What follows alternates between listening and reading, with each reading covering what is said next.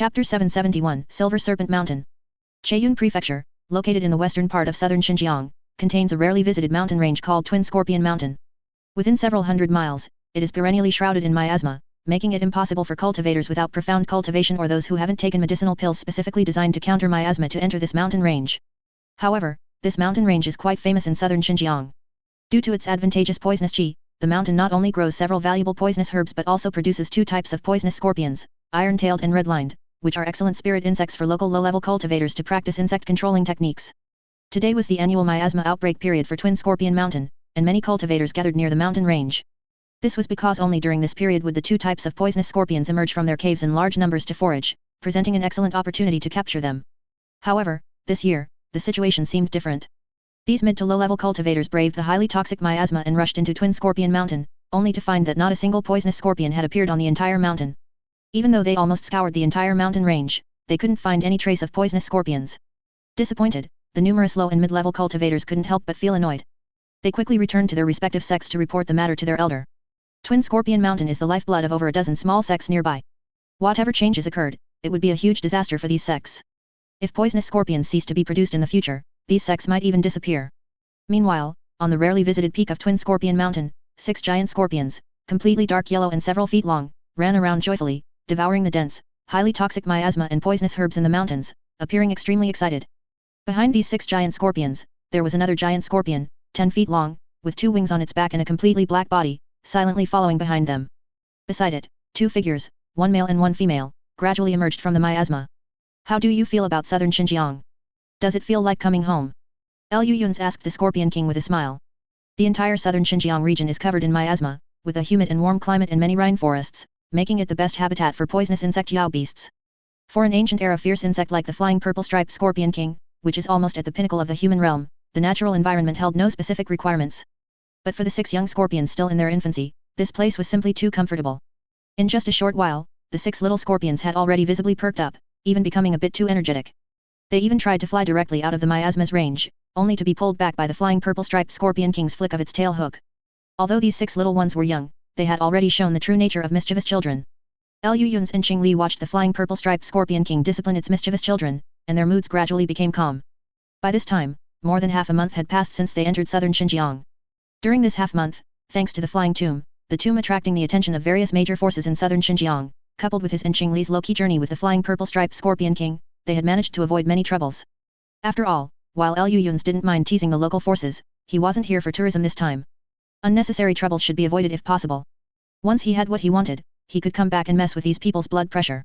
As for whether someone would suddenly lose their mind and try to sneak into the flying tomb, Liu Yun's wasn't worried. The Armored Corpse King, 18 Tiando Corpse puppets, and the entire Armored Corpse Legion along with thousands of corpse soldiers were guarding the tomb. Even if they couldn't hold them off, Liu Yun's number 3 was only in seclusion, not dead. At the very least, he could come out and punish a few deranged brats. According to the records from the Demon Flame sect, the Supreme Fire Divine Thunder should be in the deepest part of southern Xinjiang's underground fire pulse. Liu Yun's narrowed his eyes slightly, looking forward. Flying a bit further ahead, there's a relatively well-known volcano in southern Xinjiang called Silver Snake Mountain. That's one of the entrances to southern Xinjiang's complex underground fire pulse. The elder from the Demon Flame sect who witnessed the miraculous thunder in the fire back then didn't know his exact location at the time. After all, the underground fire pulse of southern Xinjiang almost covers half of the region. With such a vast area, it's almost impossible to find a constantly moving lightning bolt in the fire through normal means. But fortunately, we're lucky. Liu Yun's patted a spirit beast pouch at his waist, and an impatient bird cry came from inside. As a direct descendant of the ancient era fire attribute True Phoenix, the Haoang bird has an extremely strong perception of various pure fire spirit qi. Originally, I wanted to try with 2 strange fire pythons, but neither their cultivation nor their ability to sense fire spirit qi could compare to the Haoang birds. With its help, we should be able to find the Supreme Fire Divine Thunder hidden in the underground fire pulse in a very short amount of time. Any other questions? Liu Yun's asked. Qing Li looked bewildered, clearly not understanding much. It was Liu Yun's number 4 who emerged from Liu Yun's body and asked, then what about us? None of us can use fire escape, and entering the underground fire pulse rashly would be very dangerous. Moreover, with the Haoang bird carrying 2 people, the consumption of magical power would increase, which would be very detrimental to finding the Supreme Fire Divine Thunder. Liu Yun's nodded and continued, this time, only the Haoang bird and I will go down. Qing Li, you, Old 4, and the flying purple-striped Scorpion King will stay outside to ensure that no one interferes while we are searching for the Supreme Fire Divine Thunder. At the same time, I will send you a message every now and then to confirm that we are fine. If a long time passes and you don't receive any messages from us, you can break through the earth and come down to rescue us." Everyone nodded in agreement, and the flying purple-striped Scorpion King also called back the 6 little scorpions that were running around. Liu Yun's and Qing Li stood behind the flying purple-striped Scorpion King, transforming into a streak of black escape lights, instantly disappearing into the horizon. It wasn't until several days later that the low-level cultivators of Twin Scorpion Mountain suddenly discovered that the poisonous scorpions on the mountain had reappeared, and in greater numbers than in previous years. They scrambled out of the mountain, easily caught by these low-level cultivators, leading to a rare bountiful harvest. At the same time, several unwelcome guests suddenly appeared above Silver Snake Mountain, a well-known active volcano in southern Xinjiang. As an incredibly powerful spiritual pressure suddenly descended, dozens of cultivators present, whose highest cultivation did not exceed the core formation stage, quickly transformed into streaks of escape lights and scattered in all directions, leaving behind only a few empty volcanic craters. From these craters, low rumblings occasionally emanated, and some even directly spewed out plumes of flying ash, radiating astonishing high temperatures. Liu Yun's and the others appeared in the air. After exchanging glances, Liu Yun's released the rank 8 Haoang bird. The fiery red and beautiful giant peacock flew in the air, exuding the powerful chi of a rank 8 peak. After this period of cultivation, the Li turtle had not yet broken through, but the Haoang bird had benefited first. At Liu Yun's command, he and the Haoang bird immediately transformed into 2 streaks of red light and merged into the magma below. As Liu Yun's figure disappeared, Qing Li and Liu Yun's No 4's eyes suddenly became sharp. Even the flying purple-striped Scorpion King beside them released the wild chi unique to ancient era fierce insects, causing the heavens and earth to rumble. They all knew their mission.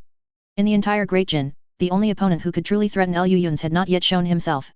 If that opponent were to appear now, they would be Liu Yun's first line of defense. Chapter 772 Fire Spirit. In a scorching, fiery red sea of magma, 2 streaks of red light descended like lightning. Utilizing the terrifying fire spirit chi within the magma, they instantly plunged more than 100 miles beneath the surface. Liu Ling's escape technique needs no further elaboration. Although the 5 elements escape heaven art had not yet reached its peak, with the 5 elements spirit infants residing in his divine soul and the cultivation techniques enhancement, there were no more than 5 people in the human realm whose mastery of 5 elements escape techniques could compare to his. As a direct descendant of the fire attribute true phoenix from the ancient era, the Haoang bird's fire escape technique was an innate divine ability.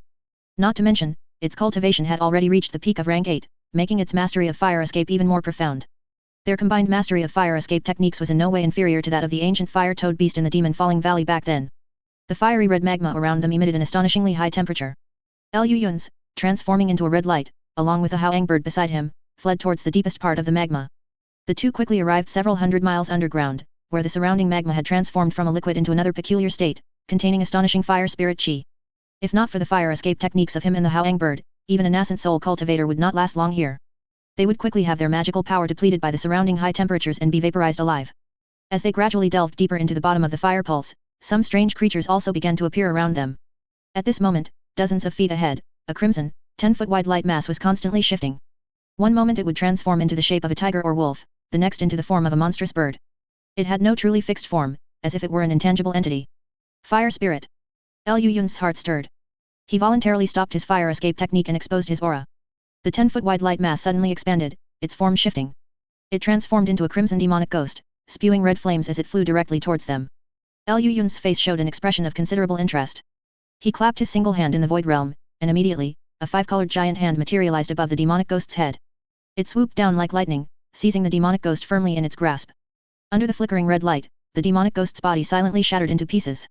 It reformed into the 10-foot wide crimson light mass, which continuously shifted into various forms within the palm of the 5-colored giant hand. At times it became a fierce beast like a tiger or wolf, at times a huge monstrous bird, and at times it reverted to the crimson demonic ghost, emitting illusory roars. However, no matter how it struggled, it could not shake the 5-colored giant hand in the slightest. Seeing this, Liu Yun's nodded with satisfaction. This 5-colored giant hand was a profound spirit arts he had found in Divine Master Tutu's memories. Because it was a rare 5 elements attribute spirit arts, Liu Yun's had specifically memorized it. Although Liu Yun's couldn't truly cultivate this kind of spirit arts due to his cultivation technique, there was no problem in referring to it from time to time and modifying his divine ability, the spiritualized great hand, by imitating this spirit arts. Now, with its first use, it had directly trapped an underground fire spirit that was considerably stronger than a peak core formation cultivator. Liu Yun's was quite satisfied with the power of this new divine ability. At Liu Yun's thought, the 5-colored great hand suddenly tightened. In an instant, the 5-colored spiritual light surged, immediately suppressing the crimson fire spirit, forcibly immobilizing its form, and restoring this fire spirit to a 10-foot-long crimson light mass. Liu Yun's leaned closer to the light mass, curiously examining it carefully. This kind of peculiar creature, almost entirely composed of pure fire spirit chi, was the first Liu Yun's had ever seen. Now, with the sweep of his divine sense, it appeared to be almost a mass of incomparably pure fire spirit chi, with no trace of a divine soul whatsoever. This both astonished and intrigued Liu Yun's. Just then, the howang bird behind him suddenly came closer and chirped twice at Liu Yun's. What? You want this thing? Liu Yun's looked at it with a bewildered expression. The howang bird nodded, looking at the restrained giant fire spirit with a surprisingly human-like expression of longing in its eyes. Liu Yun's thought for a moment, then raised his hand and released the fire spirit. The fire spirit immediately transformed into a streak of red light and vanished from its spot. The howang bird let out a joyful cry, also instantly turning into a red light and disappearing. In this boundless sea of magma, two barely visible streaks of fire light quickly collided, instantly revealing the forms of the howang bird and the fire spirit. As soon as the latter appeared, it turned its head and fled. However, the howang bird merely flapped its wings twice and easily caught up to it, spitting out a swath of red glow that instantly enveloped the fire spirit. The fire spirit began to constantly change into various forms, attempting to struggle free. However, in the face of the red glow, all its efforts were futile. The howang bird opened its large mouth and directly sucked it in. In an instant, the crimson feathers on the howang bird's body seemed to become even more vibrant, with red light flowing and iridescent glow radiating, as if it were a celestial object. The howang bird itself also let out a long cry, looking up at the sky. Fire light erupted all over its body, as if it had swallowed some great tonic, and the spiritual chi within its body instantly surged. Liu Yun's eyes lit up. The fire spirits in this underground magma world were formed from the aggregation of massive amounts of fire spirit chi, resulting in pure fire spirit chi. For descendants of fire attribute true phoenix like the howang bird, they were truly great tonics. Let's go. Seeing the howang bird admiring its own feathers in place, Liu Yun said somewhat helplessly. There can't be only one fire spirit in this area. If we search slowly, we'll definitely find others. Upon hearing this, the howang bird instantly perked up, letting out a melodious long cry. It then continued to delve deeper into the underground magma with Liu Yun's. The temperature began to rise higher and higher, and the surrounding red light was so dazzling it made it difficult to open one's eyes. If not for Liu Yun's mysterious yin eyes, he might have had to close his eyes at this point and rely solely on his divine sense to probe the surrounding space. Yet, in this hell-like environment, the howang bird showed no signs of discomfort. On the contrary, it was radiant, and its entire body had almost grown a full size larger within less than a day. Its feathers also became increasingly beautiful and vibrant, each slight flicker shimmering with a captivating and dazzling red light. Along the way, they didn't encounter too many fire spirits, only 4 in total. However, the one they first encountered was the weakest in cultivation. The remaining 3 all had cultivation at the early nascent soul stage. The last one they met even approached the peak of the early nascent soul stage, and the howang bird had to expend considerable effort to subdue it. After devouring these fire spirits, the spiritual chi within the howang bird's body became increasingly pure, and the bottleneck that had troubled it for so long became precarious, on the verge of a breakthrough at any moment. Chapter 773 Subduing the Divine Thunder. As they delved deeper, the fire spirit chi contained within the surrounding magma reached a terrifying level. The howang bird even instinctively absorbed the surrounding fire spirit chi, its internal spiritual chi becoming purer and purer. With red light swirling around its body, it was only half a step away from the 9th level. Yet, even now, they had failed to find any trace of the supreme fire divine thunder. How did that demon flame sect elder back then manage to penetrate so deeply into this god-forsaken place? As Liu Yun's thoughts churned, he suddenly realized he had overlooked this matter. If that demon flame sect elder's attainment in fire escape techniques was profound enough, it wasn't impossible for him to go down there, but why would he risk his life to do so?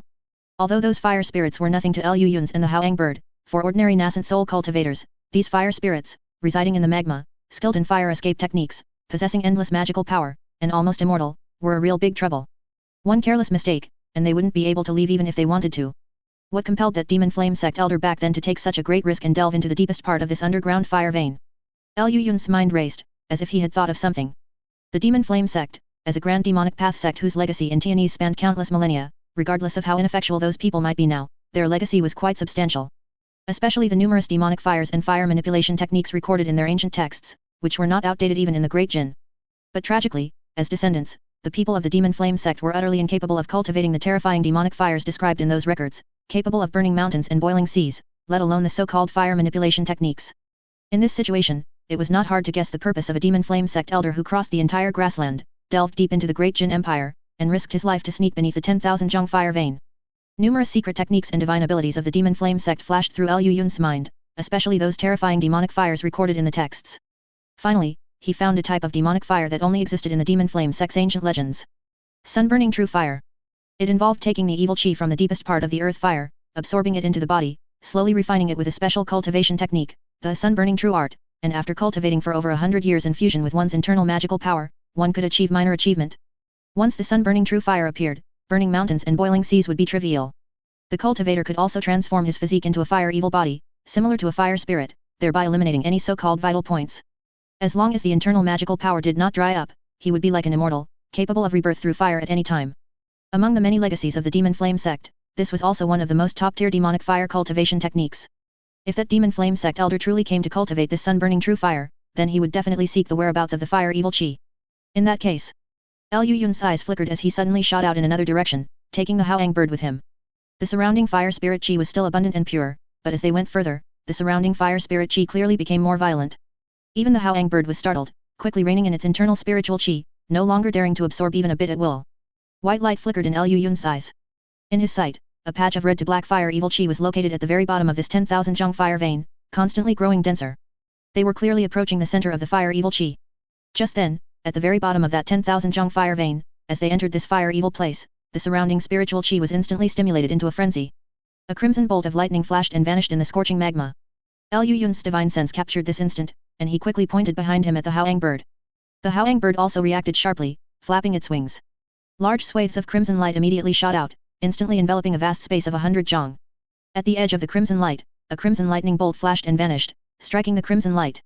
Wherever the lightning passed, the crimson light was disintegrated inch by inch. Fortunately, the Haoang bird reacted quickly and immediately replenished it.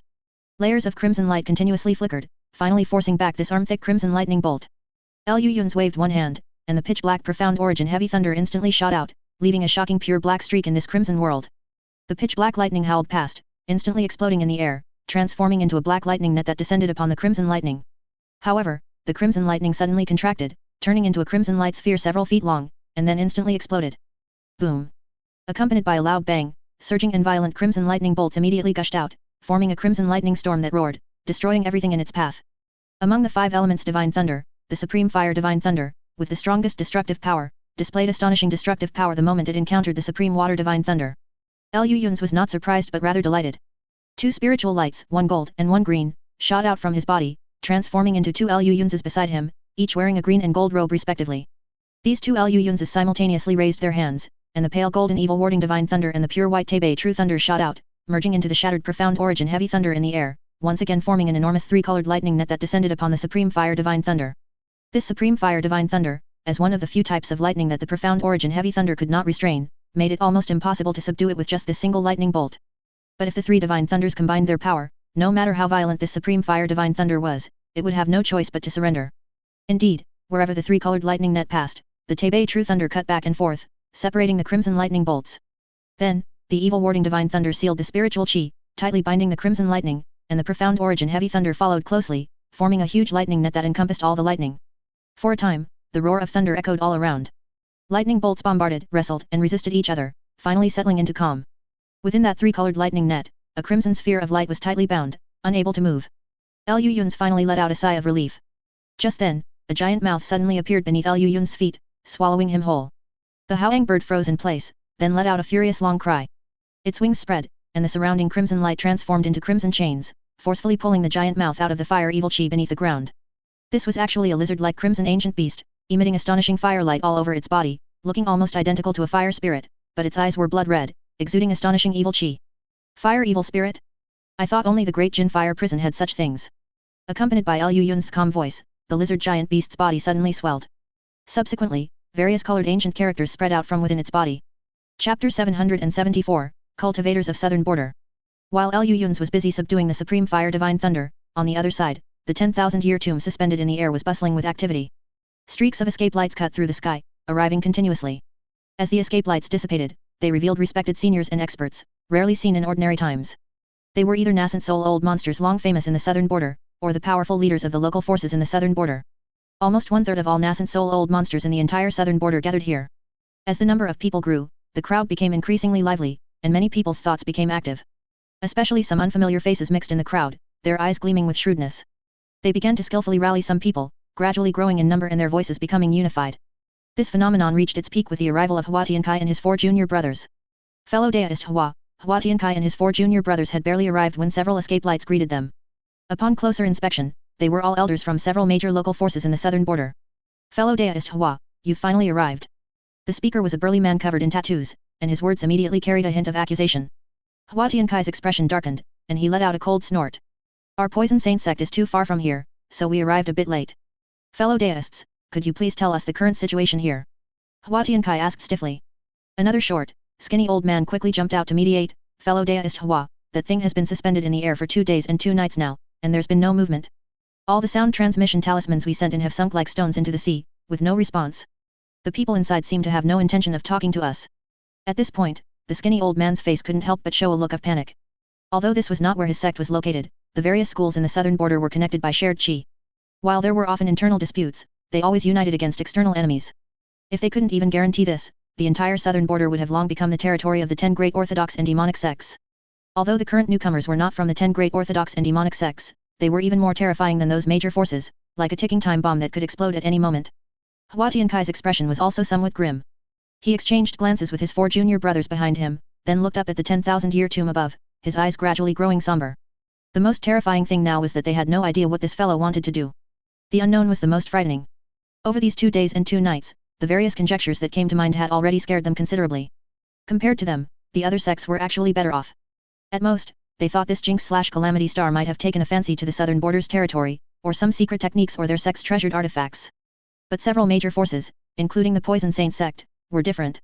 They knew the greatest secret hidden in the southern border. Kunyu Mountain. What if this Jinx/Calamity Star was here for Kunyu Mountain? As soon as this possibility came to mind, Hua Tiankai felt a chill run down his spine. But at the same time, a glimmer of hope arose in his heart. If this person was indeed here for Kunyu Mountain, did that mean he had a way to find that Immortal Mountain? Could their Poison Saint sect also benefit from it, even if it was just scavenging some scraps from Kunyu Mountain? That would be enough. The more Hua Tiankai thought about it, the more restless he became, which is why he brought all of the Poison Saint sect's top forces and came here together. But now, seeing the dense crowd around him, Hua Tiankai's heart sank. With so many people, let alone trying to fish in troubled waters, he was afraid that due to mutual interference, they wouldn't even get a drop of soup. He knew that among them, several forces, like their Poison Saint sect, were Dao lineages established by cultivators who had escaped from Kunyu Mountain back then. In other words, their Poison Saint sect's greatest advantage was now completely gone. Hua Tiankai's face was grim as his divine sense swept over everyone present. Indeed, those forces that knew about the existence of Kunyu Mountain had brought most of their top power, and it was even possible that, like their Poison Saint sect, they had brought their sect's treasured artifacts. With his thoughts racing, Hua Tiankai pondered for a moment, then, with his 4 junior brothers, flew towards the gathering of nascent soul old monsters. As soon as he arrived, he heard someone speaking loudly. We cultivators of the southern border cannot just stand by and watch. If that Jinx/Calamity Star is preparing to strike at our southern border, are we just to offer our necks to the blade and let him kill us? Upon hearing this, Hua Tiankai's eyes immediately lit up. Fellow Daoist is absolutely right. Hua Tiankai laughed loudly and flew over. In my humble opinion, we cultivators of the southern border naturally cannot just surrender. How about we select a few representatives to go up and talk to that person? Meanwhile, on another mountain peak far from the 10,000-year tomb, the 2 women from Huaxian sect were here, looking at the huge tomb suspended in the air. Humph. A bunch of fools. Such an obvious feint, yet they can't see through it. If that person truly wanted to do something in the southern border, why would he make such a grand display? The young woman sneered mockingly. The middle-aged woman beside her shook her head upon hearing this, her expression somewhat grim as she said, no, of course they see through it. It's just that no one dares to say it out loud. To put it bluntly, even if they see through it, what can they do? Can they really go and trouble that Jinx/Calamity Star? This is already the best way to handle it. It neither damages the face of the various major forces in the southern border nor requires them to truly confront that Jinx/Calamity Star. Besides that, they should also be planning to fish in troubled waters. After all, such a massive object, to say it's just something that person brought out to attract attention, would be a bit too extravagant. Among these people, apart from a few cunning individuals, the most active should be the descendants of the Kunyu Mountain cultivators from back then. Their thoughts are different from others. Others are afraid of dealing with that Jinx/Calamity Star, while they hope to contact that Jinx/Calamity Star through this object to inquire whether that person knows about Kunyu Mountain.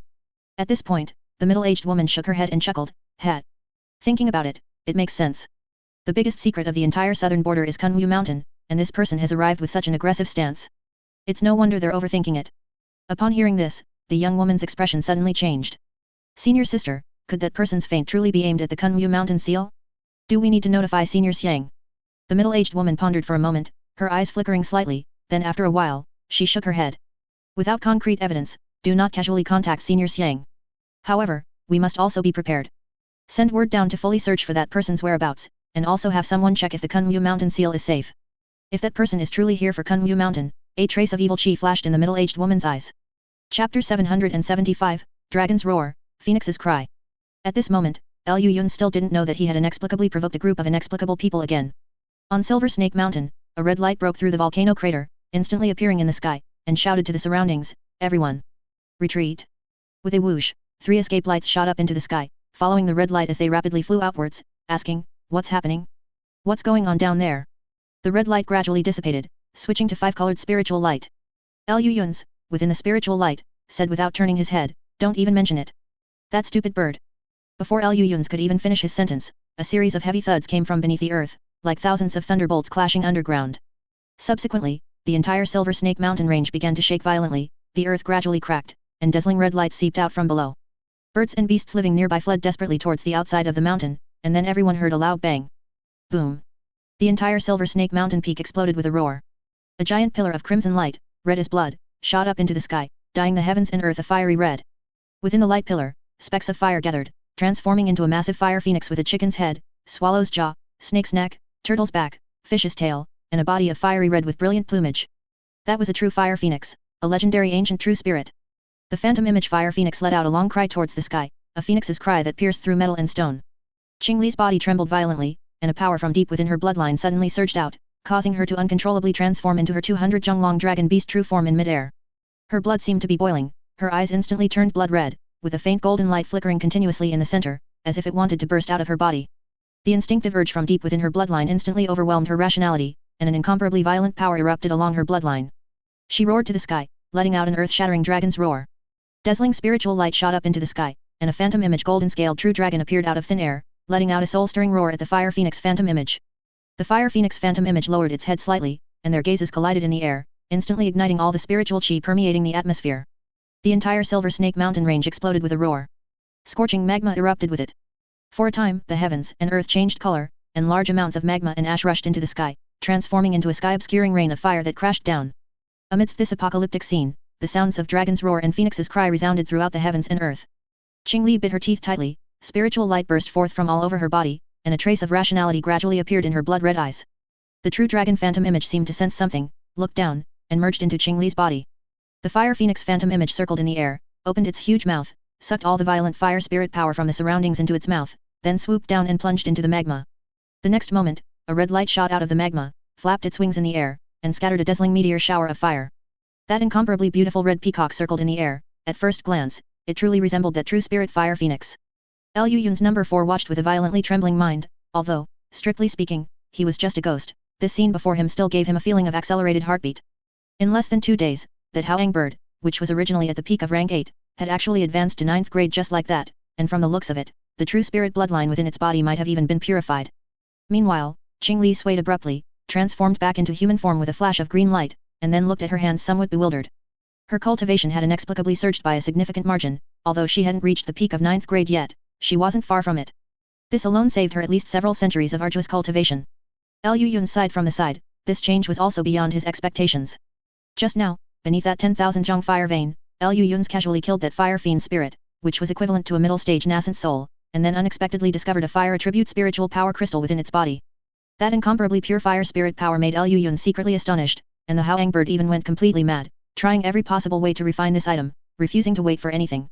Lu Yun's, feeling helpless, thought that even if the Haoang bird directly advanced on the spot after swallowing this item, he could still control it, so he gave it to him, but he didn't expect that this guy's advancement would cause such a huge commotion. And it seemed to have also stirred the true dragon bloodline within Qing Li's body. Flood Dragon, after all, is also one of the direct descendants of the true dragon. Qing Li shook her head and quickly ran to Lu Yun's side. That feeling of being out of control just now was too terrifying, she even once thought she would become a completely different entity. The Haoang bird admired its plumage in the air, this fiery red plumage had now become even more brilliant and dazzling, and it also had a hint of gold, making it even more beautiful, magnificent and noble beyond words. Lu Yun's quickly called it back and, taking everyone with him, rapidly disappeared from the spot. The commotion just now was too great, the sounds of dragon's roar and phoenix's cry here could probably be heard thousands of miles away. If they didn't leave quickly, being blocked here would lead to trouble. Although Lu Yun's wasn't afraid, he had another important matter to attend to in the southern border, besides this supreme fire divine thunder. Before this matter was completed, it was best not to alarm too many people.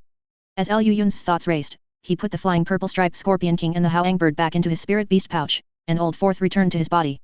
He only brought Qing Li with him, transforming into 2 streaks of lightning, and shot into the clouds, disappearing in a flash. And not long after everyone left, a group of uninvited guests quietly arrived. 3 escape lights whistled across the sky and stopped above Silver Snake Mountain, which had already turned into a magma hell. The escape lights dissipated, revealing a beautiful female cultivator in white, an ordinary-looking middle-aged man, and a dwarf 3 feet tall with a wrinkled face and a long white beard. "Junior Sister Bai, are you sure it's here?" The middle-aged man frowned and couldn't help but ask. The beautiful woman heard this, hesitated slightly, then said to the two, "There's no mistake. Although Yueyang sect tried its best to conceal it, the Grand Elder of Yueyang sect was killed on the spot in that battle on Shun River, and the Haoang bird was also taken by that person. This matter can't possibly be false." The dragon's roar and phoenix's cry just now, looking at the entire Great Jin, only the rank 8 Haoang bird of Yueyang sect and the 9th grade flood dragon beside that person could emit them. "This is troublesome," the middle-aged cultivator said with a grim expression. "With that Haoang bird around, our divine ability is almost inherently weakened by 3 points, even if it's only rank 8. No." The dwarf suddenly spoke, "It's not rank 8. Looking at the chaotic fire spirit chi around, it's definitely not something a rank 8 Haoang bird could do. That beast has already advanced to 9th grade." The two widened their eyes abruptly. The middle-aged cultivator cupped his hands and quickly asked, "Grand Elder, you mean that person made the Haoang bird advance a grade in such a short time? That's a direct descendant of an ancient true spirit. Facts speak louder than words. It seems that person's beast-taming Dao is truly profound." The dwarf pondered for a moment and slowly said, "At this point, more words are useless. No matter what, our sex-monitoring spirit treasure must be retrieved. Moreover, do you really think that if that Haoang bird hadn't advanced to 9th grade, we would have been able to defeat the opponent?" The dwarf sneered, transformed into a blue light, and shot through the sky. The other two exchanged glances, both seeing the fear in each other's eyes. After a moment of silence, the two quickly followed. Chapter 776 Yin Yang Cave. The southern mountain range, spanning nearly 10,000 li, is covered by the largest primeval forest in the southern region, teeming with venomous insects and strange snakes, and home to countless high-rank venomous insects and yao beasts. Because of this, only a few sects skilled in controlling insects and driving beasts dared to settle in such a place. Other areas were completely desolate and wild. Not far to the west of this southern mountain range was a huge basin, perennially shrouded in deep yellow ghost mist over 1,000 zhang high, which would instantly kill ordinary cultivators upon contact. This place was the famous Myriad Poison Valley of the southern region. Not only was it perennially covered in ghost mist, but it also contained countless highly venomous insects. Even an ordinary nascent soul cultivator who accidentally wandered in, if not adequately prepared, would suffer a great loss. These were not all. What truly made this valley famous was a bottomless cave within it. The soul-startling yin wind ceaselessly blowing in this cave year-round would cause even a nascent soul cultivator's nascent soul to undergo soul flying away and spirit scattering, leading to reincarnation, if he was caught in it.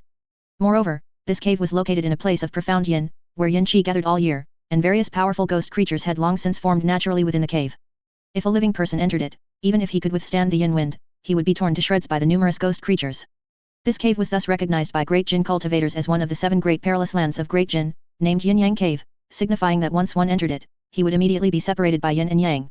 But today, the usually silent interior of Myriad Poison Valley seemed a bit noisy. Large swathes of venomous insects fled desperately through the ghost mist, like a sea of insects. Such a scale of insect tide would normally prompt even a nascent soul cultivator to wisely temporarily avoid it within this ghost mist. However, in front of these venomous insects, several yellow escape lights emerged from underground, blocking their path. At the same time, several more identical yellow escape lights flew from behind the numerous venomous insects, and the 6 escape lights, one in front and one behind, tightly surrounded this insect tide. The escape lights dissipated, revealing 6 giant scorpions, each several feet long, deep yellow all over, with 2 distinct bulges on their backs. These giant scorpions spat out large swathes of yellow glow, interweaving into a giant yellow net that seemed to cover the sky and earth. It then dropped down suddenly, enveloping all the venomous insects within. Upon contact with the yellow glow, large numbers of venomous insects immediately seemed to be paralyzed, falling to the ground motionless. They were easily carried by the yellow glow into the mouths of the 6 giant scorpions. Not long after, the 6 giant scorpions had captured all the venomous insects in one fell swoop, each humming contentedly, with yellow light flowing within their bodies, and their color seemingly deepening a bit. Within the yellow mist, a huge shadow slowly walked forth, revealing a giant scorpion 3 zhang long, entirely black, with 2 wings on its back. It was none other than the flying purple-striped Scorpion King. On the Scorpion King's back, Lu Lings and Qing Li stood there, raising their hands to recall the 6 small scorpions. So many venomous insects, and this almost inexhaustible ghost mist, it's simply paradise for these little guys. If this continues, in less than a month, these few little guys will be able to evolve to the next stage, Lu Yun said with emotion. The flying purple-striped Scorpion King let out a low growl, seemingly in a good mood, and swiftly carried the 2 through the yellow mist. The ghost mist ahead had become exceptionally thin, with something vaguely visible on the other side. The flying purple-striped Scorpion King let out a slightly uneasy low growl and walked a few steps out of the ghost mist's range. Lu Yun's and the others then clearly saw the scene here, only to find a huge ravine appearing several tens of zhang ahead. Looking to both sides, it was impossible to discern how long the ravine was in the blur, but its width was a full 100 zhang, and occasionally light black yin wind would spew out from within, scattering the nearby ghost mist. The flying purple-striped Scorpion King let out a low growl with a hint of fear. An ancient fierce insect like him, with such formidable physical body and hard carapace, was an almost invincible existence in this realm. But that didn't mean it had no weaknesses. The soul-startling yin wind in the yin-yang cave, which specifically harms the divine soul, would cause even a nascent soul cultivator's nascent soul to undergo soul flying away and spirit scattering without any resistance wherever the yin wind passed. It was precisely the bane of fierce insects like them, with their formidable physical body that was almost impervious to harm. Liu Yun's bent down, patted the flying purple-striped Scorpion King's head, opened his spirit beast pouch, and put it in the 6 playful little ones inside. No 4. Coming.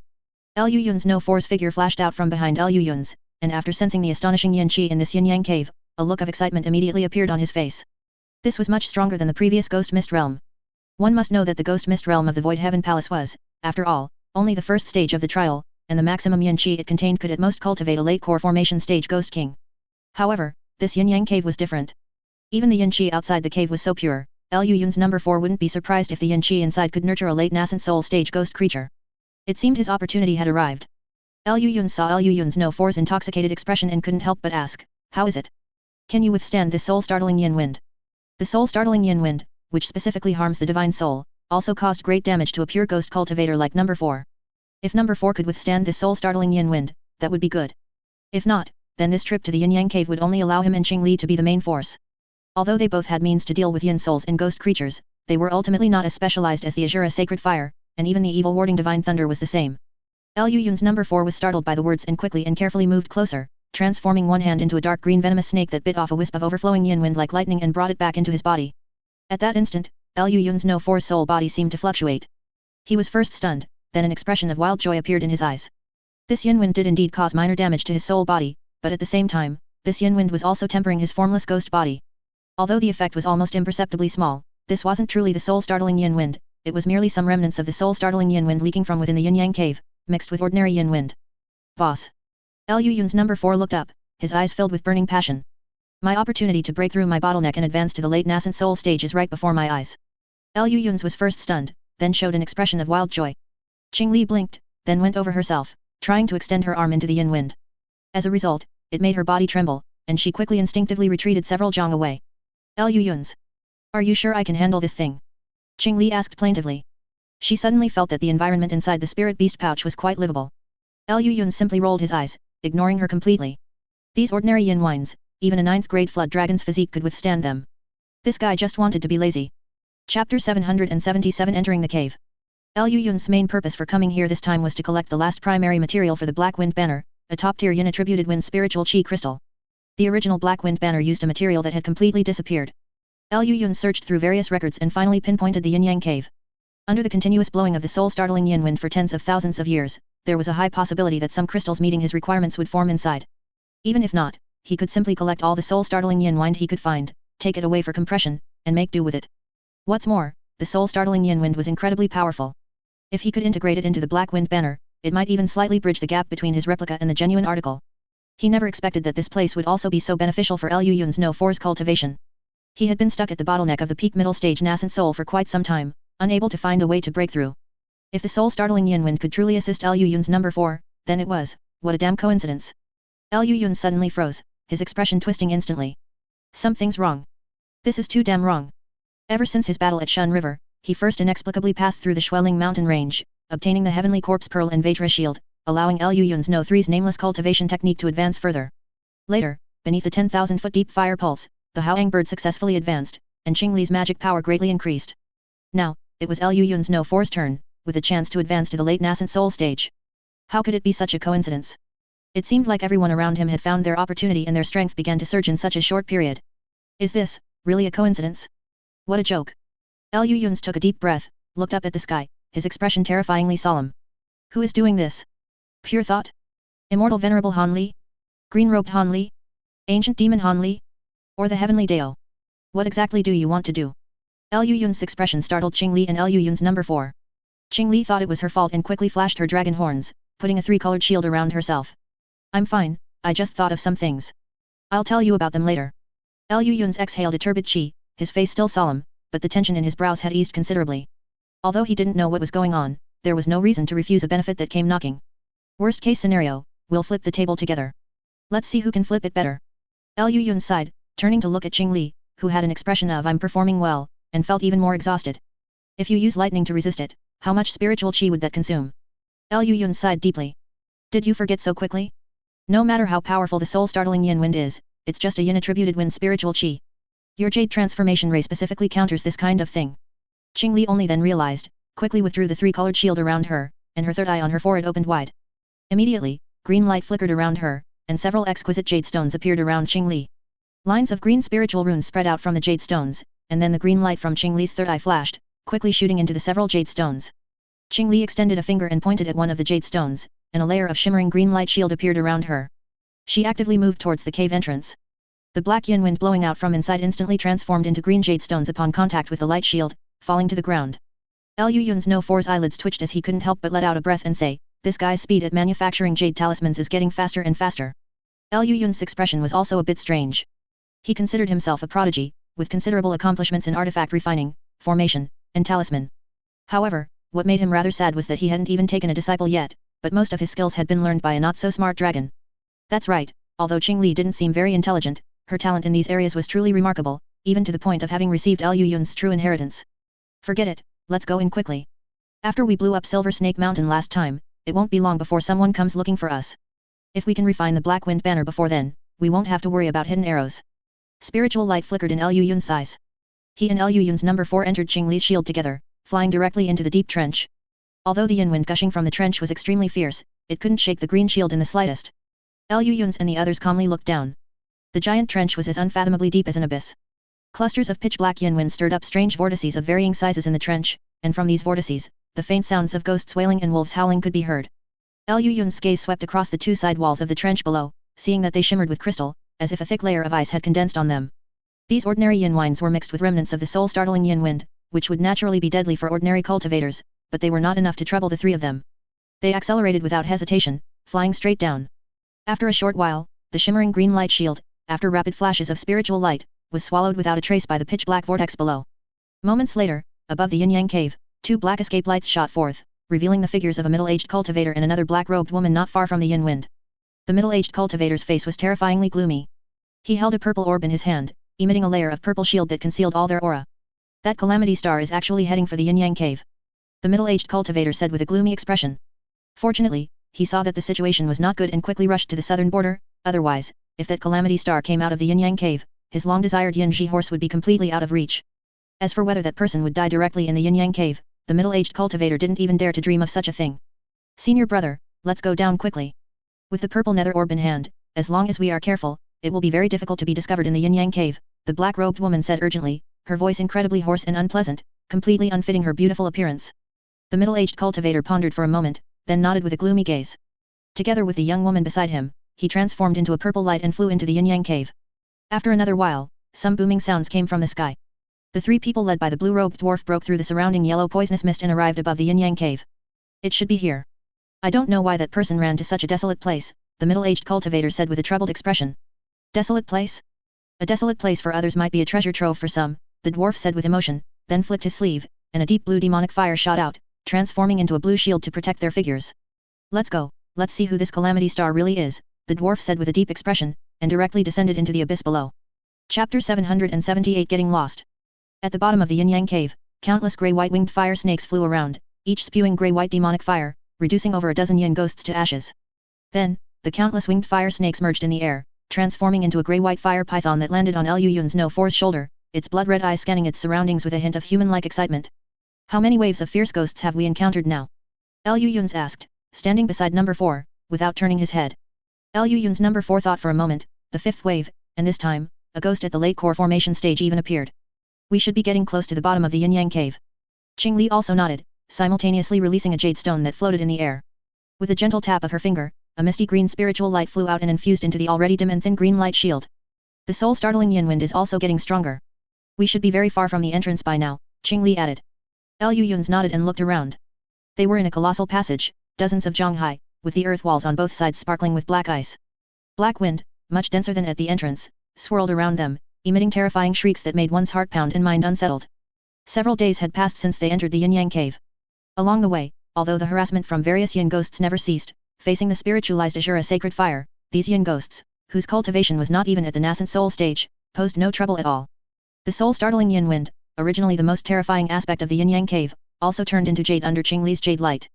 It seemed that the Great Jin's 7 Forbidden Lands were nothing special, at least, in front of Liu Yun's and his group, they couldn't cause any trouble. However, in reality, Liu Yun's and the others still encountered an unavoidable major crisis. After bypassing a narrow path, the black wind ahead suddenly intensified, and a three-way intersection abruptly appeared in the wind, with 3 passages, 1 large and 2 small appearing before the 3 of them. The 3 instantly fell silent, no one speaking. This place, have we been here before? Lu Yun's asked. The other 2 shook their heads expressionlessly. That's right, they were lost. Why is this damn place like a maze? Lu Yun's number 4 couldn't help but curse. Ever since they delved deeper into the yin-yang cave, besides various yin ghosts and the increasingly dense soul-startling yin wind, the most deadly challenge was the intricate roots below. All sorts of forks, dead ends, and circular paths, endless and layered one upon another. Lu Yun's, in extreme frustration, even directly used the earth evasion technique, only to be bounced back out. This cursed place's interior was actually a natural yin gathering formation, rendering Lu Yun's earth evasion technique useless. As they went deeper, the trio's initial anger gradually turned into their current numbness. What do we do now? Which way do we go? Qing Li asked with a drawn face, helplessly.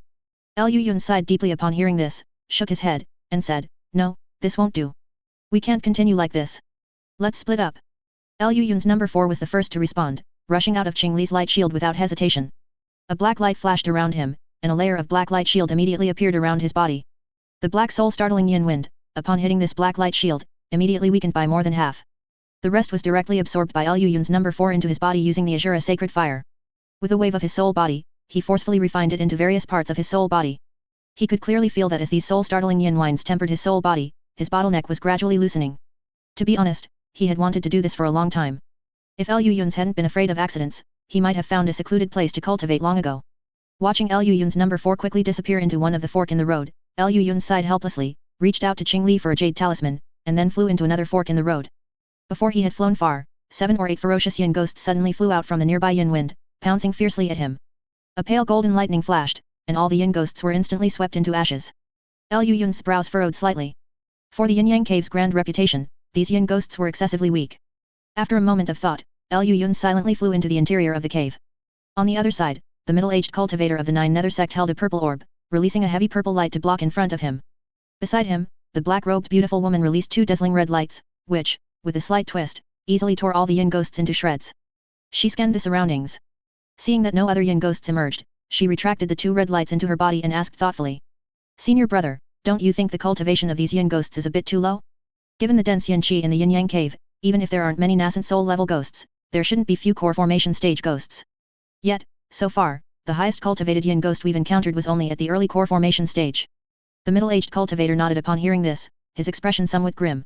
Indeed, I also have this question. The yin-yang cave, as one of the great Jin's 7 forbidden lands, cannot be only this level.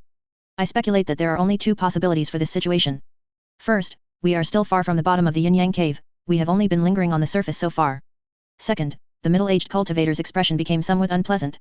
He couldn't help but tighten his grip on the purple orb in his hand, saying in a solemn tone, it is possible that a powerful ghost has been born beneath the yin-yang cave, not only plundering a large amount of yin qi but also controlling all high-level ghosts. The black-robed beautiful woman's face changed upon hearing this, and she quickly asked, is this truly possible? Of course it is. On the other side of the yin-yang cave, the blue-robed dwarf raised his head with a grim expression. Beside him, dozens of yin ghosts were all frozen in blue cold ice, each lifelike but devoid of any qi. Something must be wrong beneath this yin-yang cave. Beside him, the white-robed woman pondered and asked, Grand Elder, if a ghost king at the late nascent soul stage truly emerges, how should we deal with it? The blue-robed dwarf glanced at her, sneered, and asked, What? Do you think this old man can't even handle a ghost king at the late nascent soul stage? The white-robed woman was startled upon hearing this. The middle-aged cultivator beside her quickly interjected.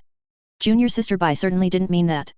It's just that within this yin-yang cave, the yin qi is so dense that if a ghost king truly exists, its divine ability would probably be even more terrifying than a normal ghost king's, and it might even control a portion of the soul-startling yin wind. If such a ghost king appears, Grand Elder naturally wouldn't fear it, but beneath this yin-yang cave, there is also the group surnamed Lu. How should we respond? The dwarf fell silent upon hearing this. The second update will be later. Also, I recommend everyone to check out my new book, After the Gods and Buddhas. Chapter 779 Corpse Fiend Clone. Lu Yun's frowned, looking at a several Zhonghai cave entrance before him. Inside, dark winds howled incessantly, far more violent than the yin wind in the passage. In his divine sense, the yin qi within was exceptionally dense, indicating a gathering place for yin qi. Generally, such places would surely give birth to powerful ghosts. But the strange thing was that, after Lu Yun's divine sense repeatedly scanned the area, it was completely empty, with no trace of any ghosts. Frowning in thought for a moment, Lu Yun's body shimmered with faint golden lightning, instantly adding a layer of lightning armor to himself, before he leaped into the cave. The cave was exceptionally dark, with only the sound of wind and a faint shriek coming from deep within. The sound was extremely strange, like both some kind of beast and the sound of yin wind being compressed. Lu Yun sneered, white light flickering in his eyes, the dark, lightless cave instantly became as bright as day to him, and even the ink-black soul-startling yin wind could not obstruct his vision in the slightest. He flew deep into the cave, and after only 50 or 60 jong along the cave passage, his eyes suddenly brightened. An entrance appeared not far ahead, faintly emitting a pale green glow. This was the first time Liu Yun's had seen light since entering the yin-yang cave. Liu Yun's quickly accelerated his escape lights, almost turning into a bolt of lightning, and instantly appeared before the entrance. Looking around, it was a stalactite cave with a diameter of over 30 jong. The top and walls of the cave all emitted a pale green light, and in the center stood a several jong high stone pillar. The stone pillar was unremarkable, rough, and crude, but a mummified corpse was tightly bound to it with iron chains. This mummified corpse had long, grey-white hair, was naked and pitch black, with its head bowed so its face was unclear, but its abdomen had been cut open with a sharp blade, and all its internal organs were missing. Liu Yun's merely glanced at it expressionlessly, then curiously surveyed his surroundings, and immediately raised his hand to point out a spiritual light. A gust of strong wind suddenly appeared, instantly stirring up large amounts of dust and sand, completely obscuring the entire cave. In the blink of an eye, the dust and sand filling the air were blown away by the soul-startling yin wind in the cave, revealing a huge and eerie magic array underground. HOH. Soul refining. Liu Yun's merely glanced at it and immediately recognized the origin of the magic array. This is a blood sacrifice? Such a primitive method. It's no wonder, this corpse likely had late core formation stage cultivation during its lifetime, and was sacrificed alive. Afterwards, it stayed in this yin-chi gathering place in the yin-yang cave for who knows how long. But, surprisingly, even now, it only has early nascent soul stage cultivation. Friend, you need to seriously reflect. If you had pondered optimizing soul refining in these tens of thousands of years, the effect wouldn't be this poor. As soon as Liu Yun's finished speaking, the naked, pitch-black mummified corpse suddenly raised its head, instantly broke free from the stone pillar behind it, and with a spread of its hands, streaks of grey-white light instantly shot out. Fiend Soul Silk. It really is a refined corpse's corpse fiend clone. Liu Yun smiled in surprise, raising his hand to unleash 4 bolts of lightning of different colors. The faint golden lightning easily turned the fiend soul silk into nothingness. The pitch-black lightning struck the mummified corpse, sending it flying backward and pinning it to the ground, unable to move. The white lightning instantly decapitated it, and the crimson lightning followed closely, directly blasting the entire mummified corpse into dust. Watching this corpse fiend clone, which possessed early nascent soul stage cultivation, being easily turned into dust by him, Liu Yun showed no intention of leaving. Instead, he stood still, waiting for something with a look of anticipation. Sure enough, not long after, a mass of black qi suddenly condensed. After a turbulent swirl of black qi, a mummified corpse identical to the original one emerged from within. It really is, integrating corpse fiend qi into an incarnation. Did you really only do this one thing over so many years? That's a bit too pathetic. I know someone who completes this whole process in at most a year. The mummified corpse opened its mouth and roared, its body flickering with grey-white qi as it pounced towards Liu Yun's. Liu Yun's flicked his hand, sending out a large number of multicolored talismans, which, under the flickering spiritual light, instantly suppressed the mummified corpse in place. The countless multicolored talismans suddenly converged, and the corpse's body instantly exploded, leaving only a mass of pure grey-white qi. Liu Yun suppressed it with the spirit-suppressing steel, then took out a jade bottle, shook it at the grey-white qi, and immediately collected it into the bottle. Liu Yun's had never actually seen such pure corpse fiend qi before. The third one belonged to something so mutated that even its mother wouldn't recognize it. Moreover, that was corpse fiend qi, and Liu Yun's felt guilty about it. Liu Yun circled around again, confirming he hadn't overlooked anything, then turned and flew out of the cave, beginning his return journey. Meanwhile, on the other side, the middle-aged cultivator and the black-robed female cultivator, covered in cold sweat, shattered the mummified corpse before them. Fiend Soul Silk? I never thought an early nascent soul stage refined corpse would possess such a strange divine ability. The black-robed female cultivator let out a long breath, saying somewhat wearily. The middle-aged cultivator nodded, and a purple orb in his hand lit up. A purple light immediately shot out, flying straight into a dark passage ahead. In that passage, a blurry shadow, like some kind of small horse, flashed past. Yinji horse. The middle-aged cultivator was first stunned, then his eyes showed a look of wild joy.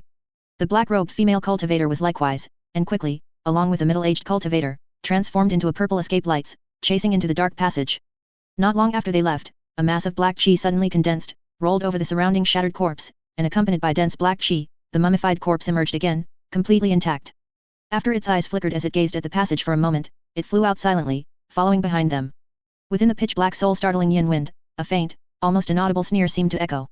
Corpse fiend clone? Such a petty trick, do you dare to display it before this old man?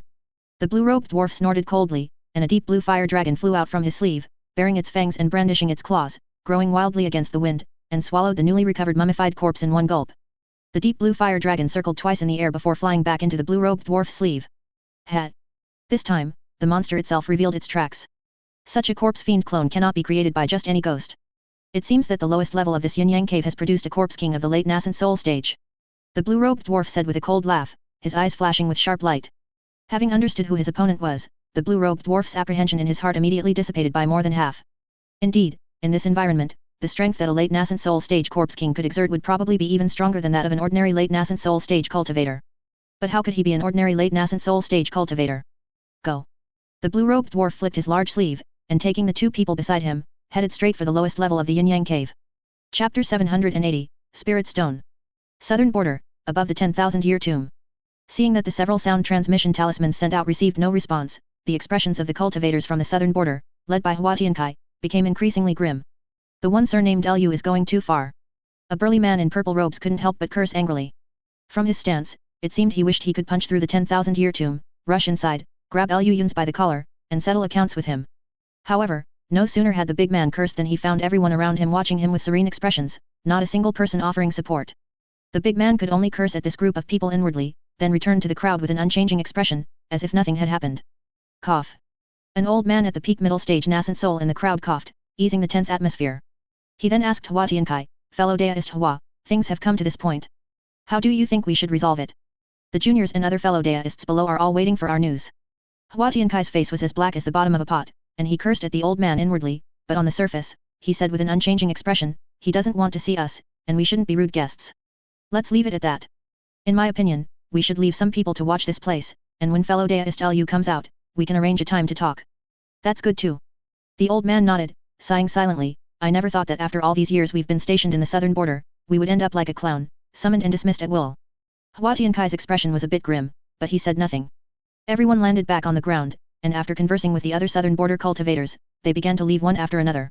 Even the school located beneath the 10,000-year tomb silently began to relocate. Although they couldn't find a suitable place for now, it was fine to settle down in a subaltar for a while. They couldn't really stay under such a thing forever, could they? An hour later, the area was almost empty, with only over 20 observers sent by various major forces silently watching the colossal object in the sky. And where they couldn't see, directly above the 10,000-year tomb, 3 figures gradually appeared. Seventh uncle, do we really have to do this? One of the stern-faced middle-aged cultivators asked the big-headed freak leading them, frowning. The freak snorted and said without turning his head, otherwise? At such a critical time, can we really let this unstable factor continue to stay in the southern border? Don't forget, to attract the attention of the 10 orthodox and demonic sects, the third brat didn't hesitate to hand over the Ping Shan seal. In this situation, if we let such a calamity star remain in the southern border, then all our previous efforts will be in vain. The middle-aged cultivator subconsciously flinched, then asked, I just don't know if this method will work. The big-headed freak glanced at him, sighed slightly, and said, I don't trust that brat surnamed Han either, but since he hasn't made any mistakes so far, it's not impossible to trust him one more time. Besides, even if we don't trust him, we won't lose anything, will we? Anyway, we don't know how to deal with that thing. If it can really, as that brat surnamed Han said, lure the one surnamed Lu away from the southern border, then we'll make a huge profit. The middle-aged cultivator nodded slightly and said no more. However, a square-faced cultivator on the other side suddenly spoke, Seventh uncle, if that's the case, why did you have to come in person? Wouldn't it be the same if the two of us came?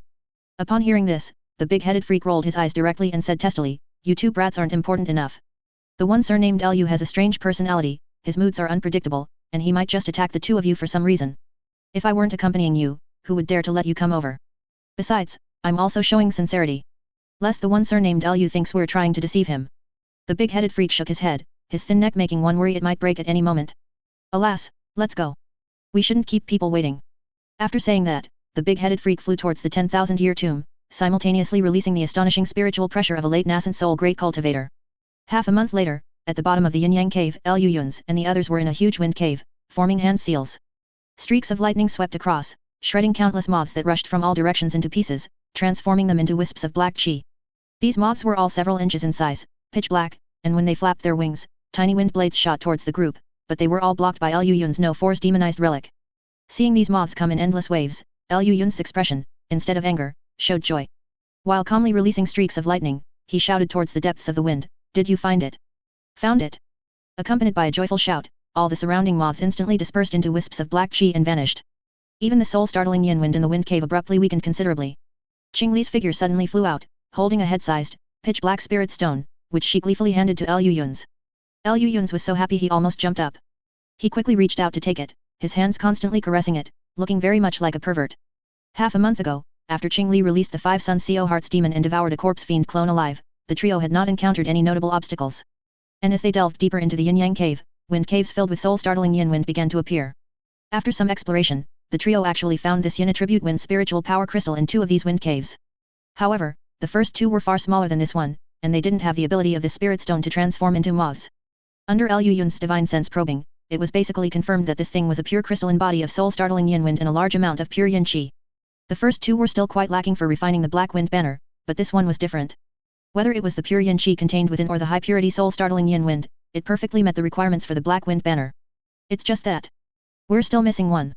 Liu Yun's raised his head with a solemn expression and gravely said to the 2, the quality is no longer a problem, but the quantity is still a bit short. We need to find another spirit stone this size. No sooner had Liu Yun's finished speaking than Liu Yun's number 4 was the first to respond. Previously, he had been troubled that simply absorbing soul-startling yin wine to temper his soul body, while effective, would cause damage to his soul body each time, requiring him to absorb nether qi to heal, which wasted a lot of time. It was at this time that this combination of yin qi and soul-startling yin wind appeared. Liu Yun's number 4 was ecstatic, especially after Liu Yun's gave him the 2 smaller ones earlier. He had a feeling that he was not far from his breakthrough of the bottleneck. Chapter 781, Transaction. The 3 of them searched through the wind caves one by one, following the eastern passage. Unfortunately, the subsequent wind caves no longer contained the crystals that could conjure moths, they only found 2 small ones, which were all given to Liu Yun's number 4. It wasn't until half a day later that they arrived at a small, unassuming cave. For some unknown reason, the yin wind inside this cave was extremely weak, and it even felt somewhat warm. Inside the cave, besides some soft sand, they also discovered several rare warm jade raw ores piled in one corner. A faint fragrance lingered in the air, resembling a mixture of medicinal and sandalwood scents, which invigorated the spirit upon smelling it. However, the 3 people present were all individuals with keen senses and powerful divine sense. With a sweep of their divine sense, they instantly detected that something was amiss. Someone just fought in this place. Liu Yun said calmly, his eyes slightly narrowed. Liu Yun's number 4, standing nearby, nodded, circled around a couple of times, and returned to say, the fight was likely between 2 mid-nascent soul stage cultivators, and their opponent seemed to be a high-rank ghost. If nothing unexpected happened, the cultivators should have won, but they couldn't capture the high-rank ghost, and it escaped. As Liu Yun's number 4 spoke, he pointed towards the passage on the other side of the cave. That ghost likely fled in that direction, I can still feel its yin qi. At the same time, those 2 mid-nascent soul stage cultivators should have pursued it. Liu Yun's nodded, turned his head to look at the dark passage, then lowered his gaze, seeing some messy, hoof-like footprints on the ground, but scaled down many times. Yinji horse, Liu Yun's murmured to himself, his brow slightly furrowed. This spiritual item, which was somewhere between a ghost and a spiritual plant, he had only read about in ancient texts. Legend has it that this spiritual item is indeed one of the main materials for several medicinal pills that strengthen the nascent soul. Could it be that these 2 people came for this Yinji horse? Or did they merely stumble upon this spiritual item and become greedy?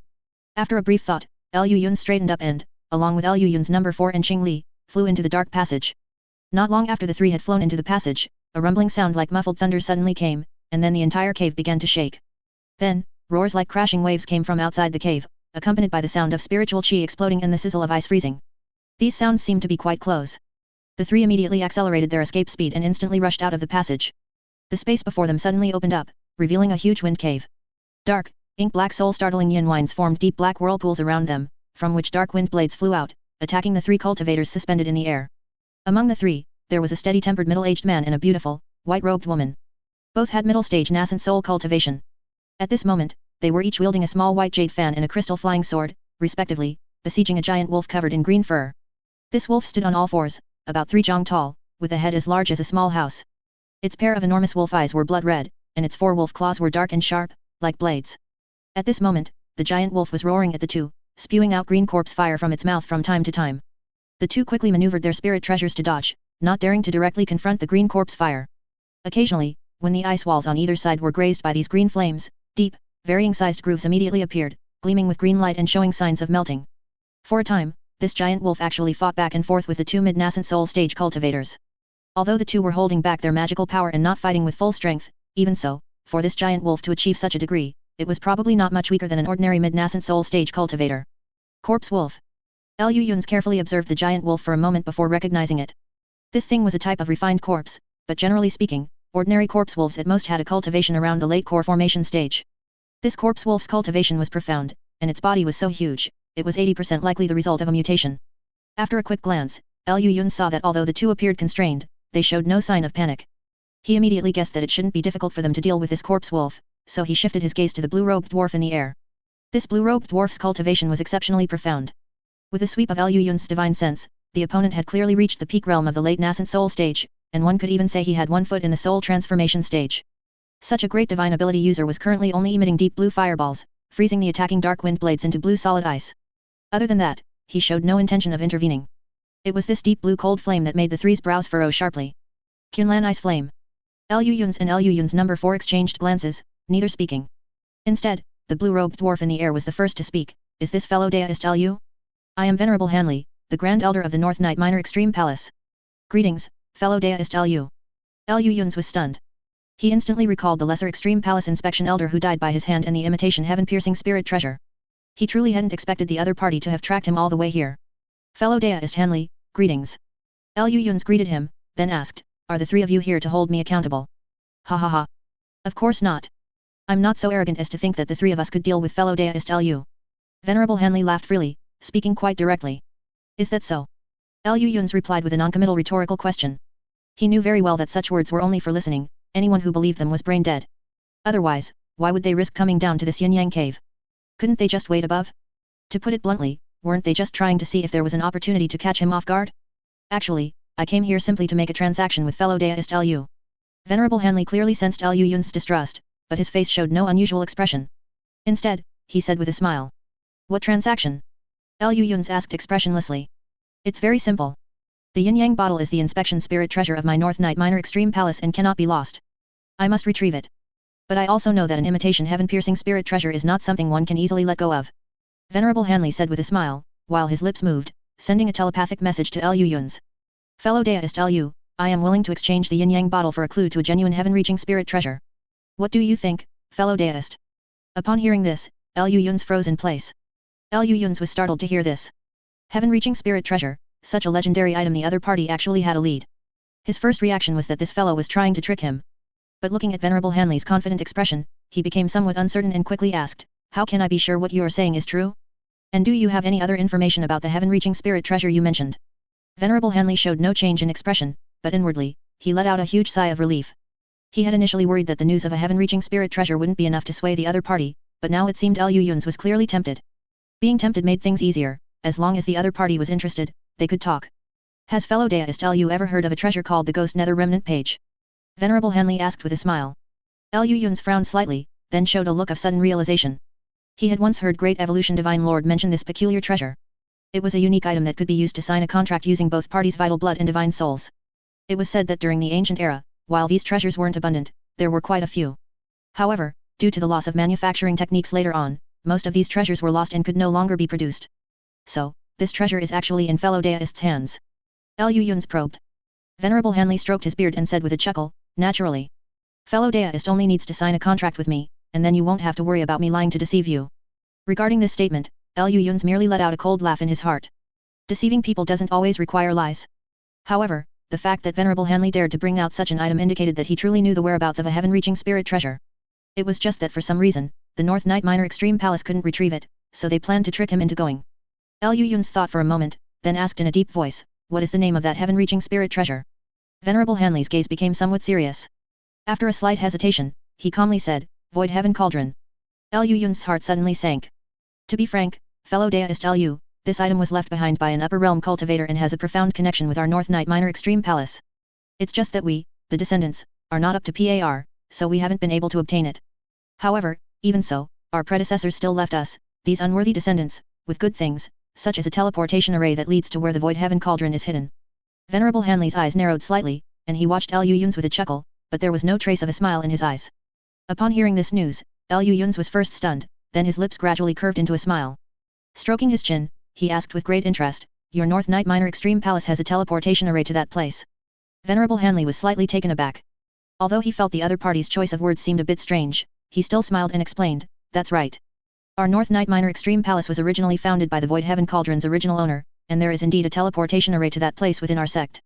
It's just that we, the descendants, have limited abilities and are unable to go there. I have long heard that fellow deist Lu's attainments in Formation Deo, especially in teleportation formations, are astonishing. If fellow deist is willing to return to the North Night Minor Extreme Palace with me, as the Grand Elder of the Palace, I am willing to represent the sect and open all relevant information to fellow deist. I believe that with fellow deist's attainments in Formation Deo, obtaining that heaven-reaching spirit treasure will only be a matter of time. At this point, a barely perceptible fanaticism appeared in Venerable Hanley's eyes. Lu Yun's pondered for a moment, then slowly spoke under Venerable Hanley's expectant gaze, I'm a bit busy lately and can't spare the time. How about this, in a few years, I will definitely bring the yin-yang bottle and pay a visit. Good. It's a deal. Venerable Hanley quickly agreed. To be honest, this was already a fairly good outcome in his estimation. After all, if this esteemed cultivator truly didn't intend to bother with their North Night Minor Extreme Palace, they genuinely had no other recourse. As the two spoke, the battle between the two mid-nascent soul stage cultivators and the corpse wolf also drew to a close. Seizing a floor revealed by the corpse wolf, the middle-aged cultivator suddenly flicked his hand. A red light flashed, and a red needle strangely appeared beside the giant wolf. With another flash, the flying needle transformed into a red thread that pierced into the corpse wolf's protective green flame. With a puff, the red thread, exceptionally sharp, penetrated through the green flame. The giant wolf, startled, desperately shook its head, but the red thread still plunged into the corpse wolf's neck, piercing through to the other side. With a pained roar from its mouth, the corpse wolf instantly shot out, black chi emerging from its forelimbs, and disappeared into the yin wind. The two exchanged glances. Helpless, they could only fly back to Venerable Hanley's side, cupping their hands towards Lu Yun's. This concubine is Bai Yi. I am Ye Feng. Greetings, fellow deist Lu. Lu Yun's nodded, acknowledging their greeting. Although in terms of cultivation, he didn't have much difference from the two, no one would ever place the three of them on the same footing. Well then, that's that, fellow deist Hanley, we'll meet again. Oh, right, Lu Yun's was about to turn and leave when he suddenly thought of something and turned back to ask, have the three of you ever entered the cave behind us? Venerable Hanley shook his head upon hearing this and said, we came from another direction and have not entered there. Is that so? Lu Yun's nodded, cupped his hands, and said, the three of you, I bid you farewell. As soon as he finished speaking, the three rushed into the wind cavern on the other side of the cave, where dark wind blades continuously spewed out. Venerable Hanley and the others exchanged glances, said nothing more, and silently turned to leave. No one reminded Lu Yun's that beneath this cave, there was an elusive late nascent soul stage corpse king. After a while, the wind blades in the wind cavern suddenly dissipated into thin air, and even the intense soul-startling yin wind in this place instantly weakened considerably. Lu Yun's and the others flew out of the wind cavern, gleefully holding a black crystal. Although this crystal was slightly smaller than the previous one, it was already sufficient. All 9 main materials for the Black Wind banner had been collected. He only needed to find a place where yin qi gathered. Hiss. Lu Yun suddenly realized that he had already found the perfect location for refining the Black Wind banner. Looking across the entire Great Jin, it couldn't be said that there was absolutely no place more suitable for refining the Black Wind banner than this yin-yang cave, but it certainly wasn't something that could be found in a short amount of time. The pure yin qi combined with tens of thousands of years of continuous soul-startling yin wind meant that a Black Wind banner refined here would naturally possess the ability to control the soul-startling yin wind and collect ghosts. Thus, Lu Yun's even had the confidence to increase the power of the new Black Wind banner to over 80% of the original version. Chapter 783 Silver-Winged Yaksha. After deciding to refine the Black Wind banner in the yin-yang cave, Lu Yun's did not immediately set up the site and prepare for the refining. On one hand, Lu Yun's needed to find a place where yin qi converged beneath the yin-yang cave to refine the Black Wind banner. On the other hand, judging from the mutated corpse wolf and the previous corpse fiend clone, there must be a refined corpse of no low cultivation level, and it must have already developed intelligence, beneath this yin-yang cave. With such a creature lurking in the shadows, daring to casually refine a treasure like the Black Wind banner would be courting death. Lu Yun's forcefully suppressed his excitement and, taking Old Fourth and Qing Li, leaped in pursuit in the direction the corpse wolf had fled. Such a corpse wolf couldn't have mutated into this state out of thin air. Lu Yun's was certain that this fellow would lead them to its master. After turning 7 or 8 corners through the passages and flying for over 10 li, a bright expanse suddenly opened before the three, revealing a large empty area filled with piles of discarded ore. The three cautiously slowed their escape speed. Lu Yun's even looked around curiously, finding that the surrounding area was filled with ordinary ore, not even qualifying as basic spiritual materials. It seemed that countless tens of thousands of years ago, this yin-yang cave was merely an ordinary mine pit, and it was unknown what happened later to transform it into its current state. After the three flew another 100 zhang, the piles of ore suddenly disappeared, replaced by a small plaza. In the center of the plaza was a giant emerald green bamboo, its upper end piercing directly into the cave ceiling and out of sight, while its lower end was set within a massive array that almost covered the entire plaza. Around the plaza, there were a dozen tall stone pillars, each with a dark, mummified corpse bound to it by iron chains, just like the three they had seen earlier, all disemboweled. Compared to these things, what was even more terrifying was a green-haired humanoid monster sitting beneath the emerald bamboo. This monster sat there, one hand holding a headless corpse, its head bowed as it gnawed on something with relish. Judging by the corpse's attire, it appeared to be a female. Next to the green-haired monster was a massive creature, none other than the corpse wolf they had seen earlier. This wolf was also gnawing on a corpse, which was clearly a male cultivator with a large hole gouged out of his dantian, indicating that his nascent soul had already been devoured. Lu Yun's and the other two silently walked over, and the green-haired monster trembled slightly, then suddenly raised its head and turned to look at them. Only then did the three clearly see the appearance of the green-haired monster. At first glance, the monster's face was sharp-mouthed and monkey-cheeked, resembling an ape, but upon closer inspection, it was vastly different. No ape's fangs would protrude several inches long and be incredibly sharp. Moreover, the monster's mouth was covered in fresh blood, but its eyes were gleaming silver white, as if without pupils, giving it an extremely bizarre appearance. Besides this, what truly caught Liu Yun's attention was that behind the monster, on its back, there were two high protrusions, like two fleshy bumps. Liu Yun's eyes immediately lit up after a quick glance. Silver-winged yaksha. Liu Yun stated with certainty. This silver-winged yaksha belongs to another major category of refined corpse besides armored corpse and blood corpse, the flying corpse. Moreover, it is an existence second only to the golden body moon corpse among flying corpses, with divine ability comparable to a late nascent soul great cultivator. Liu Yun's had heard of flying corpses for a long time, but he had never had the opportunity to see one in person. Such refined corpse, upon birth, possesses the ability to fly and burrow, along with considerable intelligence. As their cultivation increases, they will also instinctively learn several strange and unpredictable escape techniques and illusion arts. At the level of a silver-winged yaksha, a flick of its silver wings can take it as high as the 9 heavens or as low as the Yellow Springs underworld. They are naturally endowed with two great divine ability escape techniques, wind and earth. Furthermore, they are not only invulnerable to blades and spears and possess immense strength, but also skilled in the twin pupil illusion art. A pair of pupil-less silver eyes can easily make cultivators with weak minds lose their senses, obeying commands without even realizing it. This type of refined corpse, almost entirely opposite to the armored corpse, naturally attracted the attention of many demonic path cultivators. Unfortunately, the conditions for the formation of flying corpses are extremely stringent. Almost every flying corpse is the result of a confluence of timing and favorable terrain, making it nearly impossible for cultivators to replicate them artificially. This had disappointed Liu Yun's for a long time, and now, a silver-winged yaksha of the late nascent soul stage was right before him.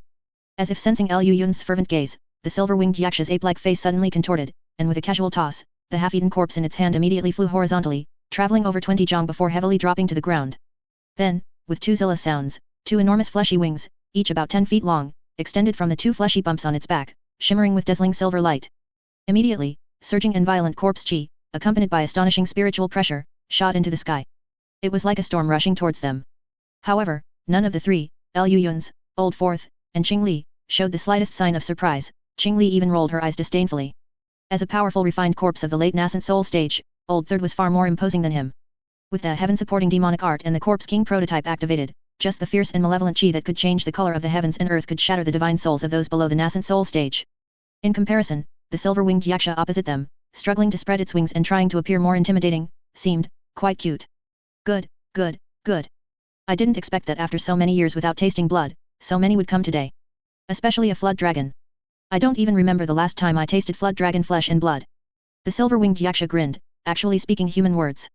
Its pupil-less silver eyes slowly swept over the three, and it couldn't help but frown slightly. One human, one ghost, one demon, what a strange combination is this? But thankfully, they were all only at the middle stage nascent soul cultivation level. The only one that was relatively troublesome was the 9th rank flood dragon. If it were before today, it really might not have been able to defeat the opponent, but now. The silver-winged yaksha sneered, flipping its hands, and a small dark mirror and a purple orb appeared in its hands. The flesh and blood of a 9th rank flood dragon must be incredibly delicious. As for you two, the human and the ghost, I'm in a good mood today, so if you turn around and leave now, I'm not entirely unwilling to spare your lives, the silver-winged yaksha said with a ferocious expression and an icy tone. The three opposite responded with three expressionless faces. To be honest, Liu Yun's regretted not bringing Old Third. Otherwise, at a time like this, having Old Third activate his Corpse King true body would have been particularly dramatic. Sighing with some regret, Liu Yun's casually waved his hand and said, "Go easy on him, I want to use his physical body for research." Screech. A sound ripped through the air. Accompanied by the explosive sound of distorted air, Qing Li and Old Fourth had already appeared before the silver-winged yaksha. Chapter 784, Formation. The silver-winged yaksha reacted extremely quickly. The moment the two closed in, he suddenly extended his claws, unleashing 10 streaks of dark claw light, each about a foot long, and simultaneously struck at them. One was a middle-stage nascent soul ghost cultivator, and the other a 9th rank flood dragon. The silver-winged yaksha believed that his refined corpse, which was at the late-stage nascent soul level, would certainly not be inferior to them in terms of physical body. However, just as the silver-winged yaksha's claws struck out, he saw the opposing ghost cultivator's arm instantly transform into a dark ghost claw, and the 9th rank flood dragon immediately turned into a half-dragon form. Two ferocious claws, one black and one green, directly met the silver-winged yaksha's claws. With a bang, the silver-winged yaksha's body shook, and he was sent flying backward. Qing Li sneered, his figure twisted, and he instantly appeared before the silver-winged yaksha, striking down with a sharp claw towards his head. The silver-winged yaksha's eyes widened. He fiercely flapped the silver-shimmering wings on his back, instantly transforming into a breeze and vanishing. Humph! Wind escape technique. Qing Li sneered, and the dragon horns on his head instantly erupted with dazzling lightning. The next moment, an overwhelming torrent of four-colored lightning surged out, transforming into a lightning storm that engulfed the entire plaza. Streaks of four-colored lightning, exuding destructive aura, swiftly spread in all directions like an impenetrable giant lightning net. Amidst the numerous lightning bolts in the sky, the silver-winged Yaksha's figure abruptly reappeared, holding a purple orb, with a layer of purple shield protecting his entire body, barely fending off the streaks of four-colored lightning. Before the silver-winged Yaksha could catch his breath, suddenly, a green phantom image appeared behind him. Liu Yun's number 4 struck out with a claw, and greyish-white azure sacred fire burned fiercely on the ink-black claw tip.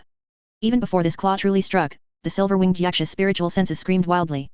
His intuition told him that this newly acquired ancient treasure would not be able to withstand this blow. Just as the silver-winged Yaksha was about to use the wind escape technique again, the corner of his eye caught a flash of lightning, and Qing Li's figure teleported to his front. In just a single encounter, Liu Yun's number 4 and Qing Li had already firmly suppressed the silver-winged Yaksha.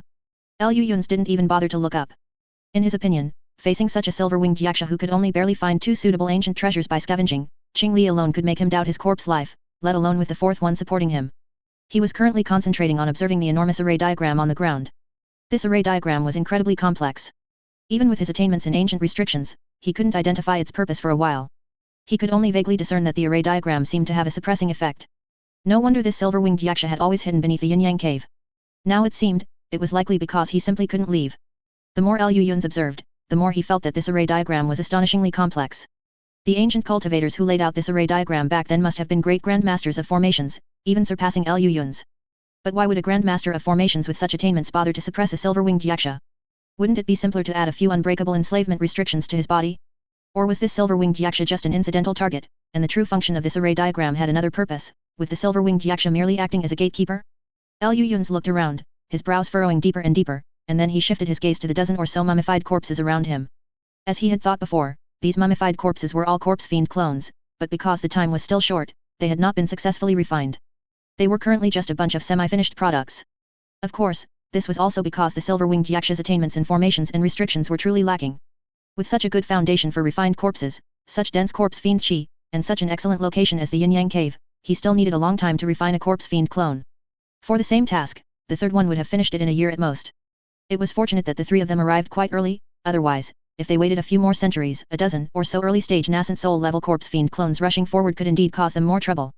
Liu Yun stroked his chin, looking at the crude refining method, and couldn't help but shake his head.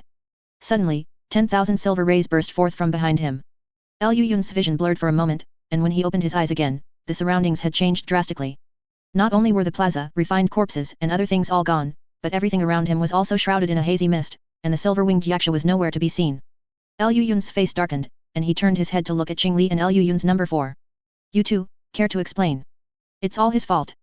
Qing Li pointed at the 4th one without hesitation and said, if he hadn't stopped me, I would have killed that guy already.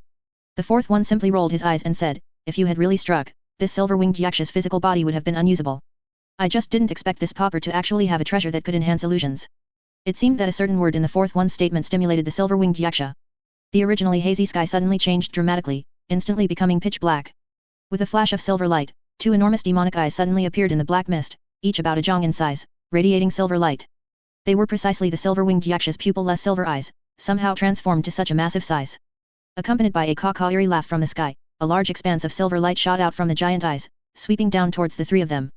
Liu Yun simply rolled his eyes, flicked his sleeve, and a small dark mirror shot out, abruptly transforming into hundreds of identical small mirrors in the air, forming a mirror wall that blocked the 3 of them.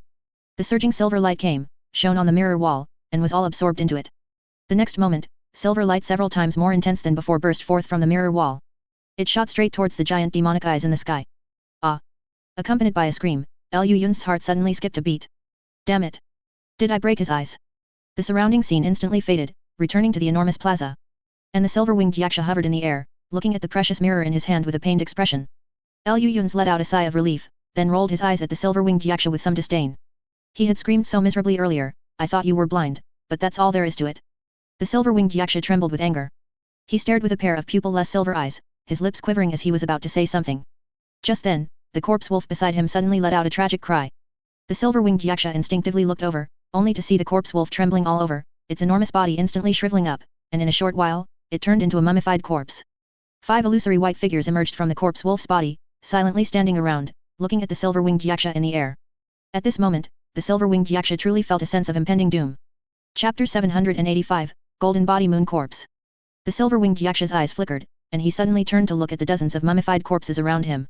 He saw Liu Yun's raise his hand and release streaks of pale golden lightning, striking the talisman arrays beneath the feet of these mummified corpses. The demon trapping formation, right? The tricks you played are too obvious.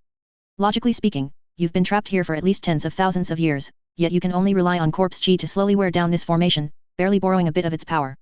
I can understand your regret at not having access to formation knowledge, but honestly, after all these years, have you really not learned anything at all? Liu Yun's looked at the silver-winged yaksha with deep sympathy. It was the kind of gaze one would direct at a disabled person. The silver-winged yaksha felt a buzz in his head, and anger surged in his heart. His pair of silver-white eyes immediately became even colder. A yellow light flashed around him, and he directly burrowed into the ground. Hat. Earth escape technique. Liu Yun's rolled his eyes, stomped his foot, and instantly made this patch of ground as hard as steel. However, the next moment, a seemingly invisible, pale golden phantom image suddenly appeared behind Liu Yun's. It was precisely the silver-winged yaksha. This refined corpse's form had completely changed, all its green fur was gone, replaced by pale golden scales. The pair of silver wings on its back flickered with strange blue and white lights, and a pair of pale golden pupils appeared in its silver eyes. But what was even more astonishing was that the silver-winged yaksha's towering corpse chi was completely gone, with no trace of any aura. When divine sense swept over it, it seemed as if it were merely an ethereal body. As soon as this fiend appeared, he raised a single hand without a word. His body remained still, but his arm suddenly swelled several times in size. Several inches of golden light shot out from its dark claws, grabbing at Liu Yun's back. The sharp claws pierced through his chest, and the incomparably sharp golden light easily penetrated Liu Yun's protective spiritual light. But before he could rejoice, he heard an interesting voice beside his ear. Golden body moon corpse. The silver-winged yaksha was startled. The Liu Yun's in front of him, who had been pierced through the chest, suddenly disintegrated into a mass of black flames. Illusion. How is that possible? The silver-winged yaksha found it unbelievable that an illusion could deceive him under his demonic eyes. The next moment, the silver-winged yaksha felt a sudden weight on his body. Streaks of black lightning, as thick as arms, suddenly emerged from underground, coiling around him like chains. The silver-winged yaksha instantly felt as if he was carrying hundreds of thousands of pounds of heavy objects. His body became extremely heavy, pressing him directly to the ground. The figures of the three Liu Yun's appeared in the air, looking at him with interest. I misjudged earlier, this is actually a silver-winged yaksha that has comprehended the golden escape technique and is about to advance. Liu Yun's eyes showed excitement. The golden body moon corpse, rumored to be able to fly through the sky and burrow through the earth, completely on par with soul transformation stage cultivators, is the top-tier refined corpse in the human realm. And this silver-winged yaksha could even temporarily transform into the form of a golden body moon corpse, meaning he was probably only half a step away from that realm. Humph. The silver-winged yaksha snorted coldly, and golden light erupted around him. The golden scales on his body emitted dazzling spiritual light, and he slowly straightened his body, resisting the suppression of the profound origin heavy thunder. Qing Li clicked her tongue in wonder, then suddenly vanished from her spot, reappearing the next moment from amidst the profound origin heavy thunder. She suddenly turned around, pale golden lightning flowing in her hand, and blue spiritual light erupted around her, materializing into 8 giant jade talismans in the air. Pale golden spiritual patterns spread out on them, and in a short while, the 8 jade talismans were completed.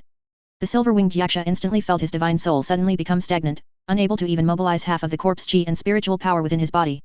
This was precisely the jade talisman array that Qing Li had comprehended from the talisman array that suppressed the ancient demon's blood flames. Seizing this opportunity, Liu Yun's number 4 sneered, transforming into an invisible green phantom image, and directly merged into the silver-winged yaksha's body. The silver-winged yaksha's face, which had been struggling, suddenly trembled and his features twisted. A moment later, he collapsed powerlessly to the ground, his eyes completely losing their luster, becoming grey and dim. Liu Yun's number 4 flashed out from his body, holding a grey-white light sphere in his hand, and directly threw it into his mouth. A top-tier refined corpse, not inferior to a late nascent soul stage cultivator, had its divine soul extinguished just like that by him. The profound origin heavy thunder automatically dissipated. Liu Yun's raised his hand and levitated the silver-winged yaksha's corpse into the air, examining it carefully. At this time, the silver-winged yaksha had shed the appearance of a golden body moon corpse and reverted to his original form. Liu Yun sensed it with his divine sense, shook his head silently, and said, "This fellow is quite a pity." The corpse chi in his body was almost completely transformed into spiritual chi. He probably started advancing tens of thousands of years ago. The reason he's still a silver-winged yaksha now is entirely because there's no moonlight in this yin-yang cave, so he couldn't absorb the chi of the moon. Liu Yun's number 4 heard this, stroked his chin, and asked, "Boss, how do you plan to deal with this thing?" Liu Yun's waved his hand, saying casually, "Take it back first. Let me research how this thing is formed, and then let Liu Yun's number 3. Suddenly, Liu Yun's brows furrowed tightly. "What's wrong?" Liu Yun's number 4 asked quickly when he saw Liu Yun's expression was off. Liu Yun's didn't answer. Instead, his brows were tightly furrowed, and his gaze was solemn as he swept over the dozens of corpse fiend clones around him. A silver-winged yaksha about to advance to a golden body moon corpse, dozens of early nascent soul stage corpse fiend clones, plus the previous heavenly corpse pearl, Vajra shield, and 10,000-year tomb. Liu Yun's eyes instantly deepened, and the corners of his mouth gradually curled up, revealing a cold smile. "So that's what it is." Liu Yun's no 4. Liu Yun's turned to look at Liu Yun's number 4, asking with a serious gaze, how long will it take you to absorb those 4 black crystals? Are you confident in advancing to the late nascent soul stage? Do you need my help? Lu Yun's asked 3 questions in a row, making Lu Yun's number 4 a bit bewildered. But he was also Lu Yun's. After reviewing the recent events in his mind and combining them with Lu Yun's current expression, he immediately understood something and said with a solemn tone, within half a year, I will definitely be able to advance to the late nascent soul stage. Good. That's enough. Lu Yun slowly withdrew his gaze, looking at Qing Li with a complex expression. You, just work hard for now. I seem to feel your contempt. Qing Li's gaze instantly turned unfriendly.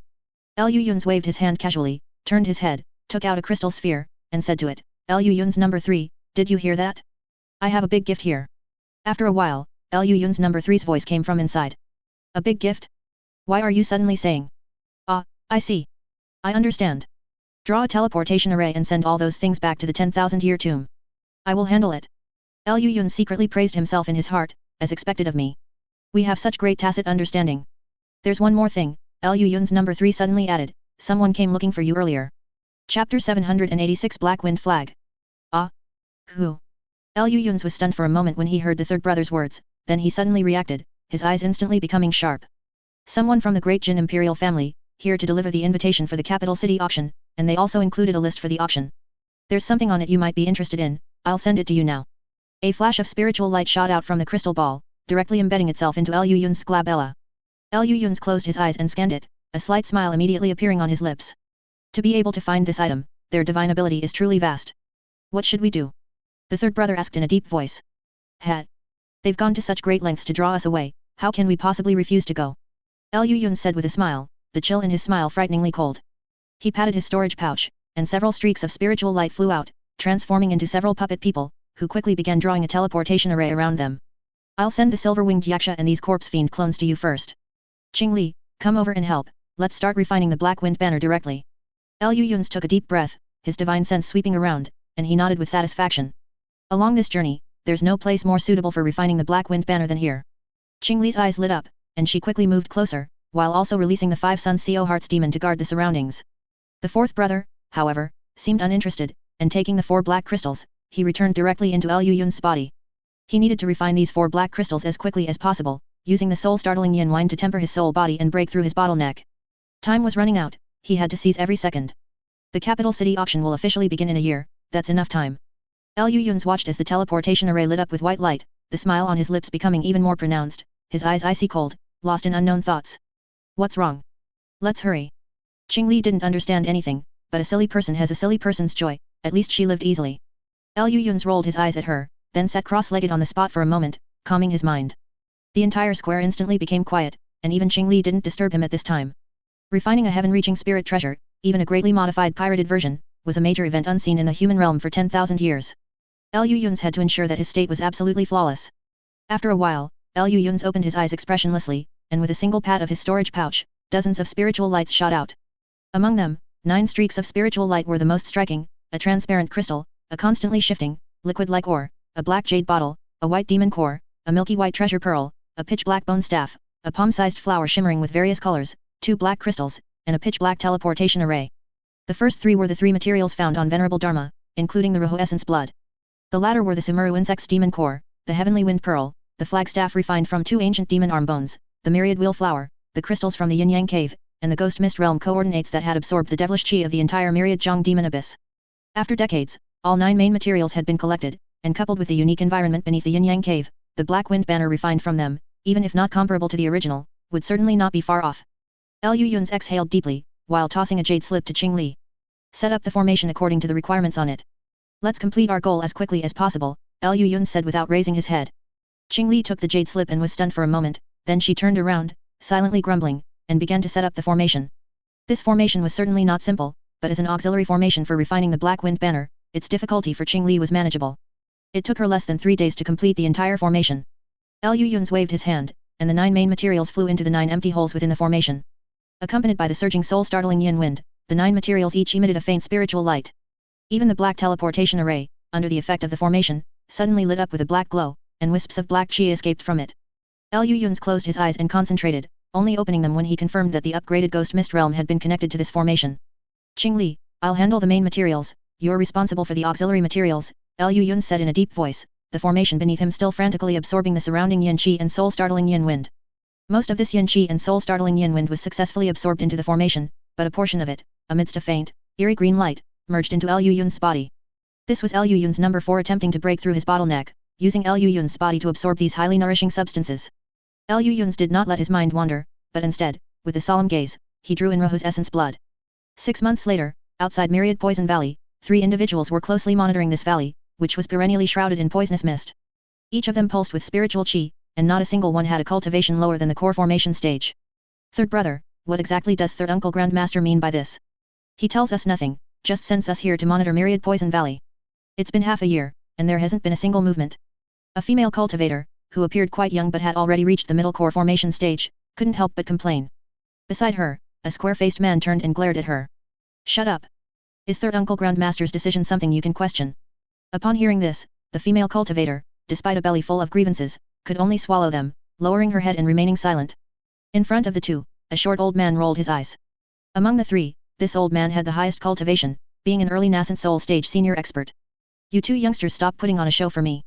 I might as well tell you, even this old man doesn't understand what's going on with this matter. However, for third uncle to arrange the task so seriously, this matter must be of great importance. You 2 little rascals shouldn't think about all those unnecessary things. Upon hearing this, both lowered their heads in disappointment. Hat. The old man sneered, continuing to stare intently at Myriad Poison Valley. Contrary to what he said, as a nascent soul elder of the clan, he did know a little about the situation and understood that there was currently someone in Myriad Poison Valley whom their Ye family could not afford to offend, doing something unknown. Just thinking about having to be neighbors with this Calamity Star made the old man break out in a cold sweat, but alas, clan matters came first, and he could not refuse. Just as the old man was lost in thought, suddenly, the entire Myriad Poison Valley began to churn, tearing large swathes of poisonous mist to shreds. A dark cloud abruptly emerged from the sky and rapidly spread out, obscuring all sunlight. In the blink of an eye, the world changed color, a scene of doomsday. Chapter 787 The World Changes. Strange blood-colored lightning bolts danced like dragons and snakes in the dark clouds. The dark clouds began to converge towards the center, forming a gigantic funnel that tilted down towards the center of Myriad Poison Valley. Just then, the entire Myriad Poison Valley trembled violently, emitting deafening roars. A pillar of light, black as ink, burst through the ground and shot skyward, like a divine sword piercing through heaven and earth. Within the pillar of light, a massive black banner, countless miles long and countless jong wide, connecting the 9 heavens above and the yellow springs below, appeared out of thin air. The moment this object appeared, the entire world turned pitch black. All light was stripped away, and the world seemed to return to chaos, until, within this eternal darkness, an even deeper black storm erupted. Gigantic, incredibly violent tornadoes, reaching from earth to sky, extended out from the darkness. They swept across like an endless black wall, howling fiercely. The old man, along with the 2 core formation cultivators behind him, was pressed firmly to the ground by this earth-shattering, violent might, unable to even move a finger. The old man had originally thought that as an early nascent soul stage cultivator, even when facing that Calamity Star, he would at least have a chance to send a message. But now, in the face of such terrifying, world-destroying power, the old man suddenly realized he was as insignificant as an ant. After an unknown period, the dark and deep storm gradually dissipated. The dark clouds in the sky also merged into the earth after a series of rumbling thunder-like roars, completely disappearing. The 3 of them looked up. The Myriad Poison Valley before them had become an unfathomably deep giant pit. Quick! The old man's eyes widened as he muttered, quickly inform the clan chief. On the other side, the 2 female cultivators of Huaxian sect opened their eyes in surprise, flying directly out from the deep mountains where they had been hiding, looking towards Myriad Poison Valley with disbelief. Their current location was only about 200 li away from Myriad Poison Valley. Senior sister, could this be? The young woman, holding a small ruler that trembled slightly, turned her head and asked in disbelief. The middle-aged woman took a deep breath, then slowly nodded and said, Junior sister, you have the 4 symbols ruler with you, so you should sense it more clearly than I do. That is clearly a heaven-reaching spirit treasure appearing. At this point, a strange glint flashed in the middle-aged woman's eyes. As for the young woman, she openly revealed an excited gleam. To think, in this day and age, a heaven-reaching spirit treasure would actually appear. This is truly. Halfway through her sentence, the young woman suddenly thought of something and turned to ask, Senior sister, the appearance of a heaven-reaching spirit treasure here in the southern border of Great Jin is very likely related to Kunwu Mountain. Why don't we inform Senior Xiang about this matter? Perhaps. The young woman did not continue the rest of her sentence, but the surging greed in her eyes had already exposed her intentions completely. The middle-aged woman suddenly took a deep breath, the greed in her eyes flashing away, but she said, unless we are absolutely certain, we should not easily contact Senior Xiang. How about this, we first go to verify it, and then carry Senior Xiang's primordial spirit bead with us. If that person truly possesses a heaven-reaching spirit treasure, we will persuade him to hand over the treasure. If he refuses, it won't be too late to contact Senior Xiang then. The young woman's face showed excitement, and she quickly nodded, Senior sister makes sense. I will go back now to retrieve Senior Xiang's primordial spirit bead. The middle-aged woman smiled and nodded, her gaze towards Myriad Poison Valley becoming exceptionally fervent. Hua Tiankai suddenly stood up, frowning as he looked at the world-altering phenomenon in the sky. This phenomenon was too astonishing, extending thousands of miles away. In Hua Tiankai's impression, even the emergence of a great demon or the appearance of an imitation heaven-piercing spirit treasure could not possess such terrifying power. Despite the great distance, the world-destroying power still secretly startled Hua Tiankai. This commotion doesn't seem to be a good sign. Could it be? Hua Tiankai's eyes flickered with brilliance as his gaze swept towards another direction. That was the location of Liu Yun's 10,000-year tomb. After pacing for a moment, Hua Tiankai suddenly gritted his teeth and threw 4 sound transmission talismans into the air. After a while, all 5 middle-stage nascent soul cultivators of the Poison Saint sect arrived, joining forces to transform into a 5-colored escape light, flying at an extremely fast speed towards Myriad Poison Valley. It wasn't just Huaxian sect and Poison Saint sect, this terrifying power extended for thousands of miles, visible throughout the entire southern border, including by the spies scattered here by the various great Jin forces more than half a year ago. For a time, streaks of escape lights cut across the sky, and the area above Myriad Poison Valley became incredibly lively, but when they arrived, they only saw a bottomless great hole, with nothing else.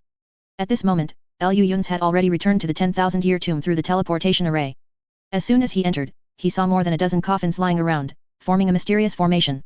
Surrounding them was a huge plaza where the armored corpse legion and thousands of corpse soldiers were sleeping, absorbing the corpse chi from the tomb while also releasing their own corpse chi to nourish the tomb. The most nourished by corpse chi were these dozen or so coffins. The corpse chi of the entire tomb converged, forming a small, grayish-white vortex above each coffin. At the same time, wisps of grayish-white corpse fiend chi also emanated from the coffins. Looking upwards along the coffins, Liu Yun's number 3 appeared in his 10-foot-tall corpse king form, sitting cross-legged atop a large blood-red coffin, absorbing the surrounding corpse fiend chi that had gathered. Seemingly sensing the arrival of Liu Yun's and the others, Liu Yun's number 3 took a deep breath, inhaling all the corpse fiend chi into his body, then slowly opened his eyes. In an instant, the scales on Qing Li's neck stood on end, and she instinctively hid behind Liu Yun's. The oppressive feeling Liu Yun's number 3 gave her was even more terrifying. "Third brother, have you broken through?" Liu Yun's asked with a smile.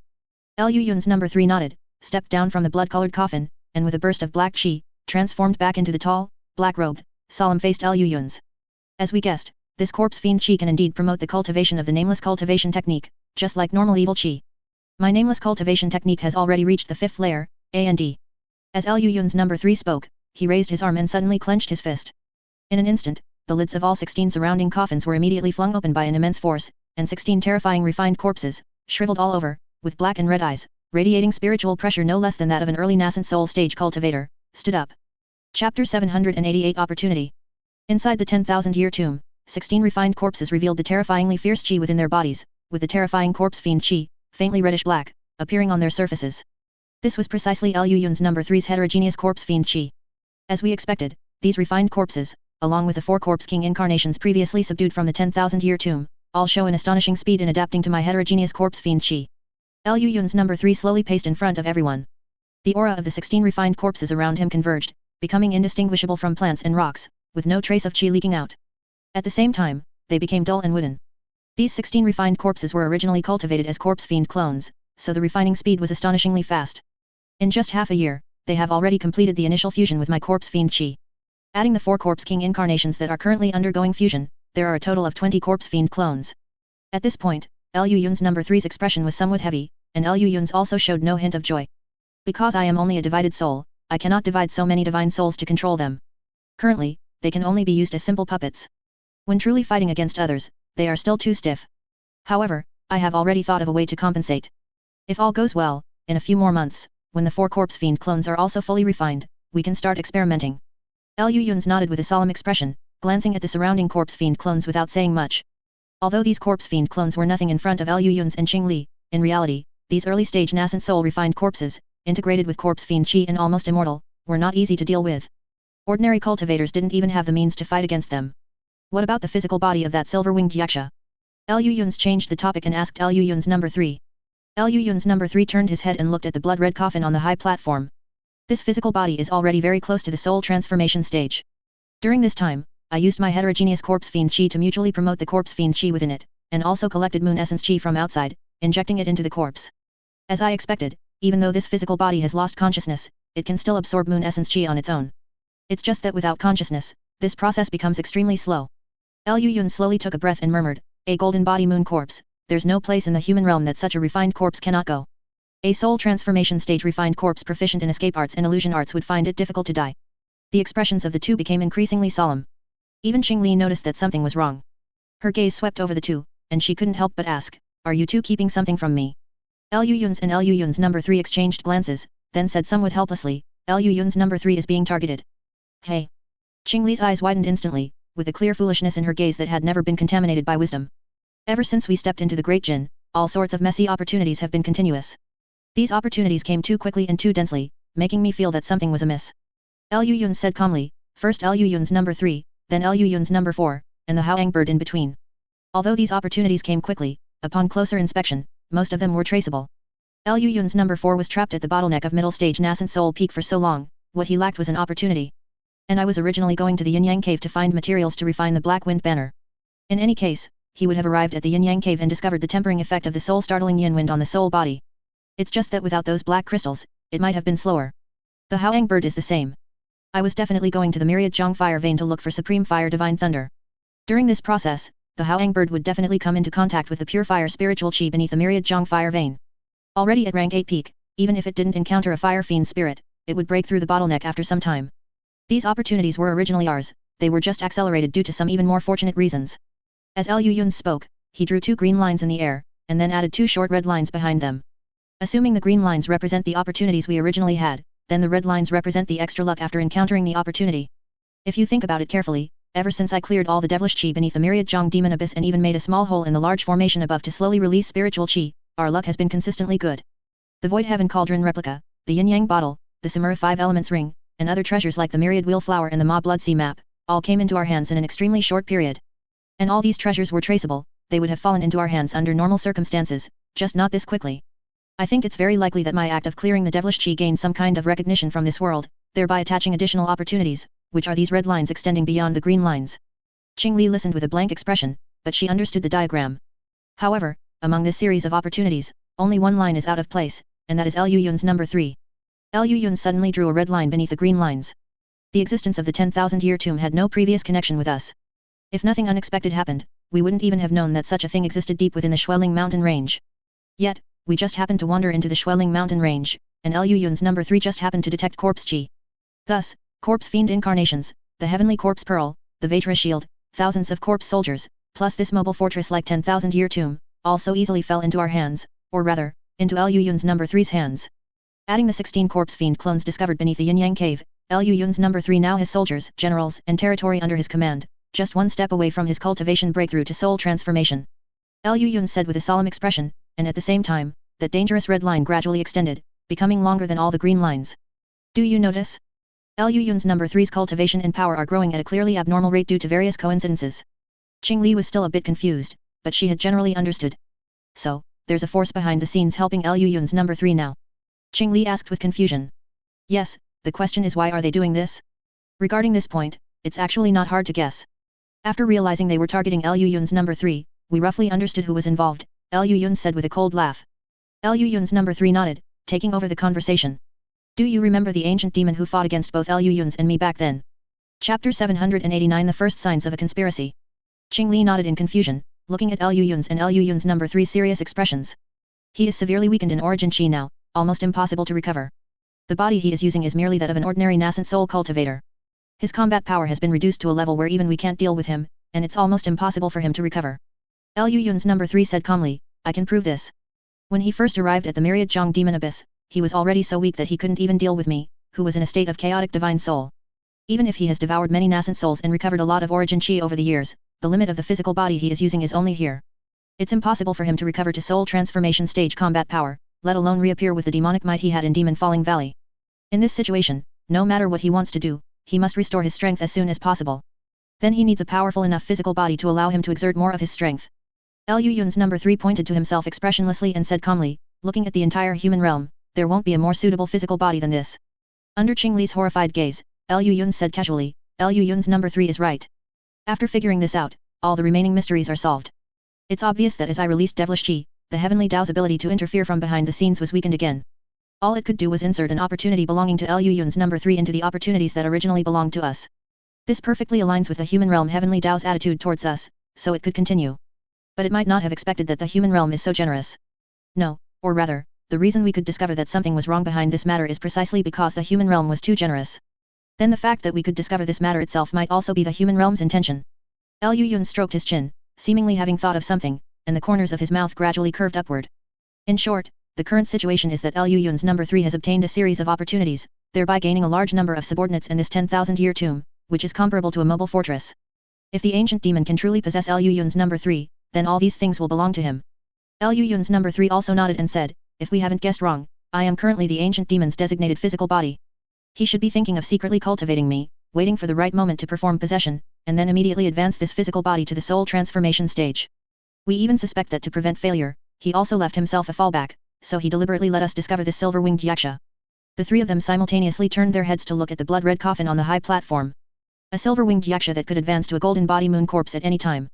This physical body is certainly not as good as Liu Yun's number 3's, but it can also be listed as an alternative.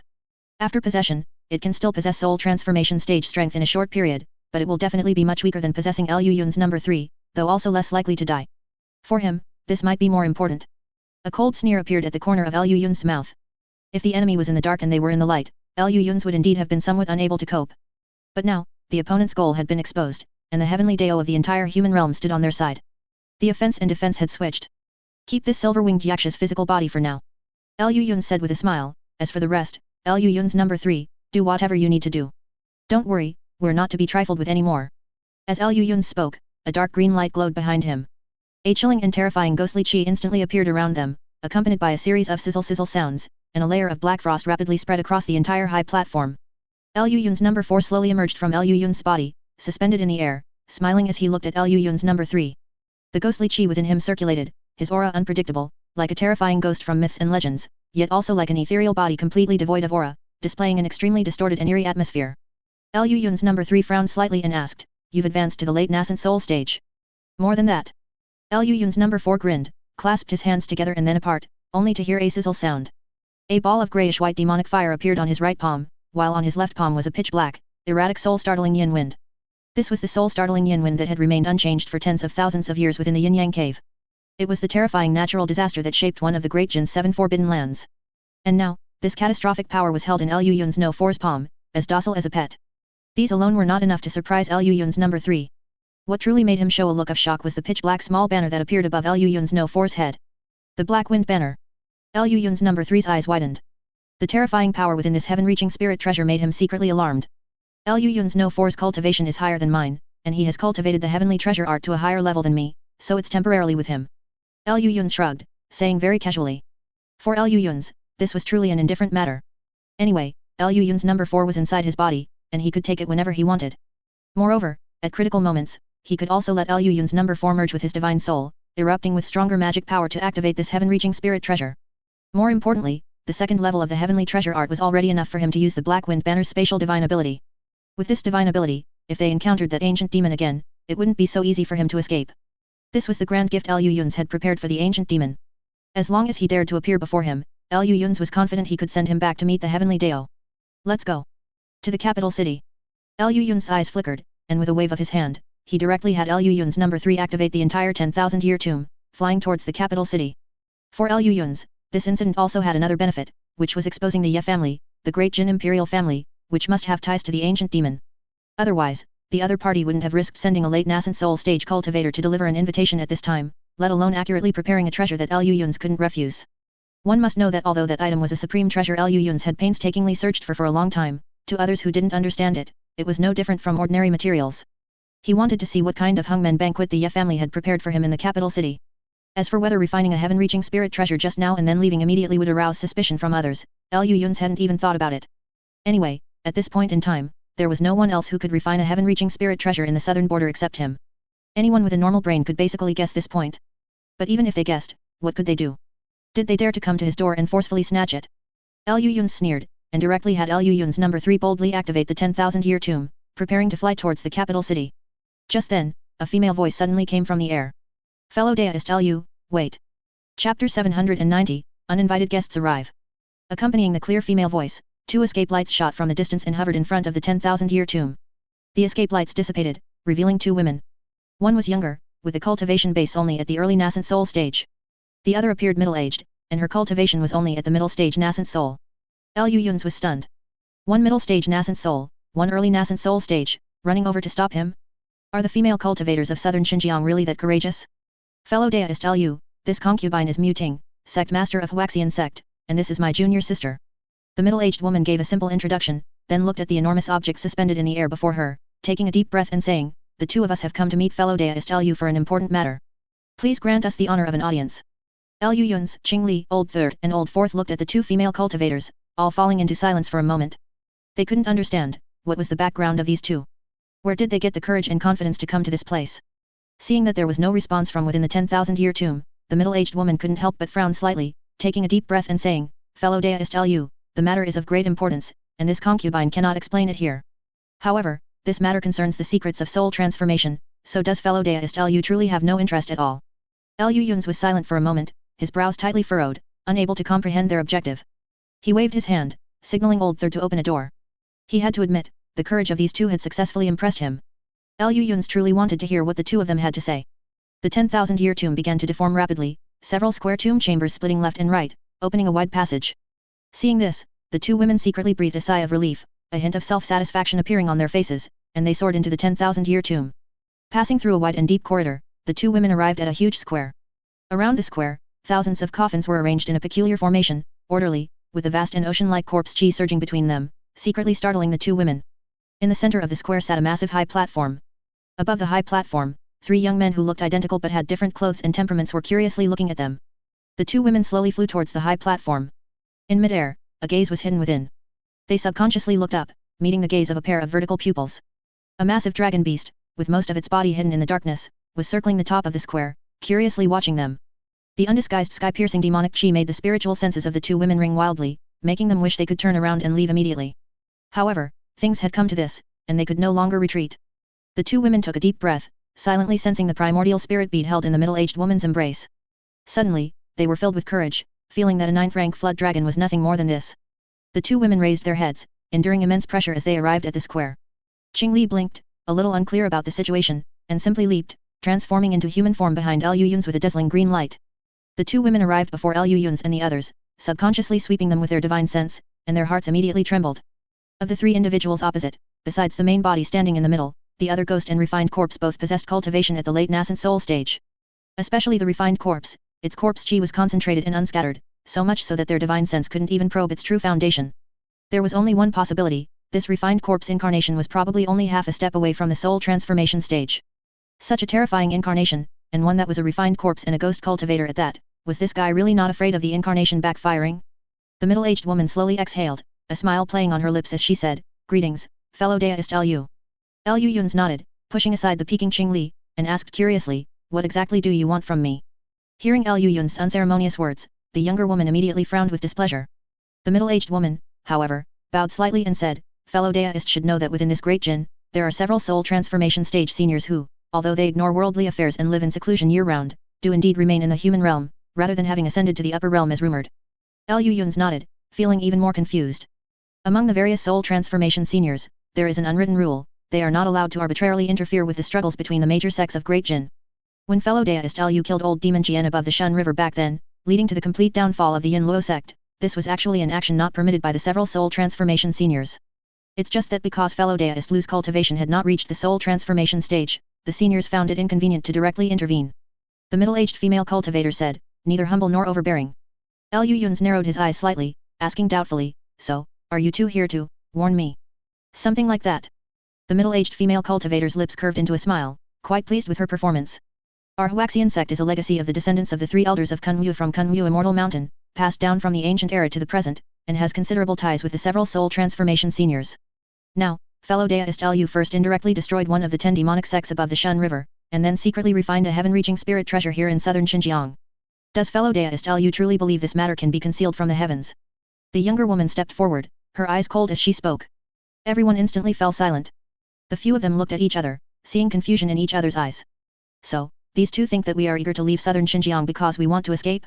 What kind of thought process leads to such a ridiculous conclusion?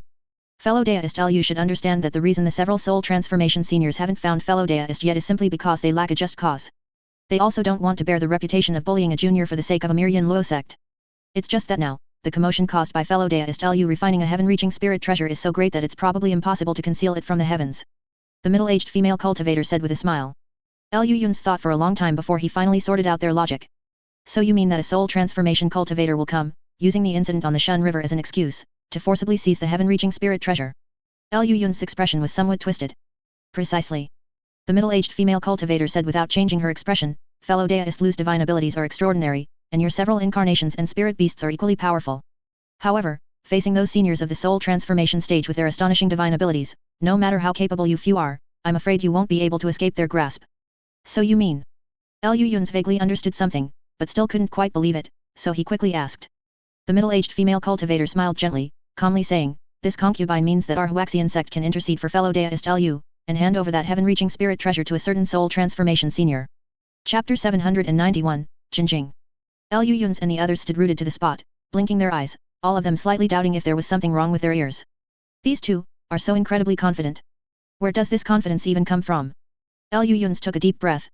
Despite the chaos in his mind, he still displayed the normal qualities of a mentally unique individual. From the large amount of useless information just now, he extracted the only useful piece. Do you two mean, Lu Yun's pondered for a moment, then asked with a straight face, that you can contact a senior in the soul transformation stage? The two women immediately raised their heads, and the middle-aged female cultivator even said righteously, precisely. Excellent. Lu Yun's clenched his fist in excitement. After all this time, he had finally found traces of a soul transformation cultivator. You two, if you don't mind, do me a small favor. Lu Yun said with a smile. Behind him, Qing Li immediately knew what she had to do upon hearing his tone, directly transforming into a bolt of lightning and blocking the two women from behind. The two women were startled and subconsciously pulled out the trump cards they had already prepared. The young woman's hand held a milky white small ruler that shimmered with 7-colored spiritual light, while in the middle-aged female cultivator's hand, a small shuttle of gold and silver appeared. Lu Yun's number 4 suddenly looked at the milky white small ruler, his spiritual sense ringing wildly, feeling as if he had encountered his nemesis. After a moment of thought, Lu Yun's number 4 said in a deep voice, an imitation heaven-piercing spirit treasure of the Buddhist sect. The young woman's heart trembled, and she subconsciously held the small ruler in front of her. Oh! A small sect in the southern border actually possesses something like an imitation heaven-piercing spirit treasure. Now I somewhat believe that you two are indeed descendants of the 3 elders of Kunwu from back then. Lu Yun said with a grin, his gaze sweeping over the gold and silver small shuttle in the middle-aged female cultivator's hand. One of the Great Jin's legendary 3 spirit shuttles, known as the Sun and Moon shuttle, which combines offense and defense. I didn't expect that though your cultivation is not high, you two possess quite a few good items. Lu Yun's clicked his tongue. When he was trapped in the Ling Miao garden, he had often inquired about the Great Jin from the Great Evolution Divine Lord.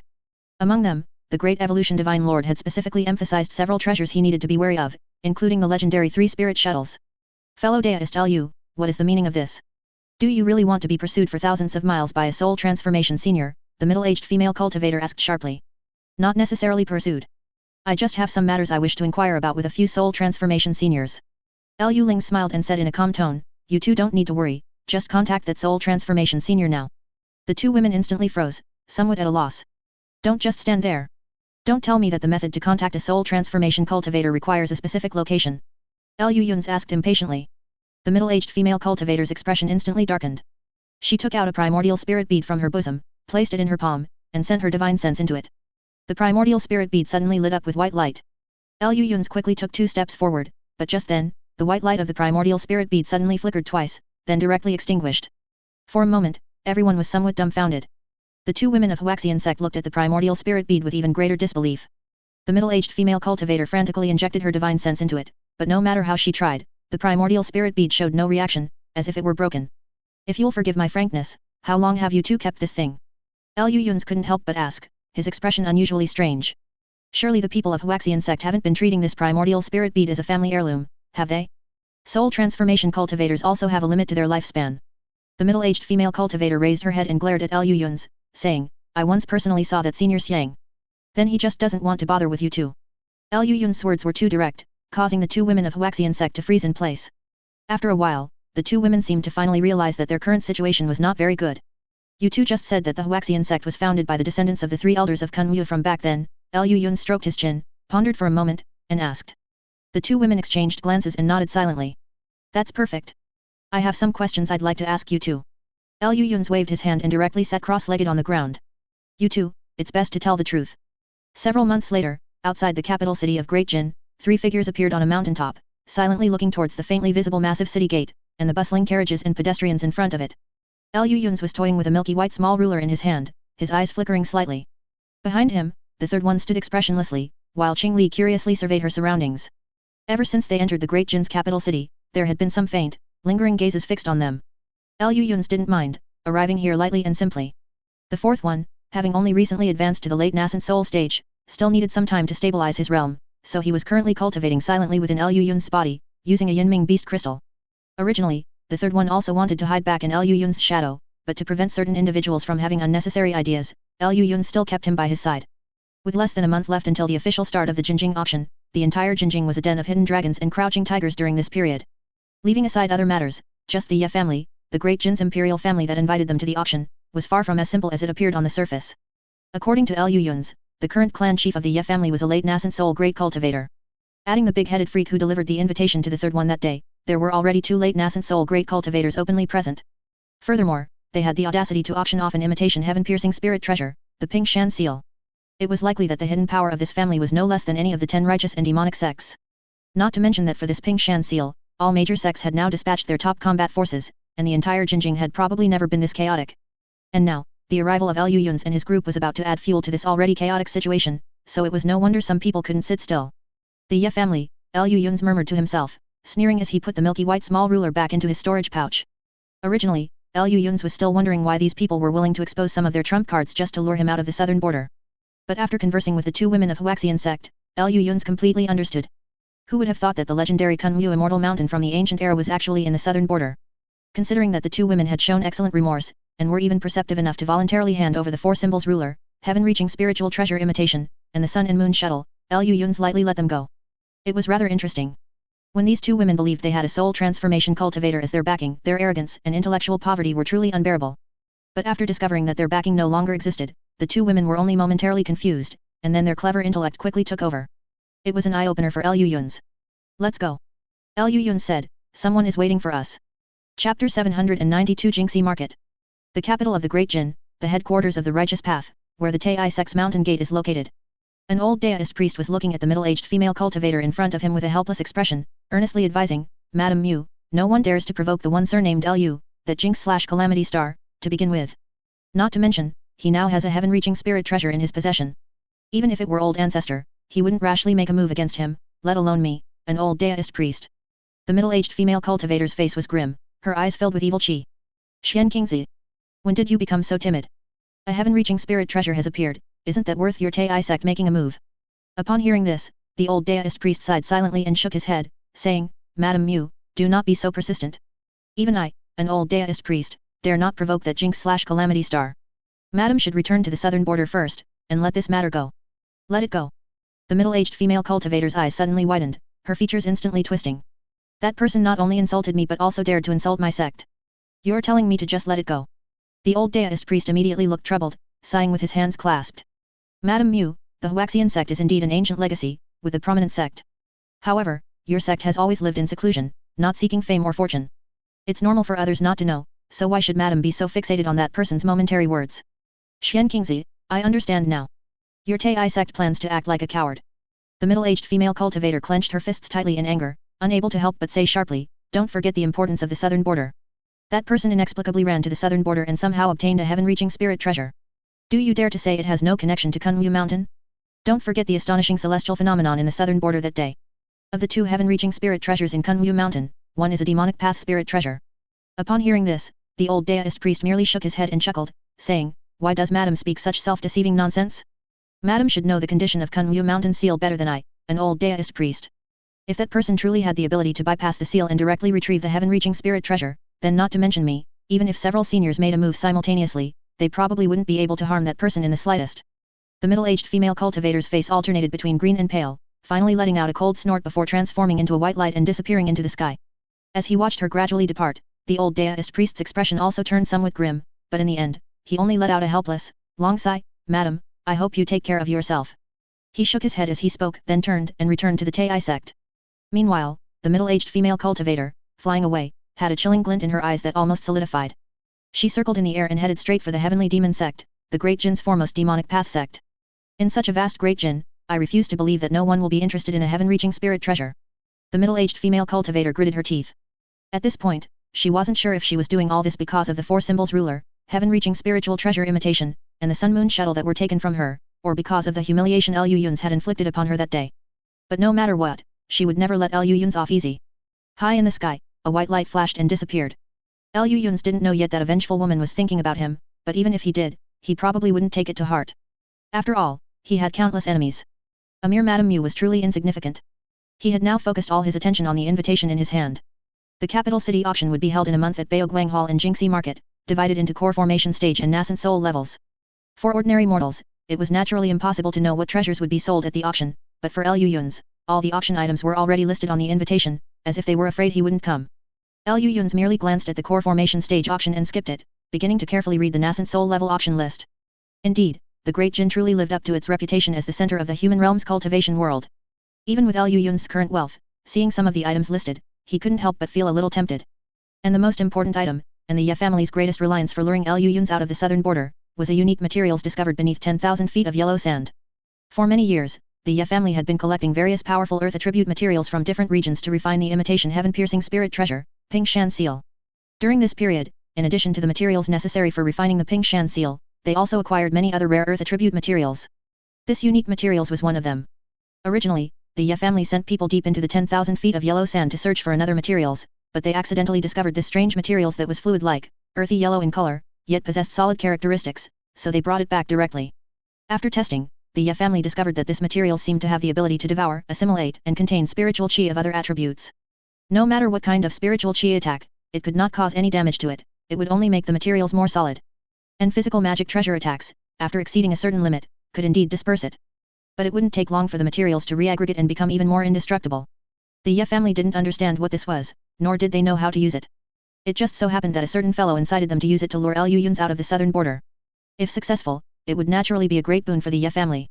After all, being able to use a seemingly useless special materials to draw the variable Lu Yun's away from the southern border, and also make a profit in spirit stones, no matter how one looked at it, their Ye family had made a huge gain.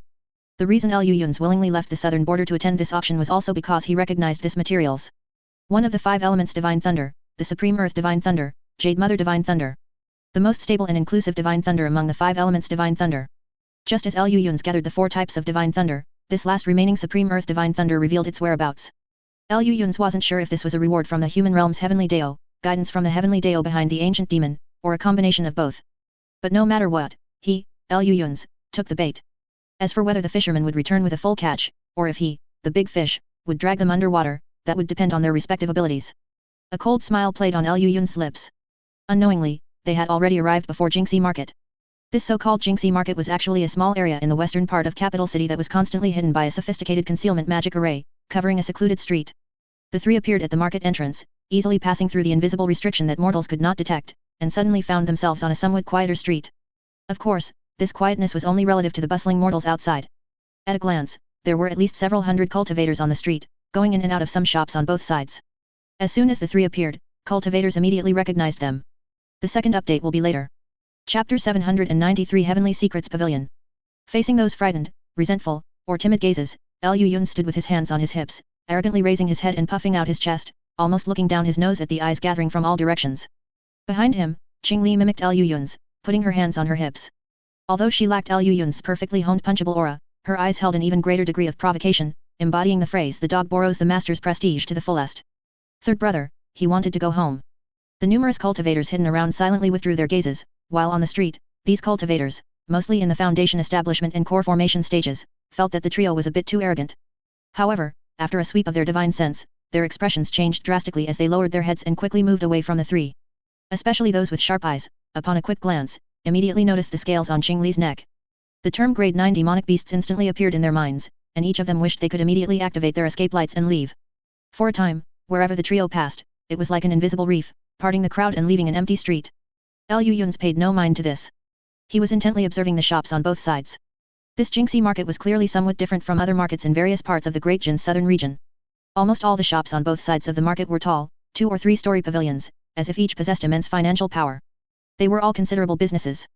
Any one of them, taken individually, would be a famous large trade association. Although Lu Yun's did have some materials he wanted to find, there was no doubt that these trade associations would not have such precious materials, and even if they did, they would not sell them. So Liu Yun's directly bypassed these shops and walked straight to a pavilion near the center of the market, which was noticeably taller than the other shops. Above the pavilion, 3 dazzling golden characters, TNG Pavilion, Heaven's Secret Pavilion, were written prominently. Liu Yun stroked his chin and walked in with a smile. The first floor of the pavilion was quite spacious, about 30 to 40 zhang long and wide. 5 or 6 handsome chi refinement stage attendants were pointing and introducing some items on the surrounding shelves to the few guests in the shop.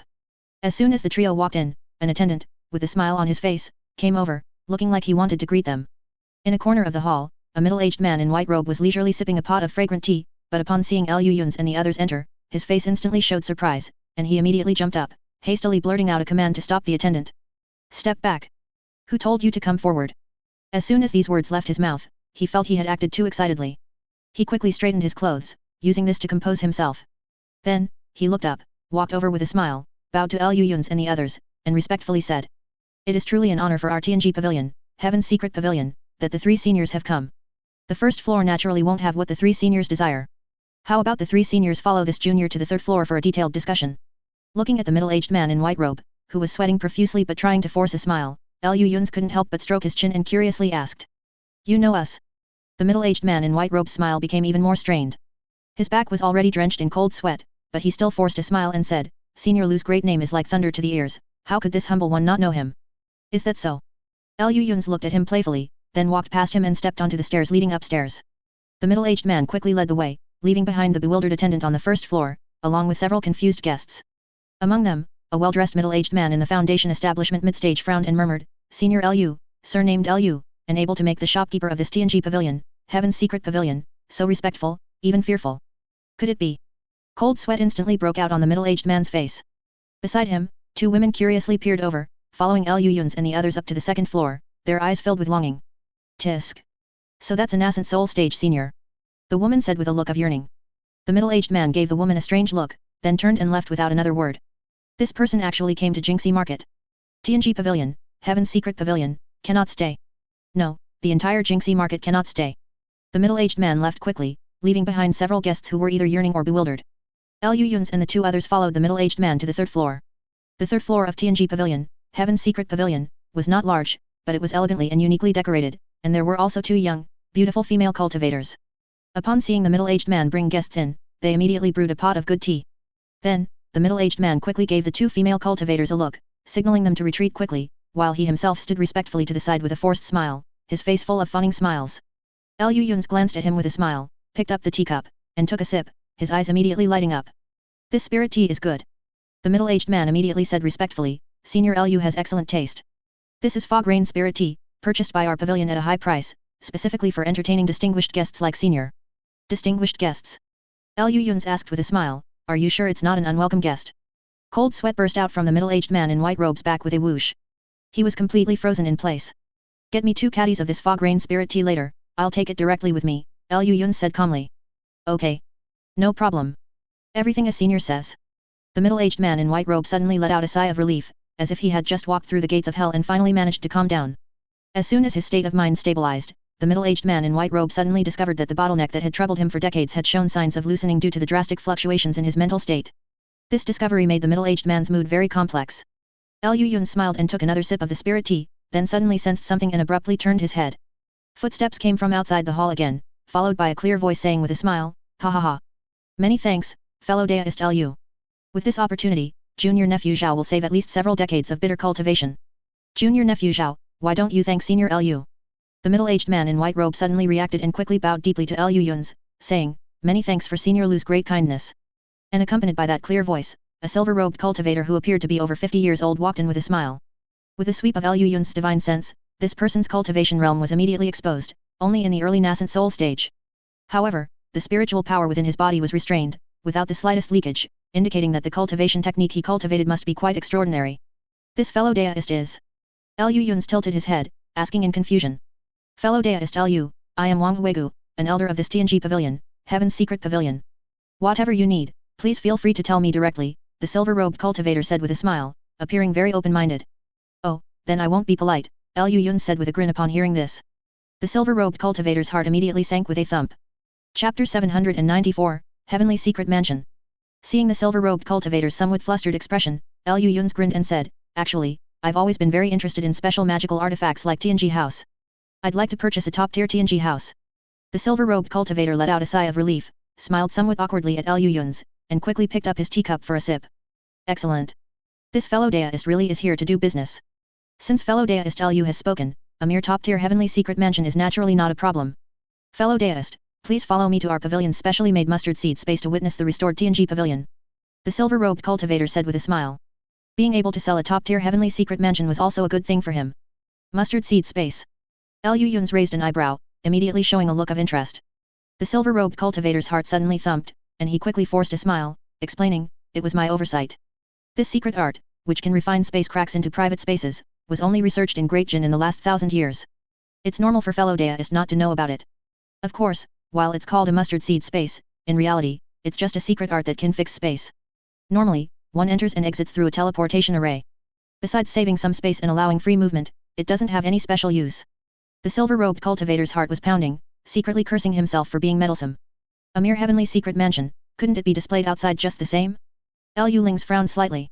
This line of thought was very similar to his own. However, this was not surprising. In the human realm, there were only two ways to utilize fixed space, and all roads lead to Rome was normal. The only technically challenging part was how to fix a moving space. Back then, he was able to enter and exit the several small interfaces attached to the Void Heaven Palace through a teleportation array, partly because these small interfaces themselves were fixed by the Void Heaven Palace, and partly because he controlled the central operating hub of the Void Heaven Palace's restrictions, which was like picking up a ready-made bargain. The real attempt to fix a moving space began in the more than 20 years he spent in Ling Miao Garden, where he collaborated with Great Evolution Divine Lord to devise a clever method. That was to fix Ling Miao Garden near the spiritual chi small interface through the Void Heaven Palace's restrictions, essentially adding a pendant to the Void Heaven Palace's pendant. Whether this method was effective or not was irrelevant for now, but it was an undeniable shortcut. There would be no problems in the short term, but once the Void Heaven Palace's 300-year deadline arrived, these spaces would once again be exposed to all those holding the Void Heaven fragmented map. And now, from what the silver-robed cultivator implied, they seemed to have a mature method for fixing small spaces. If this method was truly feasible, it would mean that Liu Yun's could completely separate several small interfaces from the Void Heaven Palace, making them entirely his exclusive interfaces. Liu Yun's smile became even more sincere, causing the silver-robed cultivator's scalp to tingle. "Fellow deist, let's go quickly. I can't wait any longer." Liu Yun stood up directly, saying impatiently. The silver-robed cultivator secretly slapped himself twice in the heart, then stood up with a bitter smile to lead the way. The group passed through a strict restriction and arrived at a small open space behind the pavilion. In the middle of this open space was a strange teleportation array that Liu Yun's had never seen before. It was significantly more complex and a bit larger than an ordinary teleportation array. Liu Yun's quickly went over to observe it carefully, discovering that it faintly bore some resemblance to the Void Heaven Palace's teleportation array. It seemed that Great Jin's legacy in this area, like the Void Heaven Palace's, originated from the spirit realm. The silver-robed cultivator walked onto the teleportation array with a wry smile. As the white light from the spirit stones around the teleportation array flared up, the group vanished in a flash within the array. After a dizzying blur, the group appeared on a gravel slope, with the teleportation array similar to the one they entered on the ground beneath their feet. Liu Yun's was only dazed for a moment before quickly looking around. A space about 1,000 zhang wide appeared before him. The ground was covered in white stones, but it was dotted with numerous stone pits of varying sizes, some as large as 10 zhang, others only about a zhang, scattered chaotically. Other than that, it was almost completely empty. Looking around, this space had no trace of green, nor any spiritual chi. The sky also looked hazy and grey, clearly a dead land. Liu Yun's was not surprised by this. Most small interfaces in the human realm were formed by chance, so it was naturally impossible for them to be filled with spiritual chi like his small interface and Ling Miao Garden. Looking like this dead land was the normal phenomenon. Seeing that Liu Yun's showed no unusual expression, the silver-robed cultivator let out a sigh of relief and quickly flipped his palm, revealing a rectangular jade box in his hand. "I will now release this heavenly secret mansion. Fellow deist can enter the mansion to see if you are satisfied with its setup. If you find it acceptable, then we can discuss the transaction of this item," the silver-robed cultivator said with a smile. After saying this, the silver-robed cultivator dared not hesitate further. He quickly reached out and opened the jade box, revealing a hazy, milky white spiritual light within, faintly hinting at something. Before Liu Yun's could clearly see the item in the box, the silver-robed cultivator chanted an incantation and gently shook the jade box. Immediately, a ball of white light shot out from the jade box, rapidly expanding against the wind. After a single rotation, it transformed into a large mass of white mist several mu in size in the air, with faintly visible white jade-carved buildings like houses and pavilions within. Elder Wang formed hand seals and let out a low shout, pointing a finger at the air. After a low hum from the white mist, it suddenly dropped to the ground. Accompanied by a rumbling sound, amidst 10,000 rays of spiritual light, a complete immortal cave, built entirely of beautiful jade, appeared on the open ground below the hillside. This exquisitely crafted immortal cave was noticeably smaller than ordinary immortal caves.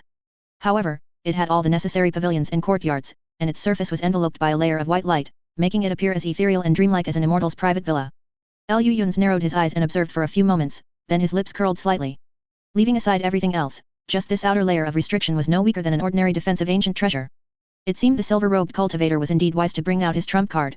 After a moment of contemplation, Liu Yun's did not rush into the heavenly secret mansion to inspect its facilities. Instead, he turned with a smile to look at the silver-robed cultivator, making the latter's back break out in cold sweat.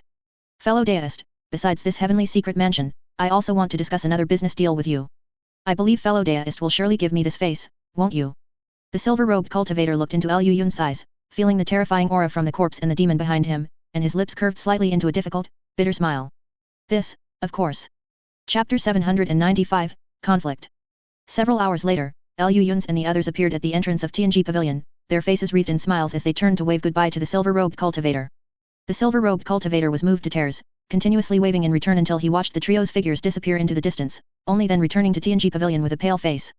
Liu Yun strode ahead, a jade slip in his hand, his smile becoming even more benevolent. The method for fixing a shifting space, plus a heavenly secret mansion/residence, cost him a total of 1.5 million spirit stones. A large portion of this was offset by the Galatron Liu Yun's had stored in his warehouse. The other party was very pleased and even included a set of spatial folding technology for the heavenly secret mansion/residence, plus 2 caddies of Misty Rain spirit tea. Liu Yun's was quite satisfied with this transaction, and the other party also seemed very satisfied. Everyone's smiles never faded, and when discussing the gifts, the other party was so moved that tears almost welled up in his eyes. Liu Yun's, while toying with the jade slip in his hand, walked down the street with a swagger, a smile he couldn't suppress on his face. Passers-by around them all glanced over, but upon sensing the trio's cultivation, they immediately averted their gaze. The three arrived at Baoguang Hall almost unimpeded. This was an extremely ancient-looking, massive hall, divided into 3 levels, each over 20 zhang high, appearing like a colossal building, a giant structure. At the entrance of the main hall, there were also several foundation establishment stage cultivators guarding it, prohibiting ordinary cultivators from entering the hall. It looked as if preparations for the auction were already underway. Liu Yun's glanced around, memorized the surrounding terrain, and then turned to leave. Just then, he suddenly heard a noisy argument. Liu Yun's followed the sound and saw a middle-aged man with an ordinary face and a composed demeanor, surrounded by several cultivators, looking at them with an angry expression. This middle-aged man also had a middle-stage nascent soul cultivation, and his aura was restrained and pure, indicating a remarkable cultivation technique. However, the other few people were also not to be underestimated. Among them, 2 were a monk and a deist. The old deist had grey hair and a ruddy complexion, but when he glared, he looked hot-tempered. The monk appeared to be middle-aged, with an ugly face and an upturned nose, wearing an expression of displeasure. Both of these 2 had middle-stage nascent soul cultivation, not inferior to the middle-aged man. Behind them, a young man in the middle core formation stage was pointing at the middle-aged man and sternly saying, "2 seniors, this is the person who killed my master." The middle-aged man's expression grew even gloomier. His gaze swept over the 2 in turn, and he immediately sneered disdainfully, "2 fellow deists, could it be that you also want to frame me, Li, like this person?" The old deist snorted coldly and said grimly, "Fellow deist should understand that Jingxi market strictly prohibits cultivators from fighting or using spells within the market. If violated, one will be jointly hunted by the 3 great deist sects and 4 great Buddhist sects behind the market. Now that this fellow deist accuses you of killing fellow deist Xiao, this humble monk must inquire about it." Although the words were not harsh, judging by the old deist's cold expression, it was clear that this matter would likely not be easily resolved. The middle-aged monk beside him even added with a smile, "Fellow deist Li, it is our duty, so please be understanding. Since this fellow deist accuses fellow deist Li and has sufficient evidence, we cannot pretend that nothing happened." "Evidence? What evidence?" The middle-aged cultivator sneered in response, disdainfully asking. The middle-aged monk's face darkened slightly, then he still smiled and waved his hand. The core formation cultivator understood and quickly took out a yellow wooden block shimmering with a faint spiritual chi, saying in a heavy tone, "This is my master's wood quay shield, which was cut into pieces by this person with a single sword strike. I saw it very clearly, it was a golden flying sword." "Humph! What a joke! What kind of evidence is this? Do you dare to slander a nascent soul cultivator based on this person's one-sided story?" The middle-aged cultivator sneered in retort. The middle-aged monk's expression remained unchanged upon hearing this. Instead, he smiled slightly and said, "Fellow deist doesn't know, but I keep a red bright beast. This beast has no other divine ability, but it is extremely sensitive to spiritual chi. Even residual spiritual chi from a moment ago can be quickly distinguished and its source found. As long as this humble monk releases this beast to sniff, the truth will be immediately known." The middle-aged cultivator's face instantly turned gloomy. He curled his lips and sneered coldly, "Humph! The 2 of you are so actively supporting this person, I'm afraid it's not just to maintain order in Jingxi market, is it?" The old deist's face darkened upon hearing this, and he said coldly, "If fellow deist doesn't dare, then come with the 2 of us." The middle-aged cultivator's face was gloomy. He subtly scanned his surroundings with a glance, then sneered, "What is there to fear? But if you cannot prove that this matter has nothing to do with me, then what?" Am I to be framed by you for no reason? A gloomy look flashed in the middle-aged monk's eyes, and he asked coldly, what? Listening to fellow deist, are you threatening us? Threatening? The middle-aged cultivator sneered disdainfully, so what if it's a threat? I may not have other divine abilities, but I am somewhat proficient in several escape techniques. Even if the two of you attack together, plus the restrictions of this Jinxie market, I have a 60 to 70% chance of escaping. But after that, don't blame me, Li, for using any means to deal with the two of you and your sex. I am alone and not afraid of your retaliation. As the middle-aged cultivator spoke, a layer of crystal clear green light suddenly and strangely rose from his face, and two gloomy, cold lights shot from his eyes. The middle-aged monk and the old deist immediately changed their expressions drastically. A golden and a silver protective spiritual light respectively illuminated their bodies, and they glared at the middle-aged cultivator with an aggressive aura. At this moment, other core formation and foundation establishment cultivators nearby who noticed this situation, after sweeping their gazes over the cultivation of the few, immediately dispersed with changed expressions, no one daring to linger nearby to observe. Near the stone hall, in a blink of an eye, only a few of them remained, and some pavilions also activated their protective restrictions as if facing a great enemy. The monk and the deist showed no unusual expressions on the surface, but inwardly, they suddenly felt some regret. This person was not only a middle-stage nascent soul loose cultivator, but also seemed to hold grudges, a troublesome character that all major sects tried their best to avoid offending. And now, due to a moment of misjudgment, the two of them had been put on the spot, making it difficult to back down. After a moment of contemplation, the middle-aged monk suddenly said with a smile, if this humble monk's red bright beast cannot follow the traces of spiritual chi to your person, then it proves that this person is deliberately slandering you. We will naturally not let him off easily, and as an apology, the two of us are also willing to pay fellow deist a sum of spirit stones, or agree to a reasonable request from fellow deist, to express our apologies. The middle-aged cultivator glanced at him expressionlessly, then sneered, very well, then come on. After saying this, the middle-aged cultivator actually voluntarily dispersed the protective spiritual light on his body, appearing extremely cooperative. The monk and the old deist were both somewhat surprised by this, but at this point, they couldn't think much. The middle-aged monk immediately patted the spirit beast pouch at his waist, and a small, reddish beast resembling a rabbit immediately shot out, landing in the monk's palm. As soon as the small beast appeared, it buried its head in its chest, shrinking into a ball of fur, trembling and motionless. The middle-aged monk's face showed shock. Just as he was about to cast a spell to urge it, he suddenly felt immense pressure from behind him. He slowly turned his head, and a 9th rank flood dragon was grinning at him. Chapter 796, Demonic Path Auction. The moment the middle-aged cultivator saw the 9th rank flood dragon and felt the astonishing demonic chi emanating from it without any concealment, he subconsciously retreated 2 steps. With a flip of his hand, a demon-subduing pestle appeared in his palm. Suddenly, the surrounding sky seemed to darken. The middle-aged cultivator stood frozen, slowly turned his head, and a pair of cold, murderous eyes stared down at him. A heavy, malevolent aura gradually emanated. The old deist, who had originally intended to help, immediately froze. Without thinking, he retracted the whisk-like magic treasure in his hand, clasped his hands, and pretended he hadn't seen anything. The middle-aged cultivator, however, swallowed hard, forced a careful smile, and put the demon-subduing pestle back into his body. Make a move? Don't be ridiculous. To be this close to a 9th rank flood dragon in a late nascent soul stage refined corpse, and still make a move? These two could probably twist their necks more easily than killing a chicken. The middle-aged cultivator's gaze swept over and landed on Lu Yun's, who had a look of watching a show, beside Qing Li. Fellow deist Lu. The middle-aged cultivator managed to squeeze out a smile. As for the old deist, he was now like a wooden puppet, not daring to move an inch. Don't be nervous, you two continue, Lu Yun said, waving his hand casually. We're just here to watch the show. Just pretend we don't exist. Don't exist. The middle-aged cultivator looked bitterly at the crimson beast, which was huddled into a ball and trembling in his palm. So many words came to his mind at once, but he didn't dare to speak them. If you want us to pretend you don't exist, then tell these two things to reign in their demonic chi and corpse chi. Two fellow deists, can you prove that I killed fellow deist Xiao? Just then, the middle-aged cultivator asked mockingly. I'm still waiting. The middle-aged cultivator's face darkened. He exchanged glances with the other old deist, then cast a sinister look at the core formation cultivator beside them. The core formation cultivator's heart sank. Just as he was about to say something, he heard the middle-aged cultivator say with a smile, fellow deist, you are right. We made a mistake. This person dared to frame a nascent soul cultivator, and we will naturally punish him. May I ask fellow deist Li if you would like a sum of spirit stones, or for us to agree to one of your requests? Seeing that things were going awry, the middle-aged cultivator gave up without hesitation. Only the core formation cultivator stood stunned, his face filled with disbelief. Spirit stones? Humph. I'm not short on spirit stones. As for a request. The middle-aged cultivator frowned slightly, as if deep in thought. Suddenly, his ear twitched slightly, and without any change in his gaze, he said directly, as far as I know, besides the public auction, the Jinjing auction also has an auction organized by the demonic path. I wonder if the two fellow deists. As soon as these words were spoken, the two immediately changed color. The old deist's eyes widened, his face filled with indignation, on the verge of erupting in anger. But at this moment, the middle-aged cultivator, with a gloomy expression, stopped him and looked at Liu Yun's, who was watching the show from the side. Why are you looking at me? Liu Yun's rolled his eyes and said unceremoniously, the Ye family vouched for me, but they didn't say I couldn't tell others. If you have the guts, come and catch me. The middle-aged cultivator's expression twisted abruptly, but looking at the one demon and one corpse beside him, he still didn't dare to say anything. Instead, he turned around with a gloomy face and looked at the middle-aged cultivator. Fellow deist Li, you should know that we are people of the righteous path. The middle-aged cultivator emphasized the words righteous path. The middle-aged cultivator scoffed at this, asking disdainfully, what does that have to do with you going to the demonic path auction? The two exchanged glances, their expressions growing even more unpleasant.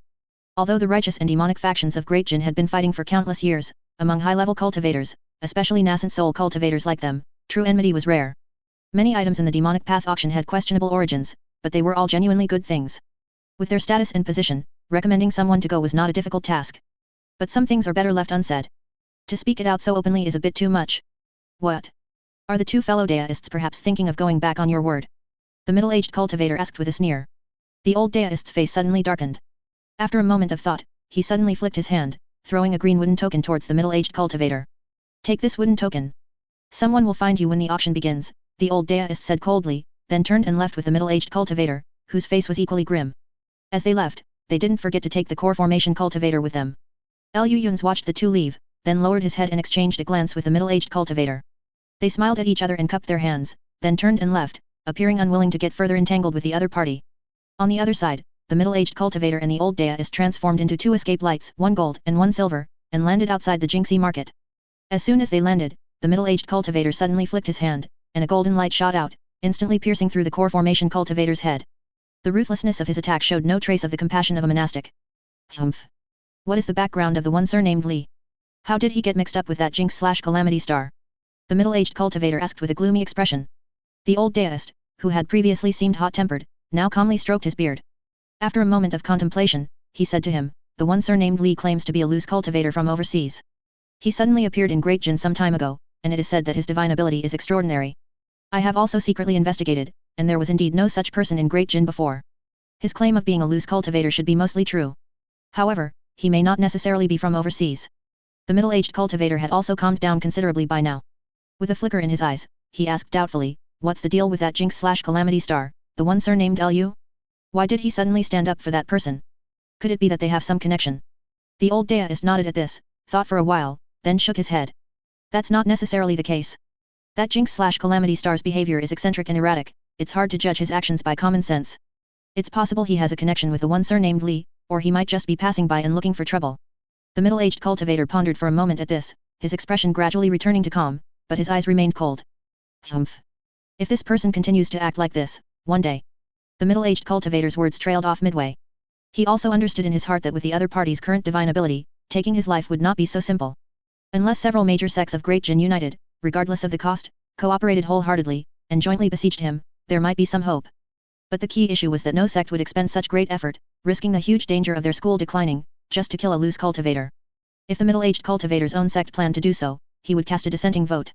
It was too unwise. Looking at the peaceful Jingxi market, the middle-aged cultivator let out a long sigh. Chapter 797, Han Li. At the same time, Liu Yun's and the others, completely disregarding the fact that they had just offended the local powers, toured the entire Jingxi market. After some careful selection, they actually found some good items. These included even some ancient pill formulas, as well as information on ancient restrictions/seals and jade talisman techniques. Although, generally speaking, they weren't considered particularly rare, outside of Great Jin, it would be quite difficult to find such things, so Liu Yun's bought them without hesitation. The group wandered from day to night, then flew directly out of Jingxi market and went to an uninhabited deep mountain outside capital city. Under the prying eyes of hidden gazes, Liu Yun's flipped his hand and released the heavenly secret mansion/residence. Then, everyone walked inside and never came out again. Meanwhile, in a corner of the imperial city in northern capital city, within a majestic mansion, a young man dressed in a thin green shirt stood in a stone pavilion, his hands clasped behind his back, admiring the exotic flowers and plants outside the pavilion with a look of contentment. Suddenly, his expression changed. He abruptly turned around, revealing his true appearance. His face bore an 80 to 90% resemblance to Han Li. The only difference was that his eyes were dark and deep, like two bottomless dry wells, concealing a profound malice that made one's heart tremble. Just then, footsteps came from the entrance of the garden not far away. Then, an old man with a black crown in a brocade robe appeared there. The old man with the black crown looked up at the person in the garden. At that instant, the young man's eyes narrowed, immediately becoming ordinary. So it's fellow deist Yunyi.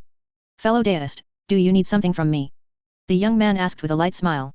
The old man with the black crown laughed twice, then walked over and cupped his hands to the young man, saying, Elder Han, I have fulfilled my mission. Our spies, whom we planted in several markets, recently sent a message. That loose cultivator from overseas, Li Fiyu, whom you specifically asked us to find, appeared in Jingxi market not long ago and got into a minor incident, which was resolved by the Jinx/Calamity Star surnamed Lu. Oh, the young man said calmly, but a sharp glint flashed in his eyes. So, they met? The young man asked, seemingly with interest. The old man with the black crown nodded and said, Indeed, but they don't seem particularly familiar, they didn't even speak. Is that so? The young man nodded, his eyes flickering, lost in thought. What trouble did he get into? The young man asked expressionlessly. The old man with the black crown thought for a moment with some confusion, then told him, it wasn't anything major. It was just a loose cultivator named Xiao, who was quite well known for his excellent escape techniques, his rogue behavior, and his insatiable greed. That overseas loose cultivator, the one surnamed Li, seemed to have killed him, which alerted the market's guardians. Haha. Speaking of this, it's a bit funny. That old man Xiao had offended so many people over the years and still managed to live comfortably, all thanks to secretly doing dirty work for those large sects. This time, however, he directly kicked an iron plate and lost his life. The old man with the black crown couldn't help but laugh, looking exceptionally pleased. It was unclear if he had some grudge with that old man Xiao. Upon hearing this, the young man frowned slightly and calmly nodded, saying, I see, I understand. Thank you for your help. Once the demonic artifacts promised by your Ye family are in hand, I will naturally keep my word. The old man with the black crown stroked his beard and said with a smile, Of course. Since our Ye family has promised Elder Han, we will absolutely not break our word. However, does that overseas loose cultivator, the one surnamed Li, need us to continue sending people to watch him? No need, the young man said without hesitation, a complex smile playing on his lips as his eyes flickered. Since this face has caused trouble, he won't use it again. Well, knowing he's here is enough. The old man with the black crown was somewhat stunned by this but still nodded in agreement and smilingly took his leave. After the young man watched the old man with the black crown's figure disappear beyond the garden gate, he let out a cold laugh, then suddenly flipped his hand.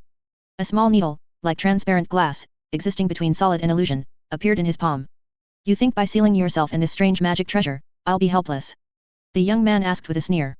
The small needle lay quietly in his palm, motionless. Humph. The young man snorted coldly and put it back with a flick of his wrist. Heart demon, truly a troublesome thing. His expression seemed somewhat grim, but in an instant, it reverted to that calm, placid look, though the malice surging in his eyes was exceptionally clear, almost solidifying.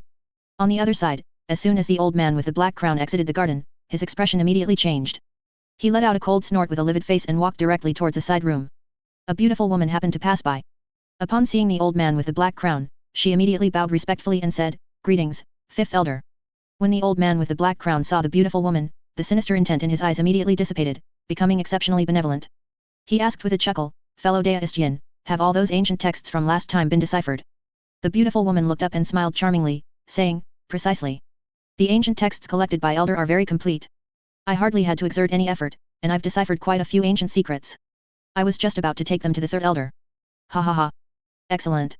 It's thanks to talented individuals like fellow deist Yin, who are proficient in ancient script and secret matters.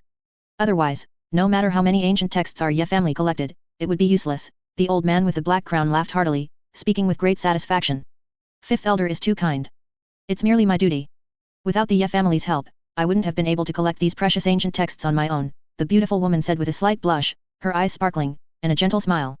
Then, her gaze swept across the garden, and she asked, seemingly out of curiosity, Fifth elder, whose residence is this exactly? Since I joined the Ye family, even the residences of several elders in the clan have never had such strict guard. Could it be that the person living here holds a higher status than the elders? At these words, the old man with the black crown's face immediately darkened. The beautiful young woman's face instantly changed, and she quickly bowed deeply, saying, It was my slip of the tongue. No, it has nothing to do with fellow deist. Seeing the beautiful young woman's alarmed reaction, the old man with the black crown sighed softly and said gently, The one inside is merely an outsider. It's just that due to special needs, the garden has remained sealed. It's not a matter of secrecy. I see. The beautiful young woman let out a sudden sigh of relief and said with a smile. The two chatted for a couple more sentences, then the beautiful young woman excused herself. She walked out of the garden, her expression normal, and entered the third elder's room to report her findings. Then, as if taking a stroll, she passed by the Ye family's artifact refining room. Inside the artifact refining room, an ordinary-looking chi refining stage youth was refining a piece of materials. His ear twitched slightly, and a smile immediately appeared on his lips. He changed his hand seals and quickly finished refining the materials, then, with a sense of relief, placed it aside. Beside the artifact refining furnace, a small mountain of processed materials had already piled up, and behind this small mountain stood an ordinary-faced middle-aged cultivator, stiff all over, like a corpse. The youth beckoned, and a black nascent soul, about 2 inches long, immediately flew out from his head and into the cultivator's body. He then picked up a jade pendant from his waist and said with a smile, "Tell Lu Yuns that the person has been found. Tell Lu Yuns that the person has been found." Chapter 798, Undercurrents Surging. As time passed day by day, the Jinjing auction finally officially began under the watchful eyes of various factions. The Ye family, the Ping Shan seal, the Yin Luo sect which had lost its original power, the Lei Yin sect, Yueyang sect and Sweki sect which had engaged in fierce battles, and also Lu Yuns. This auction, compared to previous years, had too many variables and attracted more attention than ever before. In the eastern part of Jingxi Market, within a small courtyard surrounded by layers of restrictions, a middle-aged man in black robes looked at his companion with a cold expression, a hint of chill flashing in his eyes. But he only snorted coldly, turned his head, and said, "Have you brought all the items? This is our Yin Luo sect's last chance. If we get the Ping Shan seal, we still have a chance to return to the ranks of the 10 demonic sects. Otherwise..." The middle-aged man in black robes did not finish his sentence, but a black light suddenly appeared in his eyes, and the powerful spiritual pressure of a mid-nascent soul stage cultivator emanated from his body. His companion, dressed in a black robe with a hood covering his entire body, completely ignored the middle-aged man in black robe's spiritual pressure and said with a smile, "Senior brother Ji, why be like this? Junior brother is also a member of the Yin Luo sect now, so naturally, I hope the Yin Luo sect can return to the ranks of the 10 demonic sects. The items are all ready, I'll hand them over to senior brother Ji now." As soon as he finished speaking, a woman with an enchanting face, graceful figure, but an icy expression stepped forward from behind him and handed a black storage pouch to the middle-aged man in black robes. The middle-aged man in black robes was slightly startled, then unceremoniously took the storage pouch. After sweeping it with his divine sense, his expression immediately became somewhat complex. Seeing this, the black-robed person sighed lightly and said calmly, "Senior brother Ji, when we first arrived and were at a loss, it was the Yin Luo sect that took us in. I understand senior brother Ji's feelings and your precautions against us, but please rest assured, we are absolutely on the same side when it comes to helping the Yin Luo sect return to the 10 demonic sects. If we truly manage to acquire the Ping Shan seal this time, then this treasure will be entrusted to senior brother Ji to wield. I will not covet even a bit of it." The middle-aged man in black robes took a deep breath upon hearing this, and a few smiles finally appeared on his face. "In that case, junior brother, I'll leave it to you this time. Ha ha ha. Senior brother is too polite." The black-robed person took off his hood, revealing a neutral face that was neither distinctly male nor female. His smiling eyes were filled with a strong sense of femininity. Behind the two, including the aforementioned woman, a total of 4 early nascent soul stage cultivators stood silently beside them, clearly divided into 2 groups, obviously wary of each other. Outside Jingxi Market, in a hidden alley, Venerable Hanli, who had parted ways with Lu Yuns in the Yin Yang cave earlier, was clutching a nascent soul about 2 inches long, his face grim as he searched for something. Behind him, Bai Yi stood by, her expression complex and her eyes faintly showing fear. Another middle-aged cultivator, for some unknown reason, had disappeared. After a while, Venerable Hanli snorted coldly with a displeased expression, and a deep blue light flashed in his hand, turning the nascent soul in his palm into nothingness. "Li Fi Yu. Lu Yuns," Venerable Hanli muttered to himself twice with his head down, then flicked his sleeve. A corpse beside him, frozen solid in deep blue ice, instantly turned into a pile of ice shards and quickly vanished without a trace. If Lu Yuns had been present, he would have been surprised to discover that the frozen corpse was none other than the middle-aged monk who managed Jingxi Market. It was just unknown how this monk had fallen into Venerable Hanli's hands, and so close to Jingxi Market, dying silently without even having time to send out a cry for help. "Go!" Venerable Hanli commanded with a grim face, and with Bai Yi, he transformed into a blue light and vanished from the spot. After a while, several escape lights flashed and disappeared, revealing 3 monks and a deist. The deist was the other manager of Jingxi Market, the nascent soul middle-stage old deist. The other 3 monks were one as thin as a stick, one with a fat head and big ears, and the last one with benevolent eyes and a long white beard. All 3 wore grey monk robes, looking like enlightened eminent monks. The monk as thin as a stick took 2 steps forward, squinted slightly and chanted a Buddhist prayer, saying, "It seems junior brother Wupi has indeed met with misfortune. It's just unknown who committed such a heinous act. Humph. To kill Wupi instantly without even allowing him to cry for help, how many people in the entire Great Jin possess such a divine ability?" The old deist snorted coldly, his face grim as he spoke. The fat-headed, big-eared monk pondered for a moment upon hearing this, then shook his head silently and said, "It might not necessarily be Lu Yun's doing. After all, you haven't offended him, so there's no need for him to kill. That person is notoriously unpredictable and extremely murderous.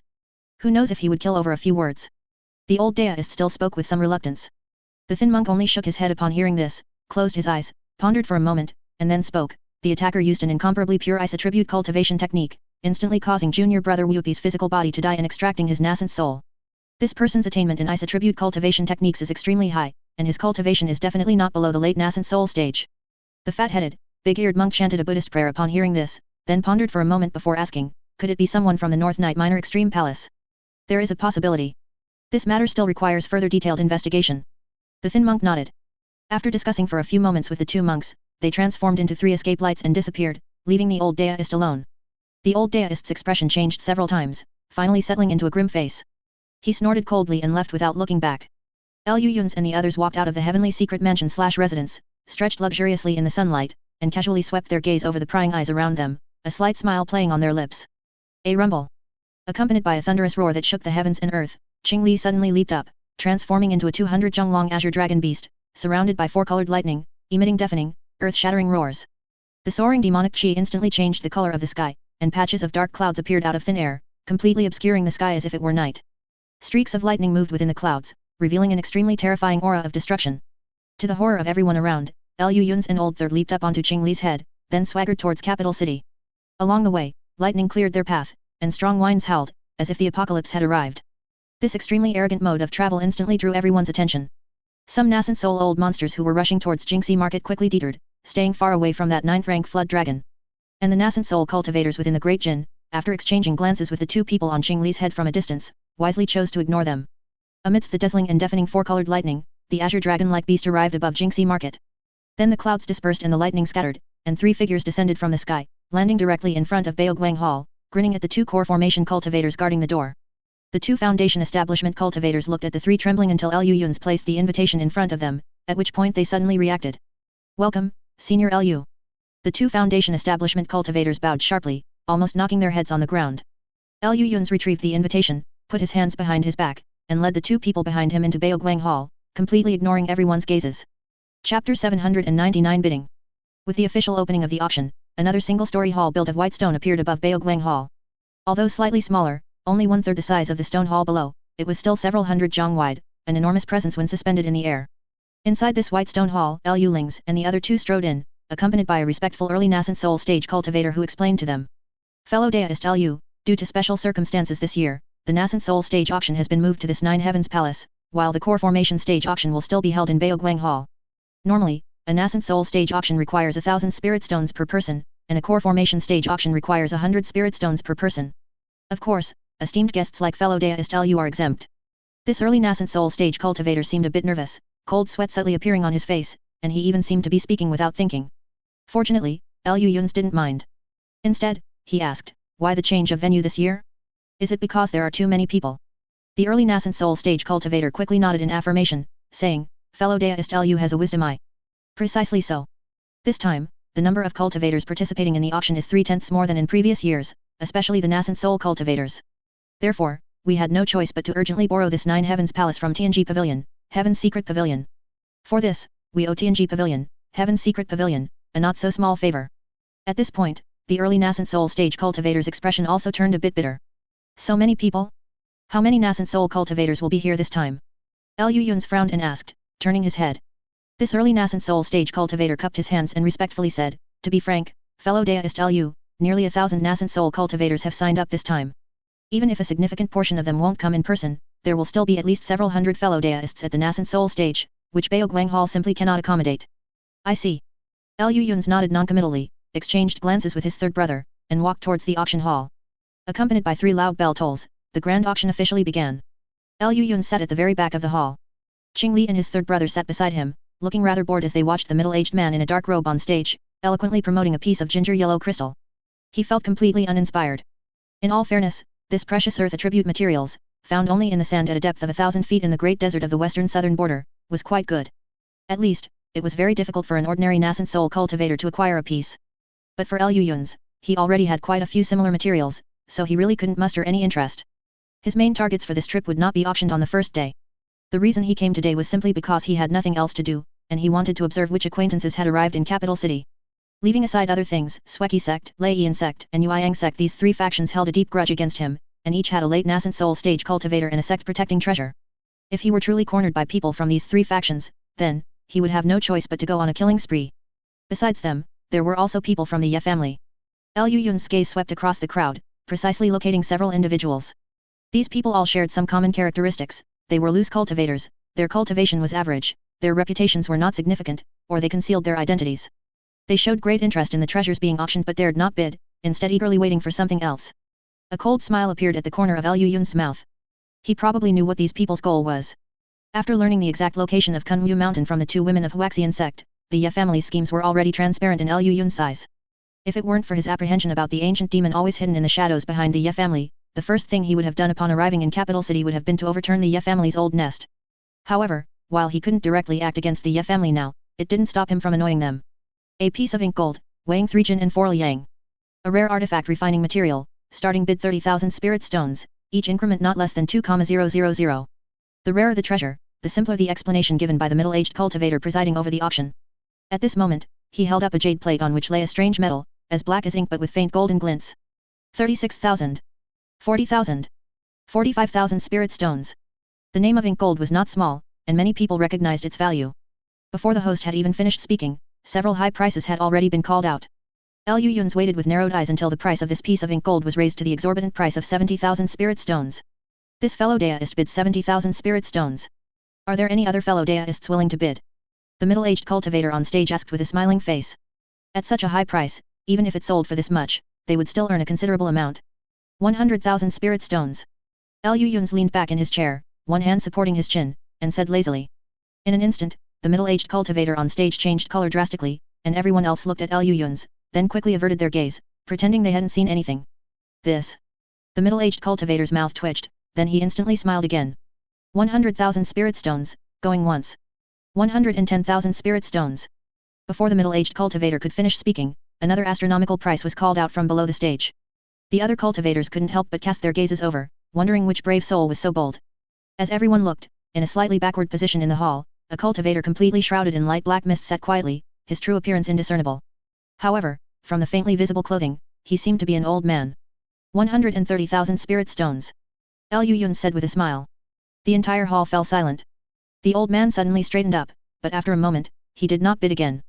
Thus, this piece of ink gold, to the confusion of everyone, ended up in Liu Yun's hands at a distinctly inflated price. Liu Yun's didn't care at all. Instead, he looked at the middle-aged cultivator on stage, his eyes flickering with an eager expression. After that, several other treasures were auctioned, but Liu Yun's never bid, seemingly no longer interested in anything else. It wasn't until a rare material called luo sand was brought to the stage that the old man perked up again. After a fierce competition with a large group of cultivators who also coveted this material, he actually raised the price to over 200,000 spirit stones. Just as the old man's face showed joy, preparing to pocket the material, that nightmarish voice rang out again. 300,000 spirit stones. Liu Yun said with a smile, his gaze sweeping over the old man whose body had suddenly stiffened, the smile at the corner of his mouth becoming even more pronounced. The old man dared not look back, slightly bowed his body, and then gritted his teeth, shouting loudly, 350,000 spirit stones.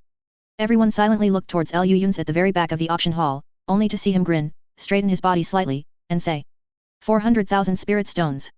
Everyone's faces changed drastically, but no one noticed that in a corner of the auction, a certain black-robed cultivator's expression instantly turned grim. Chapter 800, Overwhelming with Capital. With Liu Ling's exorbitant bid, the blazing fire sand naturally became his. Everyone marveled at Liu Yun's generosity, and at the same time, they were curious about the old man who dared to bid against him. After that, the middle-aged cultivator on stage brought out several more rare materials, but after witnessing the bidding war between Liu Yun's and the old man, everyone seemed to lose interest, and only 2 items were successfully sold in the end. Liu Yun's and the old man also stopped bidding, maintaining silence as if nothing had happened. This peculiar low atmosphere continued until the end of the auction, when the middle-aged cultivator brought out several high-grade ancient treasures and 2 types of medicinal pills that could enhance cultivation, which finally reignited the atmosphere. Almost every item was sold for a high price of 2 to 300,000 spirit stones. Nevertheless, the exorbitant price of 400,000 spirit stones for a single artifact refining material still sparked numerous conjectures and made people wonder about the hidden story behind it. After the first day of the auction, the old man discreetly blended in with the other cultivators, while Liu Yun swaggered out of the Nine Heavens Palace, completely ignoring everyone's gazes. The old man shrouded in black chi hid in the crowd, secretly glanced at Liu Yun's, and then quickly disappeared from the spot. After some time, his figure reappeared in an inconspicuous residential house in capital city. The old man with the black crown from the Ye family was waiting for him in one of the rooms. Upon seeing the old man with the black crown, the one who participated in the auction handed over a storage pouch without a word. The old man with the black crown calmly took the storage pouch and said with a smile, I already know what happened at the auction. I'm truly grateful for your trouble, fellow deist Gao. I didn't expect that Jinx, the one surnamed Liu, to suddenly jump out and disrupt things. Fortunately, as for ink gold, someone will be exchanging it at the underground auction in a few days. And for blazing fire sand, there's also a fellow deist preparing to exchange it privately. I've already inquired about the exchange materials and prepared them for you, fellow deist. You'll have to trouble you to go there again then.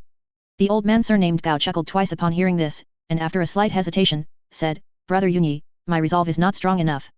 If I truly took your materials, Brother Yunyi, I'm afraid I wouldn't be able to control myself. If a similar accident were to happen again, I, Gao, truly cannot guarantee that I can return the materials intact.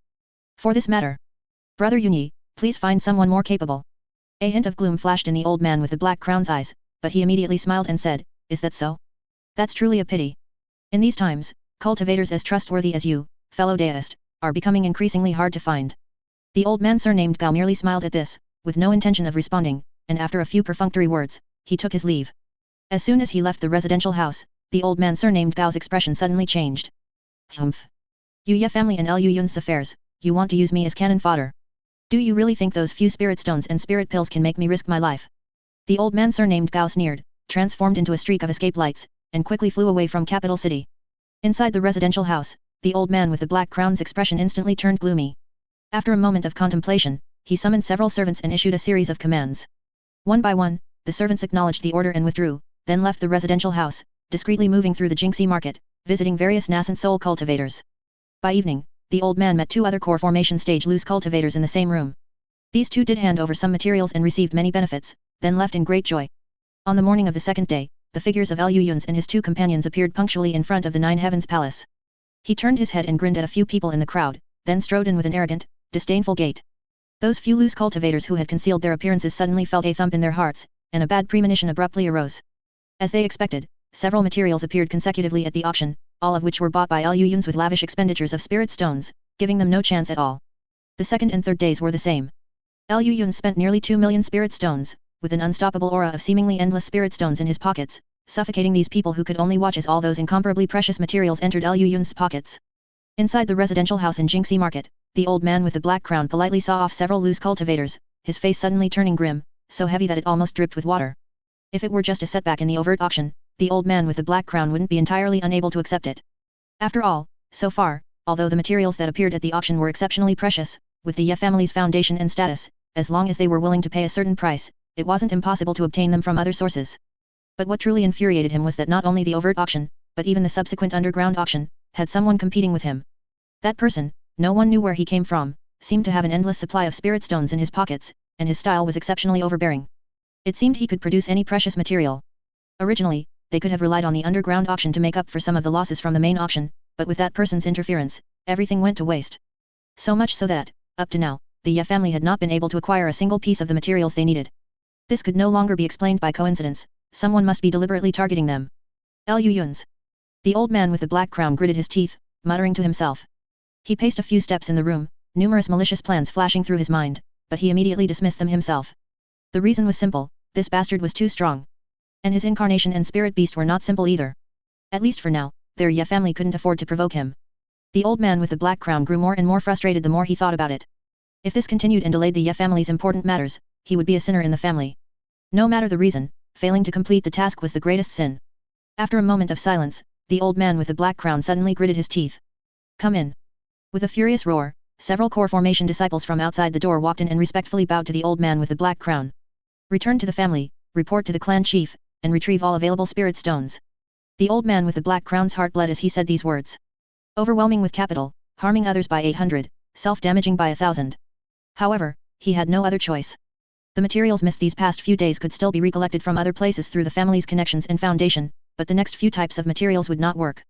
These materials were too rare, even if they could be collected, it would take at least 10 or even several decades. By then, everything would be too late.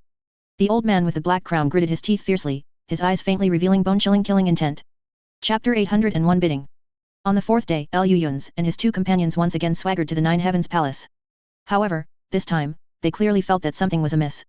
This time, there were no loose cultivators hiding their identities. Instead, several nascent soul cultivators of unknown origin and considerable cultivation had appeared. Each of them was calm and composed, looking confident.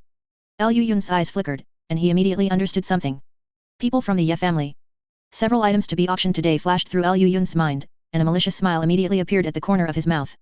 He lightly stomped his foot, and a faint, ghostly green spiritual light flashed and disappeared instantly. After finishing this, Lu Yun's put his hands on his hips and, with Qingli and the third junior behind him, walked into the Nine Heavens Palace as usual. After a while, the middle-aged cultivator walked onto the stage with an apologetic expression, bowed to the numerous cultivators, and then began today's auction.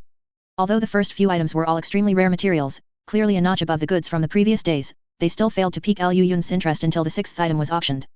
The next item is a top-grade fire attribute material, Starlight Copper. The starting bid is 60,000 spirit stones, and each bid must not be less than 2,000 spirit stones. The middle-aged cultivator held an ore burning with faint blue flames and introduced it to the cultivators. Compared to other items, the introduction of this material was terrifyingly simple, yet it attracted everyone's attention. Many nascent soul old monsters, even those who knew nothing about artifact refining, could feel the incredibly pure fire spirit chi within this starlight copper. 65,000 spirit stones. 80,000 spirit stones. 100,000. For a time, bidders were endless, until a clear voice rang out from the back of the auction hall. 300,000 spirit stones. Everyone looked in the direction of the voice, then calmly sat up straight, waiting for another voice to bid against him. It was the fourth day, and everyone was used to it, even somewhat looking forward to how many spirit stones Liu Yun's would ultimately spend to acquire this starlight copper. Sure enough, before Liu Yun's voice had even faded, another voice shouted loudly. 350,000 spirit stones. Everyone looked in the direction of the voice and was surprised to find that this time, the bidder had not hidden his face but sat there openly, bidding without changing his expression. Liu Ling's yawned and casually raised his hand, saying, 400,000 spirit stones. Everyone sighed slightly. This price was already close. In the past, several materials had been sold for around 400,000 spirit stones, and it was unlikely to be much different this time. However, the man in green robe straightened his back and calmly said, 500,000 spirit stones. For a moment, the entire auction hall was so quiet you could hear a pin drop. Liu Yun straightened up slightly, glanced at the man, and continued, 550,000 spirit stones. 600,000 spirit stones. The man didn't hesitate at all, continuing to bid with an aura of pursuing victory. Liu Yun's frowned slightly and continued, 65. 700,000 spirit stones. This time, he didn't even wait for Liu Yun's to finish speaking. The entire auction hall was eerily silent. Everyone perked up, and even the three monks sitting at the front of the auction couldn't help but look back. 700,000 spirit stones. That's roughly the internal spirit stone flow of a typical medium-sized school. In the midst of the silence, Liu Yun's extended both hands and, with an expression of admiration, clapped. For a moment, the atmosphere in the auction hall became somewhat strange. The middle-aged cultivator on stage was stunned by such a large sum of spirit stones. It took him a while to react, and he quickly said, this fellow deist bid 700,000 spirit stones. 700,000 spirit stones, going once. 700,000 spirit stones, going twice. 700,000 spirit stones, go. 700,000. Liu Yun suddenly said, and 2,000. The man in green robe's expression twisted violently for a moment, then he continued to speak with a gloomy face, 720,000 spirit stones. Liu Yun lazily raised his hand and said casually. 720,000 and 2,000. 750,000. 750,000 and 2,000. 780,000. 780,000 and 2,000. The man in green robe suddenly slammed the armrest, his face flushed red, veins bulging, and even his features became contorted. 800,000 spirit stones. He roared, turning his head and staring at Liu Yun's with a ferocious expression. The meaning was simple, if you dare to bid again, I won't follow. In response, Liu Yun's merely smiled slightly and said. 800,000, and 2,000. The man in green robe clutched the clothing over his heart and slowly sat back. After a long while, not until the middle-aged cultivator on stage called out for the third time, did he reluctantly open his mouth. 800,000, and 4,000. 800,000 and 6,000. Liu Yun's continued to bid casually. The man in green robe kept taking deep breaths. The onlookers were extremely excited, just a little worried that he might not hold on and directly suffer a heart demon, leading to chi deviation. The two went back and forth at this price range several times, and eventually, this starlight copper was acquired by the man in green robe for the exorbitant price of 824,000 spirit stones. The man in green robe said nothing, rose and left under everyone's admiring gazes, his steps slightly unsteady. Everyone watched him leave. What? Rush over to rob him? Friends, by this point, who couldn't tell that Liu Yun's had clashed with a major power? What kind of robbery would that be? Anyone without that much sense wouldn't be able to cultivate to the nascent soul stage.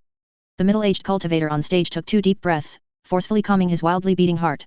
He felt that today was probably the peak of his career. Next, the middle-aged cultivator brought out several high-grade ancient treasures, which led to a buying frenzy, eventually selling for around 300 to 400,000 spirit stones each. For a moment, the middle-aged cultivator even felt a slight sense of anticlimax, somewhat hoping that the scene from just now would reappear. A piece of purple luo fine iron, weighing 3 caddies and 4 taels. Starting bid 70,000 spirit stones, each bid must not be less than 2,000 spirit stones. As soon as he finished speaking, he saw Liu Yun's and a certain middle-aged cultivator in yellow robes light up simultaneously. The middle-aged cultivator immediately perked up, a reserved smile appearing on his face. 100,000 spirit stones. The middle-aged man in yellow robes spoke first. The middle-aged cultivator adjusted his collar and smiled as he looked towards Liu Yun's at the back of the auction hall. An hour later, under the almost collapsing gazes of everyone, that middle-aged man in yellow robes acquired the piece of purple luo fine iron for the astronomical price of 850,000 spirit stones, then, like the man in green robe not long ago, staggered out. This time, the middle-aged man in yellow robes clearly learned his lesson, imitating Liu Yun's by increasing the price by 2,000 spirit stones at a time, and Liu Yun's played along with him for a whole hour. He actually pushed the price of this item to 850,000 spirit stones. The middle-aged cultivator on stage took a deep breath, bowed to the many cultivators, and, under the gaze of everyone watching the show, began to introduce the next item. Liu Yun's leaned back in his seat, his gaze playfully sweeping over the few people in the auction hall. Although he hadn't spent a single spirit stone today, seeing the twisted expressions on these people's faces was truly exhilarating. So, during the subsequent auction, Liu Yun's raised his hand again and again under the increasingly desperate gazes of those few individuals. In a corner of the auction hall, a mysterious cultivator in a black robe suddenly clutched the clothing over his heart. Chapter 802 Jade Mother Divine Thunder. The auction gradually drew to a close, and everyone in the venue nodded with satisfaction. Even many cultivators who hadn't bought anything felt that their trip was worthwhile. The middle-aged cultivator on stage was even more radiant and energetic, looking as if he had instantly aged 10 years younger. The only one who wasn't in a very good mood was the old man with the black crown, sitting in a corner of the venue, his true face hidden by a black robe. Up until now, all 4 materials at the auction had been acquired by the Ye family, but at a cost of over 3 million spirit stones. That was the Ye family's entire fortune. It was almost all the spirit stones he could use this time. Now, they had all gone into someone else's pocket. As soon as he thought of this, the old man with the black crown was so angry that his heart pounded, his head swam, and veins bulged on his face. He even harbored thoughts of killing and seizing treasures. However, he couldn't. At a time like this, he absolutely could not bring trouble to the family. The old man with the black crown clenched his fists tightly, turned to look at Liu Yun's, who was slumped in a chair at the very back of the venue with a satisfied expression, and a cold smile slowly spread across his lips. Yes, he couldn't cause trouble for the family now, but that didn't mean he had no way to deal with Liu Yun's. The next item to be auctioned was the unnamed material that the Ye family had consigned to the auction. It was Liu Yun's biggest goal in coming here from the southern border. What goes around comes around. It was just about raising the price, couldn't he do that too? A cold smile played on the old man with the black crown's lips. The Ye family had been targeted by Liu Yun's for so long, it was time to fight back. Although doing so wouldn't bring any benefit to the Ye family, it would make him feel good. As soon as he thought of Liu Yun's exasperated look, the old man with the black crown subconsciously sat up straight, ready to engage Liu Yun's in a battle of spirit stones. The next auction item, the high-grade ancient treasure, Purple Moon Mirror, can break illusionary restrictions. On the high platform, the middle-aged cultivator's voice instantly shattered the old man with the black crown's composure. With a whoosh, the old man with the black crown instantly stood up, startling the 2 nascent soul cultivators beside him, who almost pulled out their magic treasures. Fellow deist, are you going to bid? The middle-aged cultivator on stage frowned slightly, his expression immediately becoming somewhat displeased. The old man with the black crown stood still, then slowly sat back down after a while, his movements slow and stiff, like a body without a soul. Finally, the purple moon mirror was bought by a certain monk for 320,000 spirit stones. The middle-aged cultivator brought out a few more items, all of which sold for good prices. The 4th day of the auction thus concluded. Many nascent soul cultivators left one after another, and the old man with the black crown also mingled in the crowd, not daring to look back.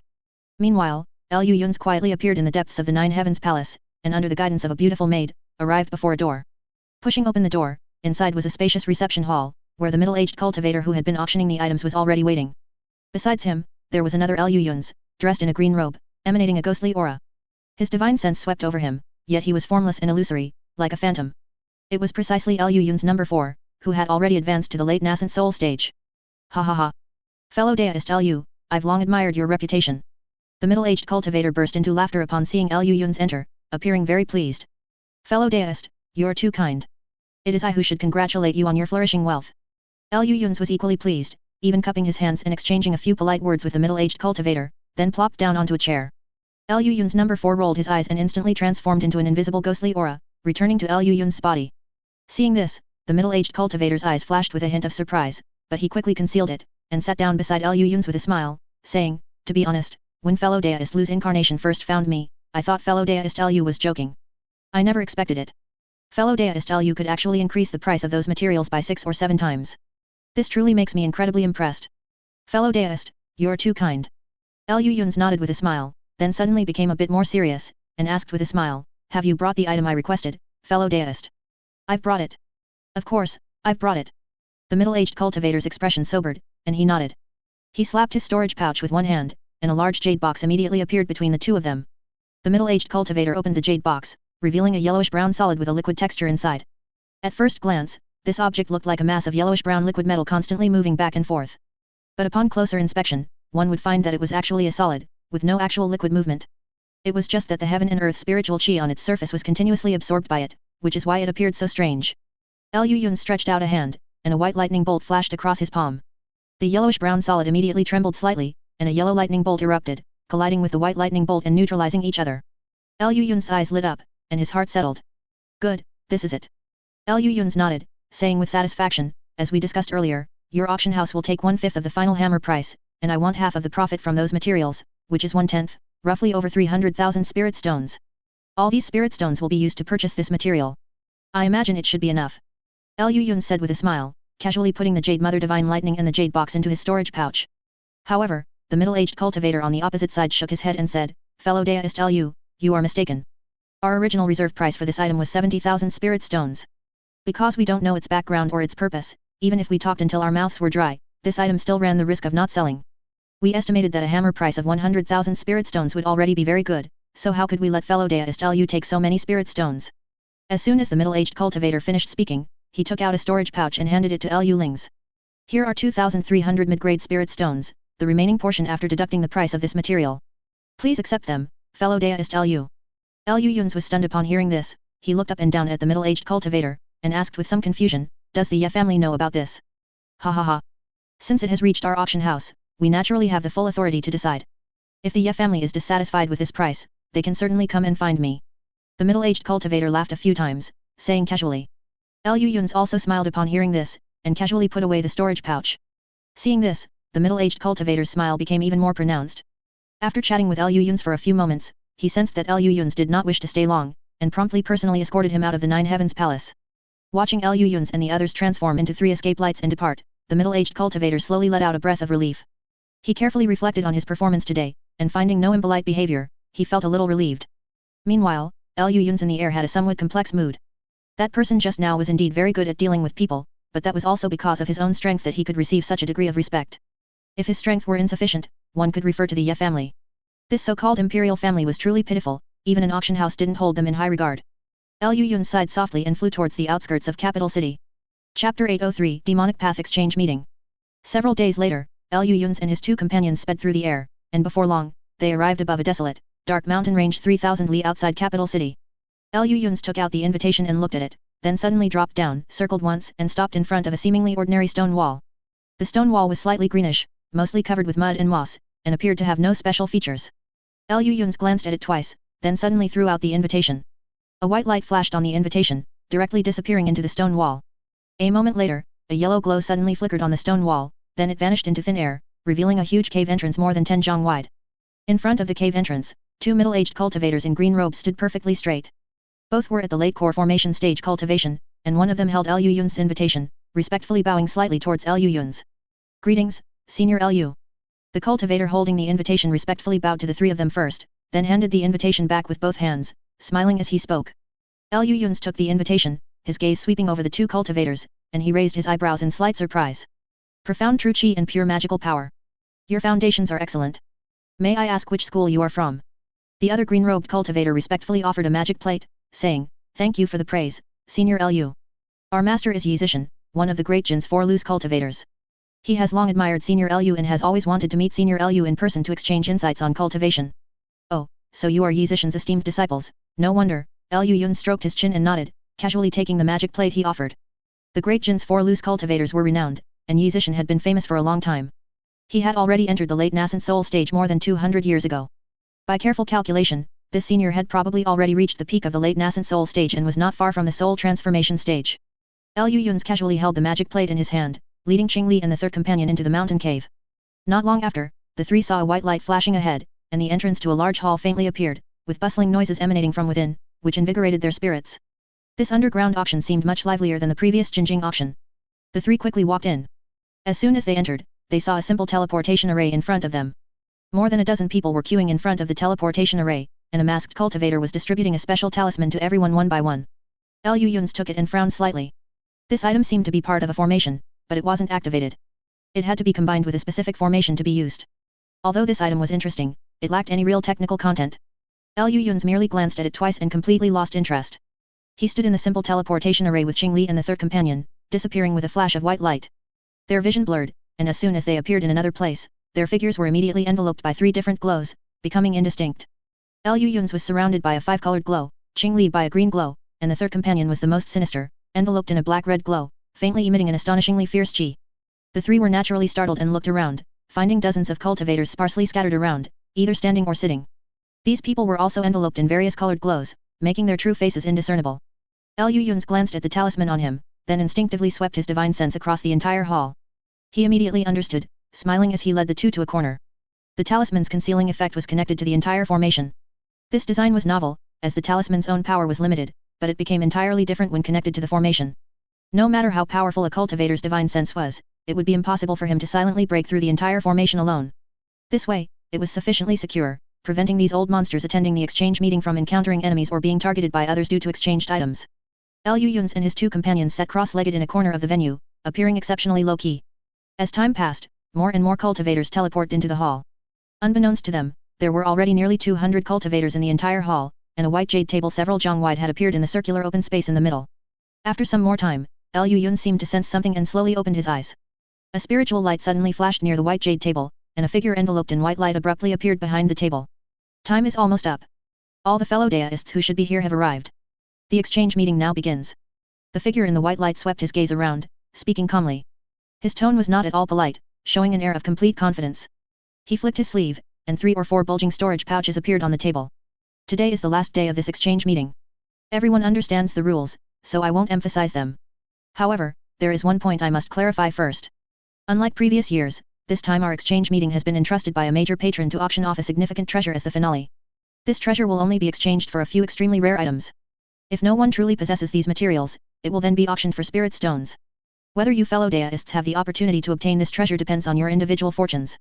The figure in the white light slowly spoke, his gaze subtly sweeping over 2 specific individuals in the audience before quickly retracting his sight. Humph. Liu Yun scoffed silently. The imitation heaven-piercing spirit treasure, Ping Shan seal. The leaders of the 10 orthodox and demonic sects had more or less heard rumors about this item. Even he could see a rough description of it on the invitation, let alone others. He wondered if this person was simply being mysterious or genuinely didn't want this treasure to affect the auction of previous items.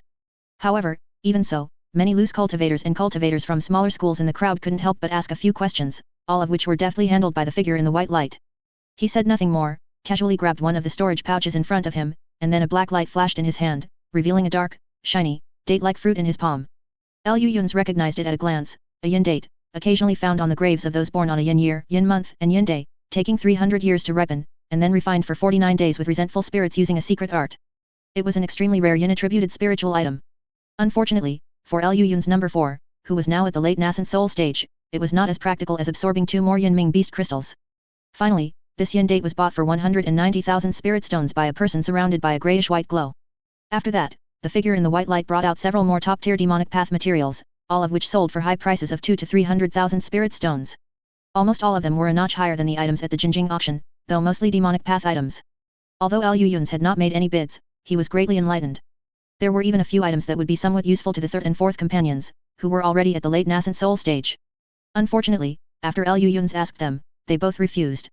For them, the most important thing now was to digest what they already had, rather than being distracted by other things. Thus, it wasn't until the 10th auctioned item that something finally appeared that interested Liu Yun's. Jade rubber, a material produced once every 1,000 years by the heaven and earth spirit wood, the jade rubber tree. It is the best material for crafting unique magic treasures, mechanisms, and puppets. The starting price is 120,000 spirit stones, with each bid not less than 5,000. Liu Yun's eyes lit up. Just as he was about to bid, a cultivator in a green glow not far from him suddenly raised his hand. 150,000. Hearing that person's voice, Liu Yun's paused slightly, then withdrew the hand he was about to raise and sat back with a smile. Chapter 804, Provocation. Although jade rubber is an excellent top-grade material, not many cultivators in the nascent soul stage are still interested in refining puppets and esoteric magic treasures. After only 3 or 4 people competed with the Azure Glow cultivator for a round, he easily acquired it for 170,000 spirit stones. 2 more items subsequently auctioned by the white light figure were also taken by the Azure Glow cultivator, costing him a total of 500,000 or 600,000 spirit stones. Liu Yun's, however, remained silent throughout, seemingly not interested in a single item. After some time, when the last item was also auctioned off and the storage pouches on the jade table were completely empty, the figure in the white light seemed quite pleased with the previous auction. His gaze lingered for a moment on the few figures, including Liu Yun's, who had never made a bid, then paused before he chuckled and said, All of our items have been auctioned. Fellow deists who wish to exchange treasures may now come forward one by one to display them. Liu Yun's listened casually as the figure in the white light spoke. The general gist was that they only provided the venue, and if counterfeit goods were encountered, it had nothing to do with them. However, if a transaction was successful, they would charge a 10,000 spirit stone handling fee, and other such nonsense. It's certainly easy to earn spirit stones, Liu Yun said with a sigh. He made no attempt to lower his voice, and the many nascent soul cultivators present, being sharp of hearing and sight, naturally heard him clearly. For a moment, everyone subconsciously looked over, and the entire exchange meeting fell silent. The figure in the white light, after finishing his remarks, had originally intended to immediately shift his body and appear at the edge of the open space, ready to meditate cross-legged. But upon hearing this statement, he looked over with some displeasure. He saw three figures, each enveloped in a shimmering glow, making it impossible to discern their identities. The figure in the white light frowned slightly, let out a cold snort, and said with an icy tone, "If fellow deist feels our fees here are too expensive, and has any objections, then fellow deist may leave now and seek out other exchange meetings on his own." "Oh. Kicking people out, are we?" Liu Yun's completely disregarded the subtle threat in the white light figure's tone. Currently, looking across the entire human realm, apart from the ancient demon hidden in the shadows and a few reclusive old fellows, there was truly no one he couldn't afford to offend. If the power behind this exchange meeting was truly some old monster and intended to trouble him over this matter, Liu Yun's would be more than eager. He had been looking for these old fellows for a long time. Upon hearing this, the white light figure's gaze immediately grew even colder. He was about to say something, but looking at the three figures, he seemed to suddenly recall a certain individual, and abruptly fell silent. Seeing this, Liu Yun's clicked his tongue, feeling a bit annoyed. These nascent soul old monsters are truly cunning. He couldn't even stir up trouble. He really wanted to know who the boss behind this exchange meeting was, and if there were any soul transformation cultivators involved.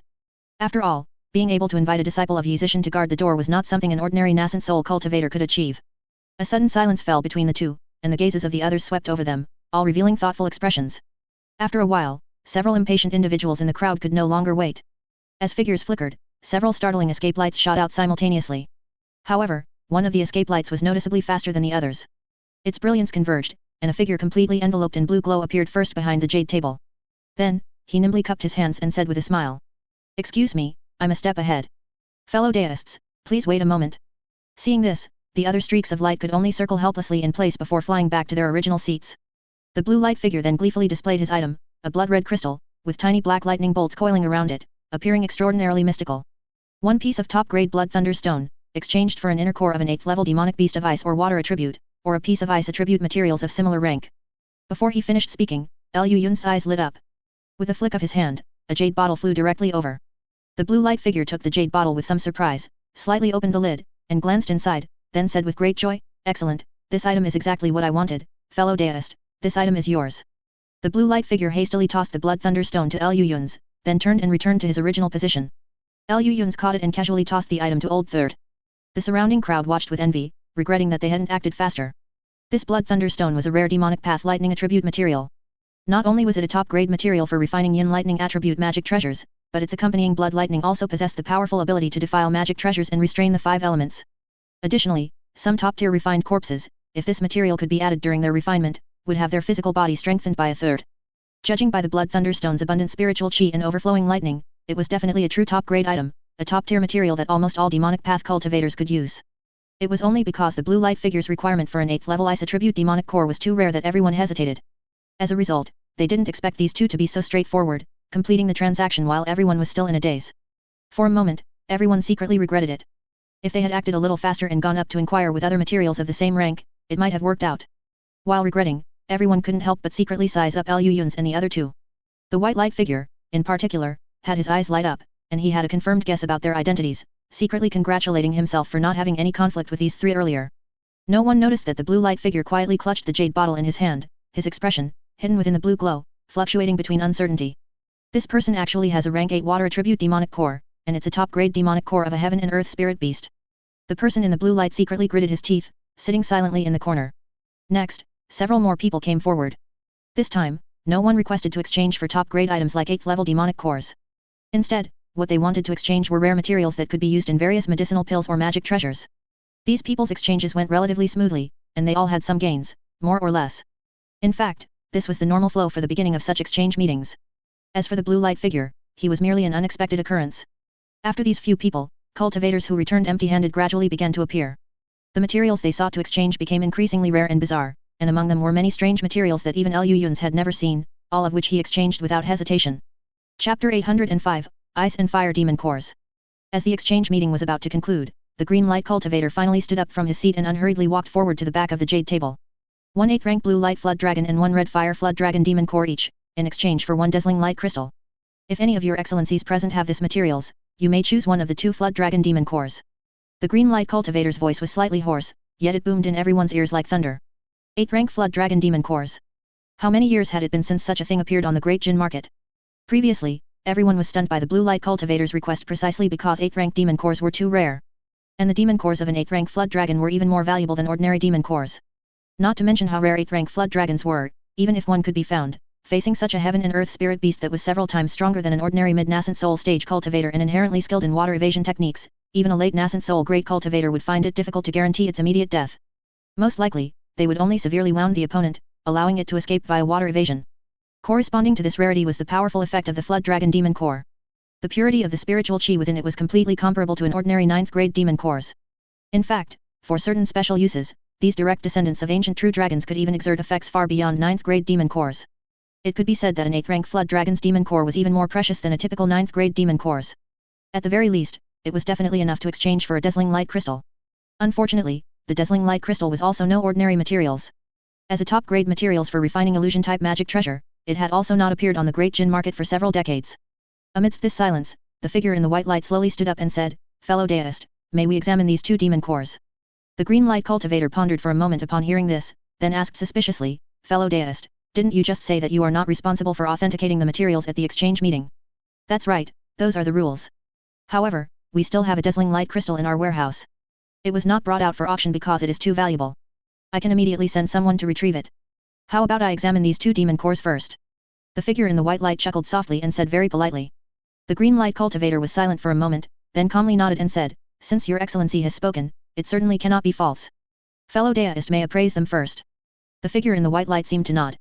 With a flick of his hand, a streak of fire light shot out, directly reaching the ceiling, disappearing in a flash.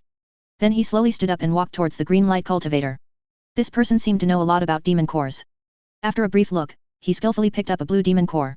Then, he opened his mouth and directly sprayed a stream of white infant fire onto it. However, before the white flames could even touch the blue demon core, a blue light appeared out of nowhere. With a sweep, it directly froze the white flames within blue cold ice. The figure in the white light nodded with satisfaction, then picked up the crimson demon core and repeated the trick.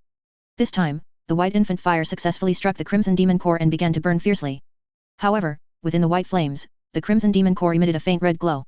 Enduring the scorching of the flames, it showed no damage whatsoever.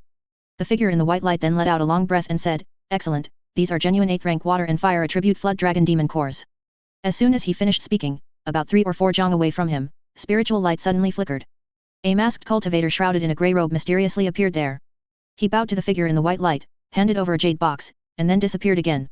The figure in the white light opened the jade box and handed it to the green light cultivator, saying with a smile, "Fellow deist, the dazzling light crystal is here. Fellow deist can personally verify it."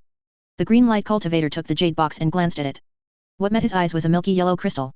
Its surface emitted a faint purple halo, and upon closer inspection, it caused a wave of dizziness. The green light cultivator seemed to be momentarily lost, but quickly returned to normal.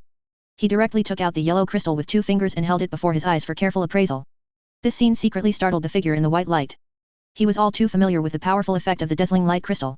Even without being refined, its inherent mesmerizing property alone was enough to cause a late nascent soul stage cultivator to suffer a great loss if caught off guard.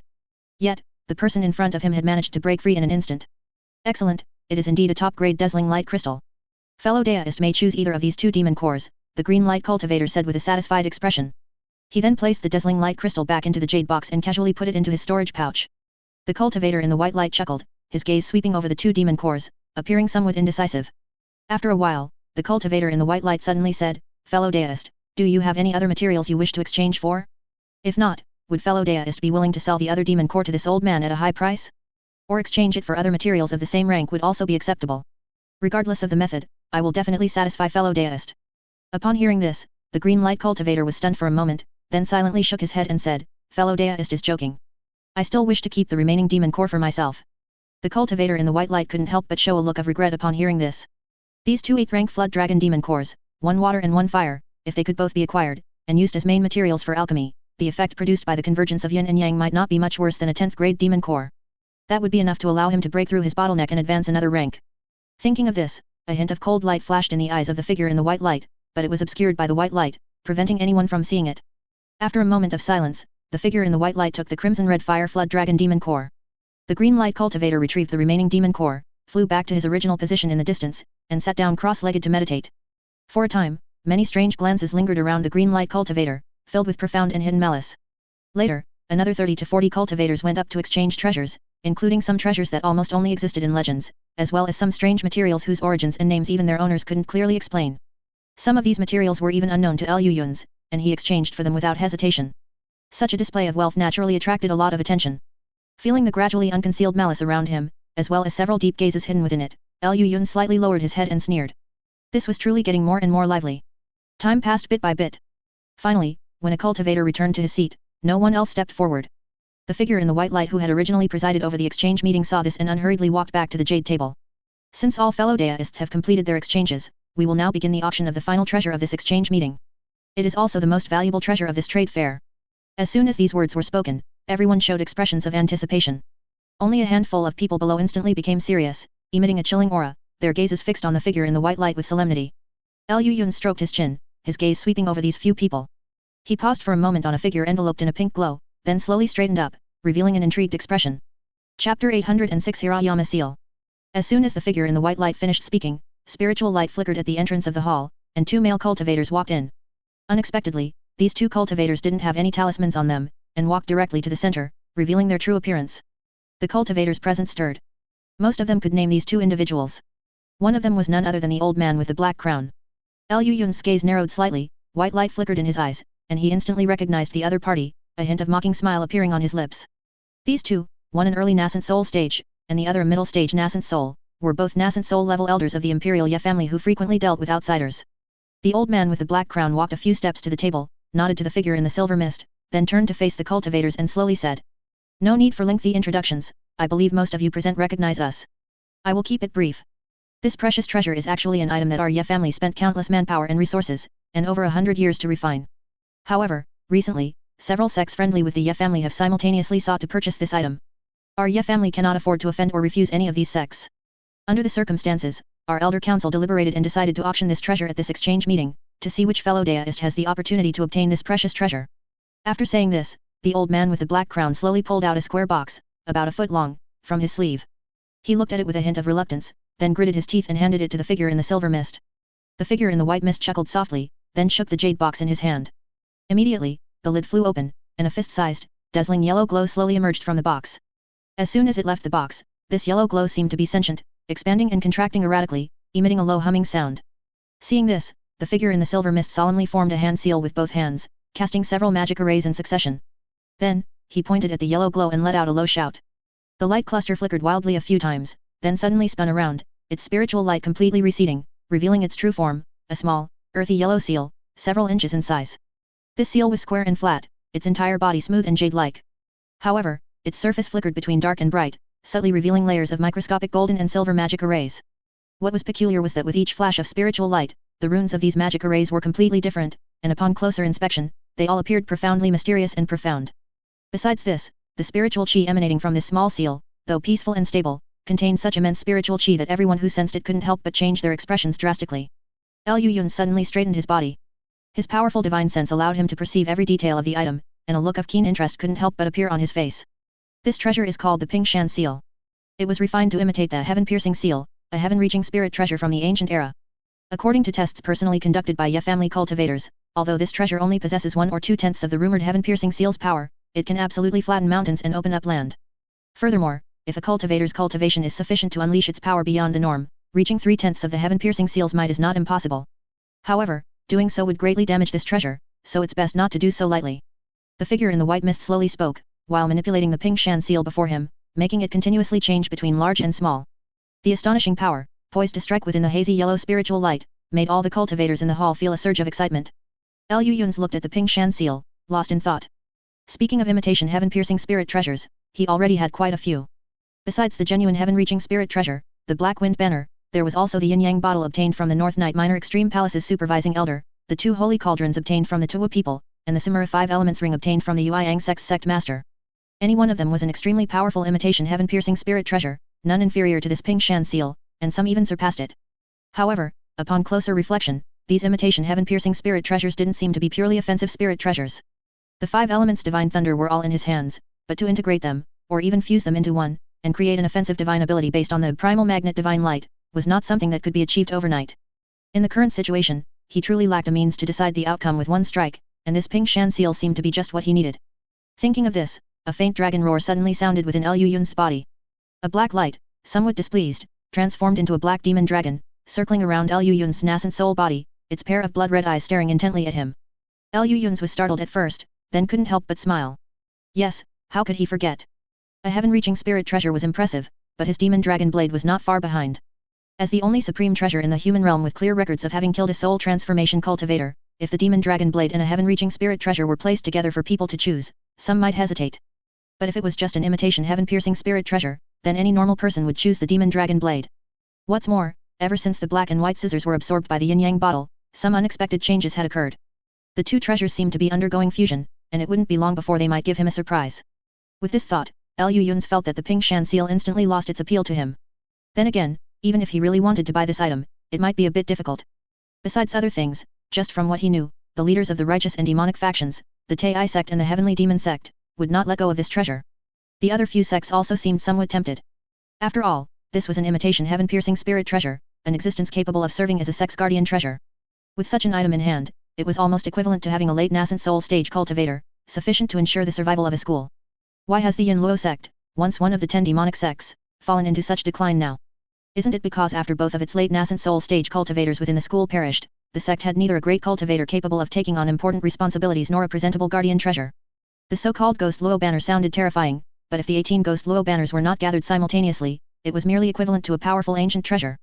Now, with a few banners having been taken, its power has already greatly diminished, unable to uphold the vast reputation of the Yin Luo sect. Thinking of this, Liu Yun's cast a peculiar glance at the cultivator in the pink mist, pondered for a moment, then suddenly leaned back, preparing to watch the show. Anyway, in terms of financial resources, a parvenu like him definitely couldn't compete with the leaders of the righteous and demonic factions of Great Jin. With the demon dragon blade in hand and the 5 elements divine thunder, he didn't need any offensive means. It would be better to simply enjoy this grand spectacle and see who dared to make a move on this imitation heaven-piercing spirit treasure. Chapter 807, Black Wind Banner. At this moment, the figure in the white mist presiding over the exchange meeting, seeing that the momentum had been built up sufficiently, no longer delayed. After a light cough, he finally began to explain the bidding method for this item. It seems I don't need to say much, everyone already knows the value of this treasure. For the auction of this item, the Ye family has prepared a list of materials. Whoever can provide the most materials on the list will obtain this treasure. Of course, if the value of the highest materials is clearly too low, it will naturally be invalid. Finally, it will be auctioned again using spirit stones, with a starting price of 3 million. Upon hearing this, most cultivators present instantly gave up hope. In fact, everyone knew very well that a heavy treasure like the pink shan seal, whose power could affect the size of various sect forces, was no longer something individuals or small forces could possess. It's just that everyone has a fluke mentality. Before receiving a definite answer, they all felt that they might have a slight chance to obtain this heavy treasure and soar to greatness from then on. Unfortunately, the starting price of 3 million had shut all these people out. As the old man with the black crown took out a jade slip and read out the list of materials recorded in it, most cultivators completely abandoned that thought. The materials in the jade slip were not so rare as to be impossible to find in the world, but they were all precious materials that various sects considered essential and kept in stock. Essentially, every major force could produce some of these materials, and even Liu Yun's had a portion of them. However, if they were to be taken out, it would be a matter that could severely harm these forces. After the old man with the black crown read out these materials, several people below the stage, as if prepared, took out storage pouches and stepped forward, handing them to the figure in the white light. One of these figures was the companion of the cultivator in the pink glow. Liu Yun sighed inwardly, stood up directly, and walked out of the hall with Qing Li and their junior brother. Such an action naturally attracted a lot of attention at this time. Many cultivators looked over, and upon seeing that it was this extraordinary cultivator who was getting up and leaving, many cultivators became restless. Just a moment later, several cultivators at the exchange meeting quietly left their seats and hurriedly departed the hall. Liu Yun's and the 2 others fled 1,000 li away in one breath, then stopped on a desolate mountain, turning around expressionlessly to look behind them. Several escape lights in the sky shot over distinctly, stopping in mid-air, looking from afar at Liu Yun's location, and spreading out with some caution towards each other. The escape lights receded, revealing 5 cultivators. Liu Yun's happened to recognize one of them. It was none other than Venerable Hanli, with whom he had a brief encounter in the Yin-Yang cave. Among the other 4, one was a middle-aged man in black robes, one was an aged monk clad in a plain cloth kazaya, and 2 identical red-clothed women. The middle-aged man in black robes and the aged monk stood far apart on either side, their terrifying spiritual pressure no less than Venerable Hanli's. However, the two red-clothed women only had middle-stage nascent soul cultivation, but standing shoulder to shoulder, their aura was in no way inferior to the other three. Ha ha ha, the brat surnamed Lu, if you know what's good for you, quickly hand over our Sweki Sex Ma Bloodsea map. The middle-aged man in black robes laughed several times, but his gaze suddenly sharpened, and he said in a sinister tone. The aged monk silently chanted Buddhist scriptures, his eyes slightly raised, and his body was instantly covered in a layer of golden light. This old monk is Yuan Yin of Lei Yin sect. Yuan Ji, who fell at your excellency's hands, is this old monk's junior brother. The aged monk said in a calm tone, his deep eyes slightly raised, gazing at Lu Yun's figure. The two red-clothed women, however, looked here and there, with expressions as if watching a show. Seeing Lu Yun's gaze sweep over them, the two women immediately said, don't misunderstand, everyone. Our sisters are just here to take advantage of the chaos. You can take your revenge, you can snatch your treasures, just include a share for our sisters. Lu Yun's gaze swept over these people, his mouth twitched, and then he narrowed his eyes, looking towards Venerable Hanli. Fellow Daoist Han Li, I can understand all these people, but why are you getting involved in this mess? Venerable Hanli smiled slightly upon hearing this and said, Fellow Daoist Lu, it's not that I'm not keeping my promise, but rather that fellow Daoist Lu's friend took something very important from me, and I have no choice but to retrieve it. Lu Yun's frowned slightly upon hearing this, shaking his head and sighing. Alright, I didn't want to make our relationship too stiff. But alas, I'm naturally not a likable person. He narrowed his eyes, looking at an empty spot above his head, white light almost bursting from his eyes. You don't really think that these few people can take me down, do you? Show yourself.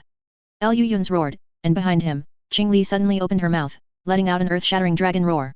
In an instant, the heavens shook and the earth trembled. The ground beneath their feet instantly vibrated, and sand and stones several jong deep were flung far away, forming a terrifying sandstorm that blotted out the sky.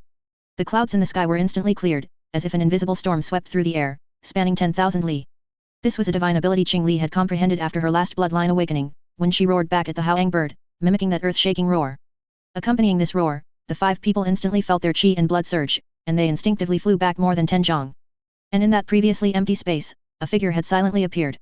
That person was clad in black robes, with an ordinary face, cold eyes and pupils that seemed to congeal with bone-chilling malice, making anyone who saw him feel a chill in their heart. Hat. You really came. Lu Yun's mouth curled into a grin, looking at the face identical to Han Li's, and said with a sinister smile. You've been acting so obvious today, aren't you just trying to lure me out? Now that I'm here, what do you want? The ancient demon slightly raised his hand, asking with a cold laugh. The 5 people on the side spread out, exchanged glances, and saw the confusion in each other's eyes. What do I want? Lu Yun's mouth curved upwards, and behind him, a ghostly green phosphorescence lit up, making his figure appear like an evil demon. I want your life. Accompanied by Lu Yun's roar, the world darkened. The sun and moon lost their light, the heavens and earth lost their color, and only a pitch blackness remained before everyone's eyes. The next second, the entire world began to tremble violently. Everyone's vision blurred, and a heaven-reaching spirit treasure, a giant flag nearly 1,000 jong tall, abruptly appeared between heaven and earth. The next moment, a mass of black wind suddenly appeared on this black flag. This wind grew from small to large, from thin to thick, and in a blink of an eye, transformed into an astonishing hurricane like a heaven-reaching pillar. And almost simultaneously with the hurricane's formation, thunder boomed above everyone's heads, and countless dull, ghostly green dark clouds emerged, obscuring the entire sky. Streaks of pitch-black electric arcs, varying in thickness, bounced and flickered within the clouds, as if they could descend and strike at any moment. Below the yellow clouds, near the black hurricane, strong winds howled. The raging winds, connecting heaven and earth and shattering the air, roared like a tide. Countless pitch-black wind blades began to vaguely condense, and within the entire world, sand and stones flew, with rumbling sounds coming from everywhere. Everyone looked in the direction of the sound, only to see that in all directions, at some unknown time, pitch-black hurricanes like heaven-reaching divine pillars had appeared, resembling pitch-black wind walls connecting heaven and earth, rumbling and pressing inwards towards the center. The terrifying power of a heaven-reaching spirit treasure was once again displayed in this world. Chapter 808 Various Methods. The black hurricane roared like a tide, and a sky-covering, earth-shattering black blade quickly formed. Together with the heaven-connecting hurricane, it transformed into an boundless black wind wall, converging towards the center. Everyone watched this scene in a daze, their eyes filled with horror. It wasn't that they didn't know Lu Yun's possessed a heaven-reaching spirit treasure. In fact, the reason they tacitly gathered here to besiege Lu Yun's was, more or less, with the intention of killing him and seizing his treasure. In their opinion, with Lu Yun's middle-stage nascent soul cultivation, he could at most practice the heavenly treasure art to the first layer. The power he could unleash might even be inferior to some imitation heaven-piercing spirit treasures. Even if Lu Yun's had 2 late-stage nascent soul incarnations by his side, they could at most practice the heavenly treasure art to the second layer. The power they could unleash should only be marginally stronger than imitation heaven-piercing spirit treasures, at least to a degree that these powerful cultivators with extraordinary divine abilities could handle. However, now, when Lu Yun's fully activated the Black Wind Banner, everyone suddenly understood. The gap between a heaven-reaching spirit treasure and an imitation heaven-piercing spirit treasure was actually so ridiculously large. Without time for regret, Venerable Hanley flicked his sleeve, and 2 treasure cauldrons emitting blue light immediately shot out from within. Behind him, they swelled against the wind, transforming into 2 gigantic cauldrons enveloped in deep blue cold flames, their shape and appearance almost identical to the Void Heaven cauldron. The middle-aged man in black robes, however, snorted coldly. With a flick of his hand, a blood-red precious mirror flew into the air, transforming into a blood moon out of thin air, casting a crimson blood light that enveloped his body. The aged monk silently recited a Buddhist chant, and a 7 treasures wheel slowly rose behind him, transforming into 7 spiritual lights of different colors in the air, protecting the aged monk's form. Wow! The blood moon precious mirror, the azure blue cauldron, the 7 treasures wheel. Sister, we've really learned a lot this trip. One of the red-clothed women widened her eyes and exclaimed in surprise. Yes, we've learned a lot, but we need to survive to boast about it. The other red-clothed woman glared at her. The 2 women simultaneously raised their hands, each taking out a fragmented bronze token and combining them to form a complete, square bronze ancient token. Engraved on it was a bizarre-looking vicious beast, its body like a deer, with 9 horns on its head, emitting a faint 9-colored spiritual light all around. The next moment, the exotic beast on the token seemed to come alive, poking its head out from the token and spewing out a large area of 9-colored glow, concealing the 2 women's figures within it. The 5 individuals each employed their methods, all aiming to preserve their lives before the black wind closed in. Only Ancient Demon stood with his hands behind his back, watching his surroundings with interest, a sneer of disdain hanging at the corner of his mouth. Amidst the howling wind, the heaven-reaching hurricane, carrying countless black wind blades of varying sizes, surged towards the crowd. In an instant, the sky darkened and the earth quaked. Sand flew and stones rolled. The pitch-black ominous wind roared loudly, tearing through the air with deafening explosions.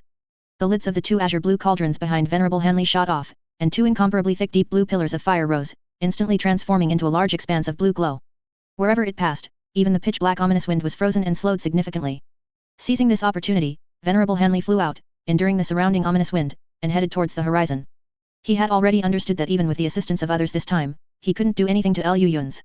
Since that was the case, it was better to escape first and make further plans when he was still useful. His figure merged into the Qunlan ice flame burning around him, and he transformed into a blue light, instantly fleeing 1,000 li away. However, no matter how fast he fled or how far he went, his surroundings remained pitch black, with hardly any light. Only in the eerie green clouds above, streaks of black lightning briefly illuminated the darkness. Het! Grand Elder of North Night Minor Extreme Palace, you're even less perceptive than the others. Aren't you curious?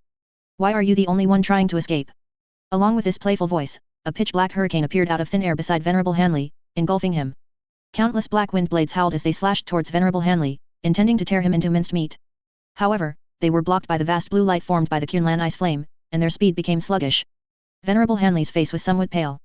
His gaze constantly swept around, his eyes slightly sinking, and he said with a gloomy expression. Space Spirit Treasure. He truly hadn't expected that the heaven-reaching spirit treasure in Liu Yun's hand was actually one of the rarest space spirit treasures. But how was this possible? In this era, how could there still be materials capable of refining space spirit treasures? Venerable Hanley's face grew increasingly gloomy. He fully activated the 2 azure blue cauldrons behind him. At the same time, he raised his hand, and accompanied by 2 dazzling blue lights, 2 blue cold flood dragons several jong long appeared there. The front half of these 2 cold flood dragon scales were crystal clear and transparent, with bared fangs and claws. The back half, however, appeared as viscous blue liquid, and their tails each emerged from within a small cauldron. It seemed these were the spiritual creatures released by the 2 azure blue cauldrons. The 2 cold flood dragons bared their fangs and claws, opening their mouths wide and spewing out 2 blue light pillars, which struck the outer black hurricane like lightning. In an instant, a deep blue light erupted. It was almost blinding. A large expanse of deep blue solid ice silently spread, and wherever it passed, even the constantly howling black ominous wind became stagnant. Seeing this, Venerable Hanley finally let out a sigh of relief. It seemed his previous thoughts weren't entirely wrong. Even if Liu Yun's had a late-stage nascent soul incarnation, he could only cultivate the heavenly treasure art to the 2nd layer and couldn't unleash the true power of this heaven-reaching spirit treasure. Moreover, he also had to simultaneously trap several people, which inevitably dispersed the power of this heaven-reaching spirit treasure. Against this kind of attack, his azure blue cauldron still had the power to fight. Imitation heaven-piercing spirit treasures, why do all you people like to imitate the void heaven cauldron so much, and make 2 at once? Can't you find any other heaven-reaching spirit treasures to imitate? Liu Yun's voice carried a hint of helplessness, but within that helpless voice, 2 clusters of spiritual light appeared in the pitch-black space. These 2 clusters of spiritual light were one red and one purple. As the spiritual light dissipated, they revealed a gigantic crimson-red peacock resembling a fire phoenix and a strange giant turtle, entirely pale purple, as if made of glazed glass. Venerable Hanley's divine sense swept over them, and his heart suddenly sank. 9th grade Howang bird. 9th grade Lee turtle. Venerable Hanley's gaze swept over these 2 spirit beasts, and he couldn't help but curse inwardly. Both of these spirit beasts were true heaven and earth spirit beasts. Among them, the Howang bird was a direct descendant of the ancient fire phoenix. Although its cultivation was only 9th grade, if they truly fought, it would even be 3 parts stronger than an ordinary late-stage nascent soul. As for the Lee turtle, the original Lee turtle was already an extremely powerful heaven and earth spirit beast. Looking at this Lee turtle, it was probably a mutated spirit beast, and estimated to be not much weaker than the Howang bird. Venerable Hanley believed he could handle any one of these two on his own, but their combined strength, plus the terrifying black ominous winds surrounding them, was another matter entirely. What the hell? Wasn't the Yueyang Sex Howang bird only rank 8? Fellow Daoist Hanley, you can play with my 2 spirit beasts for now. When I have time later, I'll come back to catch up with you. Lu Yun's voice gradually faded, but the eyes of the 2 spirit beasts revealed a fierce, murderous glint. Especially the Lee turtle, its gem-like eyes stared intently at Venerable Hanley, revealing a hint of greed. Its intuition told it that the opportunity for its breakthrough and its bottleneck lay within this person. Chapter 809 Unparalleled Ferocity. On the other side, the few people who watched Venerable Hanley flee did not show any surprise. Instead, they seized the opportunity to defend with all their might. The blood moon precious mirror above the middle-aged man in black robe's head emitted a scarlet blood light. Wherever the blood light passed, the pitch-black yin wind scattered. However, as countless pitch-black wind blades rushed forward, one after another, the blood light also began to tremble violently, faintly showing signs of instability. The middle-aged man in black robe's expression changed, a cold light flashed in his eyes. He formed a palm with one hand, a wisp of blood chi lingered on it, and he quickly chopped downwards. A finger immediately fell off, exploded in mid-air, and turned into a ball of viscous blood mist that merged into the surrounding blood light. The blood light instantly stabilized. Only then did the middle-aged man in black robes breathe a sigh of relief and have the energy to look at the situation of the others. He saw that the 9-colored radiance released jointly by the pair of sisters in red robes remained steady in the black wind, but they made no other move, looking like they could only defend desperately. And the 7 spiritual lights on the aged monk's body were like 7 indestructible city walls, firmly blocking the attacks of the numerous pitch-black wind blades. The strangest was the ancient demon, which stood in the air, allowing countless pitch-black wind blades to pass through its body, yet failing to cause it any harm. The middle-aged man in black robes looked closely for a moment, his expression immediately darkened, and he snorted coldly, sending out a streak of blood light with a chop of his hand. At the same time, faint, heart-shaking sounds of ghosts weeping and wolves howling emanated from beneath his wide black robes. Old monk. The middle-aged man in black robes said with a gloomy expression, now we can only join forces. The aged monk did not speak, but nodded with a gloomy look. The middle-aged man in black robes was overjoyed upon seeing this. He and this old monk were old rivals, so he naturally knew the other party's abilities and the significance of the 7 treasures wheel in his hand. Immediately, he held nothing back. His wide black robe suddenly lifted, and countless palm-sized, blood-red minor ghosts instantly rushed out. These minor ghosts swelled rapidly in the wind, instantly transforming into ferocious, 10-foot-tall specters, each with a blue face and sharp fangs, slender fingers and bodies covered in blood-red scales. The middle-aged man in black robes then turned around, and his entire being abruptly transformed into a thick blood mist, covering all the specters. The blood mist turned into a blood cloud, which fiercely reached up, drawing the blood moon precious mirror into the blood cloud, and immediately plunged into the pitch-black hurricane. Seeing this, the aged monk's eyes flashed with spiritual light, and he abruptly raised a hand and pointed. Only 2 of the 7 spiritual lights around his body remained to protect him, while the other 5 spiritual lights transformed in the air into 5 treasures, a demon subduing pestle, a precious umbrella, a bell, an alms bowl, and a bright lamp, which shot out simultaneously. The bright lamp guided the way, releasing 10,000 feet of radiance. The precious umbrella opened, scattering streaks of flowing light. The alms bowl swelled rapidly in mid-air, turning into a colossal object several dozen feet in size, which clasped downwards, releasing large swaths of golden light. As the 3 treasures exerted force simultaneously, the impenetrable pitch-black hurricane surrounding them was instantly torn open, creating a small gap. Just as the aged monk was about to leap out, he suddenly heard a miserable shriek coming from within the pitch-black hurricane. Ah! This is soul-startling yin wind. A streak of battered blood light fled frantically, revealing the middle-aged man in black robes, whose face was pale and bloodless. The countless blood-red specters he had released had already vanished. Before the aged monk could react, a mass of grayish-white demonic fire suddenly appeared on the inevitable path of the blood light. As soon as the demonic fire appeared, it borrowed the surrounding whistling pitch-black yin wind and transformed into a grayish-white fire tornado that reached up to the heavens. The wind fueled the fire. The fire intensified the wind's might. The pitch-black yin wind and the grayish-white demonic fire almost merged into one, creating an exceptionally terrifying grayish-white firestorm. The middle-aged man in black robes only had time to release the blood moon precious mirror to block in front of him before plunging headfirst into the firestorm, desperately shouting, "Old monk, save me!" The aged monk glanced deeply at him, and without hesitation, retracted the 5 treasures in the air, merged into the 7-colored spiritual light, and transformed back into a 7-colored ray, which shot out fiercely, instantly piercing through the surrounding pitch-black hurricane like a streak of 7-colored flowing light. Seeing this, the middle-aged man in black robes could only curse vehemently in his heart. However, at this moment, a pair of crimson eyes, like rubies, quietly opened within the grayish-white firestorm. A massive grayish-white fire python flew out from the flames. It grew horns on its head and claws beneath its belly, instantly transforming into a giant grayish-white fire dragon. The fire dragon lunged and bit down on the middle-aged man in black robes, but he hurriedly used the blood light shot from the blood moon precious mirror to deflect it. Even so, the terrifying immense force that followed still sent him flying. The grayish-white fire dragon roared furiously, carrying the pillar-like fire tornado surrounding its body. With a single pounce, it completely engulfed the middle-aged man in black robes. Within the boundless grayish-white sea of fire, streaks of blood light shot out occasionally, scattering large patches of grayish-white demonic fire, but they were instantly replaced by other demonic fire. It wasn't long before the blood light completely disappeared. The grayish-white firestorm quietly dispersed, and a small, delicate grayish-white fire snake, carrying the blood moon precious mirror in its mouth and a 3-inch-long bloody nascent soul wrapped around its tail, vanished into thin air. Meanwhile, on the other side, after the aged monk merged into the Seven Treasures Wheel and fled several thousand miles away, pitch-black yin wind that obscured the sky suddenly appeared around him. The aged monk seemed to have anticipated this. He quickly detached himself from the Seven Treasures Wheel, and amidst the dazzling Buddhist spiritual light, he took out a shimmering yellow talisman and threw it out with a flick of his wrist. With a zealous sound, a fissure emitting a faint white light actually appeared in the ink-black space. The aged monk pointed again, and the Seven Treasures Wheel immediately transformed into 7 streaks of spiritual light that shot out, striking the fissure directly. The entire fissure trembled slightly and instantly expanded several times its size. Only then did the aged monk merge into the Seven Treasures Wheel, transforming into a 7-colored flowing light and escaping this space. As soon as he appeared in the outside world, the aged monk saw a pitch-black giant banner nearly 1,000 feet long standing between heaven and earth. Directly below this giant banner, Lu Yuns, dressed in a dark green robe, grinned at him.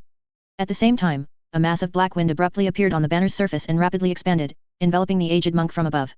The aged monk hurriedly transformed into a 7-colored flowing light and fled. Just then, a giant palm suddenly swung over, slapping him away, directly piercing through the mountain body and bursting out from the other side of the desolate mountain. A demon god, wearing pitch-black armor, wielding a bloody greatsword, several dozen feet tall, and covered in black and red scales, stood erect between heaven and earth, coldly watching the aged monk's retreating figure.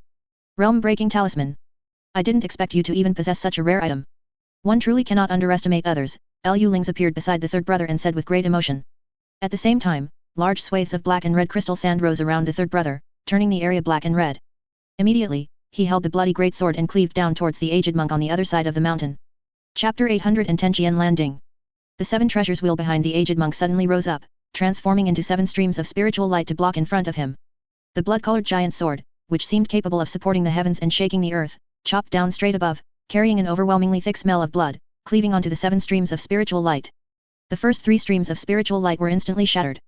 The 4th stream only held out for a moment, but when it reached the 5th stream of spiritual light, the strike could no longer cleave down further. A look of surprise flashed across the aged monk's face. Immediately, with a single hand gesture, the 4 shattered streams of spiritual light transformed in the air into 4 treasures, the demon-subduing pestle, a treasured umbrella, bronze mirrors, and an alms bowl. They swelled rapidly against the wind, becoming 4 massive objects dozens of meters in size. The treasured umbrella opened, letting down thousands of streams of flowing light ribbons, which wrapped around third brother's demon god-like body like chains. The alms bowl flew into the air and inverted. A stream of golden light immediately gushed out, shining upon third brother's body, making him instantly feel as heavy as 10,000 caddies, and his massive body suddenly sank. The bronze mirrors rapidly enlarged, reflecting third brother's appearance, and illuminating the location of his divine soul in his dantian. The demon-subduing pestle subsequently swelled in size. Its sharp prism cone aimed at the divine soul in the dantian and shot out like lightning. A cold light flashed in third brother's eyes.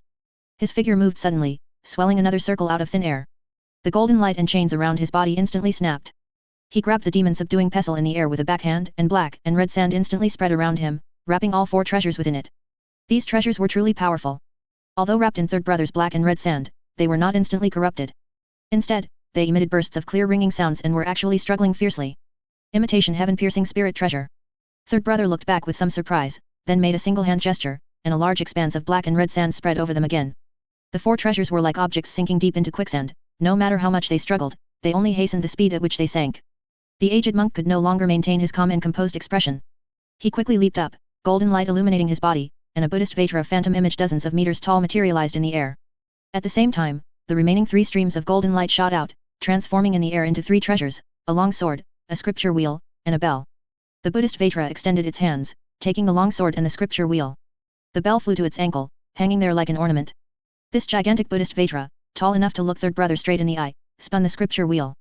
Streams of golden scriptures immediately shot out, hurtling toward third brother. Simultaneously, the Vajra held the long sword in its other hand and cleaved down at third brother. Black and red sand burst forth from third brother's body, instantly submerging all the golden scriptures. At the same time, he slashed out a strike, producing a crimson sword chi imbued with an extremely thick aura of blood. The long sword in the Vajra's hand was directly cleaved away, and the blood-like viscous sword chi struck its body. Screech. A huge wound was cut into the Vatra's chest, nearly tearing it completely open, startling the aged monk, who quickly manipulated the Vatra to retreat. As its ankle trembled, streams of golden sound waves spread out from the bell. Third brother was enveloped by the golden sound waves, and a faint look of pain appeared on his face. However, he merely reached out a hand and grabbed the Buddhist Vatra attempting to flee. He let out a world-shaking roar. A pair of massive arms, covered in black armor and black and red scales, violently grabbed the Vatra's shoulders and ripped outwards. The Vatra formed by this Buddhist secret technique was actually ripped into two halves by third brother. The aged monk recalled the three treasures, which transformed into three streams of spiritual light protecting his whole body. He quickly turned and fled. Just then, third brother raised a hand, and the demonic artifact's giant sword rose from thin air, spinning continuously in the air, finally transforming into a massive, blood-red drill. Buzz. The air was instantly pierced. The massive blood-colored drill flashed and vanished, instantly striking through the three streams of spiritual light, shattering the aged monk's physical body, leaving behind only a slightly confused nascent soul. Boom. Accompanied by a clap of thunder, Qing Li instantly appeared beside the nascent soul, grabbing it in her hand. With her other hand, she scooped up the three shattered streams of spiritual light, which reformed into three treasures, catching them in her grasp. Liu Yun's watched third brother brutally beat the aged monk without changing his expression or showing any surprise. In this battle, the opponent's only advantage was the imitation heaven-piercing spirit treasure named Seven Treasures Wheel. However, third brother's demonic artifact's giant sword, purely in terms of attack power, was not necessarily inferior to those imitation heaven-piercing spirit treasures. In other aspects, whether comparing magical power, secret techniques, or physical body strength, the aged monk had no advantage whatsoever. Not to mention, he had already expended a significant amount of magical power earlier inside the Black Wind Banner, being able to hold out until now was already quite impressive.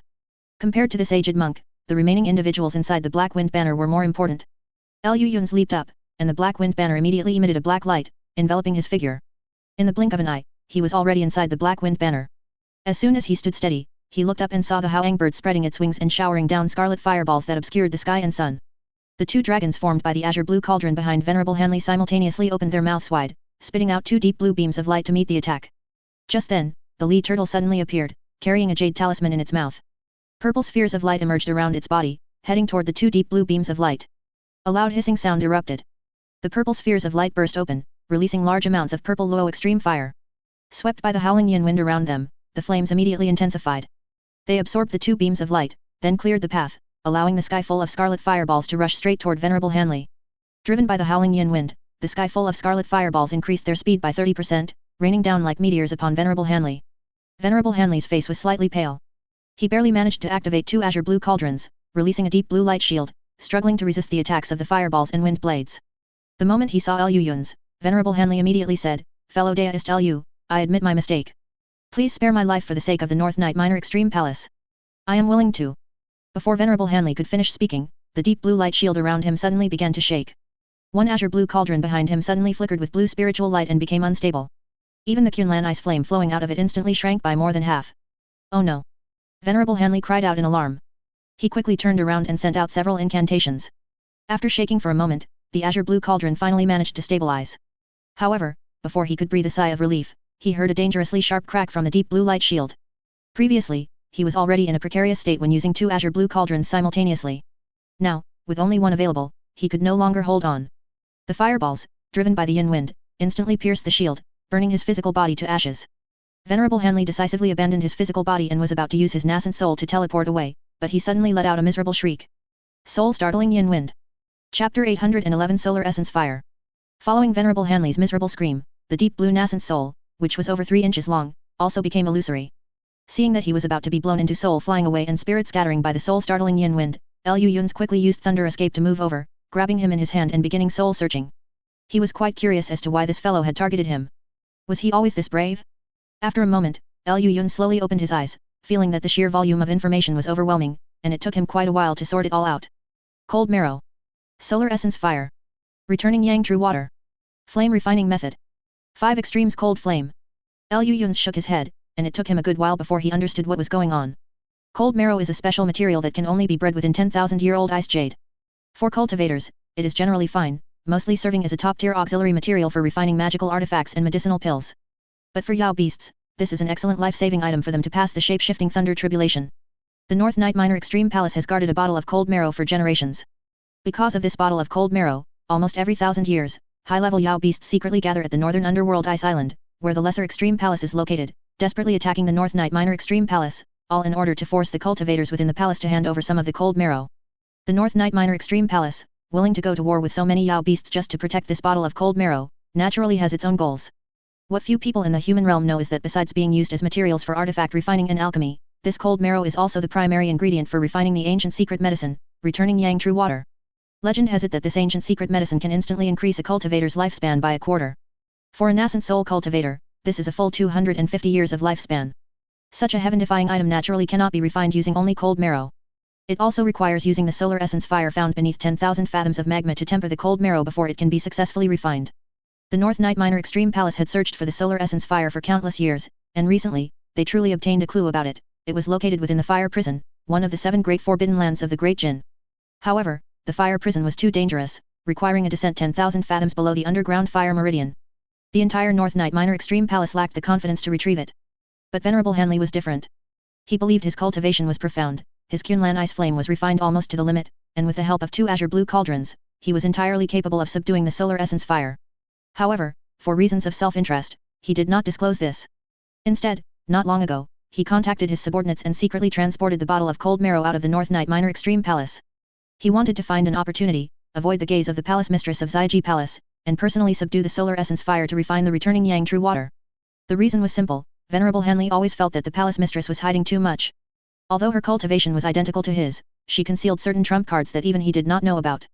If they fought, he likely wouldn't be her match. Coincidentally, the two had been fighting over power for several hundred years.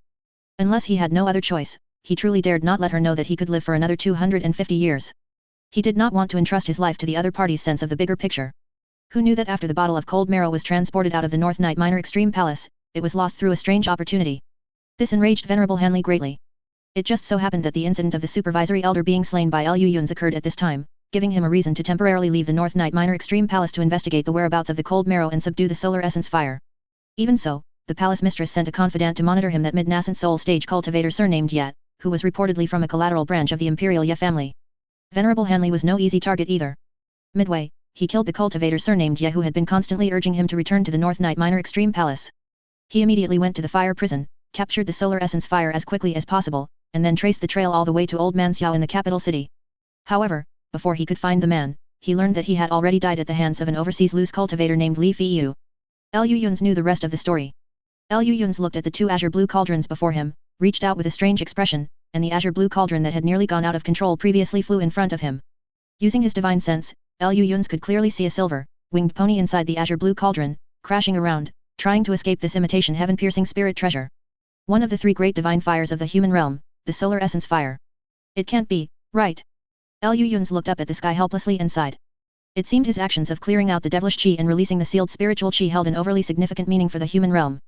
Lu Yuns even had a feeling that the heavenly Dao of the human realm seemed to be using the method of stuffing him with big pies to urge him to quickly deal with the other seals as well. For example, this strand of solar essence fire was a large, fragrant big pie that Lu Yuns absolutely could not refuse. Fine, you win. Lu Yuns nodded fiercely, first putting away Venerable Hanley's nascent soul, and then collecting the 2 azure blue cauldrons back into his storage pouch. Immediately, the surrounding scenery shifted. Lu Yuns directly controlled the spatial displacement of the black wind banner and arrived above the 2 red-clothed women and the ancient demon. Lu Yuns lowered his head, scrutinized him a few times, and sighed helplessly. Aren't you a bit too cowardly? It's just an incarnation talisman. Do you know that this might be the greatest opportunity you'll ever find to kill me? Lu Yuns said, looking angry at his lack of initiative. Upon hearing this, the ancient demon sneered dismissively and said, your performance was so obvious. If I couldn't tell it was a trap, I would be too foolish. Now it seems I was right. The black wind banner. Humph. I can't believe you pulled that off. Lu Yuns was momentarily surprised, sizing up the ancient demon twice, then smiled silently and said, no wonder others dislike you. Looking at you now, the difference between you and Han Li is too great. Humph. They are hypocrites. A flash of vicious qi passed through the ancient demon's eyes, condensing boundless, unimaginable malice. I'm telling you, didn't you ever think? Lu Yuns spread his hands and said helplessly, I made my performance so obvious, maybe it was precisely to attract your attention, so I could create an opportunity for others, like Han Li. Han Li? He's quite busy right now, the ancient demon sneered. As soon as he left the exchange meeting, he was targeted by their people. He should be running for his life right now. How could he have time to look for trouble with me? Yes, that makes sense. Lu Yun's lips curled slightly, showing a mocking smile. The premise is that it really is Han Li. Chapter 812, Refined Corpse Incarnation. Meanwhile, on a desolate mountain, a middle-aged cultivator in a green robe floated in the air, sighing helplessly as he looked at the 3 mid-nascent soul stage cultivators surrounding him. It really is like this, no late nascent soul stage cultivator has made a move. This makes things simpler, but with only 3 people, aren't you looking down on me a bit too much? Upon hearing this, the 3 surrounding individuals simultaneously laughed in extreme anger. 3 mid-nascent soul stage cultivators ganging up on 1 mid-nascent soul stage cultivator, yet the one being ganged up on still acted as if he didn't care about them at all. How could this not infuriate them? Good. Let's see if your excellency's divine ability is as formidable as your words.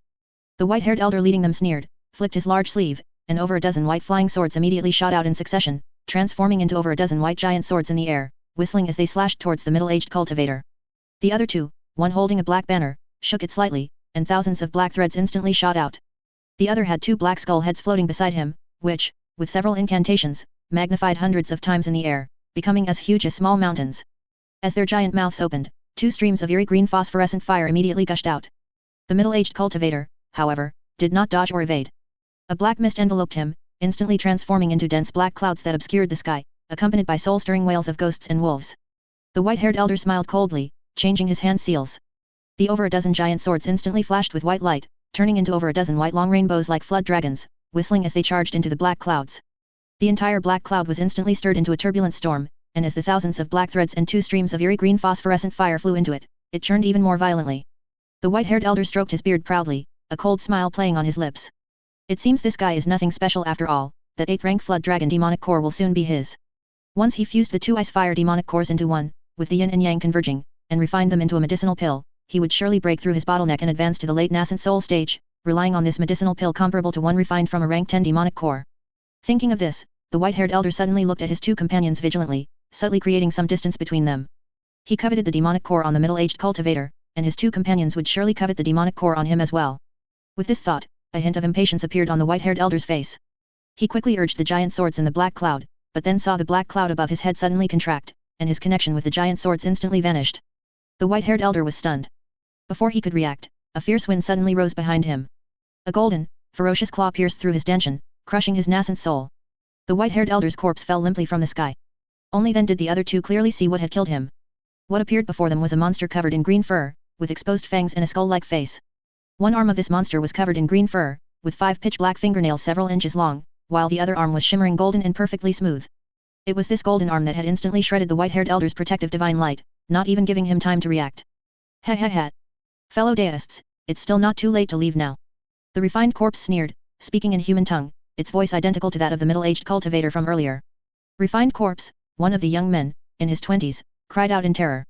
This was actually a powerful refined corpse of the mid-nascent soul stage level. They had actually been tracking such a monster? How did it conceal its aura? It even managed to infiltrate the exchange meeting. If you 2 don't leave, then I won't be polite. The refined corpse said coldly, a dense black chi suddenly emanating from its entire body.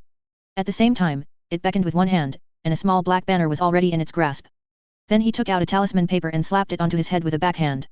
Accompanied by an earth-shattering dragon roar, a crimson flood dragon phantom image over 100 jong long coiled up in the air and plunged into the refined corpse's body. The refined corpse immediately roared skyward, spontaneously growing a layer of crimson scales, its 5 fingers becoming slender, and 2 small horns sprouting from its head. The refined corpse's appearance changed dramatically, and its aura surged significantly, reaching the peak of the mid-nascent soul stage. It smiled coldly at the 2, emitting a strong corpse fiend chi.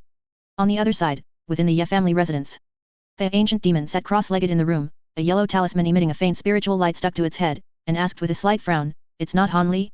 Besides him, who else would collect materials like dazzling light crystal? If you're trying to trick me with such a lie, aren't you a bit too naive?" Tisk. That's why I say you guys who like to play multiple playthroughs really can't accept any changes. Who said that refining a late nascent soul stage puppet absolutely requires dazzling light crystal? The ancient demon frowned, then suddenly stood up abruptly. Just then, he heard a boom in his ear. The residence he was in was blasted with a violent force, creating a large hole. Outside the hole, a middle-aged cultivator with a stiff face was looking at him coldly, emitting an incredibly powerful spiritual pressure, completely on par with a late nascent soul stage cultivator. This is impossible, the ancient demon widened his eyes, muttering to himself. That Han Li, he truly lacks any capacity for innovation. Lu Yun sighed, watching the ancient demon incarnation disappear before his eyes, and sneered, who said one can only use dazzling light crystal? Who said one can only use 5 elements jade? Even Great Evolution Divine Lord wouldn't dare say that, can you possibly know more than Great Evolution Divine Lord? 20 plus years, the accumulation of numerous puppet ancient texts, isn't that enough for the 2 of us to completely redesign the entire blueprint from scratch? Attending the auction and getting into conflicts with others was all to lure you in. The ancient demon's face twisted, and large patches of black devilish chi suddenly erupted from his entire body, transforming him into a two-headed, four-armed ancient demon form. Just then, to his horror, the late nascent soul stage puppet flipped its palm, and a feather fan shimmering with golden, silver, red, and yellow flames appeared in its palm, emitting astonishing high temperatures. An imitation heaven-piercing spirit treasure, the four-flame fan. With a whoosh, the late nascent soul stage puppet raised the four-flame fan and fiercely swung it downwards. Profound spiritual power, comparable to that of a late nascent soul great cultivator, surged inward, and in an instant, the cry of a phoenix soared beyond the 9 heavens. A four-colored fire spirit bird, several jong long, emerged from the fan. It suddenly spread its wings and swooped directly towards the ancient demon opposite. The ancient demon only had time to extend his forearms to shield himself. The next second, the four-colored fire spirit bird plunged into his body. The incomparably violent fire spirit power instantly erupted, shaking the entire capital city.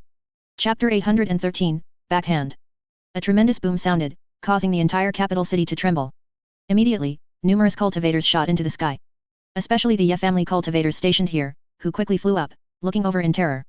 They saw a mysterious halo suddenly appear in the quiet garden, constantly emitting four-colored runes. This light was not overly blinding, but the immense spiritual pressure, which made people almost unable to breathe, caused everyone's heart to involuntarily skip a beat. Everyone floated blankly in the air, and for a moment, not a single person dared to approach even half a step. As everyone watched in horror, the halo expanded and contracted, rapidly spreading outwards. The light was dazzling, the entire garden began to shatter inch by inch under its influence. Countless exotic beasts, plants, and flowers within, along with the restriction above the garden which could easily withstand the full assault of an ordinary nascent soul cultivator, were all reduced to nothing within the halo, without any power to resist. Surging, violent fire spirit power erupted, carrying a terrifying might akin to a natural disaster, causing even heaven and earth to change color. This massive four-colored halo only appeared for a few seconds before flashing and vanishing into thin air, leaving behind only a terrifying crimson giant pit, retaining astonishing high temperatures that made one's heart tremble. Everyone cautiously surrounded the area, only to see a scorched, humanoid figure at the bottom of the giant pit. No one knew what kind of monster this was, to be able to barely preserve its corpse amidst such terrifying high temperatures. The Ye family members exchanged glances, then looked with grim expressions toward the cultivators flying in from all parts of the capital city. On the other side of the capital city, in a secluded alley, Han Li opened his eyes. Behind him, Yan Yu and the late nascent soul stage puppet stood to the side. This easy? Han Li pondered for a moment, then sighed helplessly. It seems he left a backhand. He is, after all, another me. He really isn't easy to deal with. Hearing this, Yan Yu chuckled and said, is master sighing with emotion, or praising himself? A bit of both, Han Li said with a smile, then waved his hand and instructed, let's go. We need to meet up with my second nascent soul as soon as possible. Nothing major should be happening with Liu Yun's, so we don't need to look for him for now. Yan Yu blinked her alluring eyes, then let out a charming laugh. It seems master still hasn't calmed down. You two were quite taciturn when cooperating to scheme against the ancient demon earlier. Taciturnity is taciturnity, that's a separate matter. Han Li rolled his eyes and immediately vanished from the spot with the two of them. Liu Yun's watched the ancient demon incarnation in front of him completely dissolve into a paper talisman and disappear, instantly realizing that Han Li had made his move. Tisk. It was still a bit crude. Killing that guy is probably impossible, but at least it should keep him quiet for a while. Liu Yun's let out a long breath and slowly closed his eyes, still unable to sense the presence of the formless needle. He ran really fast. Liu Yun sighed helplessly, raised his hand to disperse the surrounding dark, gloomy wind, and flew toward the 9-colored light summoned by the two red-clothed women. The 9-colored light silently dispersed, and the two alluring twin sisters simultaneously bowed to Liu Yun's. Greetings, fellow deist Liu. Liu Yun's placed one hand on his hip, scrutinized them expressionlessly, and asked directly, speak. What exactly do you want with me? I don't believe in the opportunism of taking advantage of chaos. Given your divine ability, if you wanted to rob me, you should have just attacked earlier. There was no need to wait until now. Hearing this, the two women chuckled simultaneously. Fellow deist Liu is indeed clever. We sisters truly have an important matter to discuss with fellow deist Liu, one of the red-clothed women said with a smile. Fellow deist Liu must be quite confused about where we sisters came from. To be frank, fellow deist Liu, we sisters are the concubines of Senior Hu of the Heavenly Demon Sect, the other red-clothed woman said cheerfully. Senior Hu? Liu Yun's was slightly stunned. A nascent soul cultivator. The two women nodded simultaneously and said, that's right. Senior Hu is one of the few soul transformation seniors in Great Jin. Our visit to fellow deist Liu this time is actually Senior Hu's intention. Senior Hu wants to tell fellow deist Liu not to try searching for them anymore. The nascent soul cultivators of Great Jin have some unwritten rules, one of which is not to gather easily unless absolutely necessary. Although fellow deist Liu has not yet advanced to soul transformation, the seniors who know of fellow deist Liu's existence already regard fellow deist Liu as a nascent soul cultivator. The two sisters spoke in unison, smiling. Of course, if fellow deist Liu truly has something important and must seek out the soul transformation seniors, Senior Hu means that we sisters can relay the message on your behalf. Fellow Deist Lu, if you truly have anything you wish to ask, you may do so now. Lu Yuns looked at the pair of red-clothed women. After a moment of silence, he suddenly said, help me tell Senior Hu that someone is plotting against the Kunwu Mountain Seal. Hearing this, the two red-clothed women actually showed confusion. Seeing this, Lu Yuns was completely relieved. It seemed that even to nascent soul cultivators, the existence of Kunwu Mountain was a highly classified secret that could not be easily leaked. In that case, he didn't have to worry about them not taking it seriously. We understand. We sisters will certainly relay fellow Deist Lu's words to Senior Hu. The two women bowed once more to Lu Yuns. Lu Yuns waved his hand, sending them away. He then sat cross-legged in this pitch-black space, starting to contemplate the whereabouts of the ancient demon. Where could he have gone? Great Jin, southern border. The big-headed freak, who was supervising the Ye family members attempting to break the Kunwu Mountain Seal, suddenly clutched his head, his face revealing an expression of pain.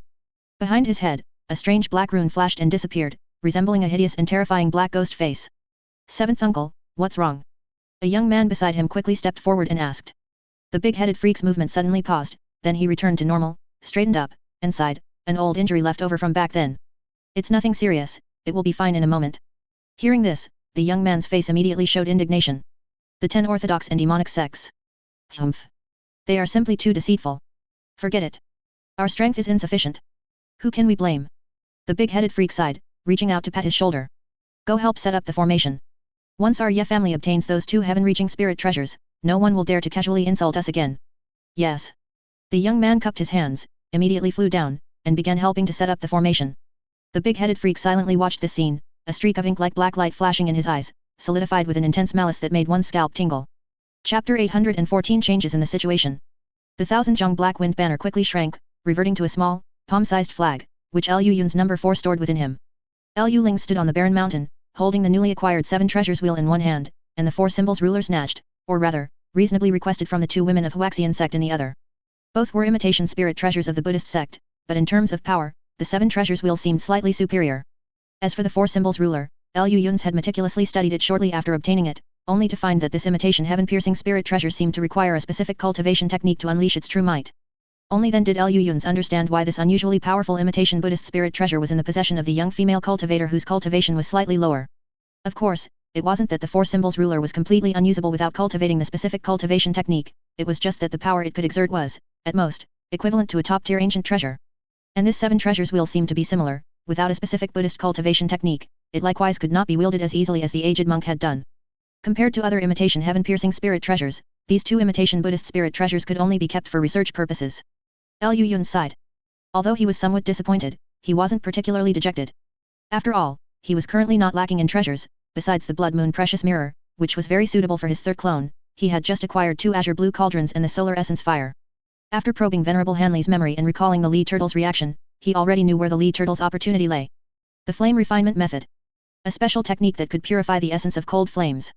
The power of the purified cold flame far exceeded its power before refinement. The difference was night and day.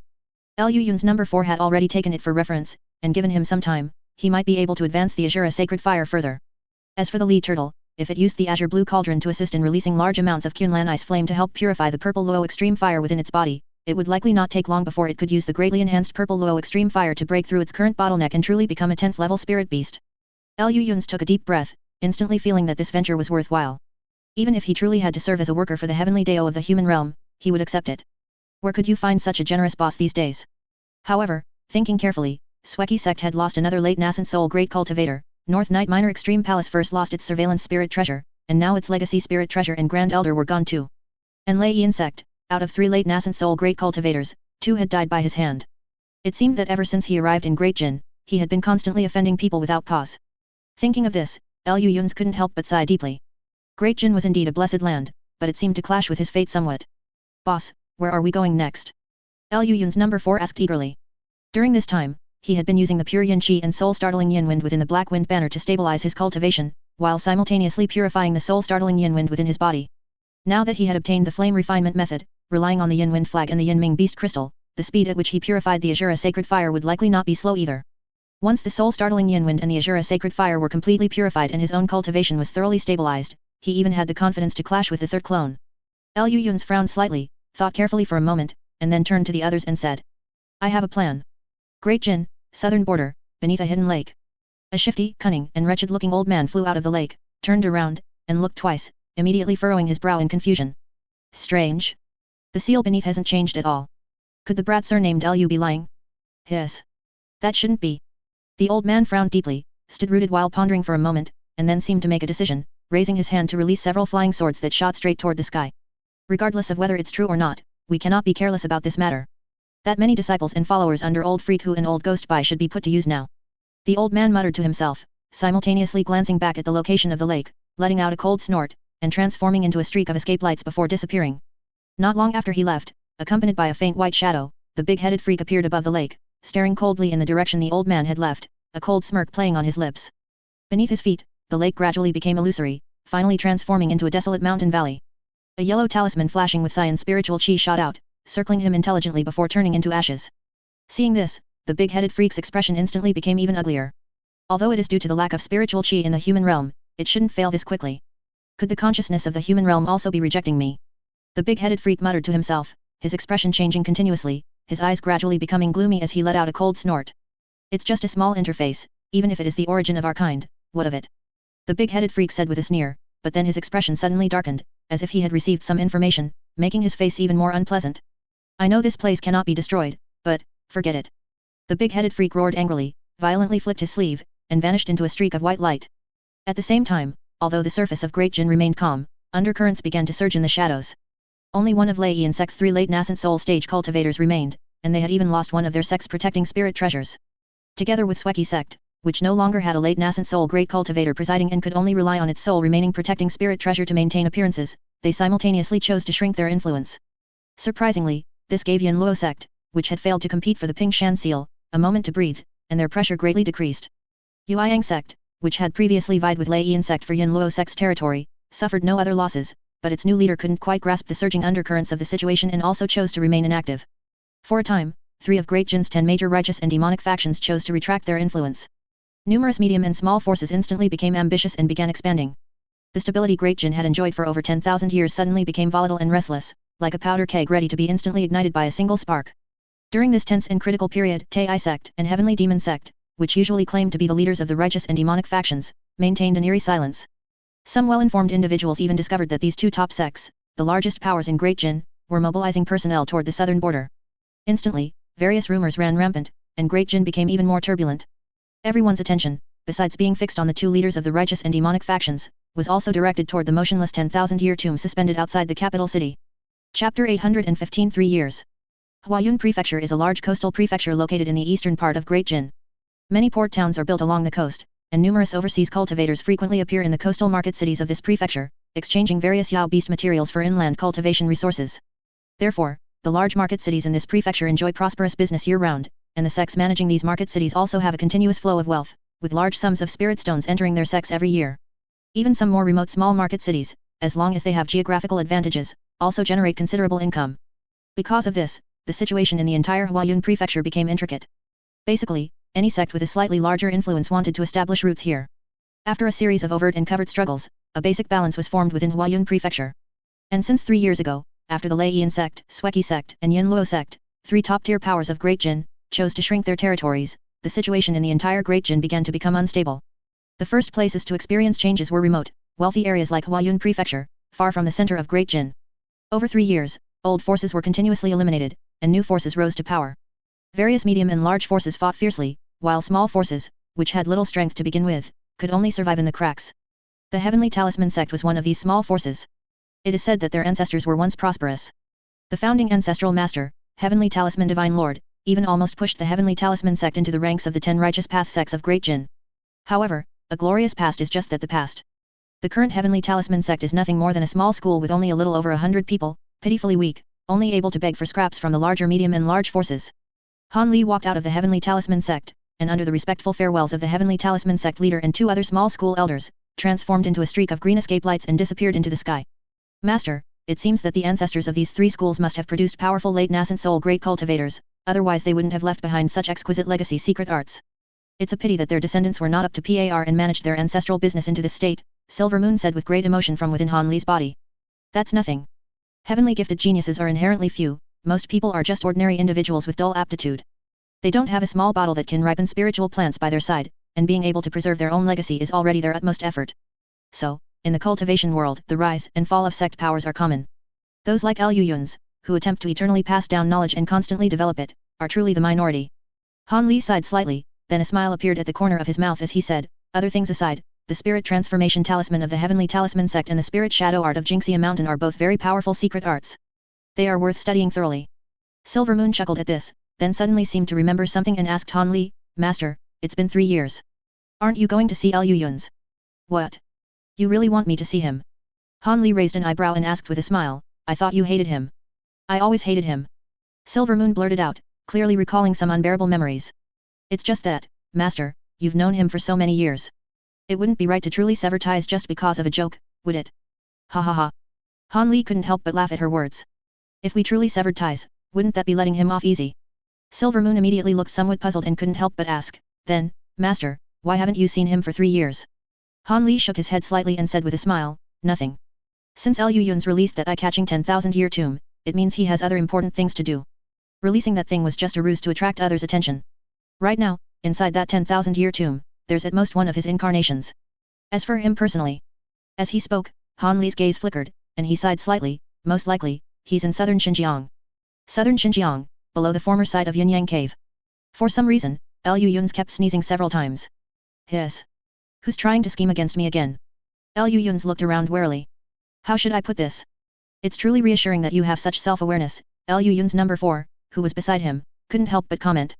Liu Yun's gave him a sidelong glance and continued to sit cross-legged, his body shimmering with 5-colored lightning, which gradually converged. After the black wind banner emerged from the Yin-Yang Cave back then, all the soul-startling yin wind was absorbed, leaving only a bottomless giant pit. Inside this giant pit, there was still a large amount of yin qi and ghostly entities. So, although the deterrent power of the Yin-Yang Cave was greatly reduced, in southern Xinjiang, where demonic path methods were not popular, few people would come here. Thus, Liu Yun's and the others took over this place and stayed for 3 years. With the black wind banner in hand, the yin qi beneath the Yin-Yang Cave posed no threat to them. Instead, it helped Liu Yun's number 4 completely stabilize his cultivation and purify the soul-startling yin wind and assure a sacred fire. And Liu Yun's himself wasn't idle during these 3 years. Besides spending nearly 2 years refining the solar essence fire, he also attempted to fuse the 5 elements divine thunder, using the primal magnet divine light as a foundation. Initially, there were no problems with the concept, but once put into practice, various unexpected issues immediately followed. Fortunately, Liu Yun's was no longer alone. With the help of his 3rd, 4th, and 5th brothers, as well as Great Evolution Divine Lord, a group of intelligent individuals came together and finally devised a feasible method. Using the spiritual Rhino Peacock Yao Beast Core in Liu Yun's possession as a base, and the 5-colored spiritual light containing the power to seal the 5 elements of the world as a template, it would be refined into a supreme treasure. Then, the 5 elements divine thunder would be simultaneously injected into it. With the 5-colored spiritual light and the inherent power of the supreme treasure, the 5 elements divine thunder would be forcefully suppressed, and then guided by the primordial magnetic divine stone, causing them to fuse into one. And the only supreme treasure capable of undertaking this important task was the spirit-suppressing steel in his hand. Liu Yun spent over a year having the 5 elements spirit infants within his body each refine one type of 5 elements divine thunder. Today was the day to completely fuse them into one, so it was no wonder he was a bit tense.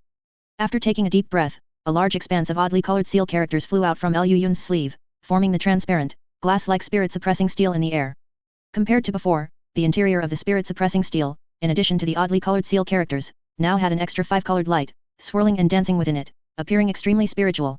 This was precisely the 5-colored spiritual light divine ability that appeared after the spiritual Rhino Peacock Yao Beast Core was integrated into it. With a command from Liu Yun's, 5 streaks of spiritual light shot out from his body, transforming into 5 Liu Yun's with different colored clothes around him. Each Liu Yun's held a divine thunder in his hand, and at Liu Yun's command, injected it into the spirit-suppressing steel. Chapter 816, 5 Elements Converge. 5 bolts of lightning, colored white, gold, black, red, and yellow respectively, erupted from the hands of the 5 Liu Yun's, instantly striking the spirit-suppressing steel. With a boom, the entire spirit-suppressing steel instantly exploded. Innumerable strange-colored seal characters shot out, surging in all directions, and in the blink of an eye, transformed into a giant sphere dozens of feet in size. Within, countless strange-colored seal characters flickered, and 5-colored spiritual light intertwined with them. The two forces combined, simultaneously suppressing the 5 bolts of lightning within. Seeing this, the 5 Liu Yun's once again conjured bolts of lightning, all merging into the sphere. As the number of 5-colored lightning bolts increased, a rumbling thunder began to echo within the sphere. This indicated that the spirit-suppressing steel was gradually losing its ability to suppress the 5 elements divine thunder. The 5 elements divine thunder began to gather into a ball within the sphere. With a large amount of 5-colored spiritual light mixed in and the strange-colored seal characters suppressing the 5 elements, it transformed into a constantly trembling 5-colored light mass, faintly emanating a destructive aura that made one's scalp tingle. Lu Yun slowly took a deep breath and pulled out a pale grey stone from his sleeve. That was the primordial magnetic divine stone Ling Yuling had given him when he left the inner star sea all those years ago. In a flash, it had been with him for so many years. Lu Yun's let out a long breath, pointed with one hand, and a complex, obscure incantation emerged from his mouth. Accompanying this low incantation, the greyish-white primordial magnetic divine stone began to tremble slightly, emitting a faint glow. Under the illumination of this glow, the constantly restless five-colored light mass within the sphere gradually began to calm down. Lu Yun's finally breathed a sigh of relief and quickly mobilized his magic power, slowly contracting and suppressing the sphere formed by the spirit-suppressing steel. The dozens of feet-sized sphere continuously shrank, 10 feet, 8 feet, 5 feet, 3 feet. When the sphere had shrunk to about a jong in length, the five-colored light mass itself had already fused with the five-colored spiritual light and the strange-colored seal characters, emitting a faint five-colored halo. Seeing that the critical moment had arrived, Lu Yun's quickly waved his hand, and the five elements spirit infants incarnations immediately shot out, all pouring into Lu Yun's body. At the same time, a five-colored infant fire spewed from his mouth, instantly transforming into a giant pillar of fire that enveloped the entire five-colored sphere. Under the infant fire, the five-colored sphere gradually began to solidify, slowly condensing towards a materialized form. Suddenly, the entire five-colored sphere trembled violently, and the sound of thunder erupted, as if thousands of lightning bolts were striking each other inside, refusing to yield. The five-colored infant fire was instantly sucked into it, and the five-colored sphere also suddenly expanded, emitting an aura that Lu Yun's was already incredibly familiar with. The aura of the law of heaven and earth. After the five elements divine thunder converged into one, it actually touched upon the law of heaven and earth. Moreover, this level was even stronger than the heaven-reaching spirit treasures he had encountered before. Damn it! It's going to explode. Lu Yun's no-force pupils contracted, and he instinctively pulled out his black wind banner. The black wind banner also began to hum without cause at this moment. Accompanied by the abnormal fluctuations of the wind attribute law of heaven and earth, a hazy black shield automatically activated, protecting Lu Yun's number 4 within it. Lu Yun's was about to retreat when suddenly, the storage pouch on his body began to tremble violently. A black and white spiritual light then shot out, transforming into a small jade bottle before his eyes. It was precisely the imitation heaven-piercing spirit treasure yin-yang bottle that had collected the black and white scissors back then. Over the years, the black and white chi within the yin-yang bottle had gradually fused with the black and white light transformed from the scissors, creating two streams of yin-yang chi that could decompose and absorb any spiritual chi. Lu Yun's didn't know if this was the power of the spirit treasure that the yin-yang bottle imitated, but at this moment, this divine ability gave him a huge surprise. Accompanied by a special law fluctuation, almost in the blink of an eye, the yin-yang bottle opened on its own, and the yin-yang chi shot out, engulfing the primordial magnetic divine stone in Lu Yun's hand. Immediately before his eyes, a hazy primal magnet divine light suddenly rose, instantly drilling into the five elements divine thunder. As the primal magnet divine light shot in, the five elements divine thunder gradually quieted down. The five elements divine thunder in front of him and the black and white chi faced each other across the void. The two completely different law auras now appeared incredibly harmonious, as if they originated from the same source. Under the guidance of this peaceful yin and yang law, the five elements divine thunder gradually fused and unified. The sound of thunder grew fainter and fainter, but in contrast, the aura of the law grew increasingly dense. Boom! Accompanied by a loud bang, a five-colored pillar of light shot into the sky. In an instant, sand and stones flew. The heavens and earth changed color. The entire southern border saw that five-colored pillar of light, reaching to the heavens and earth, like a heaven-supporting divine pillar. Under the terrified gaze of the entire southern border, a terrifying spiritual pressure, like a true god descending, suddenly emanated from the five-colored pillar of light, pressing all the cultivators to the ground. Somewhere in the southern border, the old deist Xiankingzi suddenly sat up from the ground, his face grim. A flash of spiritual light around him indicated he was about to fly away. Just then, the spiritual chi within his body suddenly lost control, gushing out like a torrent. Xiankingzi's face instantly turned pale with fright. He quickly circulated his cultivation technique, forcefully suppressing the spiritual chi within his body that threatened to burst out. What's going on? Xiankingzi looked up at the five-colored pillar of light, muttering to himself with a pale face. The same words also came from the mouth of a large man in black robes on the other side of the southern border. Black chi permeated this person's body. He appeared stronger than Xiankingzi, but could only barely protect himself. Beside him were more than a dozen other nascent soul cultivators also dressed in black robes, all sitting cross-legged, their faces showing pain as they forcefully suppressed the spiritual power within their bodies. In a hidden place in the southern border, the young female cultivator from Huaxian sect walked out of her immortal cave, pressed to her knees by this terrifying spiritual pressure. Her face then showed fury, and she forcefully circulated her magic power, attempting to break free from this powerful spiritual pressure. But as soon as her magic power began to circulate, it uncontrollably leaked out wildly. Almost in the blink of an eye, her years of hard cultivated realm began to plummet.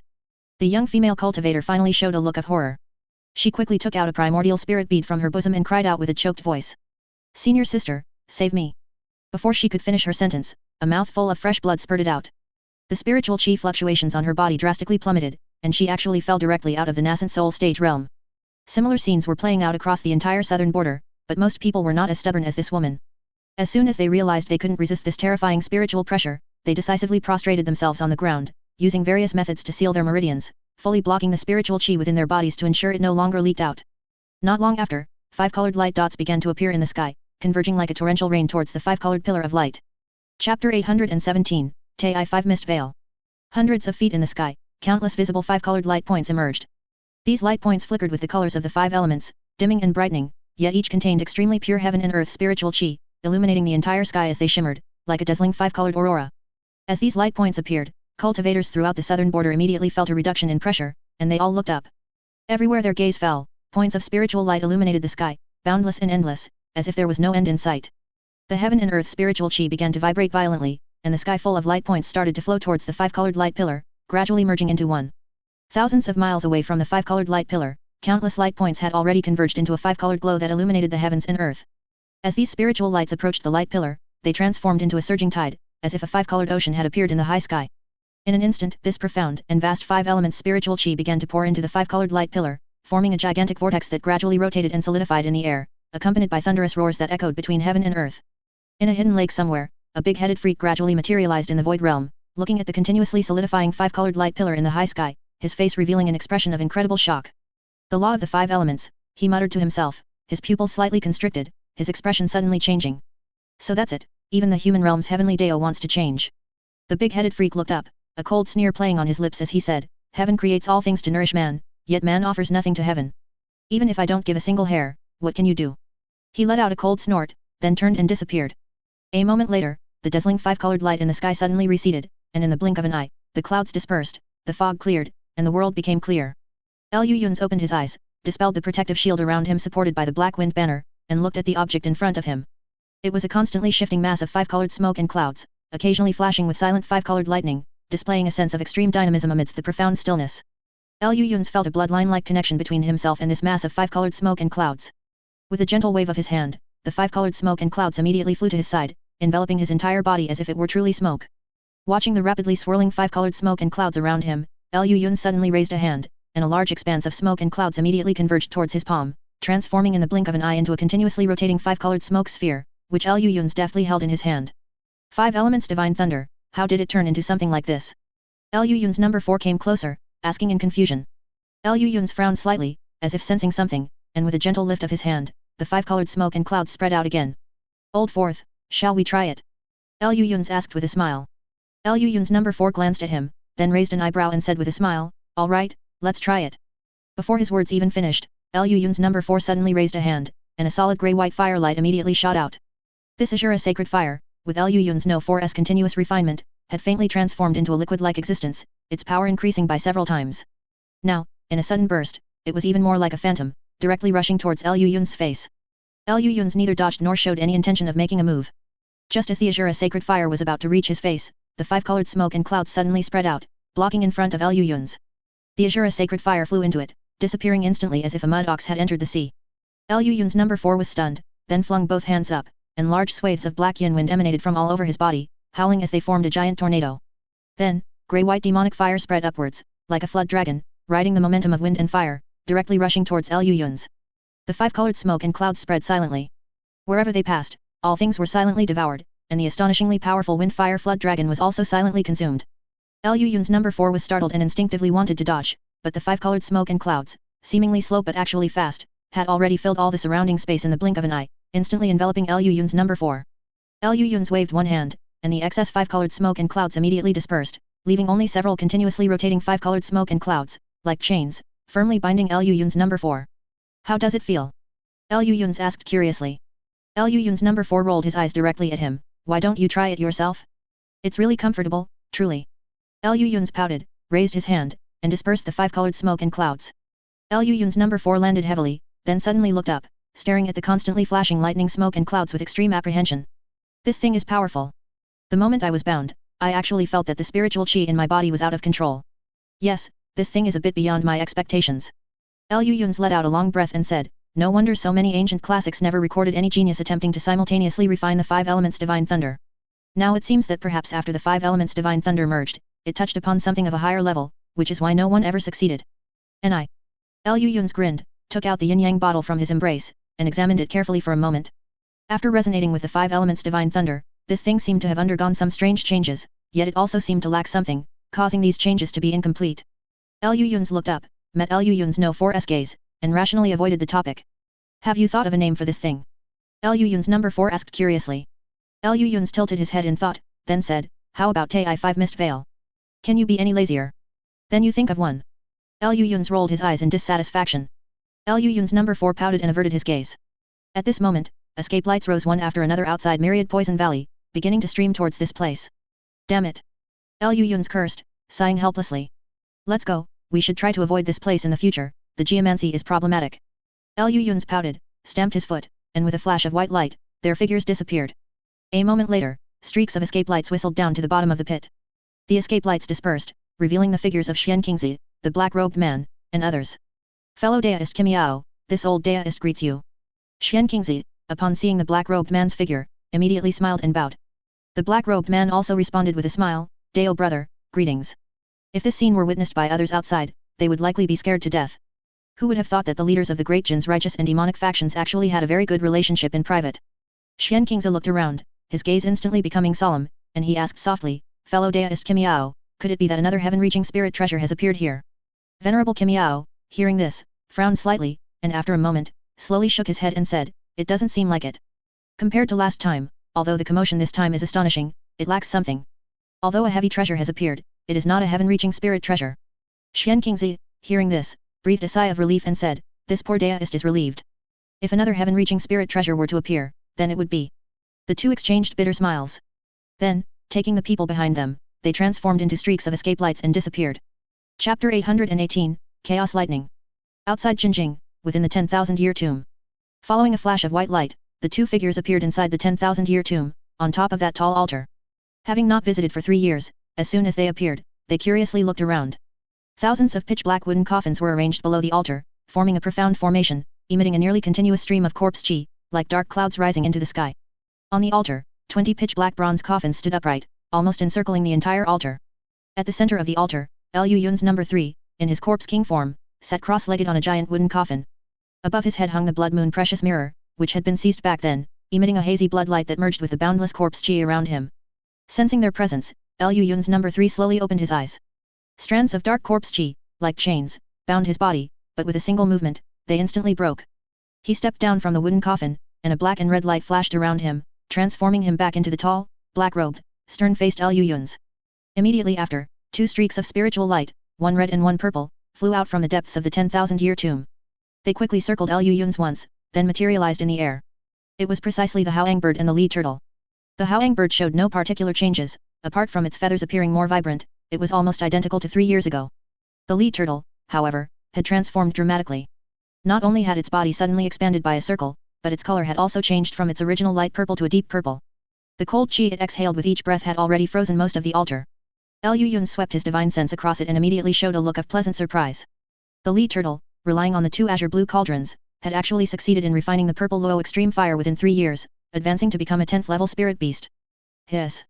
Liu Yun suddenly understood why the 2 azure blue cauldrons were the legacy spirit treasures of the North Night Minor Extreme Palace.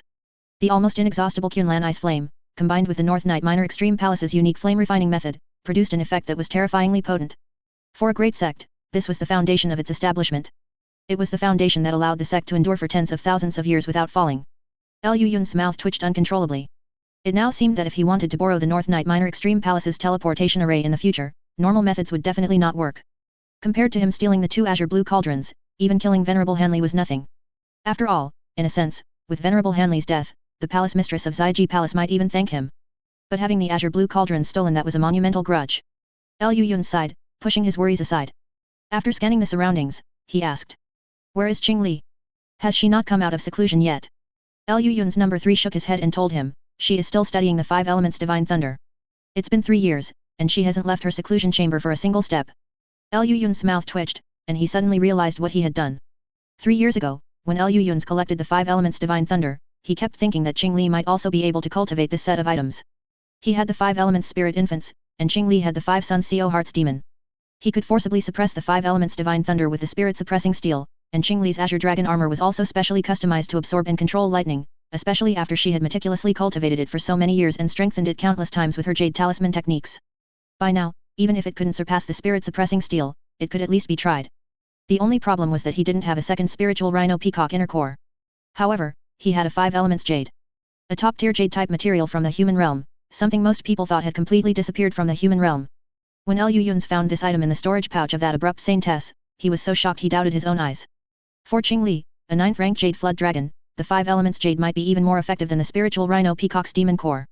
So, Liu Yun's gave the 5 elements jade and a portion of the mother of jade divine thunder to Qingli, letting her figure out how to fuse them herself. At the time, he didn't know that the effect of the 5 elements divine thunder, once integrated, would be so exaggerated. Previously, he had relied on the low resonance of the yin-yang bottle to forcibly fuse the 5 elements divine thunder. If Qingli did the same, then Liu Yun's heart trembled, and he immediately rushed to stop her. Just then, from the deepest part of the 10,000-year tomb, a dragon roar that could pierce metal and stone erupted. With a rumble, accompanied by an even louder thunderous roar, a strange and magnificent 5-colored lightning flashed out from the depths of the tomb, instantly appearing before everyone. Ha ha ha! I succeeded. Qingli stood with her hands on her hips, her body shimmering with constantly changing colors of chaos lightning, laughing with extreme arrogance. Everyone instantly froze, especially Liu Yun's and Old Fourth, whose eyes nearly popped out. Unlike the silent Tai-5 mist veil, this chaos lightning was constantly exploding and roaring, as if countless bolts of lightning were striking and cancelling each other out, only to immediately give birth to new lightning. What's wrong? Why the expressions? Qingli smugly glanced at everyone, suddenly realizing something was amiss. She thought for a moment and instantly felt she understood everything. Liu Yun's, you failed, didn't you? Ha ha ha. I really am a genius. Qingli laughed even more triumphantly, almost revealing her red throat. Several veins instantly bulged on Liu Yun's forehead. With a single gesture, the Tai-5 mist veil immediately spread from his palm, transforming into a rapidly swirling pillar of smoke that shot towards Qingli. Qingli, engrossed in her foolish joy, hadn't reacted yet. The chaos lightning around her was directly dispelled, and she was sent flying over 10 zhang away. Fortunately, as a 9th rank flood dragon and having undergone body refining with the heavenly corpse pearl, Qingli's steel-like bones were much stronger than ordinary magic treasures. Being knocked flying only made her do a somersault before landing steadily. She slammed her palms onto the ground, shattering a large section of the stone platform while also unleashing explosive chaos lightning, which surged towards the Tai-5 mist veil like 2 mad dragons. Liu Yun's eyes lit up. The Tai-5 mist veil transformed into a vast cloud of smoke, meeting the dragon-like lightning. The 5-colored smoke cloud and the chaos lightning collided, actually confronting each other in the air.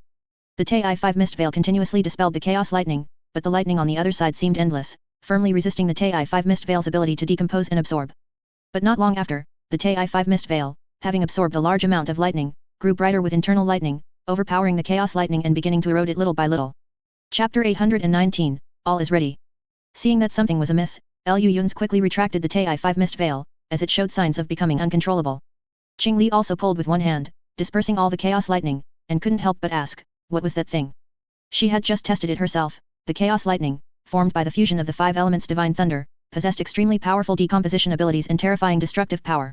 Whether it was incredibly sturdy magic treasure materials or some exotic spiritual chi, anything struck head-on by this chaos lightning would be instantly decomposed and pierced through. Even her own scales couldn't withstand it. Liu Yun's was equally surprised. He had personally tested the might of the Tai-5 mist veil. Even the refined soul-startling yin wind and Azura sacred fire in Fourth Brother's hands couldn't resist it, yet the lightning Qingli had created could actually withstand it. How did you create this thing? Liu Yun's couldn't help but ask. The two exchanged glances, simultaneously curling their lips in disdain, and each began to recount their experiences in fusing the 5 elements divine thunder. Unlike Liu Yun's, who directly used the spirit-suppressing steel and 5-colored spiritual light for forceful suppression, Qingli first refined the 5 elements jade into what was likely the most powerful jade talisman she had ever made. She then successively poured the 5 elements divine thunder into it. While the jade talisman could still contain the rampaging 5 elements divine thunder, she embedded it into the Azure Dragon armor. Using the Azure Dragon armor's ability to absorb and control lightning, she gradually drew out the lightning from the 5 elements jade talisman, circulated it, and then guided it back into the 5 elements jade talisman. This created a perfect cycle, ensuring that both the 5 elements jade talisman and the Azure Dragon armor were at their limit for containing the conflicting 5 elements divine thunder. After 3 years of continuous refinement, Qingli forcibly integrated the 5 elements divine thunder into one, and the 5 elements jade talisman also merged into the Azure Dragon armor. As Qingli spoke, she couldn't contain her excitement and leaped, transforming into her true form. It was still the Azure Dragon giant beast, over 200 zhang long, covered in azure scales. Streaks of chaos lightning gathered in her dragon horns, drawing large patches of 5-colored thunderclouds around her body. She looked truly like the dragon god from myths and legends.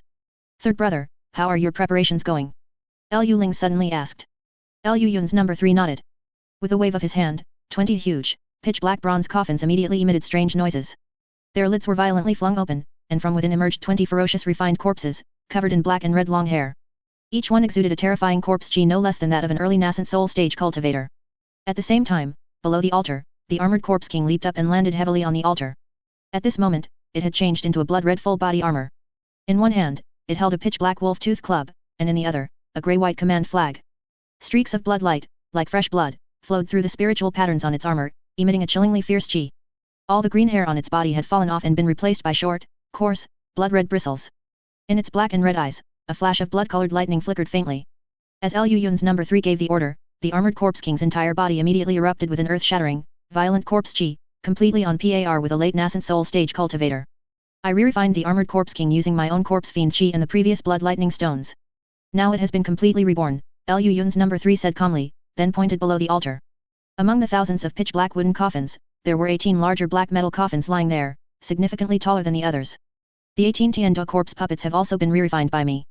I plan to make them the generals of the refined corpse army, leading the entire army in marching and formation, maximizing the power of these corpse soldiers and armored corpses. Everything is ready. We're just waiting for you. Liu Yun's felt the thousands of refined corpse chi below, and a satisfied smile gradually spread across his lips. Notify Old Han. We'll proceed as planned. Meanwhile, in the southern border, several nascent soul cultivators flew past in a hurry, their divine sense sweeping over the forest below, yet finding nothing. One of the middle-aged cultivators couldn't help but complain, we've been searching for 3 years, and senior brother Xian Kingza still hasn't told us what exactly we're looking for. If this continues, when will it end? The leading middle-stage nascent soul elder suddenly turned and glared fiercely at him. What do you mean to say? Don't forget, this was instructed by the old ancestor. The middle-aged cultivator's face paled, and he instinctively recoiled, quickly explaining, I didn't mean that. It's just that we've been searching for 3 years, almost turning the entire southern border upside down. Not only has it caused widespread panic, but we're also constantly being watched by these southern border cultivators. Surely, you can tell us what we're looking for. This matter has nothing to do with you or me. Don't meddle, the elder said in a deep voice, though his eyes also showed a hint of wavering. Which nascent soul cultivator wasn't arrogant? If it weren't for the direct command from the old ancestor of their Tei sect this time, they would never have wasted 3 years running to a god-forsaken place like the southern border to look for things they didn't even know what they were. However, even with the command from the Tei sect's old ancestor, these Tei sect elders, who were usually high-ranking and powerful, were nearing their limit of endurance. Suddenly, the middle-stage nascent soul elder seemed to sense something and abruptly looked down at a hidden lake that had appeared at some unknown time. When did this? The elder's pupils contracted. The next moment, a pitch-black claw pierced through his dantian. The big-headed freak's figure abruptly appeared in the air, his hands covered in black scales, like a pair of ferocious ghost hand. He sneered, looking at the 2 early nascent soul stage cultivators in front of him. The 2 trembled, and instinctively their divine soul stirred, about to activate a restriction on their bodies. Just then, the big-headed freak suddenly opened his mouth, emitting waves of pitch-black sound waves that instantly enveloped the 2. The 2 screamed, clutching their heads. First, blood spurted from their 7 orifices, and then their entire bodies exploded in mid-air. Humph! It's finally almost time, the big-headed freak sneered, looking at the lake below. At this moment, a powerful spiritual energy fluctuation was faintly trembling within the lake, and below it, spiritual patterns were outlined, like a corner of some giant magic array. At the same time, on the square at the bottom of the former yin-yang cave, the surrounding magic array instantly hummed. A dazzling white light erupted from the center, 100 jong away, and then a formation hidden within it was activated. A figure in a green robe instantly appeared. He only had time to glance around before the surrounding light abruptly dimmed, causing him to vanish from his original spot. The same scene was simultaneously occurring in 3 other little-known places in the Great Jin. Within the 10,000-year tomb, Liu Ling suddenly opened his eyes. Chapter 820, Anomalous Celestial Phenomenon. At the same time, above the concealed lake, high-level cultivators of the Ye family were gathered on the lake, in a state of utter chaos. What's going on? Didn't you say the magic array was already set up to conceal the celestial phenomenon of the seal breaking? Where is the concealing magic array? In the air above the small lake, a square-faced cultivator gripped the lapel of an old cultivator, his face ashen, and he roared. Now, in this state, cultivators thousands of miles away can see everything clearly. The previous anomaly at the Yin-Yang Cave has already attracted many people, and with the addition of Tei sect and Heavenly Demon sect, these people will gather here soon. Do you want our Ye family to be annihilated? A few feet behind him, the other Ye family cultivators also had extremely gloomy expressions, exuding suffocating pressure. At this moment, in the center of the small lake, an incredibly thick milky white light pillar shot up into the sky. This light pillar, with a diameter of 30 feet, seemed like a heaven-supporting pillar, soaring straight into the clouds. And in the distance around it, 6 identical light pillars also appeared, surrounding the small lake, extremely eye-catching. I don't know, I just checked the concealing magic array yesterday, and this morning I already instructed several disciples to activate it, the old man, a formation master of the Ye family specially in charge of unsealing the seal, said in a panic. Just then, a Confucian scholar in a white robe, with skin like jade, who looked to be around 30 years old, suddenly pressed the square-faced cultivator's arm and shook his head, saying, "Second brother, let go of nephew Ling Long for now. He has put a lot of effort into breaking this magic array, the problem couldn't be with him. There must be some other reason. The square-faced cultivator immediately released the old man's lapel upon hearing this. The Confucian scholar nodded at the square-faced cultivator, then his eyes suddenly sharpened, sweeping discreetly over the many Ye family cultivators behind him, his face betraying no emotion as he continued, with such a huge commotion, those cultivators who were previously attracted by the anomaly at the old site of the Yin Yang cave must have all seen it, as have Tai sect and Heavenly Demon sect. It's too late to activate the concealing formation now. The Confucian scholar sighed slightly, then commanded the people behind him with an authoritative and cold voice, immediately concentrate our forces and recall everyone who is still patrolling the periphery. We will enter Kunmu Mountain immediately and do our best to obtain the 2 heaven-reaching spirit treasures before anyone else. I just hope that those 2 old monsters, Xian Qingzi and Venerable Kimiao, haven't come. The Confucian scholar deliberately lowered his voice for the latter half of the sentence, so only the square-faced cultivator standing beside him heard it clearly, and his expression immediately turned grim. Behind the 2, several Ye family elders immediately bowed and said, "Yes, Grand Elder." Then these few people immediately shot off in all directions. If an outsider were present, it would be hard to believe that this young cultivator, with a somewhat delicate appearance, was actually the Grand Elder of the Great Jin's foremost aristocratic family. The Confucian scholar watched them leave, then turned back to the old man and said, "The concealing magic array had a problem, but the unsealing of the seal should proceed without any further issues, right?" The Confucian scholar's voice was devoid of emotion. The old man shivered and immediately replied respectfully. "Reporting to Grand Elder, there is absolutely no problem with this. The seal of Kunmu Mountain has already opened a crack, and it is continuously expanding and weakening. In fact, in just 1 year, the entire seal will completely disappear." The Confucian scholar then nodded and said, "That's good. Immediately lead people to set up a formation here, spare no expense, and do your best to block outsiders here. Block them for as long as possible." "Yes, Grand Elder." The old man immediately took the order, quickly turned around, and led his disciples to set up the formation. The other Ye family cultivators also regained their composure at this time, standing quietly in place, waiting. After a while, many peripheral Ye family cultivators, led by the big-headed freak, all flew back. As soon as he arrived, the big-headed freak spoke up.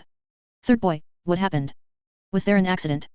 The Confucian scholar heard this and gave a bitter smile, saying, "Seventh uncle, as things stand, whether it's an accident or intentional, we don't have the energy to investigate. We can only do our best to obtain the 2 heaven-reaching spirit treasures before anyone else arrives. Only then will we have the capital to negotiate." "Ha ha ha. Good. Third boy. This is the bearing of a Ye family Grand Elder. Tell me, what do we do next?" The big-headed freak laughed several times, a hidden dark glint flashing in his eyes. Seeing this, the Confucian scholar's face also showed a hint of relief. He immediately adjusted his mood and commanded with a solemn expression. "As soon as we enter Kunmu Mountain, all spellcasters and clan disciples must immediately withdraw. If any accident occurs, let the pre-selected children all leave the Great Jin from different directions. Also, has the location of the seal crack been confirmed?" The Confucian scholar changed the subject, asking calmly. "It has been found with a magic array, underground, 20 miles north of here. There should be a crack tens of feet long, 1,000 feet below the surface. The elders can just dive in directly," the old man hastily replied. "Lead the way, let's go," the Confucian scholar said without hesitation. "Yes, Grand Elder." The old man bowed in response. At the same time, on another side of the southern border, Xian Qingzi looked up at the 7 gigantic light pillars, like heaven-supporting pillars, his wrinkled face filled with bitterness. "How did it still open? It shouldn't have, we clearly guarded all the seal locations." Xian Qingzi frowned in thought for a moment, then sighed helplessly, flicking his wide sleeve. Over 10 nascent soul elders of Tai sect behind him immediately transformed into escape lights and flew with him towards the direction of the light pillars. In a cave under a deep mountain, Venerable Kimiao looked at the light pillars soaring into the sky in the distance, then turned around, his face extremely gloomy, looking at a huge, motionless magic array behind him. Fake? How is this possible? Who could have replicated such a similar formation? Venerable Kimiao pondered for a moment, grinding his back teeth, and said fiercely, "Let's go." With a whoosh sound, more than 10 black escape lights instantly shot up into the sky, heading straight for the direction of the light pillars. Further away, a sly old man with a cunning expression emerged from an underground cave, his gaze at the light pillars gradually changing from surprise to grimness. Behind him, a terrifying giant beast resembling a centipede lay sprawled on a huge formation, completely lifeless. There was indeed a problem. Who made the move? Was it one of those old fellows? The sly old man pondered for a moment, his face grim as he shook his robe sleeve. The giant beast behind him instantly exploded, directly destroying the huge formation on the ground. The old man then took a step forward, and his entire being mysteriously vanished from the spot. Chapter 821, Kunmu Mountain. Han Li opened his eyes and found himself in an unknown place, standing in the middle of a gigantic teleportation array. All around him were huge, rough stone walls, as if he were in a massive stalactite cave. Unlike the plaza beneath the Yin Yang cave, the spiritual qi here was astonishingly abundant, as if he were on a supreme spiritual vein. Han Li gazed at the surrounding scene, then shifted his gaze to his waist. A green jade talisman was affixed there, shimmering with a faint spiritual light. Han Li was somewhat familiar with the pattern on this talisman, it was a very rare teleportation talisman. He had seen a similar talisman when he teleported in the chaotic star sea, though that one was merely a paper talisman. The moment the teleportation spiritual light appeared, this item materialized out of thin air at his waist, not even giving him a chance to dodge. He just didn't know if this was a special feature inherent to the gigantic teleportation array itself, or a clever arrangement made by the cultivator who set up this magic array back then. As Han Li's thoughts whirled, the jade talisman suddenly disintegrated with a pff sound, turning into specks of spiritual light. This made Han Li shake his head helplessly.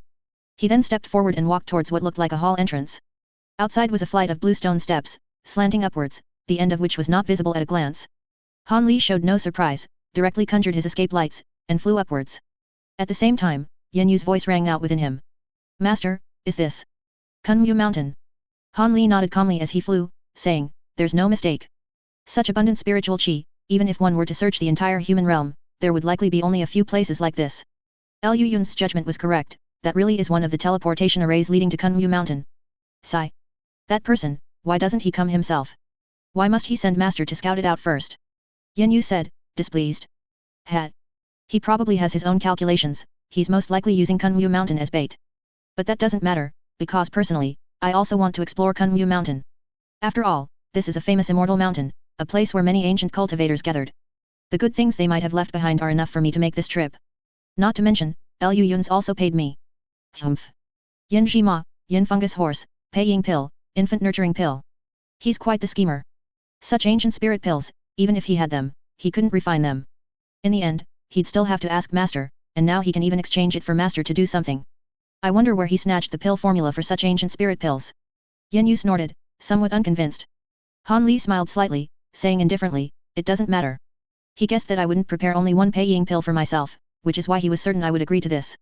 Anyway, now with the late nascent soul stage puppet and the 4-flame fan in hand, and the heavenly despair demonic corpse possessed by my second nascent soul, self-preservation is no longer a worry. It's better to come and see. That's true. The power of this 4-flame fan has reached 6/10 of the original 7-flame fan. If wielded by a late nascent soul stage puppet with full power, it can even unleash 7/10 of the original's power. Looking at the entire human realm, apart from the truly heaven-reaching spirit treasure refined in the ancient era, the only ones that can surpass this treasure are the 10,000 demon banner from the 10,000 demon valley and the black wind banner in Liu Yun's hands. However, the power of these two has already approached the original, and they are already true heaven-reaching spirit treasure. Liu Yun's and Great Evolution Divine Lord, the intelligence of these two is truly remarkable. Although Yen Yu disliked Liu Yun's himself, she still acknowledged his intelligence and knowledge.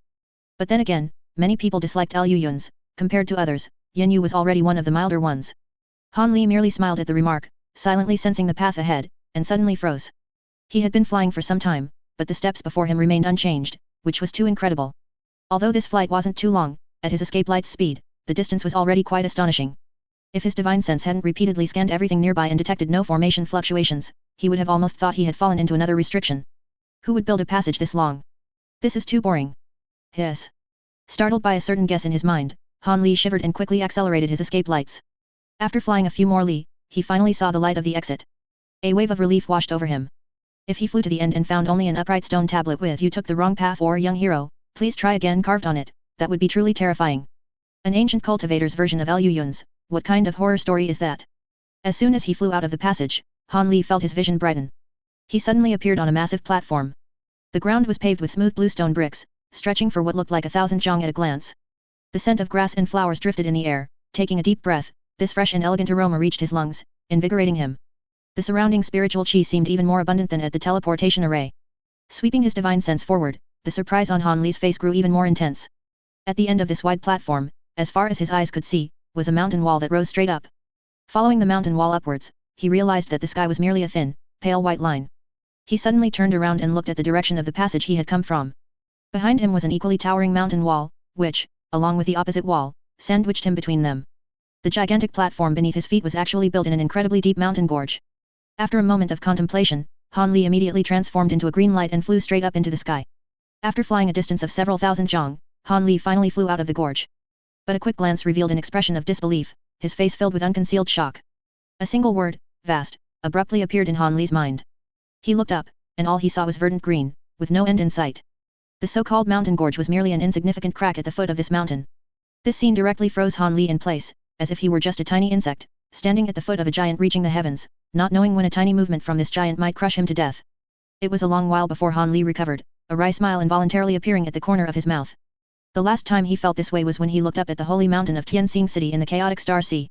But this giant mountain was probably even larger than that holy mountain, a nearly boundless behemoth. Fortunately, he was no longer the small foundation establishment cultivator he was in the chaotic Star Sea. Now, even if Kunyu Mountain truly transformed into a human, he would have a way to contend with it, at least to save his own life. Han Li calmed his mind, pinpointed the direction of the mountain peak, and shot off as a green escape lights. If Liu Yun's estimate was correct, at this moment, within this vast Kunyu Mountain, there should only be him, plus a few monsters of unknown species. And everyone else would still need some time to penetrate the external formation and enter. In other words, before that, the entire Kunyu Mountain was practically an open treasure vault for him. Chapter 822, Myriad Cultivator's Gate. On the mountainside of Kunyu Mountain, inside a stone pavilion, accompanied by a strong white light, a spatial rift faintly glowing with white light suddenly appeared. The cultivators of the Ye family flew out of it, breaking through the air. As soon as they landed, they quickly released their divine sense to scan their surroundings. Aside from the white-robed scholar, who was the Ye family great elder, and the big-headed freak, who were both late nascent soul great cultivators, everyone else had pale faces, their spiritual chi fluctuating abnormally, appearing extremely exhausted. The white-robed scholar ignored the others. With a sweep of his divine sense, he directly flew up to the sky above the stone pavilion, gazing at a long stone staircase built against the mountain in the distance. This staircase was entirely constructed from pristine white stones, resembling a jade-like celestial ladder from afar. However, upon closer inspection, one would realize that this white stone staircase was astonishingly wide, spanning 50 to 60 zhang. Whether looking up or down, the staircase extended far into the distant milky white mist, making it impossible to see anything clearly. A look of surprise appeared on the white-robed scholar's face, but he quickly composed himself and calmly ordered, "Third brother, fifth brother, eighth brother. The three of you have deeper cultivation, so come out and be vigilant of your surroundings. The rest of you, immediately recover your magical power on the spot. After we've recuperated, we'll enter the mountain." Yes. Everyone nodded in agreement. 3 mid-nascent soul stage cultivators immediately shot out, releasing their divine sense to vigilantly scan their surroundings. The rest of them sat cross-legged near the stone pavilion, each holding a spirit stone in both hands, and began to recover their magical power. The white-robed scholar hovered in the air, staring at the staircase disappearing into the white mist, his eyes revealing a hint of fervent excitement. Suddenly, the white-robed scholar's expression changed. "Seventh uncle, something is coming." The white-robed scholar quickly shouted, a spiritual light flickering in his eyes, showing a hint of anxiety. "How could this be? We just entered Kunyu Mountain. Logically, even if there were guardians in this mountain, they shouldn't have discovered us so quickly, right?" The white-robed scholar stared intently at the distant white mist, his face terrifyingly gloomy. Beside him, the big-headed freak also had a solemn gaze, hovering in the air. With a flip of his hand, a shimmering silver shuttle was already in his grasp. After a while, both of them heard strange beast roars coming from within the white mist. They sounded like a lion or a tiger, yet also like a dragon's roar, and the sound grew louder and louder, rapidly approaching. A cold light flashed in the big-headed freak's eyes, and the silver shuttle in his hand flickered with a faint spiritual light, ready to be activated at any moment. A moment later, a patch of purple mist appeared from the distant white mist and shot towards them. The beast roars were indeed coming from within the mist. In a blink of an eye, the purple mist flew nearby, only 100 zhang away from the stone pavilion. The white-robed scholar and the big-headed freak could already see a dark, indistinct object hidden within the mist, with a pair of fist-sized crimson demonic eyes staring at them, filled with bloodthirsty rage. Just as the big-headed freak was about to strike, the entire purple mist suddenly thinned, and in a flash, it vanished into thin air. Only 2 fiercely demonic eyes remained, blinking a few times before also disappearing without a trace. The big-headed freak and the white-robed scholar were both stunned. Seeing the fierce momentum of the demonic creature earlier, they had prepared for a tough battle, but unexpectedly, the creature fled so decisively without even fighting. Something's not right. The big-headed freak suddenly realized something, and his ugly, bizarre face instantly darkened, almost dripping with water. That demonic creature was injured by someone. So this is the Myriad Cultivator's Gate. Han Li stroked his chin, looking with interest at the faintly visible giant archway on the stone steps ahead. This archway, made of unknown treasure, subtly radiated 10,000 rays of colorful light, appearing brimming with spiritual chi and extremely eye-catching. Han Li merely swept his divine sense over it and discovered that the restriction on this archway was exceptionally rich in spiritual chi, something he had never seen in his life. He immediately sighed helplessly. It seemed impossible to break through this Myriad Cultivator's Gate in a short amount of time. What a pity. If it weren't for that lion rock beast blocking us earlier, we should have arrived here sooner. Yan Yu sighed softly from within Han Li's body. Han Li's expression remained unchanged, and he said easily, "There's nothing we can do about it." After all, who would have thought that such an ancient vicious beast, 3 points more powerful than an ordinary late nascent soul stage cultivator, hadn't gone extinct yet. Moreover, its escape technique is also rarely seen in this world. Otherwise, we could have obtained a 10th grade demonic core and some rare materials. At this point, Han Li also sighed slightly. However, being able to collect all the precious spiritual plants and treasures around Kunyu Mountain during this time is already worthwhile. After all, even if there were no lion rock beast causing trouble, it would still be impossible for me alone to break through the restriction of this myriad cultivator's gate before others arrived. It's just, Yin Yu. Han Li's voice suddenly deepened, becoming much more serious. Are you sure that stone tablet we found below earlier is something important? This. Yin Yu's voice also became hesitant. After a while, she said bitterly, Master, I only vaguely remember that I seem to have seen that stone tablet somewhere, but I can't remember anything else, and also. Yin Yu suddenly fell silent, not speaking for a long time. Speak, Han Li said with a faint smile, his tone calm. We're already here, what else can't be said? Master, I vaguely feel that there is something very important to me on this mountain, somewhat like my other half. No, that's not right. Yin Yu's words were contradictory, clearly, she herself was also in confusion. Han Li listened quietly, remaining silent for a long time. Master. Finally, Yin Yu organized her thoughts and said hesitantly, I can feel that the person or thing that can restore my memory is on this mountain. Is that so? Han Li smiled and nodded, saying, then let's go look for it. Coincidentally, I'm also very interested in the true secret treasure of Kunwu Mountain behind this myriad cultivator's gate. Thank you, Master. Whether it was Han Li's illusion or not, Yin Yu's voice didn't seem as happy as he had imagined. Han Li scrutinized the myriad cultivator's gate before him. Suddenly, his brows furrowed as if he had sensed something. His figure gradually became transparent and disappeared from his original spot. A moment later, the Ye family members flew through the white mist and immediately saw the vast myriad cultivator's gate. Unlike the excitement of the other Ye family members, the white-robed scholar's expression was somewhat grim.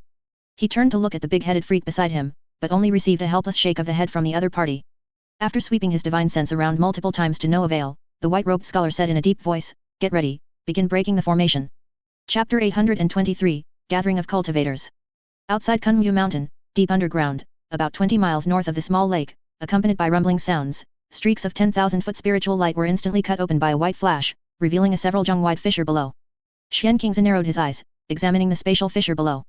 Although he had forcefully broken through the restriction here, it had also made this passage even more dangerous.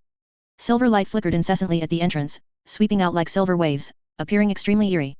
Beside Xian Qingzi, Venerable Kimiao also looked at the fissure with a solemn expression, a hint of apprehension in his eyes. After a long while, Venerable Kimiao finally said, Fellow Daoist Xian Qingzi, it seems that the people we brought cannot enter. I wonder what the Ye family did to this spatial fissure, making the spatial fluctuations inside several times more intense. When did they gain such a deep understanding of spatial fissures? Venerable Kimiao's tone in the last sentence was full of suspicion, clearly implying something else. Xian Qingzi sighed slightly, saying, This is not something we can get involved in.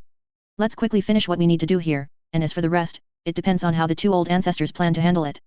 Venerable Kimiao nodded with a somewhat displeased expression, then turned around with Xian Qingzi to look behind them.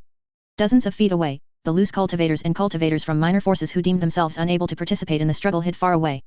Besides them, there were 3 groups of cultivators gathered, seemingly in a stalemate. After a while, a group of young, beautiful, and graceful female cultivators in green robes suddenly flew over. The leader was none other than Madame Mu of the Huaxian sect. Madam, why bother? In Venerable Kimiao's strange gaze, old Daoist Xian Qingzi earnestly advised her. At this moment, Madame Mu's face was pale, her expression dark, and her eyes were filled with a thick evil qi. Xian Qingzi, don't tell me this matter has nothing to do with the one surnamed Lu. Madame Mu gritted her teeth and asked fiercely. Xian Qingzi's wrinkled face immediately became even more bitter, and he helplessly said to her, Madame Mu, we have already investigated this matter thoroughly, and it indeed has nothing to do with fellow Daoist Lu. All of Madame's conjectures lack real evidence, so why must you insist on creating such a formidable enemy for the Huaxian sect? Ha ha ha. He seized my Huaxian sect's secret treasure. He killed my junior sister. Can't I seek revenge? Madame Mu said fiercely, her face, though already middle-aged, still retaining some charm, now twisted into a hideous grimace. Madame Mu, your junior sister's matter, it's not necessarily. Before Xian Qingzi could finish his sentence, Madame Mu interrupted him stiffly, Xian Qingzi, stop with such nonsense. Move aside immediately. As the two were entangled, a group of black-robed people suddenly flew over. Venerable Kimiao, who was enjoying the show, was suddenly interrupted by this group and looked over with some displeasure. As the black escape lights dissipated, Venerable Kimiao's gaze narrowed slightly, and he sneered, people from the Yin Luo sect? Why are you here? Nothing much, just here to clear out some traitors, but I didn't expect to encounter such a major event. Among the crowd, a black-robed person stepped forward, pulled back his hood, revealing a neutral face that was neither distinctly male nor female. It was old Devil Yunlu. It was unclear what had happened in the past 3 years, but old Devil Yunlu stood before the Yin Luo sect cultivators, clearly acting as the person in charge. Even Ji Tianhao, who had been at odds with him 3 years prior, now stood obediently behind him, silent and unmoving. 2 fellow Daists, the Tai sect and the Heavenly Demon sect are powerful, and our Yin Luo sect naturally cannot afford to provoke them. However, with such a celestial phenomenon, I'm afraid the people you 2 fellow Daists brought alone won't be able to withstand the numerous cultivators who will soon arrive from all directions, will they? After all, if they were all loose cultivators, it would be fine, but precisely because of the celestial phenomenon a while ago, the 10 orthodox and demonic sects have all, more or less, sent people over. No matter how powerful the Tai sect and Heavenly Demon sect are, they probably wouldn't want to offend so many sects, would they? Hearing old Devil Yunluo's remarks, Xian Qingzi and Venerable Kimiao's gazes immediately turned cold. Indeed, this was also a problem. Although the 10 orthodox and demonic sects all, more or less, knew of the two old ancestors' existence, it was ultimately a case of the emperor being far away. Relying solely on the reputation of soul transformation cultivators to deter these red-eyed cultivators was probably not very hopeful. How about this? We will also leave people behind to help you all guard this place. What the Tai sect and Heavenly Demon sect find inconvenient to do, our Yunluo sect will do. Old Devil Yunluo said with a smile, but the decisiveness in his tone secretly made people feel a chill. In exchange, how about you two fellow deists let senior brother Ge and I go in together to seek treasures? Xian Qingzi and Venerable Kimiao exchanged glances silently, both seeing the temptation in the other's eyes. Two mid-nascent soul stage cultivators, even if allowed in, wouldn't make much of a difference, but they could be exchanged for a group of nascent soul cultivators to help guard and offend people. Such a cost-effective transaction indeed made the two of them hesitate. It wasn't that they hesitated whether to agree to the other party, but rather they hesitated about what the other party was scheming to dare to invest such a large sum. At this moment, Madame Mu, feeling ignored, let out a cold snort and said, Xian Qingzi, is this not enough? Do you even want the people from our Huaxian sect? Xian Qingzi heard this and immediately gave a bitter smile. A group of female cultivators at the foundation establishment stage and core formation stage, what use would he have for them? Two fellow deists, it's not that this old deist is long-winded, but there are hidden circumstances in this matter, and it is truly inconvenient for you to intervene.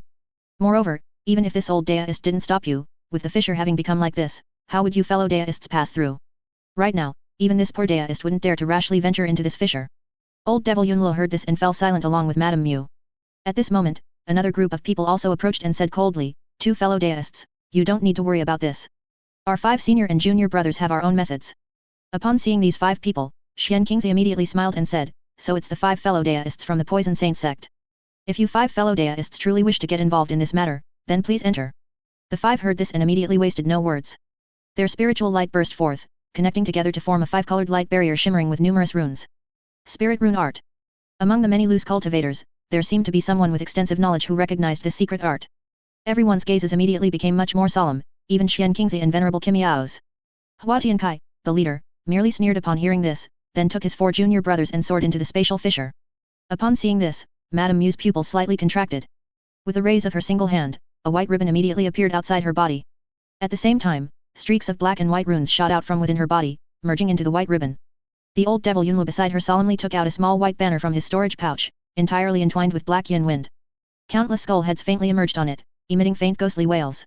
Old Devil Yunluo held the small banner and waved it slightly, releasing streaks of black yin wind mixed with countless ghosts to protect himself and Ge Tianhao. Venerable Kimiao's pupils immediately contracted slightly upon seeing this treasure, and he said in a deep voice, Heavenly Ghost Banner. Fellow deist Kimiao has good eyesight. Immortal Master Yunluo praised with a smile, then transformed into a black yin wind and flew into the spatial fissure. Chapter 824 Breaking Down the Door. Inside Kunwu Mountain, in front of the myriad cultivators gate. The big-headed freak and the Ye family great elder, 2 late nascent soul stage cultivators, floated motionless side by side above a rock. Not far away, the other Ye family cultivators stood in their respective positions within a temporarily set up magic array, using its power to drive various magic treasures, desperately attacking the faintly visible myriad cultivators gate on the stone steps ahead. The archway itself was currently emitting myriad rays of light, intercepting all attacks, as if it were a unique magic treasure. Third boy. How much longer do you estimate it will take to break open this myriad cultivators gate? The big-headed freak looked at the archway ahead, enveloped in various spiritual lights, and turned to ask the white-robed scholar, a hint of anxiety on his face. Another day and night should be enough. This archway is proving much more troublesome than I imagined.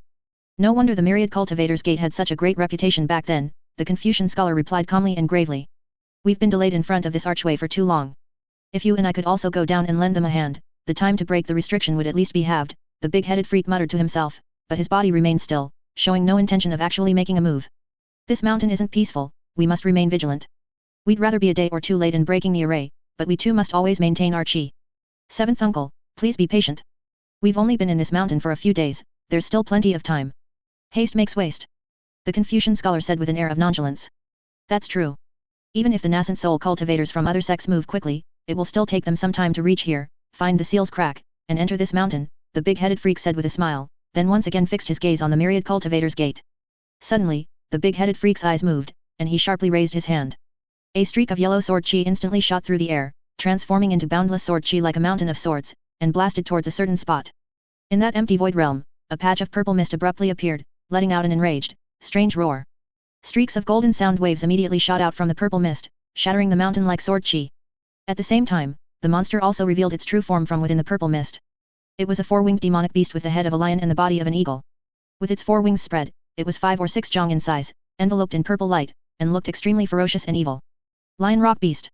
The white-robed scholar recognized the vicious beast at a glance, and without hesitation, he flicked his sleeve. A black-red flying sword shot out, fiercely slashing towards the demonic beast.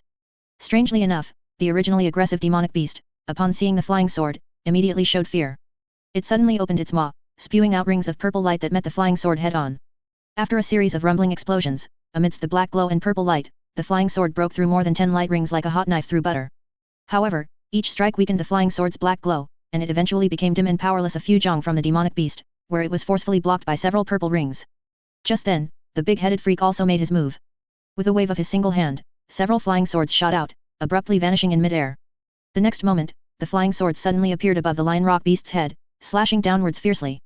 The Lion Rock Beast immediately let out an angry growl, transforming into a bolt of lightning and instantly appearing a dozen jong away. It gave the two a final, resentful look, then turned and vanished from its spot. Did you see clearly? The white-robed scholar, seeing the Lion Rock Beast leave, showed no sign of relief on his face. Instead, he recalled the black-red flying sword and asked in a deep voice. The big-headed freak also nodded with a grim expression, saying, I saw it. That beast has a wound on its abdomen, clearly cut by some kind of flying sword or flying sword-type magic treasure. Humph. To be able to cut through the physical body of this Lion Rock Beast, that's not something just any magic treasure can do. The white-robed scholar's face was gloomy, his gaze grave as he swept the surroundings, and he said in a deep voice. Friend, why don't you show yourself? The clear voice swept through the surroundings like ocean waves, causing the air to tremble slightly and emit buzzing sounds. However, the surroundings were silent, without a trace of movement. The white-robed scholar and the big-headed freak immediately exchanged glances. A yellow sword chi flew out from one's hand, while the other waved his large sleeve, and a surge of green light rushed out. The green and yellow spiritual lights instantly covered all the space within 100 jong, yet there was no one in sight. The two looked at each other, a bit stunned. Could it be that the person truly wasn't here? Lost in thought, the big-headed freak suddenly realized something and quickly turned to look at the Ye family cultivators who were diligently breaking the array. Almost at the same time, a middle-aged man in a yellow robe appeared in front of the myriad cultivators' gate, holding a four-colored feather fan, and fiercely waved it forward. In an instant, accompanied by dazzling four-colored halos, a four-colored firebird several jong in size flapped its wings and flew towards the myriad cultivators' gate. Streaks of light came rushing forward, but before they could even touch the firebird's body, they were annihilated by the four-colored halo covering its entire body. In a blink of an eye, the four-colored firebird pounced on the myriad cultivators' gate. The dazzling four-colored halo silently spread, and an extremely terrifying spiritual pressure erupted. The entire myriad cultivators' gate began to tremble violently, accompanied by crackling sounds of shattering, and was engulfed in the four-colored halo. The big-headed freak and the white-robed scholar were about to rush over but were blocked by the spreading halo, only able to anxiously shout, urging the many Ye family cultivators to retreat quickly. The dazzling four-colored halo lasted for more than 10 breaths, then instantly vanished, leaving only a fiery red giant pit and the shattered myriad cultivators' gate in its place. Looking at the empty myriad cultivators' gate ahead, the faces of many Ye family cultivators were extremely grim. They had attacked here for half a day, finally weakening the gate's restriction to that extent, only for it to benefit someone else. How could this not make the many Ye family cultivators feel utterly furious? Grand Elder. The square-faced cultivator looked at the white-robed scholar with anticipation. The Confucian scholar's face was gloomy, and he suddenly waved his hand, saying, Chase. Everyone immediately transformed into streaks of escape lights and shot out, heading straight behind the myriad cultivators' gate. At this moment, the hidden Han Li also put away his late nascent soul stage puppet and asked Silver Moon in his mind, how is it? Can you remember if there are any restrictions ahead? If I remember correctly, there should be some stone puppets blocking the way ahead. But it doesn't matter, I know a hidden route that can bypass these puppets. Good, you lead the way, Han Li said without hesitation, flying forward. Chapter 825, Plaza. Under Silver Moon's guidance, Han Li flew into a hidden, narrow crevice, making several turns. Inside, the wind howled, emitting sharp, explosive sounds. However, this level of wind posed no obstruction to Han Li whatsoever. After flying for an unknown period, Han Li's eyes suddenly lit up as he exited the crevice, and his view instantly broadened. He saw a large expanse of undulating stone steps appearing in the direction of the mountain, more than a dozen of them, large and small, leading to different parts of the mountain. Yet, at a distance, each stone step was shrouded in the same white mist, making it impossible to discern where their ends led. Han Li subconsciously glanced behind him, seeing several winding corridors there, along with several side halls connected to the ends of the corridors. Inside, some colossal figures were faintly moving on their own. Ancient stone puppets, it's a pity I couldn't study them, Han Li said with a slight curl of his lips, sounding somewhat smug. At this moment, within those corridors, deafening roars also resounded, accompanied by dazzling spiritual light scattering outwards, clearly indicating that the Ye family cultivators had already begun battling the stone puppets inside. Although those stone puppets aren't very intelligent, their bodies are incredibly hard, almost immortal. With them there, the Ye family cultivators probably won't be able to free their hands anytime soon, Silver Moon said with a smile. Han Li nodded, turned around, and looked at the dozen or so stone steps. Silver Moon, do you still remember the way? Han Li asked in a deep voice. This time, Silver Moon was silent for a moment before saying with some uncertainty, I don't know either. It's just that some paths seem familiar. I think I might have walked here before. Silver Moon's voice became somewhat hazy, as if she was once again immersed in fragmented memories. Han Li did not rush her. Even though the Ye family cultivators behind him were still fiercely attacking the stone puppets, he quietly waited for Silver Moon's answer. Ever since Silver Moon began to vaguely recover her memories, Han Li seemed to have become much more patient. Master, let's go to the plaza ahead first. Be careful, there's an anti-flight restriction there. Silver Moon's voice was much calmer. Han Li nodded and stepped forward. The plaza Silver Moon referred to was a white jade plaza where all the stone steps converged and originated. It was only a few miles away from him and looked very large. Han Li used his Luo Yan step, and in a few flashes, he crossed over and arrived at the plaza. This plaza was about 100 acres in size, its ground entirely paved with crystal clear, fine white jade. Around it stood 10 tall white jade giant pillars. Each jade pillar was carved with rare spirit beasts and celestial birds, lifelike, commanding reverence from anyone who saw them. However, Han Li did not even glance at these jade pillars at this moment. Instead, he went to the other end of the plaza. There, in front of each stone step extending from the plaza, stood tall jade steels, each inscribed with place names such as Jinshi Pavilion, Xian Jiun Hall, and Kailing Courtyard. Jinshi Pavilion, no doubt, is a place for storing materials. Lu Yuns should be very interested. The name Xian Jiun Hall sounds somewhat ethereal, it's probably not a place for quiet cultivation, nor is it an important location. Kailing Courtyard, at a glance, was where spirit beasts were concentrated and raised. After so many years, even if some ancient spirit beasts survived, they've probably long since run off. And then there's... As Han Li's gaze shifted, he looked at the 3 jade steels in the very center. Kunmu Hall, Spirit Treasure Pavilion, Demon Suppressing Pagoda. Han Li's eyes flickered as he muttered to himself. Just then, Silver Moon suddenly let out a painful cry. Ah! Silver Moon! What's wrong? Han Li's expression changed drastically, and he quickly asked. I'm fine. Silver Moon let out a long breath, her tone sounding a bit ethereal, but she quickly returned to normal. Master, don't go to the Demon Suppressing Pagoda. Absolutely don't go. Han Li was startled, then silently nodded. Only then did Silver Moon relax, forcing a light-hearted smile as she said, Master, let's go to Kunmu Hall first. Maybe it will give you a surprise. Alright. Han Li nodded and walked towards the path leading to Kunmu Hall. Meanwhile, on the other side, above the stone pavilion where the Ye family cultivators first appeared, a spatial rift abruptly appeared in situ, followed by a 5-colored escape light, a white silk scroll, and a black evil wind, all flying out of the spatial rift almost simultaneously. The 3 streaks of spiritual light landed, transforming into Huatiankai and his 4 junior brothers, Madame Mu of Huaxian sect, and the 2 from Yin Luo sect. As soon as they landed, the 3 groups instinctively spread out, creating distance from each other. Huatiankai's gaze swept over the 3, his expression subtly shifting, a hint of chilliness appearing in his eyes. Old Devil Yunluo smiled slightly at this, seemingly unconcerned, and held his heavenly ghost banner in front of him. Madame Mu, however, darkened her expression, her body subtly wrapped in white silk. With a flip of her hand, a golden, glittering small sword appeared in her palm. After a moment of contemplation, perhaps feeling that even if he could defeat these 3, his own side would suffer significant losses, Huatiankai immediately snorted coldly and said to the others, our 5 senior and junior brothers intend to thoroughly explore this place. I hope we won't become enemies with you fellow deists. Old Devil Yunluo nodded with a smile, saying, naturally, we also don't wish to inexplicably become hostile with the 5 fellow deists. Madame Mu's gaze swept over the 2 groups of people, a disdainful sneer forming on her lips. She looked down at the heavenly ghost banner in old Devil Yunluo's hand and coldly sneered, fellow deist, as far as I know, although the heavenly ghost banner was a famous demonic weapon in the ancient era, to successfully refine it, at least several million yin souls are required. May I ask where fellow deist found so many yin souls? In the Great Jin these past few years, there doesn't seem to have been any massacres or similar events, has there? Old Devil Yunluo glanced at her, gently twirled a strand of hair at his temple, his demeanor instantly becoming effeminate, like a peerless beauty. He said with a charming smile, what fellow deist says is very true. Madame Mu's expression darkened, and she let out a cold snort. A flash of white light enveloped her, and she instantly vanished from her spot. Huatiankai's eyes widened suddenly. Noticing old Devil Yunluo's gaze sweeping over him, he instinctively trembled, then quickly led his 4 junior brothers, transforming into a 5-colored escape light, and flew towards the mountaintop. Let's go too, old Devil Yunluo said coldly, his smile receding from his face. Ge Tianhao nodded, giving a complex look at the heavenly ghost banner in his hand. Together with old Devil Yunluo, they transformed into 2 escape lights and flew towards the mountaintop. And not long after they left, the spatial rift suddenly expanded a few times, and streaks of escape light shot out from it, all flying towards the mountaintop in unison. Chapter 826 Breaking the Forbidden Barrier. The stone steps leading to Kunwu Hall were extremely long, even with Han Li's current escape light's speed, it took him almost half an hour to finally emerge from the steps and stop before a vast stone forest. It was called a stone forest, but it was merely a large area where numerous stone pillars, uniform in thickness and several jong tall, stood erected from the ground. The surfaces of these stone pillars were intricately carved with runes and incantations, and they flickered with various faint spiritual lights, clearly indicating that this stone forest was a large restriction array. Han Li merely gave a cold glance at this scene. The late nascent soul stage puppet behind him reappeared, holding the four-flame fan, and fiercely waved it towards the stone forest. Accompanied by a phoenix cry that pierced the 9 heavens, 4-colored firebirds immediately shot out. Spreading their wings, they ferociously pounced towards the stone forest. Spiritual lights instantly shot up from each stone pillar, forming a giant net in the air that descended over the 4-colored firebirds. The 4-colored firebirds let out a long cry and plunged into the giant net.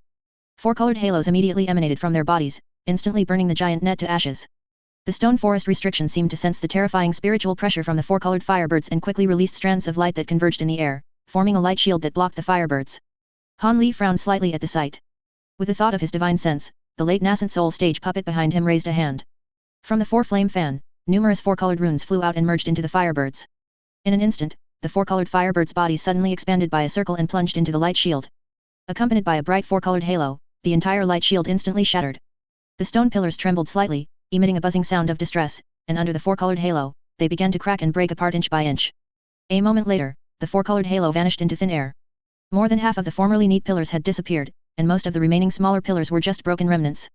The ground was covered with numerous gravel, rubble, and a giant crimson pit. Han Li smiled faintly. He activated his Luo Yan step, and after a few blinks, he appeared at the edge of the other end of the stone forest. However, another sloping stone ramp appeared before him.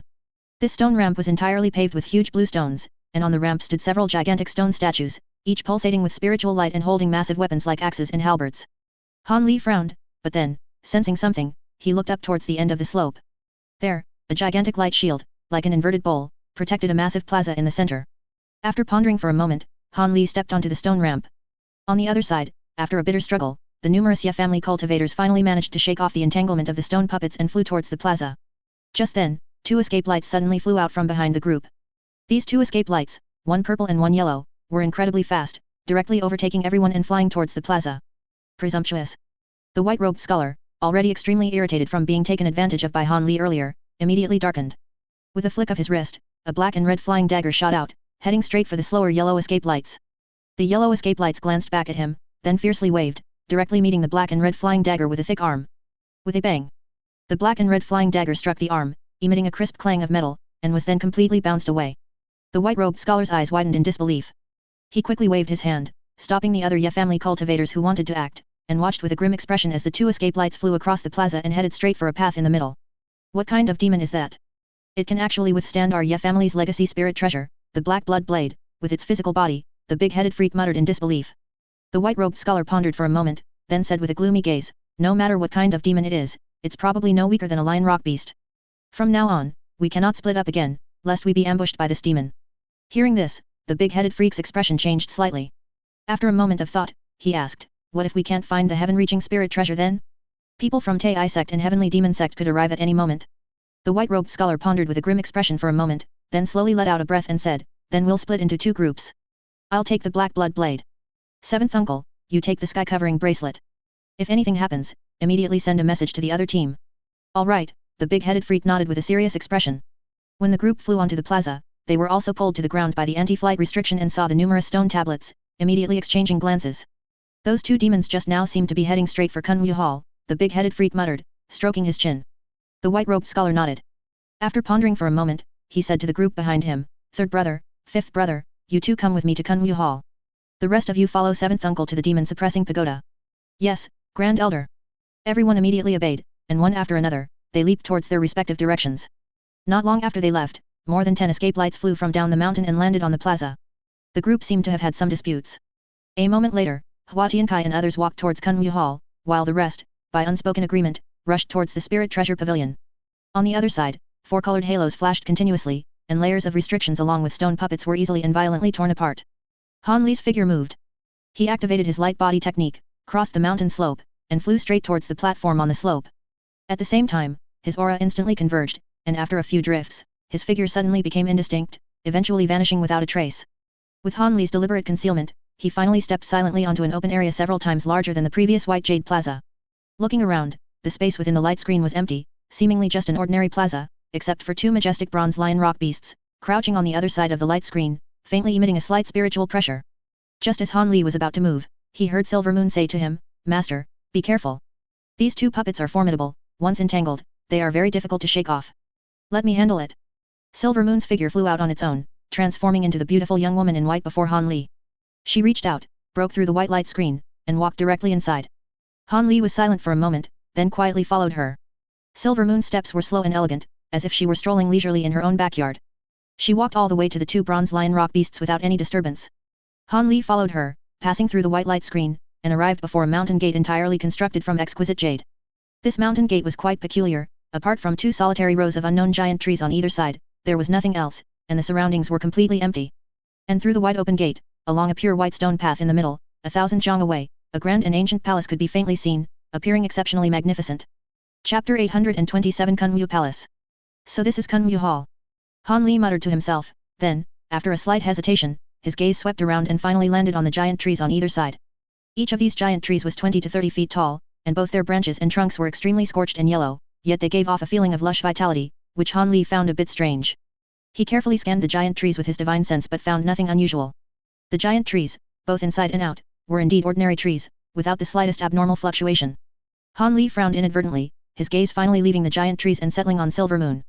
At this moment, Silver Moon was staring blankly at the distant hall, her eyes hazy and unfocused, as if she had become immersed in fragmented memories. Han Li did not disturb her. Instead, he swept his divine sense over the entire mountain gate again, and after confirming that there were no hidden restrictions, he no longer hesitated and stepped into the mountain gate. But Han Li never expected that the moment his feet stepped onto the white stone path, he suddenly felt a chill run through his body, and a strange sensation instantly enveloped him. "Master, be careful." Along with Silver Moon's sudden cry of alarm, Han Li inwardly cursed and was about to retreat, but it was already too late. Before he could even get airborne, a sudden heavy pressure weighed down on his shoulders, and caught off guard, his knees buckled, and he was about to kneel directly on the white stone ground. Han Li shouted loudly without thinking, and the protective spiritual light around him flared, a misty green glow enveloping him, but then it seemed to be of no use and he was directly pressed to the ground.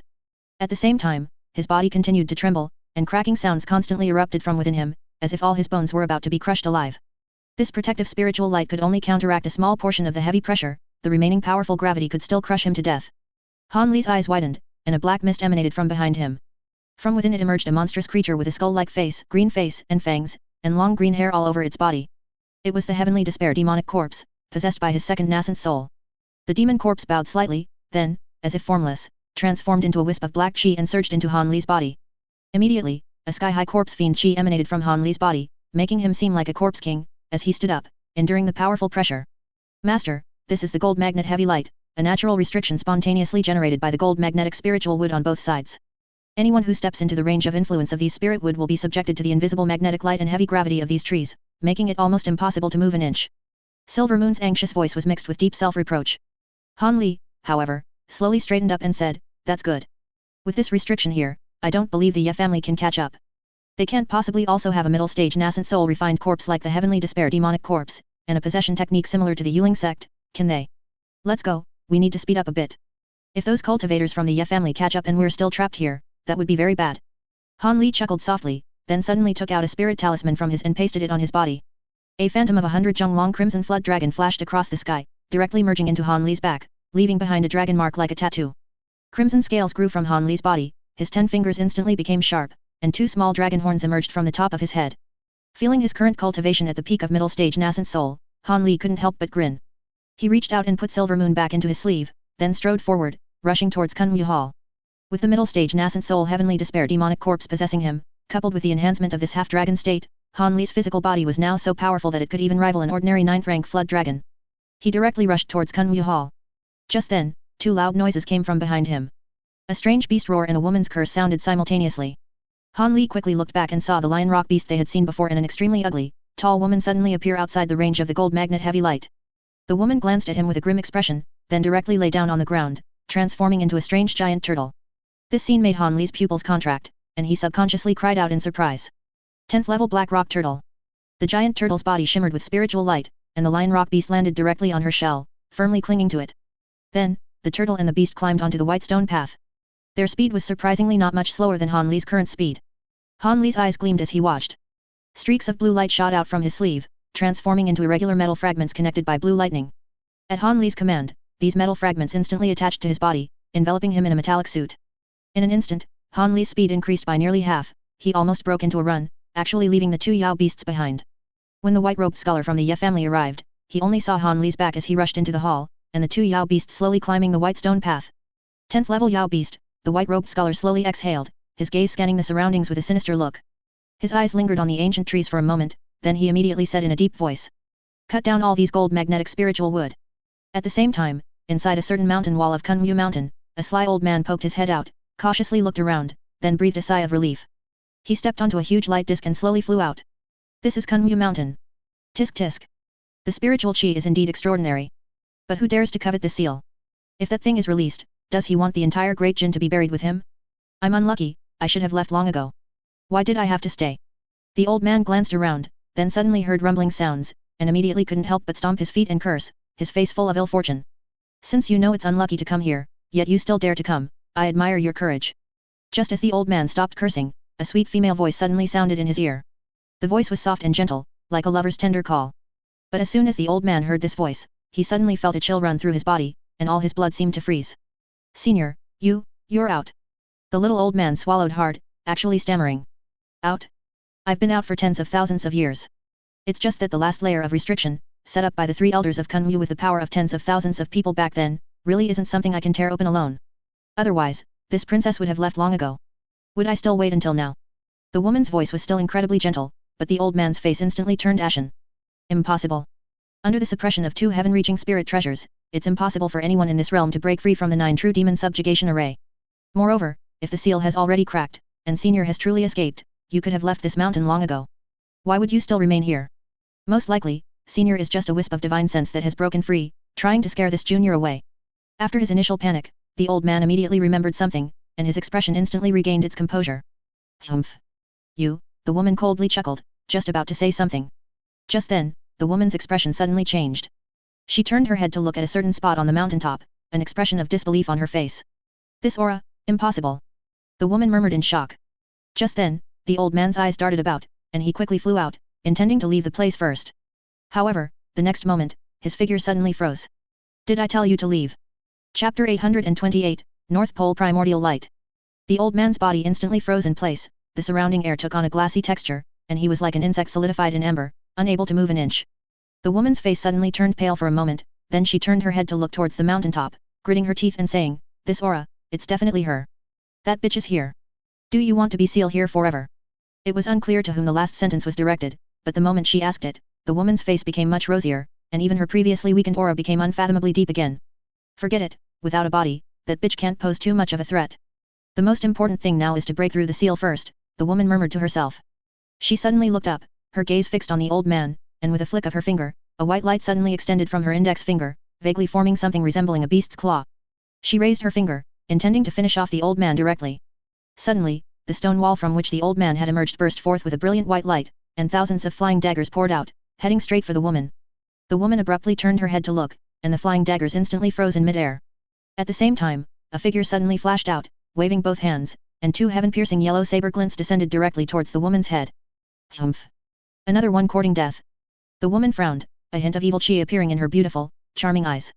She raised her hand and dispersed the saber glints. Old Ghost Xiang. The man shouted, turning around and striking with his palm. A huge white palm materialized out of thin air beside the old man and clenched tightly.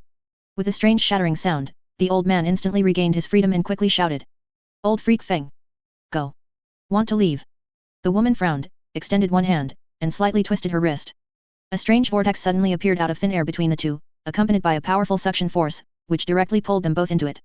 The vortex disappeared, and the figures of the two also vanished with it. The woman's face turned pale, and she let out a painful groan. Then she slowly looked up, her eyes turning into beast-like vertical pupils, glaring fiercely at a certain spot on the mountaintop. Bitch. This time, I am Ling Long. North Pole Primordial Light, how could this thing appear here?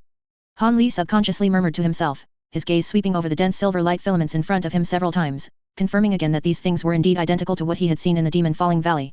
However, these light filaments were not emitted from any rocks, but rather sprayed out from hundreds of stone pillars, each the size of a man's embrace, within the great hall. The entire hall was submerged in them, making it impossible to clearly see what lay behind it. This is also Master's destiny, Yin Yu said with a smile, hidden in Han Li's sleeve. Han Li just smiled. With a wave of his hand, a black ring shot out, transforming into a giant ring several jong in size in the air. It descended from above, encircling him. At the same time, Han Li cast a magic treasure incantation upon it, and a dark light shield instantly appeared around the ring, completely protecting Han Li. It was precisely the two principles ring that Liu Yun's had lent him back then. Liu Yun's had studied this item for a period of time back then, and his final conclusion was that its miraculous function was purely a matter of the materials, with no technical content in its refining method. Thus, Liu Yun's only studied it for 2 days before neglecting it. After the trip to the Demon Falling Valley, he had left it with Han Li and never asked for it back. Now, it just so happened to come in handy. Han Li smiled slightly, his figure swayed, and he plunged into the dense silver light filaments, protected by the light shield. All the North Pole primordial light, upon hitting the inconspicuous light shield, strangely curved away, automatically avoiding him. At the same time, on the white stone path outside, Ye family great elder looked at the gold magnetic spiritual wood in front of him with an ugly expression, his gaze fixed on a small notch in its trunk. He had just made that with his magic treasure. These gold magnetic spiritual wood were already top-grade spirit wood, and they had grown for countless tens of thousands of years in this spiritual Chirich Kunwu mountain. Their inherent material was already astonishingly hard. Even more terrifying, through this notch, he could even vaguely see spiritual light flickering inside. These mad ancient cultivators had actually set up a restriction directly inside the tree trunk.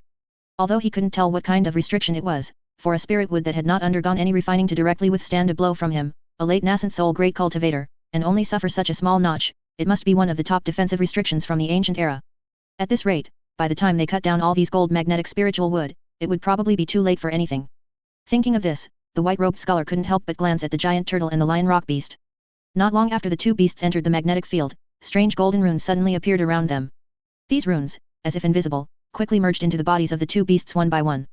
Although the two beasts were surrounded by dazzling protective light, they were completely unable to prevent these runes from entering.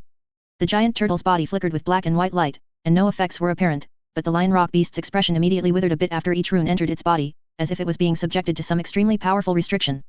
Fortunately, the remaining range of the heavy golden magnetic light was not too large, and the giant turtle carried it out of this range in almost an instant. The lion rock beast immediately let out a long breath, and its spirit quickly recovered by more than half. As a result, when it looked up, Han Li, who had just been at the entrance of the Great Hall, had vanished into thin air, leaving only the North Pole primordial light that filled the entire hall. The giant turtle rolled on the ground, transforming back into the ugly, tall Jofu, ugly woman. Her face, covered in coarse flesh, appeared somewhat pale, seemingly having consumed a lot of origin chi by passing through the heavy golden magnetic light just now. The lion rock beast, with a flicker of its body, suddenly stood in front. At the same time, from its gaping maw, a golden sound wave silently sprayed out. Wherever it passed, all the silver threads instantly snapped into pieces. The lion rock beast, shrouded in purple mist, enveloped the Jofu, ugly woman, and, taking advantage of the North Pole primordial light not yet having recovered, quickly flew deeper inside.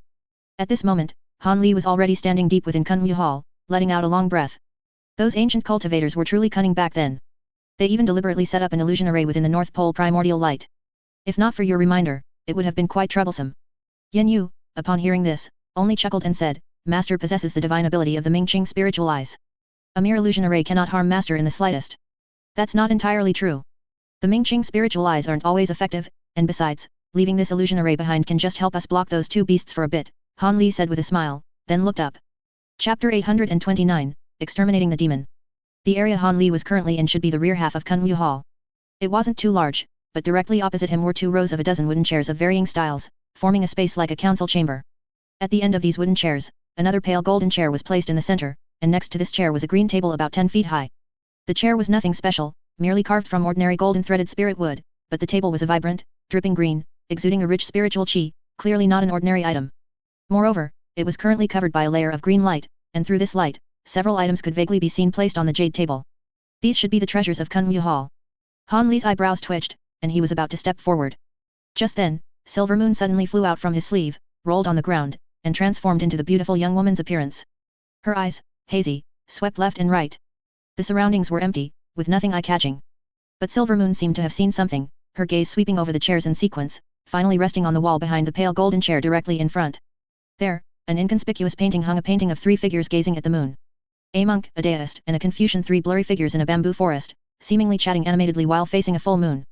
Because the painting was only about a foot in size, its surface was slightly yellow and dim, showing no spiritual light at all. So, even Han Li hadn't noticed it at first. But now, Seeing Silver Moon's reaction, his eyes narrowed slightly as he stared at the painting motionless, becoming completely absorbed. After a long while, Han Li still couldn't discern anything unusual from the painting, and his divine sense sweeping over it also showed it to be perfectly ordinary. And Silver Moon's eyes gradually became clear from their hazy state. She turned her head, and in that instant, Han Li seemed to see another completely unfamiliar person in her. But this feeling was fleeting. In the blink of an eye, she reverted to the familiar Silver Moon, blinked, and said with a smile, "Master is truly blessed." This place was originally where the three elders of Kunyu held their discussions. What is stored here now are likely their personal ancient treasures from back then. The power of these ancient treasures is truly considerable. Is that so? Then it seems my luck is indeed quite good, Han Li said with a similar smile, as if nothing had happened just now. He walked forward, examining the green light shield, his expression gradually becoming somewhat solemn. Just then, Silver Moon walked to his side and said with a smile, "Master, let me do it." She extended her hand, and a faint silver glow shone upon the light shield. The seemingly extremely solid shield walls, under the silver glow, disintegrated like snow melting in spring sunlight, vanishing without a trace in a blink of an eye, revealing the true appearance of the several artifacts on the offering table. 3 blood-red wooden plagues stacked together, a small purple sword, a palm-sized demon subduing staff, a book radiating red light, and a jade-green seal with a lifelike 5-clawed true dragon carved on its surface. Silver Moon's gaze quickly swept over these items, finally settling on the jade-green seal. "Master, this is..." Before Silver Moon could finish speaking, suddenly, a green light flashed where the two stood, and several green long snakes shot out from the ground, coiling around the two like zongzi after a few lightning-fast turns, and several snake mouths bit down fiercely with lightning speed. Han Li's eyes sharpened, and golden sword energy burst forth from all around him, like a hedgehog, instantly slicing the green long snakes into several segments and revealing their true forms, several spring green vines. Although attacked by surprise, neither Han Li nor Silver Moon showed any sign of panic. Silver Moon grabbed at the many treasures on the table, while Han Li sent out golden flying swords from his sleeve, stabbing into the ground like lightning. Accompanied by a strange shriek, a tall green figure emerged from underground. A pair of cold green eyes swept over the two, carrying monstrously cold killing intent. At first glance, this green shadow, though complete with limbs, head, and a somewhat human appearance, had its face and body entirely covered by bark-like substances, making it look more like a walking, strange tree. "Wood puppet," Silver Moon suddenly said coldly. Han Li was slightly startled, and then the late nascent soul stage puppet emerged behind him, holding the 4-flame fan, radiating extremely terrifying, pure fire spirit chi. The wood puppet's eyes immediately showed fear, and it lunged forward without hesitation, transforming into a green light, directly rushing towards Silver Moon, as if it would risk its life to snatch the treasures. Silver Moon's gaze suddenly became cold and emotionless at this moment. She glanced briefly at the 3 figures gazing at the moon painting behind her, then stood still, completely intending not to move a step. Han Li was about to strike to stop it, when an incredible scene occurred. Before the light mass formed by the wood puppet could approach Silver Moon, the 3 figures and the 3 figures gazing at the moon painting suddenly turned their heads simultaneously. These 3 painted figures simultaneously shot out, transforming into 3 streaks of yellow, white, and red light. They swept towards the green light, and with a roll, they actually flung it back over 10 feet like a rubber ball. The green light mass dimmed, revealing the wood puppet's stumbling figure. At this moment, the tall demon was unable to control itself, retreating several steps before barely stabilizing its body. It abruptly raised its head to look at the 3 figures gazing at the moon painting, its eyes filled with immeasurable terror. The 3 streaks of light circled once above the table, then transformed into 3 blurry, foot-tall small figures. All 6 emotionless eyes stared fixedly at the distant wood puppet, as if looking at a dead man. 3 elders of Kunyu. The wood puppet let out an extremely terrified scream, and then its body flashed with spiritual light, transforming into a green rainbow without a second thought and shooting towards the North Pole primordial light, not daring to look back even once. But the 3 small figures silently pointed at the small sword, demon subduing staff, and book on the table simultaneously. The 3 treasures hummed as they bounced up, then, with a tremble, transformed into 3 dazzling rainbows of purple, yellow, and red, shooting out and vanishing in a flash in mid-air. But in the next moment, they reappeared behind the wood puppet just as it was about to plunge into the numerous silver light threads, and together, they struck fiercely. A loud boom. The 3-colored light exploded, instantly submerging the green light within it. The blinding light mass it emitted was like a scorching sun, making it impossible to look directly at it. But once the light subsided, apart from the 3 floating treasures, there was nothing else. Han Li swallowed. These 3 treasures, with a single strike, had utterly annihilated this demon, which was in no way inferior to a late nascent soul great cultivator, leaving not even a speck of ash. And as soon as the 3 treasures destroyed the demon, they immediately flew back, circled once in the air, and obediently fell back into Silver Moon's hands. At the same time, the 3 small figures in the air, resembling the 3 elders of Kunyu, bowed to Silver Moon, then dissipated, and even the 3 figures gazing at the moon painting spontaneously combusted into nothingness.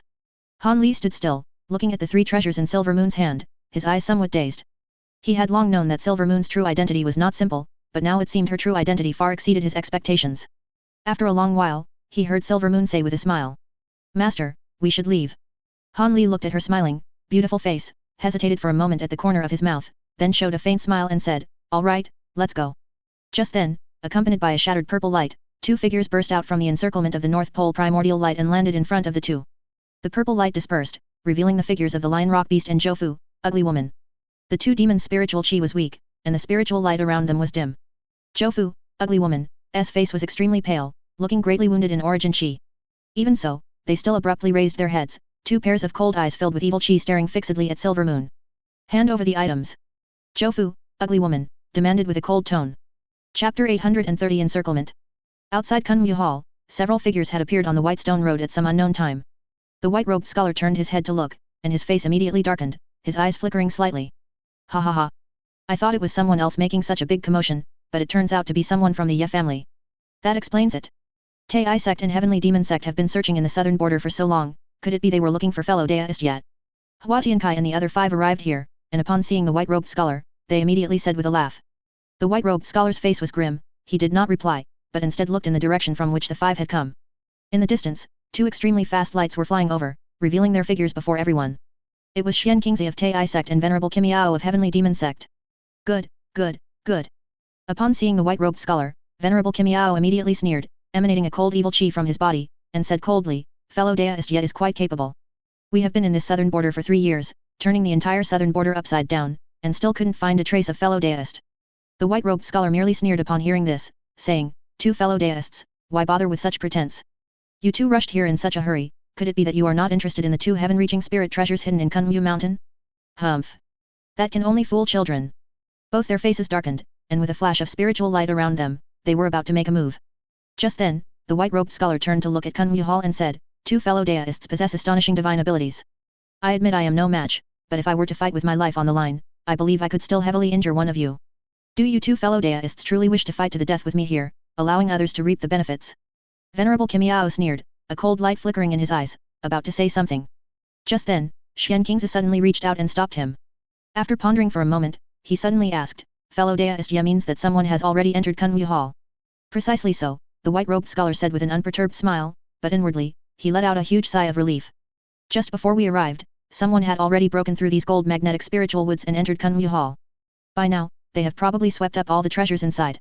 Upon hearing this, Xian Qingzi and Venerable Kimiao immediately exchanged glances, both seeing the solemnity in each other's eyes. Unlike the white-robed scholar, they knew what was inside Kunwu Hall. Other ancient treasures were secondary, the crucial thing was the most important dragon transformation seal inside. If it fell into someone else's hands, it would be a major disaster. Seeing the hesitation on their faces, the white-robed scholar quickly pressed his advantage, saying, two fellow Daists, since you are already here, there's no point in continuing to put on airs. If we fight a great battle here first, it will still benefit others in the end. Why not temporarily put aside our differences? After that person comes out, we can first join forces to subdue them, and then compete for the treasure based on our individual abilities. Xian Qingzi and Venerable Kimiao both fell silent. After a while, they suddenly heard continuous explosions and strange beast roars from within Kunwu Hall, which confirmed that the white-robed scholar had not lied to them. Good. Xian Qingzi said in a deep voice, let's do as fellow Daoist Ye suggests, we'll first join forces to break this restriction. The white-robed scholar nodded in satisfaction, then looked at Hua Tiankai and his 5 senior brothers along with Xian Qingzi and Venerable Kimiao. Being simultaneously stared at by 3 late nascent soul great cultivators, the 5 felt a chill in their hearts. Hua Tiankai quickly said, we 5 senior brothers share the same idea. The 3 exchanged glances and nodded silently. The 5 elders of the Poison Saint sect possessed considerable divine abilities and were skilled in combined attack techniques. With their combined strength, even Xian Qingzi or Venerable Kimiao would have to exert some effort, making them a formidable fighting force. The 8 quickly reached a consensus. Amidst the increasingly loud spiritual power explosions within Kunwu Hall, they jointly attacked the nearby gold magnetic spiritual wood. Xian Qingzi flipped his hand and reached into his sleeve, directly pulling out a sheathed yellow ancient sword.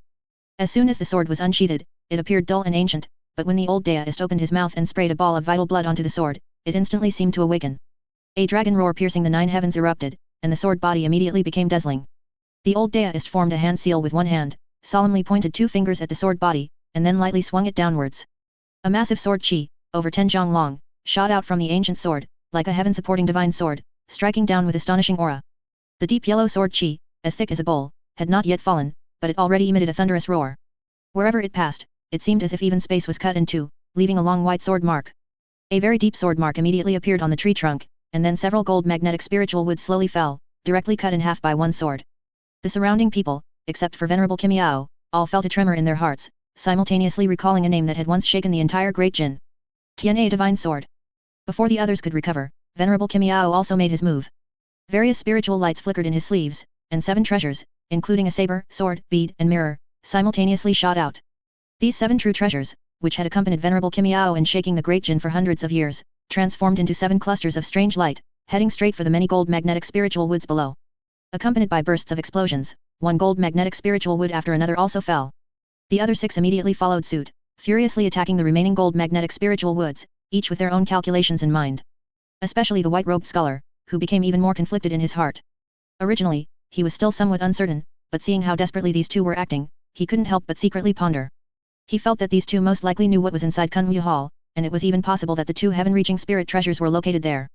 Thinking of this, the white-robed scholar's attacks also became more fierce. 3 late nascent soul great cultivators, plus 5 mid-nascent soul stage cultivators skilled in combined attack techniques. Under the combined efforts of these 8, powerful spiritual light continuously exploded, and gold magnetic spiritual woods began to fall rapidly. It didn't take long before the area was almost completely cleared. Just then, a green rainbow shot out from Kunwu Hall, but upon seeing the 8 figures outside the hall, it immediately landed on the ground, revealing Han Li's figure. The white-robed scholar only then had time to clearly see Han Li's appearance, and his pupils immediately constricted to the size of pinpricks.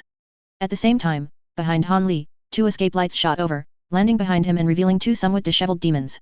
These 2 demons stared intently at Han Li's back, their eyes filled with evil chi, even ignoring the 8 people not far away. And at the same time, the last 2 gold magnetic spiritual woods also fell. In an instant, Han Li was surrounded by these 8 people and 2 demons. Chapter 831 Appearance. Han Li narrowed his eyes slightly, looking around. By this time, the 8 individuals had already tacitly surrounded him, blocking all possible escape routes for Han Li. The 2 demons, on the other hand, fiercely guarded the entrance of Kunwu Hall, preventing Han Li from escaping back into the North Pole primordial light. With almost no communication, the 8 individuals and 2 demons formed a tacit understanding. First, kill Han Li. Han Li's gaze swept coldly over these people, but for some unknown reason, facing the siege of at least 6 late nascent soul great cultivators, there was not the slightest trace of fear on Han Li's face. What do you all mean by this? Han Li asked with a sneer. Xian Qingzi stepped forward, cupped his hands, and said with a smile, "May I ask, fellow deist, earlier in Kunwu Hall, was it?" His words were cut short when, at that moment, a white light suddenly emerged from the ground at the entrance of Kunwu Hall. Madame Mu's figure emerged with it, holding a silver token, her gaze towards Han Li terrifyingly gloomy. The dragon transformation seal, which controls the restrictions of Kunwu Mountain within Kunwu Hall, was taken by this person. For some unknown psychological reason, Madame Mu sneered and stated directly. These words were like a bomb, exploding directly in everyone's minds. The white-robed scholar and Hua Tiankai exchanged glances, instantly seeming to reach a tacit understanding, and silently moved to surround him. Xian Qingzi, however, stood stunned on the spot, opening his mouth, but not knowing what to say. Venerable Kimiao, beside him, gave him a strange look, sighed slightly, and with a sudden wave of his hand, the 7 true treasures floated in the air, transforming into a 7-colored glow connected together, emitting astonishing spiritual pressure. Fellow deist, hand over the dragon transformation seal. Venerable Kimiao said coldly. Han Li only glanced at him, then frowned, his gaze sweeping towards Madame Mu behind him, confirming that he didn't know this woman at all, before shifting his sight. Fellow deists, to demand that I hand over a treasure with just empty words, isn't that a bit too much? Han Li said with a sneer, as if he didn't put anyone in his eyes at all. Everyone immediately frowned, and Xian Qingzi, holding the Tian divine sword, was about to say something. Just then, no one expected that Madame Mu, the weakest among everyone present, would strike first. With a wave of her single hand, more than 10 streaks of white light instantly shot out, heading straight for Han Li. This attack was like a signal, and everyone subconsciously followed suit. The white-robed scholar flicked his sleeve, and a black-red light immediately shot out, heading straight for Han Li. Hua Tiankai and the 5 others attacked simultaneously, their bodies enveloped in a continuous 5-colored glow, transforming into a 5-colored startling rainbow, surging towards Han Li. Behind him, the lion rock beast opened its mouth, spitting out golden sound waves. Zhou, ugly woman, at some unknown point, had a long staff in her hand, and with a powerful swing of her arms, the staff instantly grew wildly against the wind, transforming into a colossal object dozens of feet long, like a small mountain, smashing down towards Han Li's head. Xian Qingzi and Venerable Kimiao reacted a little slower, but the next moment, deep yellow sword chi and 7-colored glow simultaneously shot into the sky, descending towards Han Li's head with an astonishing aura that seemed capable of destroying the world. 9 individuals and 2 demons instantly formed a combined attack, and terrifyingly sharp attacks surged towards Han Li from all directions. And at this very moment, a faint smile still hung on Han Li's face. At some unknown point, a teleportation array about a zhang in size appeared beneath his feet, emitting a soft white light. The moment Madame Mu saw that teleportation array, her pupils almost shrunk to the size of a needlepoint, as if remembering some terrifying memory, and she almost shrieked, "Stop him!" In an instant, the spiritual chi around her erupted, and her attack accelerated by several points, almost touching Han Li's back. However, the next moment, a hurricane-like five-colored smoke cloud surged out from the teleportation array, transforming into a constantly flashing five-colored lightning tornado that shot into the sky. In an instant, it was as if heaven and earth changed color. The sun and moon lost their light. Whether it was the white-robed scholar's flying dagger, the five-colored glow of Huatiankai and the five others, the lion rock beast's sound waves, or Zhoufu, ugly woman's giant staff. Even Xian King's sword chi and Venerable Kimiao's 7 true treasures all shattered into pieces within this five-colored smoke cloud, then disappeared within it. All spiritual light and spiritual chi were rapidly decomposed, absorbed, and assimilated, even several treasures instantly lost their divine sense connection. The next moment, the five-colored smoke cloud instantly dispersed, but astonishing chaos lightning surged out. This lightning, accompanied by terrifying earth-shattering roars, instantly transformed from stillness to motion, surging towards the 9 individuals and 2 demons, like an 11-headed lightning giant dragon, letting out deafening roars at everyone. Everyone hurriedly retreated violently, all their means in front of them were instantly crushed by this lightning strike. Everyone quickly used their various methods, fleeing without looking back. However, Zhoufu, ugly woman, either because she was not good at escape techniques or because she had consumed too much origin chi, only condensed a set of blood-red battle armor on her body, preparing to resist head-on. However, where the lightning passed, that almost indestructible blood-red battle armor was instantly decomposed and pierced through. The dazzling lightning instantly engulfed her figure, and almost the next moment, everyone heard a scream. The lightning gradually subsided, and all the spiritual chi in the surrounding air was decomposed and absorbed, creating a vacuum zone here, causing strong winds to surge and sand and stones to fly. And amidst this swirling sand, a strange, sarcastic voice emerged. Oh, what a lively scene! The next moment, an incredibly violent force forcibly tore through the strong wind. Amidst the swirling dust, the blood-colored corpse king summoned soaring evil chi, ghostly shadows caused heaven and earth to change color, and dense demonic chi then shot into the sky, causing the surrounding heaven and earth to constantly wail. The savage fierce insects, spitting yellow mist, raised their tail hooks, and the incredibly beautiful crimson peacock stood behind the glass-like giant turtle, emitting terrifying, suffocating spiritual pressure. Among the various demons, ghosts, and monsters, Liu Yun surveyed his surroundings and sneered. Everyone, you are looking quite energetic. Behind him, Qing Li, in a half-human, half-dragon state, then sneered, stepping on the corpse of a severely injured giant turtle, and clutching a huge yellow demon core in her hand. Liu Yun's. Everyone exchanged glances, seeing the bitterness in each other's eyes. So that's it, this person is your vanguard. Madame Mu's eyes were bloodshot, and she said with a sinister tone. Upon hearing this, Liu Yun's couldn't help but turn back and glance at Han Li, asking in confusion, why did you call me so soon? Han Li rolled his eyes at him and said, if you were any slower, I would have been beaten to death. Before the two could continue reminiscing, they suddenly heard a strange beast roar and instinctively looked back. The lion rock beast looked at the revealed corpse of Zhoufu, ugly woman, and couldn't help but let out a mournful roar to the sky, then suddenly transformed into a streak of lightning, quickly disappearing into the distance. This sudden action stunned everyone, and then they all turned to prepare to flee. Did I tell you to leave? Chapter 832 Intimidating the Cultivators. As Liu Yun's let out a cold shout, several shadows shot out like lightning. Xian Kingzi subconsciously swung his sword, releasing a deep yellow sword chi like a giant dragon. However, another black-red sword chi, like congealed blood, also struck out, clashing with the deep yellow sword chi and emitting a dragon's roar that pierced the heavens. In an instant, it was as if thousands of thunderbolts exploded simultaneously, and even space itself seemed to be torn apart by the two sword chi, leaving a huge white void at the point of their clash. The two sword chi vanished simultaneously, a sight that made Xian King's pupils constrict, and he subconsciously stopped his advance. A monster, 10 feet tall, clad in pitch-black armor, with exposed parts like its hands and face covered in copper coin-sized black-red scales, appeared before him. This monster held a blood-colored giant sword, unsuitable for human use, which emitted an astonishingly pungent bloody chi, almost making one want to vomit. On the other side, Venerable Kimiao's 7 spirit treasures transformed into 7-colored light to protect his body as he fled outwards. Immediately after, he felt a flash of lightning before his eyes, followed by chaos lightning of different colors surging towards him. His 7 spirit treasures released a large expanse of 7-colored light, yet it was completely ineffective against the chaos lightning, being effortlessly disintegrated and pierced through. With a boom, the chaos lightning struck the main body of the 7-colored light.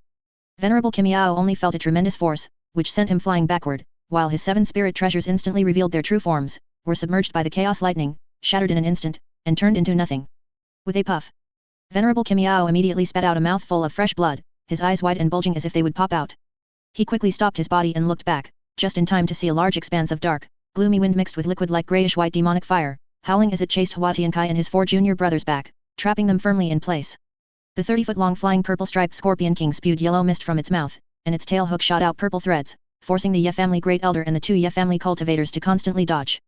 Only by relying on a giant bone ring wrapped around their bodies did the 3 avoid any harm. Madame Mu had just managed to fly out of the gate below the white stone path when a red light flashed and disappeared before her eyes. The Howang bird spread its wings, and a large expanse of red light shot out, transforming into a boundless crimson sea of fire in the air, forcing her back as well. Liu Yun's. Do you really want to fight us to the death? Xian Qingzi quickly shouted loudly, while fiercely waving the Tian divine sword in his hand. Deep yellow sword qi, like towering mountains, blocked the crimson sea of fire, saving Madame Mu. Fight to the death? Just you few. Liu Yun's waved his hand, and the various demons, monsters, and ghosts dispersed, blocking all possible escape routes for everyone from a distance. Everyone, I can understand Madame Mu and the fellow deists from the Poison Saint sect being here. But what are Xian Qingzi and the two fellow deists from the Heavenly Demon sect here for? Xian Qingzi and Venerable Kim Yao exchanged a helpless glance upon hearing this, then cupped their hands towards Liu Yun's and said, speaking of this matter, we owe it to the information provided by fellow deist Liu, which allowed us to react in time. Oh, I see. Liu Yun's nodded in understanding. Although these words seemed to contain little content at first listen, in reality, it was an admission to Liu Yun's that there was also a soul transformation stage old monster within the Tai sect, and that these two major sects, which were the leaders of the great Jin's righteous and demonic 10 sects, had always maintained private contact. This was quite normal, after all, there must be a reason why the two giants had remained at the top for so many years without falling. Tisk. Only you two, it seems the seniors still haven't taken this matter to heart. Liu Yun sighed, expressing his dissatisfaction. He had thought that such a major event concerning the seal of Kunwu Mountain would at least warrant the appearance of one or two soul transformation cultivators. But he didn't expect that in the end, only two late nascent soul stage cultivators would show up.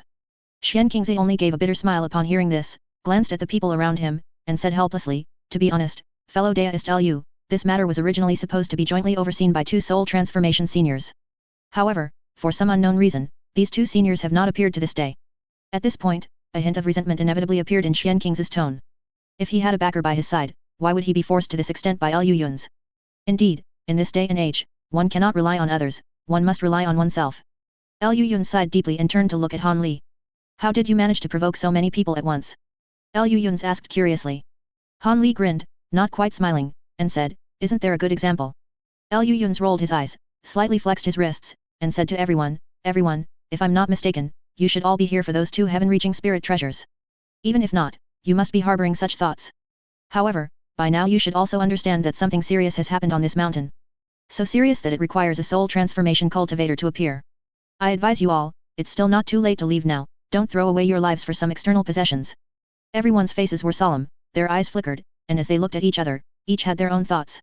Madame Mu, in particular, had fallen silent after Liu Yun's appeared and repelled everyone, her head slightly bowed, lost in thought. After a while, Hua Tiankai, after exchanging a few words with his four junior brothers through spiritual transmission, sighed helplessly, stepped forward, and said, fellow deist Lu's words are reasonable. Now that fellow deist Xian Qingzi, fellow deist Kim Yao, the Ye family great elder, and now fellow deist Liu are on this mountain, our five brothers fear we won't gain any advantage. It's better to leave first. Everyone, we shall take our leave. After saying this, the five of them suddenly joined forces, transforming into a five-colored light, and quickly flew down the mountain. Liu Yun didn't let the fourth brother stop them. Anyway, he had advised them, if they didn't listen, then these five fellows were seeking death themselves. Even immortals cannot save those destined to die, he could at most do his part. Fellow deist yet. Liu Yun's gaze swept towards the Ye family great elder and the two Ye family cultivators behind him, who had been trying their best to minimize their presence, and he asked with a cold smile, I have some matters I'd like to ask you about. Facing Liu Yun's undisguised hostility, the Ye family great elder's face darkened, and he immediately sneered, saying, no matter, we also have something we'd like to ask the fellow deist behind fellow deist Liu. The Ye family great elder looked at Han Li and asked with a sinister gaze, Elder Han, don't you think you should give us an explanation? Chapter 833 Resolute. At these words, Liu Yun immediately gasped, suddenly turned around, shielded his chest with one hand, and looked at him with a shocked expression. Old Han, I never thought you'd be this kind of person. I completely misjudged you before. What are you pretending for? Han Li's eyelids twitched wildly, and he couldn't help but say, don't you know what's really going on? Tisk. Liu Ling's clicked his tongue, then shrugged helplessly, saying, the atmosphere was just right. You're so boring. My senior sister will break up with you sooner or later. Get lost. Han Li's face turned green, and he suppressed the urge to kick the fellow, turning his head to look at the Ye family great elder. Fellow deist yet, there's no need for you to pretend either. I refuse to believe that you didn't recognize me when I broke these restrictions earlier. The white-robed scholar's expression darkened, and he let out a cold snort. He wasn't stupid, how could he not know that his Elder Han and this person were most likely not the same individual, and that it was probably this person who had ambushed Elder Han in the city back then? His previous words were merely an attempt to sow discord between them, but he hadn't expected them to have no effect at all. Liu Yun looked at the Ye family great elder and secretly transmitted to Han Li, how about it? Could it be him? Han Li shook his head, transmitting back helplessly, I can't tell. Tisk. Liu Yun clicked his tongue in disdain. That's why my method is so much better. We bring Nangongwan over, and at a time like this, you two embrace, then start kissing each other's heads. I don't believe that bastard could hold back. Just be a human, damn it. Han Li glared at him fiercely. Liu Yun's gaze swept over the three Ye family cultivators, and he asked with a solemn tone, fellow deist yet, your Ye family didn't just bring these people, did you? Where are the others? The white-robed scholar chuckled at the words, saying disdainfully, fellow deist Liu, why don't you try to perform soul search on me? This is the first time I've heard such a request. Liu Yun's blinked, looking at him with considerable surprise. With Liu Yun's current abilities, capturing and performing soul search on this Ye family great elder was not impossible. The white-robed scholar sneered and turned his head, his gaze sweeping over Xian Qingzi and Venerable Kimiao in turn, the chill in his eyes growing heavier and heavier, making everyone who saw it feel a prickling sensation on their scalp. For many years, although the Ye family has held the title of the Great Jin's foremost family, in reality, we have merely been puppets of these great sects. This trip to Kunyu Mountain is a desperate gamble, success would be good, but failure is nothing to regret. Rather than continuing to be puppets for countless years, watching our family's geniuses die one by one, and our hopes shattered repeatedly, I would rather forge a new path for the future generations of the Ye family. Perhaps our Ye family has truly unleashed a great disaster, but so what? If we can drag great sects like the Tai sect and Heavenly Demon sect down with us to their deaths, then why isn't that a good thing? The Ye family great elder said almost word for word, the fanaticism and madness in his tone making everyone present feel a tingling sensation on their scalp. Fellow deist Liu, what a pity. Originally, given our positions, we might have been able to become friends. The Ye family great elder sneered, then suddenly turned and roared. Go. Almost instantly, the two Ye family cultivators abruptly turned and fled. The flying purple-striped Scorpion King beside them immediately flew forward, preparing to block the two, but the huge bone ring beside the Ye family great elder suddenly glowed with a brilliant yellow light, and a thick yellow radiant light shot out from it, actually blocking the flying purple-striped Scorpion King. With a whoosh, third brother, fourth brother, and Qing Li almost simultaneously pounced forward, black demonic wind swirling with grayish-white demonic fire, black-red sword chi resembling a giant dragon soaring across the sky, and chaos lightning emitting a deafening roar. Three terrifying attacks simultaneously struck the Ye family great elder, but he showed no fear. Instead, he laughed and lunged towards Xian Qingzi and Venerable Kimiao. Liu Yun suddenly felt that something was amiss. After a sweep of his divine sense, he immediately shouted loudly. Come back. The three paused, almost subconsciously retreating rapidly. At the same time, the spiritual chi within the Ye family great elder's body began to surge violently, rushing towards his Danshan and nascent soul, while the massive white bone ring around him emitted an incomparably bright yellow light and began to flicker intensely. Xian Qingzi and Venerable Kimiao's expressions changed drastically, and they quickly retreated, but it was already too late. The Ye family great elder burst into laughter and then exploded, his surrounding white bone ring following suit, transforming into a giant halo of various flashing colors. The dazzling halo began to spread inch by inch, rapidly surging in all directions. The self-detonation of a late nascent soul great cultivator combined with an imitation heaven-piercing spirit treasure produced an incredibly terrifying power. Wherever the halo passed, even space itself trembled slightly, cracking into tiny fissures. Venerable Kimiao had just managed to pull out a small drum to shield himself when he was caught by the halo and enveloped within it. Xian Qingzi was a little further away and successfully escaped before the halo reached him, flying out with a look of shock as he watched the halo gradually expand and then suddenly disappear, leaving only an unfathomably deep pit in its place. And Venerable Kimiao had already vanished, body and spirit annihilated. The Misty Moon Mountain Range is located in the northwest of the Great Jin, situated at the border of two prefectures, stretching for hundreds of thousands of miles. Within this mountain range, there are countless treacherous peaks, and the largest among them is tens of thousands of feet high, with its upper half a vast expanse of white, permanently covered by unmelting snow.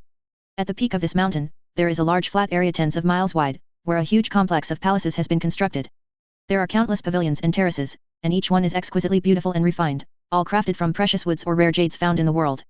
Moreover, the entire mountaintop is protected by some large restriction, and while outside the restriction, cold winds howl and it's a world of ice and snow, inside the restriction, it's like spring all year round, with countless exotic flowers and spirit woods.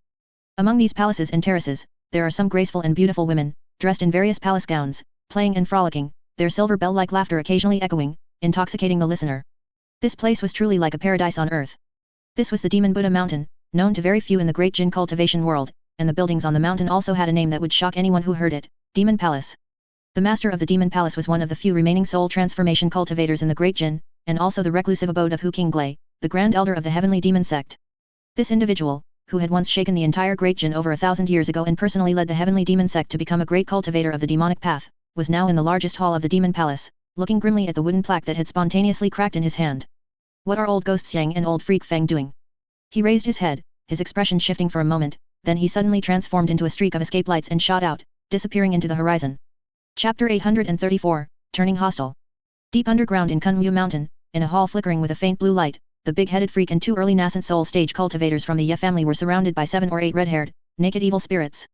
Each of these evil spirits had a green face and fangs, spewing yin qi from their mouths. With a flick of their 10 fingers, streaks of dark claw light rained down on the three. Trapped in the middle by swirling grey yin qi, the big-headed freak and the others had erected several layers of varying colored light shields using their defensive magic treasures. No matter how fierce the yin qi or how sharp the claw light, they could not shake the shields in the slightest. However, in contrast, the yellow flying sword wielded by the freak, and the black small sword and white jade ruler activated by the two Ye family elders, though radiating myriad lights, similarly failed to harm these evil spirits. Whether the flying sword cut an evil spirit in half, or the ruler smashed a ghost's head to pieces, as long as the other evil spirits simultaneously sprayed yin qi from their mouths, the slain evil spirit would instantly recover as before, becoming lively again and lunging forward, each seemingly immortal. At this moment, one of the Ye family elders rubbed his hands together, then flung them, sending a series of crimson fireballs into an evil spirit's body, completely annihilating it without a trace. But with a convergence of nearby yin qi, the evil spirit immediately reappeared and viciously lunged at the light shield again. Seventh uncle, this won't do. These evil spirits have been nurtured by the yin qi of this place for countless years, and have clearly cultivated to the realm of condensed yin souls. Ordinary spells and magic treasures simply cannot kill them. Only cultivation techniques and spirit treasures of extreme yang can be effective, the Ye family elder said anxiously. Humph, if it were that simple, this old man would have acted long ago. These evil spirits are not merely condensed yin souls, they are all clones of the same Ghost King. As long as we cannot kill all of them simultaneously, they will immediately revive in the yin qi. This old man hasn't unleashed his thunderous methods because he has been searching for its true body all this time, the big-headed freak snorted coldly, replying irritably. They're all clones. The elder was startled. Indeed. Otherwise, even an evil spirit that has cultivated to the realm of condensed yin souls, after being repeatedly slain by us so many times, should have its origin qi greatly depleted. Yet, look, have they shown any sign of fatigue? It seems this Ghost King intends to wear us down to death, which is why it's using them to deal with us, the big-headed freak said calmly, then pointed his yellow small sword, piercing through another evil spirit. So that's how it is. No wonder these fierce spirits don't seem eager to attack us. 15th brother, can you clear out these evil spirits? The elder glanced at the hazy surroundings, his expression slightly changing as he asked the other early nascent soul stage cultivator beside him. I should be able to, the man said silently after a moment's pause. He then flipped his hand, and a crimson great seal appeared in his palm, radiating astonishing heat. Go. The man formed a hand seal, striking several spell seals onto the small seal. Then, he gritted his teeth, forcing out a ball of vital blood and spraying it onto the seal. In an instant, the crimson spirit light burst forth. The small seal buzzed and spun, then shot up into the sky, transforming into a massive crimson fire dragon that coiled upwards, unleashing a vast sea of fire that engulfed all the evil spirits. These evil spirits struggled for only a moment before being incinerated into nothingness by the fierce flames. At the same time, the giant fire dragon also reverted to the small seal, which buzzed and flew back into the body of this Ye family elder. This Ye family elder's face turned pale, the spirit light around him dimmed, and he even nearly fell to the ground, clearly looking greatly weakened. The other elder was about to help him when suddenly, both heard a furious roar from the big-headed freak. I've found that Ghost King. What? Where is its true body? The elder's spirits lifted, and he hastily asked. The big-headed freak suddenly turned his head, looking at the greatly weakened Ye family elder. The elder froze, then looked back in horror. He saw that the Ye family elder stood motionless, a large hole having appeared in his chest at some unknown point. Behind him, a blurry grey ghost shadow materialized. How dare you? The big-headed freak roared in anger, raising his sleeve. A mirror as black as ink suddenly appeared in his hand, and he swiftly waved it at the ghost shadow. A hazy black light swept out from the mirror. The evil spirit, just as it intended to become invisible again, was involuntarily engulfed by the strange black light. It then let out a piercing scream, its ghost body gradually tearing and breaking apart within the light. Those black lights were as sharp as a mountain of blades and a forest of swords, even the ghost body, which the fierce spirit had painstakingly cultivated for countless years, could not resist it in the slightest. Moments later, the fierce spirit vanished into nothingness. Only then did the elder relax, looking down at the corpse of the Ye family elder on the ground, overwhelmed with sorrow. First 6th brother, then 11th brother, and now even 15th brother has died. Hearing this, the big-headed freak silently shook his head and said, It's all my fault. If I had discovered the Ghost King's trace sooner, he wouldn't have died. Upon hearing this, the elder's face showed a hint of hesitation, and after a moment of deliberation, he said. This nephew has no intention of complaining about 7th uncle. It's just that this demon-suppressing pagoda is so strange, not only is it built upside down, with the entrance at the top and the spire facing down, but each layer's demonic spirits are also more difficult to deal with than the last. We have spent so much time and have only managed to reach the 7th layer. An elder Han once said that this pagoda should have 9 layers. It's hard to imagine what kind of demons will appear on the next 2 layers. Do we really need to continue? Humph, you're scared just because you've encountered a little danger. The more powerful the things suppressed below, the greater the chance of a heaven-reaching spirit treasure appearing on the next 2 layers. After all, only demons that even ancient cultivators feared would require a heaven-reaching spirit treasure to suppress. Do you want to let our Ye family's centuries-long scheme all come to naught? The freak's voice turned cold, and he reprimanded him impolitely. 7th uncle's reprimand is right, this nephew was a bit timid. The Ye family elder, hearing this, could only meekly agree. However, taking advantage of the big-headed freak's inattention, he subtly retreated 2 steps. The big-headed freak suddenly stopped, slowly turned around, and looked at him expressionlessly.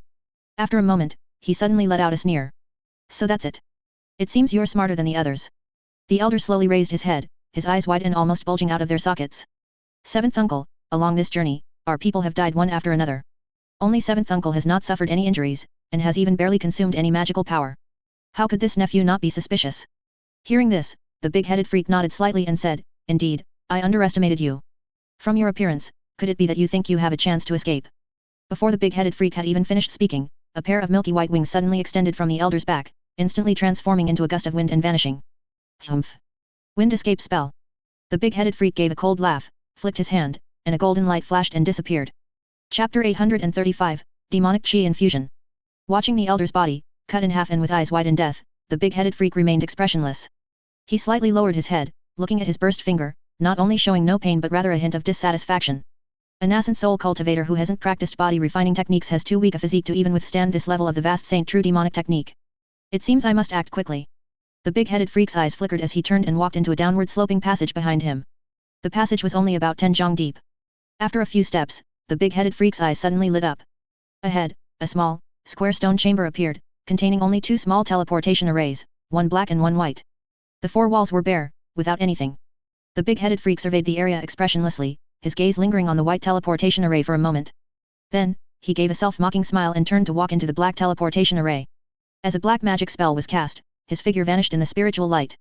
The next moment, the big-headed freak suddenly appeared in an identical magic array, surrounded by flickering, somewhat dim and blurry, faint light.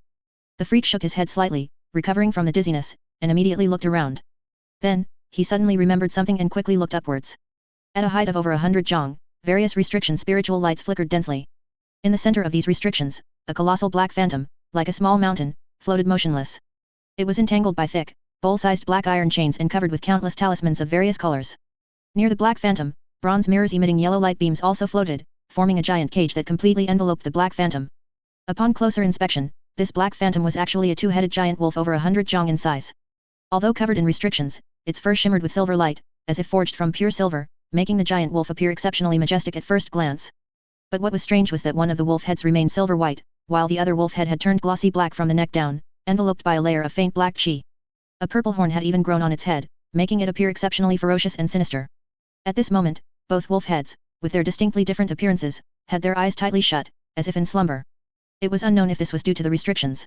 The big-headed freak looked at the 2-headed giant wolf, a hint of nostalgia appearing in his eyes. After a long while, he slowly let out a breath, his expression once again becoming cold. He formed hand seals, and a pitch-black devilish chi erupted from his body, completely engulfing him. Immediately, a low roar emanated, and a phantom of a 2-headed, 4-armed demon appeared within the rolling black chi. This demon phantom was several zhang tall, and its massive demonic body exuded astonishing evil chi that shot to the heavens. The big-headed freak stood beneath this phantom, his face pale, his entire body continuously emitting cracking sounds, as if the bones within him were being crushed one by one. Following this, both mouths of the ancient demon phantom simultaneously uttered low, incomprehensible incantations. Its 4 demonic arms, covered in glossy scales, also formed hand seals and gestures, appearing like a demon god within the black chi. After a full tease time, the big-headed freak's aura had noticeably weakened. Finally, the ancient demon phantom's incantation ceased. With a wide-open mouth, a ball of black-red spiritual light shot directly into the air. Simultaneously, its 4 arms lifted upwards, and 4 black magic spells instantly vanished into the spiritual light. As soon as that spiritual light was emitted, the entire ancient demon phantom instantly dissipated, leaving no trace of the surrounding black devilish chi. The spiritual light floated in the air, transforming into a bizarre blood pattern that flashed upwards and disappeared in an instant. But the next moment, this blood pattern mysteriously appeared on the black wolf head's forehead. Immediately, a spiritual light flashed on its horn, and the black wolf head's eyelids moved slightly. Its eyes finally slowly half-opened, purple light dazzling, as if 2 purple suns had simultaneously appeared between its eyelids, making it impossible to look directly at them. Moments later, the purple light in the black wolf head's eyes disappeared, and at the same time, a woman's voice emanated from its mouth. Blood Flame. No. You are not Blood Flame. Who exactly are you? How do you possess Blood Flame's origin chi? The voice was melodious and pleasant, strikingly similar to the woman's voice that had trapped the 2 soul transformation cultivators that day, but with less charm and more icy coldness and fury. The big-headed freak glanced at her, silently bowed, and respectfully said, Greetings, Ancestral Saint. Ancient demon Blood Flame has been slain by a human cultivator. Before his death, a remnant soul found me, offering demonic chi infusion to help me advance to soul transformation as a condition. He asked me to help Ancestral Saint escape. So that's how it is. No expression could be discerned on the giant wolf's face, but her voice changed from its original iciness to a languid tone, carrying a faint smile. She glanced at the big-headed freak and said normally, "You speak plainly, without any prevarication. Since you possess such determination and can help this Ancestral Saint escape from here, I can perform a demonic infusion into your body once. However, let me be frank, given your situation, there's at most a 50% chance of advancement after the infusion. Nevertheless, our saint race's lifespan originally far exceeds that of you cultivators. Even if you don't succeed in advancing, your lifespan will still greatly increase after the demonic infusion. You will still have a chance to advance to the soul transformation stage on your own." The big-headed freak laughed loudly upon hearing this and said without hesitation, "Don't say half. Even if it's only 1/10, will still give it my all." "Good," the giant wolf's tone held a few more hints of a smile. "Since you've come here, you must have planned everything. Let me remind you first, rescuing me is not as easy as you think. Putting aside other things, just the great heavenly cycle star chain that binds me is not something you can break with your current cultivation. This item is a treasure passed down from the spirit realm, specifically targeting our saint race." The big-headed freak smiled slightly, and clusters of black or red spiritual light flew out from his sleeve. These spiritual lights flashed in the air and then dimmed, revealing their true forms. They were a dark mirror, a blood-colored command arrow, a jade lotus, a grey-white ring, and a dark small bottle. The giant wolf's eyes narrowed slightly, sweeping over the big-headed freak's calm face, and she couldn't help but smile, saying, "Good. I didn't expect your excellency, as a human cultivator, to have collected a full 5 demonic artifacts. With your cultivation, if you use these demonic artifacts without regard for the cost, there truly is some hope of breaking this restriction. Come." The big-headed freak's eyes narrowed slightly.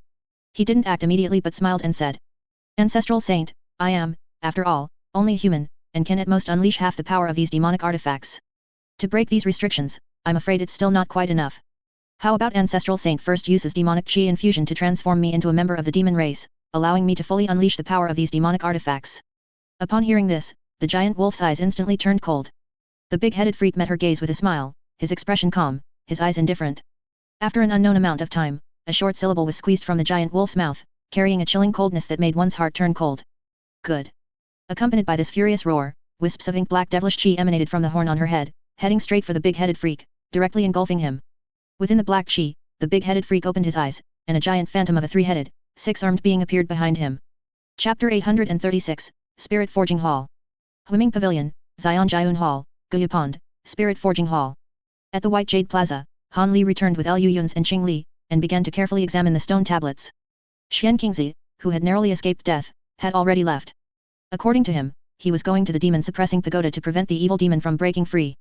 However, no matter how Liu Yun's looked at it, he felt that this guy wanted to run away, but was afraid someone would take their anger out on him. Under duress, he could only find something to do, trying to appear diligent. However, his situation had nothing to do with Liu Yun's. As for the so-called evil demon about to break free, the third and fourth brothers had already gone to prepare. If there were any changes, they could notify him at any time. If he was not mistaken, at this moment, that ancient demon had most likely already met the evil demon sealed in this place. An old demon meeting a young demon, Liu Yun's could tell with his toes that the unlucky one would definitely be the poor soul sealed there. The current problem was that the guy was definitely waiting for them in the demon-suppressing pagoda. But Liu Yun's and Han Li had no intention of going there. Are you kidding? Others might not know what that guy was, but how could the two of them not know? Without absolute certainty, that bastard would be hiding, let alone showing his face. Such an obvious trap, they would definitely wait for others to step on it first. After much thought, both of them felt that the several soul transformation seniors of Great Jin were the best candidates to step on this trap. As for the two of them, no hurry, let's see how he plays it first. Let's go to the Spirit Forging Hall, Liu Yun said excitedly. This place, at a glance, was clearly where ancient cultivators refined artifacts during the ancient era. Although Liu Yun's had collected a lot of data on the methods for refining ancient treasures so far, these materials were incomplete and unsystematic. If he could complete the entire system here, his artifact refining skill would likely advance to a new level. Han Li, on the other hand, looked indifferent. Anyway, his gains from the Kunwu Hall trip were already plentiful.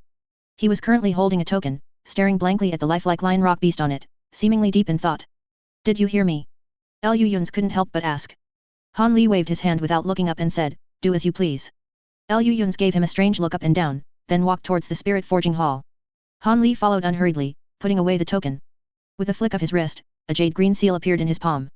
It was the Dragon Transformation Seal, said to be able to control the restrictions of Kunwu Mountain. You knew, is this item really that important? Han Li couldn't help but ask in his mind.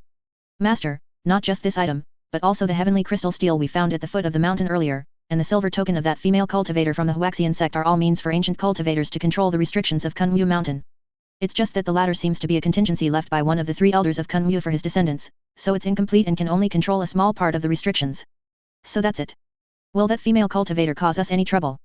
Han Li asked in his mind, his eyes flickering. Master, rest assured. That token can still be used outside the demon-suppressing pagoda, but once inside, it will be useless. However, Lu Yun's did not kill that malicious woman, so he might have left some contingency. Is that so? Han Li chuckled softly and caught up with Lu Yun's ahead. By this time, everyone had walked a long distance, and the white jade plaza behind them had long been left far behind. Both sides of the stone steps were lined with tall spiritual trees, most of which Lu Yun's recognized, but there were also some he had never seen before, making him take a few extra glances. These trees had grown on Kunmu Mountain for countless years. Even ordinary spiritual wood had now become excellent artifact refining materials. However, these things were not enough to tempt Lu Yun's. After walking for about a quarter of an hour, their vision suddenly brightened, and they vaguely saw a large cluster of pavilions in the distance. Everyone's faces lit up with joy, and they immediately quickened their pace, reaching the end of the stone steps in a flash, but then abruptly stopped. A layer of white light curtain blocked their way. Looking through the light curtain, behind it was a towering green wall, 6 or 7 jong high, completely obscuring what was behind. But facing the stone steps was a tall steel tower, from which one could vaguely see the large buildings behind the wall. On the prominent top of the steel tower, the 3 characters Spirit Forging Hall were written in silver powder. Lu Yun's gave Qing Li a look, and she returned a bewildered expression. Open this thing, Lu Yun's ordered, gritting his teeth, feeling exhausted. He and this thing would never have any tacit understanding in this lifetime. Putting on airs, it wouldn't kill you to say one more word, Qing Li pouted, saying disdainfully. Then, rubbing her hands together, a thick chaos lightning immediately shot out from her hands, striking the light curtain with a boom. The seemingly solid and firm light curtain was instantly disintegrated inch by the chaos lightning.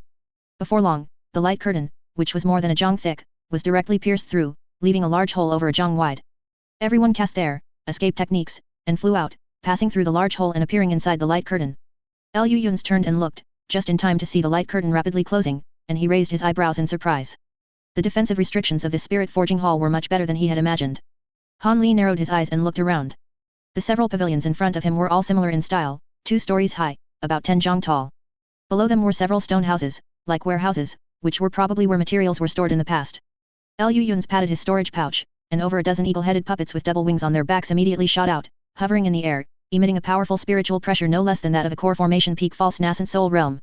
Han Li looked on curiously for a moment, and immediately noticed that these puppets were identical to the eagle-headed puppet in the Void Heaven Palace back then, even the powerful spiritual pressure they emitted was no different.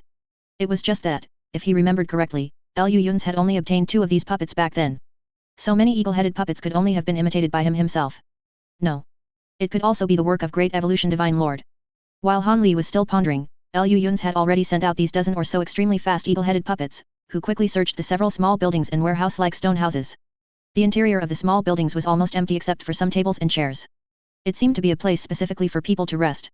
And inside those stone houses, there were only some empty stone shelves and platforms, and some huge metal boxes. It seemed that as early as the ancient era, when the ancient cultivators moved away from this place, they had already cleaned it up.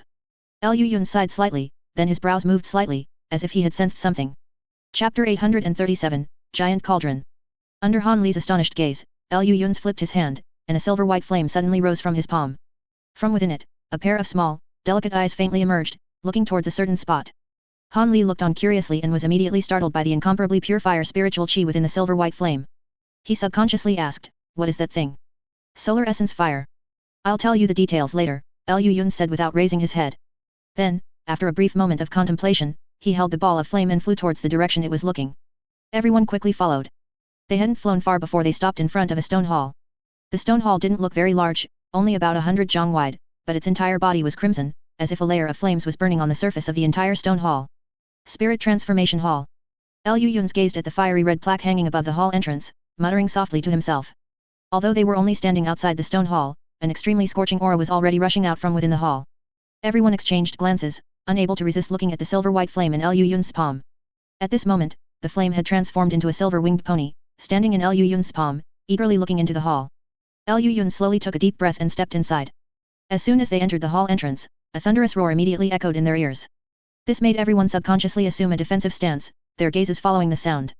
Inside the hall, which was several tens of jong wide, crimson rays surged. More than a dozen fire pillars stood upright around the hall, with coiled crimson dragon statues on them, lifelike.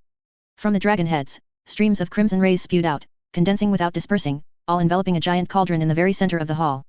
This cauldron was 6 or 7 jong high and ancient in style. Compared to all the cauldrons Liu Yun's had ever seen, it could be considered a behemoth. But what shocked everyone was that this object had been calcined crimson by the crimson rays, its original color long since indiscernible. The scorching high temperature emanating from its surface, even from 20 or 30 jong away, still gave one the feeling of being in a volcano.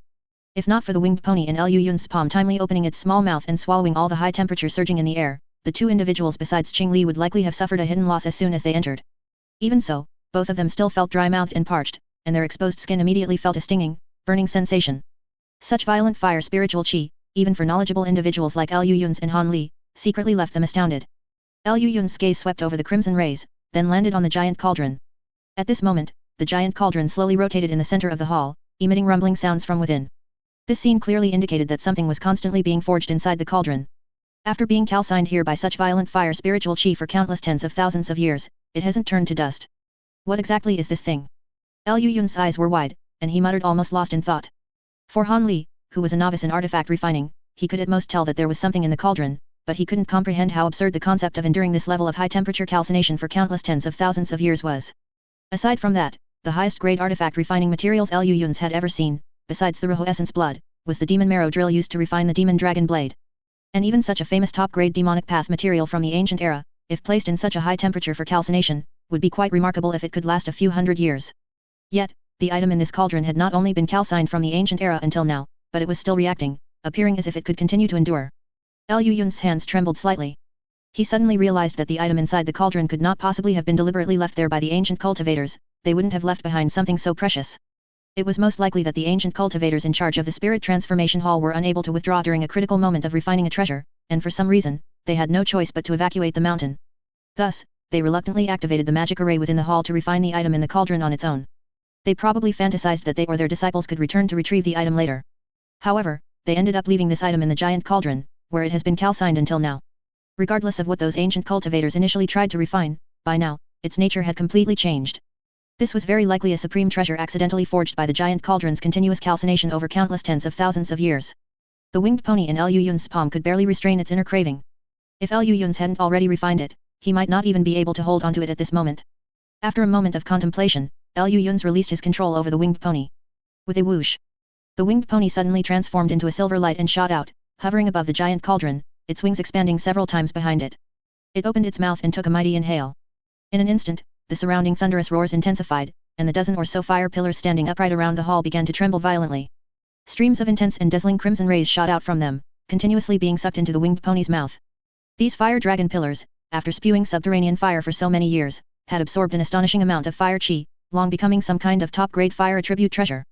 And now, the fire qi accumulated over many years in these fire dragon pillars was completely devoured by the fire spirit transformed from the solar essence fire. Half a quarter of an hour later, the surrounding dozen or so fire dragon pillars let out a sharp bang and all shattered into thin air, turning into a pile of metal fragments on the ground. The winged pony also sucked the last wisp of crimson ray into its body, its size growing a full circle. Then, it transformed into a silver-white streak of light and struck downwards with a boom.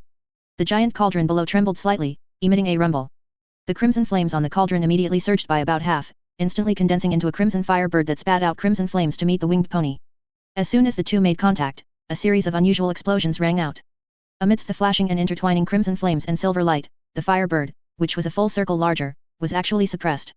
In just a moment, this fire bird, formed by pure fire spiritual qi, was bitten in the throat by the winged pony and swallowed in a few gulps.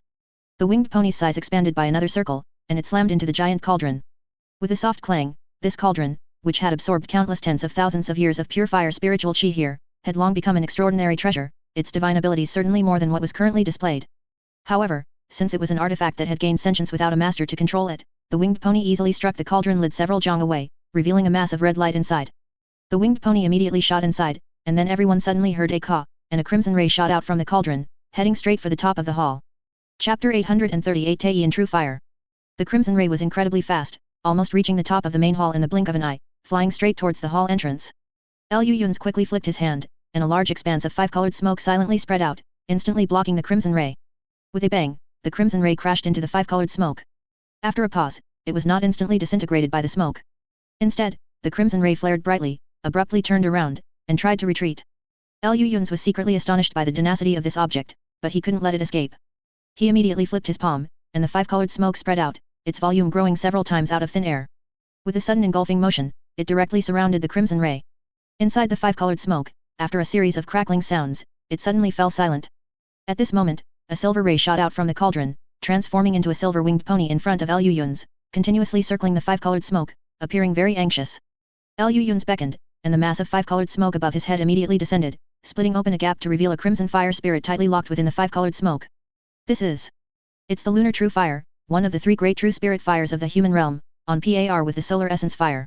Before Lu Yun's could even identify it, Yin Yu, from Han Li's sleeve, exclaimed in surprise. Lu Yun's immediately gave her an unexpected look, then turned to glance at the anxious solar essence fire, instantly believing most of it. Presumably, only the lunar true fire, also one of the three great true spirit fires of the human realm, could elicit such a strong reaction from the solar essence fire. It made sense. This mass of lunar true fire seemed to have ordinary power, likely being extreme yin born from the extreme yang within the cauldron, and having only recently come into existence. Despite this, it still possessed the foundation of one of the human realm's three great true spirit fires, essentially remaining the human realm's top-tier extreme yin and extremely cold fire. If the solar essence fire could devour this mass of lunar true fire, with yin and yang complementing each other, it would likely advance at least one stage, its power becoming even more terrifying, and even its spirituality might undergo sublimation. After a moment of thought, Lu Yun suddenly took out a small bottle from his storage pouch and glanced at it. He then turned and waved his large sleeve, and the five-colored smoke contracted, tightly trapping the lunar true fire and absorbing it into his body. The winged pony formed by the solar essence fire immediately let out a series of dissatisfied cries. Lu Yun's could only helplessly comfort it with a few words before retracting it into his sleeve. Han Li looked at him with some confusion. I have an idea.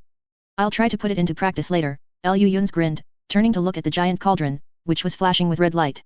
Ever since the lunar true fire flew out of it, the giant cauldron had become exceptionally quiet, like a dead object. However, everyone remembered how this thing had become sentient and taken human form earlier, blocking the solar essence fire. After absorbing so many years of pure fire spirit power, even if its foundation was poor, it couldn't be worse than a top-tier ancient treasure now. Lu Yun's beckoned with one hand, and the giant cauldron immediately shot over, stopping in front of them. Several masses of five-colored smoke extended from Lu Yun's sleeve, wrapping around the bottom of the giant cauldron like chains. Then, with a forceful pull, he flipped it over. At this point, the red light within the cauldron had long since vanished without a trace, allowing everything inside to be seen clearly. Lu Yun's and Han Li leaned in to look, and their expressions immediately became somewhat strange. Lu Yun's hesitated for a moment, then reached into the void realm within the cauldron with one hand. With a whoosh, a shiny object shot out from the cauldron. After a swirl, it landed in Lu Yun's hand. It was a transparent, fist-sized object, warm like jade, but when his 5 fingers pressed down slightly, it had a distinct elasticity. What is this thing? Lu Yun's asked, puzzled, instinctively looking towards Han Li's sleeve. Yin Yu's slightly disdainful voice came from within. How could I know?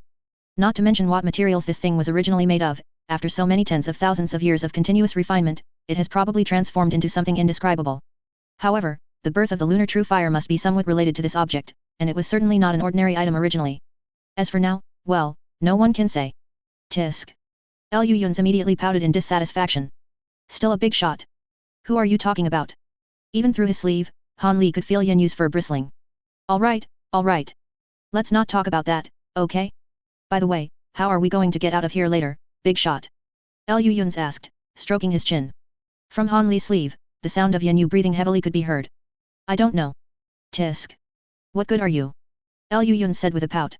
Han Li couldn't help but glare at him, saying exasperatedly, will you die if you say less? No, but it will be very boring. Lu Yun sighed deeply, casually putting the unidentified materials into his storage pouch, then reached out to retract the 5-colored smoke. I'll study the lunar true fire and this thing when I get back.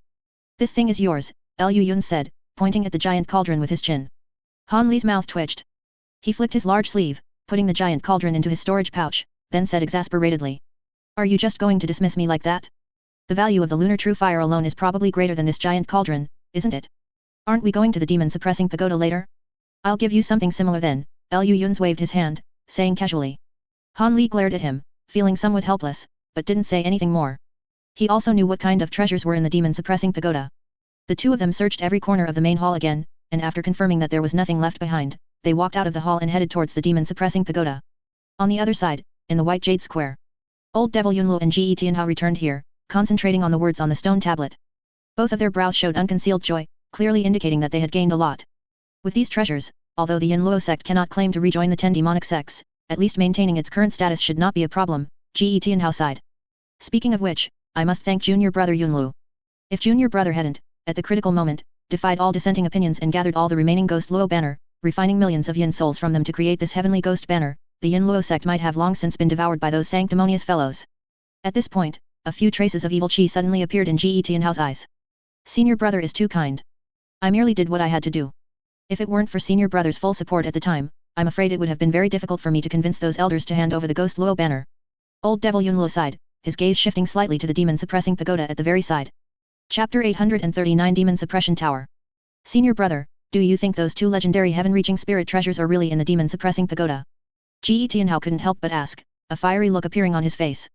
If he could obtain a heaven-reaching spirit treasure, then perhaps the Yin Luo sect wouldn't have to be content with its current territory, but could instead contend for a spot among the 10 demonic sects. Senior brother. Calm down. Those are not things we should covet. Old Devil Yunluo quickly said in a deep voice. Ji Tianhao was startled, and then cold sweat immediately broke out on his forehead. How about the Ye family? As the Great Jin's #1 family, its strength was by no means inferior to any of the 10 demonic sects, but even so, after refining an imitation heaven-piercing spirit treasure like the Ping Shan seal, they still had to reluctantly sell it. Their Yin Luo sect was far from comparable to the Ye family at this time, and the Ping Shan seal was even less comparable to a true heaven-reaching spirit treasure. Thinking of this, Ji Tianhao suddenly sobered up. Thank you for the reminder, junior brother. I almost caused a great disaster. Ji Tianhao said, covered in cold sweat. Old Devil Yunluo opened his mouth, not having the heart to tell him that with his abilities, he would most likely just throw his life away there. He could only change the subject and say, we've already gained enough, it's time for us to go back. We can't afford to get involved in this mess. Ji Tianhao nodded in agreement, then, remembering something, asked curiously, junior brother, have you noticed that those loose cultivators who came in with us, who went to the spirit treasure pavilion with us, were nowhere to be seen once we arrived? Old Devil Yunluo was slightly startled by this, then his expression turned serious as he said, senior brother, we should not mention this matter again. Ji Tianhao nodded silently, and the two then transformed into two escape lights, flying down the mountain. Not long after the two left, an old man's figure suddenly appeared on the plaza. The old man stood with his hands behind his back, squinting his eyes, looking in the direction the two had left, and couldn't help but let out a sneer. Smart people, hey. Very well, I'll let you go. The old man smiled slightly, then turned and disappeared on the spot. The moment he turned, his hands, hidden behind his back, were exposed, covered in dense white fur, like the sharp claws of some beast. At the bottom of the demon-suppressing pagoda, Xian King's figure appeared on the 7th floor of the demon-suppressing pagoda, scanning his surroundings twice, then he let out a slight sigh, and couldn't help but say to Madame Mu beside him. Madame Mu, why have you come to this? Madame Mu gave him a cold glance, said nothing, and walked straight to the next floor. Seeing this, Xian King's could only sigh and helplessly followed her. When they reached the 8th floor, the two immediately saw the two teleportation arrays, one black and one white. Madame Mu stood on the white teleportation array without hesitation. Seeing this, Xian King's couldn't help but glance at the sinister black teleportation array, and actually shivered subconsciously, then quickly followed Madame Mu onto the white one. After Madame Mu cast a magic incantation onto the magic array, a burst of white light erupted, and the two disappeared within the light. But the next moment, after a dizzying sensation, the two appeared in a place that looked like a fairyland. Above were blue skies and white clouds, surrounded by spiritual flowers and exotic grasses. With a gentle breath, a rich spiritual chi immediately enveloped them. But what astonished the two most was that not far in front of them, there was a resplendent small palace. This palace was situated on a massive magic array, surrounded by numerous altars, each with a gigantic stone figure holding a golden great blade, silently standing facing the palace. And whether it was the altars or the stone figures, their crude appearance exuded an indescribable wild and primitive aura, which simply awed the two into staying rooted to the spot, unable to recover for a long time. After quite a while, Madame Mu slowly took a deep breath, her face grim, holding a silver token, she formed a hand seal and struck it onto the token. In an instant, a silvery glow shot out from the token, transforming into a layer of silver light that enveloped the two. Madame Mu immediately tapped her toes lightly and, along with Xian Qingzi, who had a strange expression beside her, flew out, heading straight into the palace. Under the cover of this silvery glow, the two encountered no obstacles, directly passing through the outer restrictions and entering the palace. As soon as the two entered, they saw a sacrificial table directly opposite them, on which a silver casket was faintly flickering with light, as if something had been awakened. And above this silver box, a half-foot-long jade-green wooden ruler floated, slowly rotating, its emitted spiritual light just covering the box below. 8 Spirit Ruler. Xian Qingzi heard Madame Mu murmur. He turned his head and saw Madame Mu's eyes. Burning within them was a tangible greed. What no one noticed was that, at some point, an inconspicuous small ornament had appeared on Madame Mu's shoe, and at this moment, it subtly opened an eye. Liu Yun's opened his eyes, a slight smile playing on his lips, and sneered. So the 8 Spirit Ruler is there, but what's in that box? Master. Yin Yu's weak voice came. Liu Yun subconsciously turned his head to look, only to see Yin Yu, at some unknown point, had reverted to her beautiful young woman appearance, standing slightly behind Han Li, her face bitter as she said, I felt it. What? Han Li turned around, subconsciously asking in return. I feel something is wrong with me, as if something in the direction of the demon-suppressing pagoda is calling to me. This thing feels very familiar, it seems to be something very important to me, perhaps even my only chance to recover my memories. Yin Yu murmured, her face pale. But I don't know why, I also feel that place is very dangerous. Even more dangerous than the last time in the Demon Falling Valley. Han Li turned his head, exchanged glances with Liu Yun's, then smiled easily and said, if that's the case, then let's go take a look. Anyway, I'm also very interested in this heaven-reaching spirit treasure. Thank you, Master. Yin Yu's expression was a bit complex, but she still smiled and said gratefully. Liu Yun's felt uncomfortable watching from the side, so he could only turn to look in the direction of the demon-suppressing pagoda, stroking his chin slightly, a thoughtful expression on his face. Earlier, he had taken advantage of everyone's inattention to place a fifth on Madame Mu, just to see if this inheritor of one of the three elders of Kun Mu was hiding anything else from him. As a result, he had a clear view of the demon-suppressing pagoda's internal structure throughout. The more Liu Yun's looked, the more familiar it seemed, until the two descended to the 7th floor, and he finally realized. The internal structure of this demon-suppressing pagoda was exactly the same as the demon-suppressing pagoda ancient treasure he found on Venerable Dharma. This was probably why the Black Wind Banner, as one of the heaven-reaching spirit treasures sealing the ancient demon in the mountain, had its refining method obtained by Venerable Dharma. This might be a rescue operation spanning countless tens of thousands of years, but unfortunately, after that ancient demon intervened, no one could fully control how things would develop.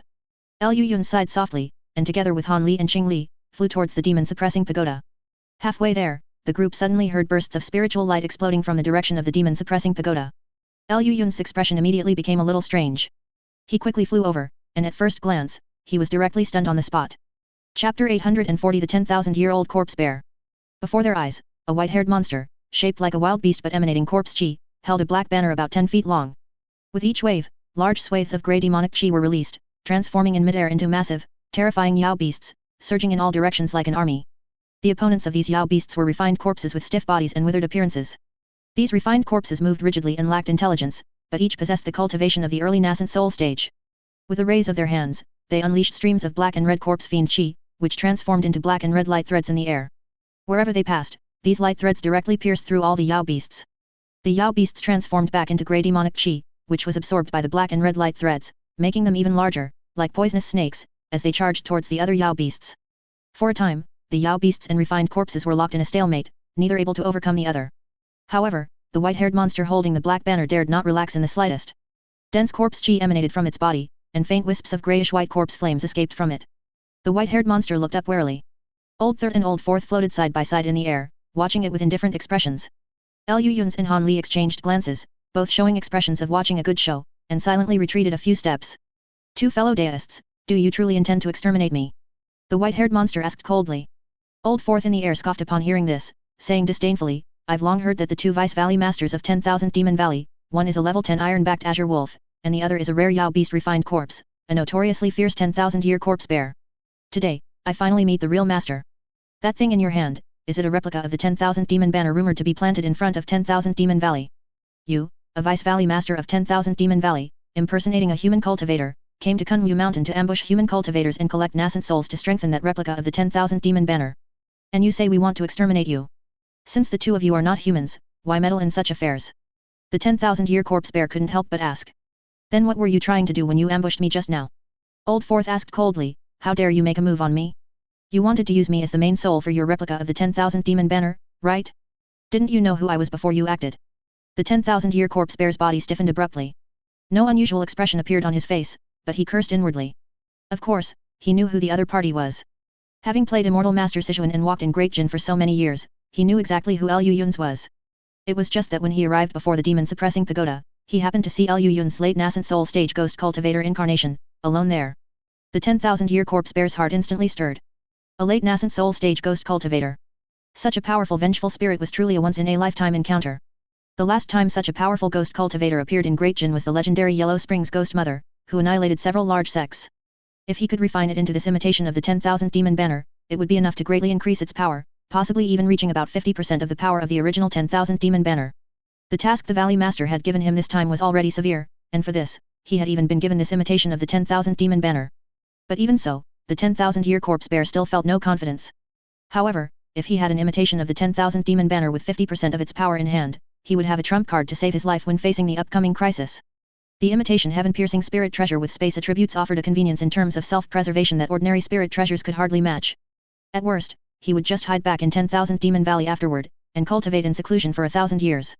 With the Valley Master there, what could Liu Yun's do to him? And 1,000 years later, the other party would either have perished or advanced to the soul transformation stage, unable to casually make a move. By then, he could go wherever he pleased. The 10,000-year corpse bear's plan was good, but unfortunately, he misjudged his own strength and old force. He had thought that with his cultivation and holding this replica of the 10,000 demon banner, under a sneak attack, even if he couldn't take down the opponent, he could at least seriously injure him and trap him within the internal space of the treasure. At that time, there would naturally be countless ways to deal with him. But who would have thought that the opponent also had a space attribute imitation heaven-piercing spirit treasure? And its power was far superior to the replica of the 10,000 demon banner in his hand, possibly even comparable to the original 10,000 demon banner itself. What the hell? Which normal person would give such a precious treasure to his incarnation? Wasn't Liu Yun's truly afraid of the incarnation's rebellion? Seeing that the situation was dire, the 10,000-year corpse bear originally wanted to flee directly, but as soon as he turned his head, he saw old Third behind him, silently watching him. At that moment, the 10,000-year corpse bear understood everything. These two bastards had discovered him long ago, then set a trap, just waiting for him to fall into it. As for why? Looking at the towering corpse chi on the person clad in black armor, what else was there to ask? For refined corpses, the corpse chi of their own kind was the best tonic. Two of you, since you have already recognized me, why don't we just call it even? I will definitely visit to apologize another day. If I truly die at your hands, fellow deist Lu will be in great trouble, the 10,000-year corpse bear quickly said. The two in the air exchanged glances, saying nothing, but the offensive of the 20 corpse fiend clones around them immediately became more ferocious. Not far away, Liu Yun slightly narrowed his eyes, and information about 10,000 Demon Valley flashed through his mind. This was an organization formed by a large number of Yao beasts. Legend has it that the Valley Master of 10,000 Demon Valley, Old Demon Che, was a great Yao beast who had lived from the ancient era until now. Many people speculated that he had very likely cultivated to the legendary soul transformation stage, making him the undisputed greatest Yao beast in the human realm. However, Old Demon Che had always been low-key, living in seclusion, almost never leaving 10,000 Demon Valley. Even if there were matters he absolutely had to handle, he mostly only used an incarnation to walk the world. Therefore, almost no one had ever seen his true body make a move. A great Yao beast who has survived from the ancient era until now. Liu Yun stroked his chin, seemingly having thought of something, and transmitted a message with a slight movement of his lips. In the air, the two were instantly stunned. Suddenly, a bolt of lightning shot out from the void realm nearby. The lion rock beast's figure instantly appeared beside the 10,000-year corpse bear. With a wide open mouth, golden sound waves surged out, instantly shattering all the black and red light threads in the air. The 10,000-year corpse bear immediately grinned, and together with the lion rock beast, transformed into an extremely fast purple shadow, flying towards the demon-suppressing pagoda. These two Yao beasts had somehow colluded, and had been hiding in the shadows, only making their move the instant the two were momentarily stunned, saving the 10,000-year corpse bear. Chapter 841 Nirvana. The third and fourth brothers hesitated for a moment and did not immediately give chase, but instead silently landed on the ground. Behind the fourth brother, the black-red cape connected to his armor suddenly spread out like a sea of blood, engulfing all the corpse fiend clones within it. Then, the cape retracted, and the corpse fiend clones instantly vanished. Only then did Liu Yun's, Han Li and Qing Li fly forward to rendezvous with the two. How is it? Besides that guy just now, is there anyone else? Liu Yun's asked, stroking his chin. A few people from the Poison Saint sect came to take a look, and as soon as they saw I was here, they turned around and left, the fourth brother said helplessly, with a hint of regret in his tone. There's no one else besides them. Liu Yun's nodded then. He already had a rough plan for how to deal with the things inside, and what he feared now was the appearance of unforeseen forces to disrupt his plan. Xian Qingzi and Madame Mu, while troublesome, were still somewhat controllable. With the fifth brother watching them, they couldn't stir up much trouble. The alliance of the 10,000-year corpse bear and the lion rock beast was truly unexpected, but still within an acceptable range. What truly made Liu Yun's feel tricky was that, up until now, no old monster at the soul transformation stage had appeared. Are the nascent soul cultivators of Great Jin all useless? At this point, there isn't even one person willing to step forward? If there were no nascent soul cultivators at the forefront, some details would have to be modified, which would add many unnecessary risks. Liu Yun slowly took a deep breath and, together with everyone, flew towards the demon-suppressing pagoda. Meanwhile, beneath the demon-suppressing pagoda, within the black space. As the devilish chi dispersed, a completely different existence appeared before the two-headed giant wolf. That person was 10 feet tall, with a green face and fangs, bulging muscles all over his body, and copper coin-sized dark black scales that exuded a steel-like texture, seemingly indestructible. No matter how one looked, there was not the slightest trace of humanity on this person, instead, he resembled an ancient demon from the demon realm. The two-headed giant wolf's eyes widened, looking at him in disbelief. How is this possible? Could it be that this person had already cultivated that demonic technique that borrows the power of our holy ancestors? No. If that were the case, I wouldn't have felt anything, and this person's demonization is too perfect. Even those demonic cultivators couldn't achieve such a thorough fusion with true demonic chi. The two-headed giant wolf's eyes instantly darkened, and she asked in a low, solemn voice, who exactly are you? That person chuckled, looked at his own body, and suddenly clenched his fist, immediately feeling the powerful strength within this body. A vast amount of true demonic chi flowed within him, making him close his eyes in satisfaction. After a moment of contemplation, he said, "Not bad. Although I haven't directly ascended to the soul transformation stage, being able to reach this level is enough. Next, I only need to refine this true demonic chi and advance to soul transformation, it's just a matter of time." The two-headed giant wolf suddenly raised her head, her eyes revealing an incomparably chilling killing intent. She felt that the purity of the demonic chi within the other party was actually superior to hers. "Who exactly are you? Are you a holy ancestor?" The two-headed giant wolf squinted her eyes, scrutinizing him up and down, trying to find clues of an old friend. After a few glances, a familiar figure actually appeared in the two-headed giant wolf's mind, and she subconsciously blurted out, "Nirvana." That person was stunned at the words, and then actually laughed out loud. "Heh. This identity works. Thank you for the reminder. From now on, I am Nirvana." That person. Nirvana silently clenched his fists, and a huge phantom with 3 heads and 6 arms appeared behind him, exuding a powerful spiritual pressure that shook one's soul. With a gesture from the 3-headed, 6-armed phantom, 5 demonic artifacts immediately flew over from the air and were taken into its giant hands. For a time, an incomparably violent devilish chi soared into the sky, and each demonic artifact emitted a deafening roar. "Don't be nervous, I'll save you now." Nirvana sneered, and the 5 demonic artifacts immediately transformed into 5 streams of light, shooting out directly towards the massive chains. The 5 demonic artifacts flew above the two-headed giant wolf and then abruptly stopped, beginning to spew out black light pillars downwards, one by one submerging into the body of the enormous silver wolf, causing the two-headed giant wolf's surface to glow with an eerie demonic light, forcefully pushing the talismans and chains on her body about a foot away. The talismans and black chains also flickered with strange light, seemingly activated by the restrictions they contained. The hundreds of yellow bronze mirrors in all directions seemed to be stimulated by the scene, all humming in unison and spewing out yellow light pillars that were several times thicker than before, making the cage they formed seem indestructible. Nirvana floated in mid-air, the 3-headed, 6-armed phantom behind him silently forming hand seals. Its 6 massive demonic palms gathered together, forming a strange magic array. The 5 demonic artifacts immediately let out a mighty hum, and the black light pillars suddenly thickened by about 2-fold. At the same time, the black teleportation magic array beneath the two-headed giant wolf was enveloped by a set of formation flags glowing with grey light, temporarily halting the magic array's operation to prevent other cultivators from entering it. At this moment, the silver wolf's black wolf head had completely taken on a demonized appearance. Not only had the single horn on its head grown much larger, but black electric arcs also flickered on it, emitting rumbling thunder. And in the eyes of this wolf head, dazzling purple demonic fire flickered. The talismans seen by this gaze strangely ignited one after another, turning into clumps of ashes.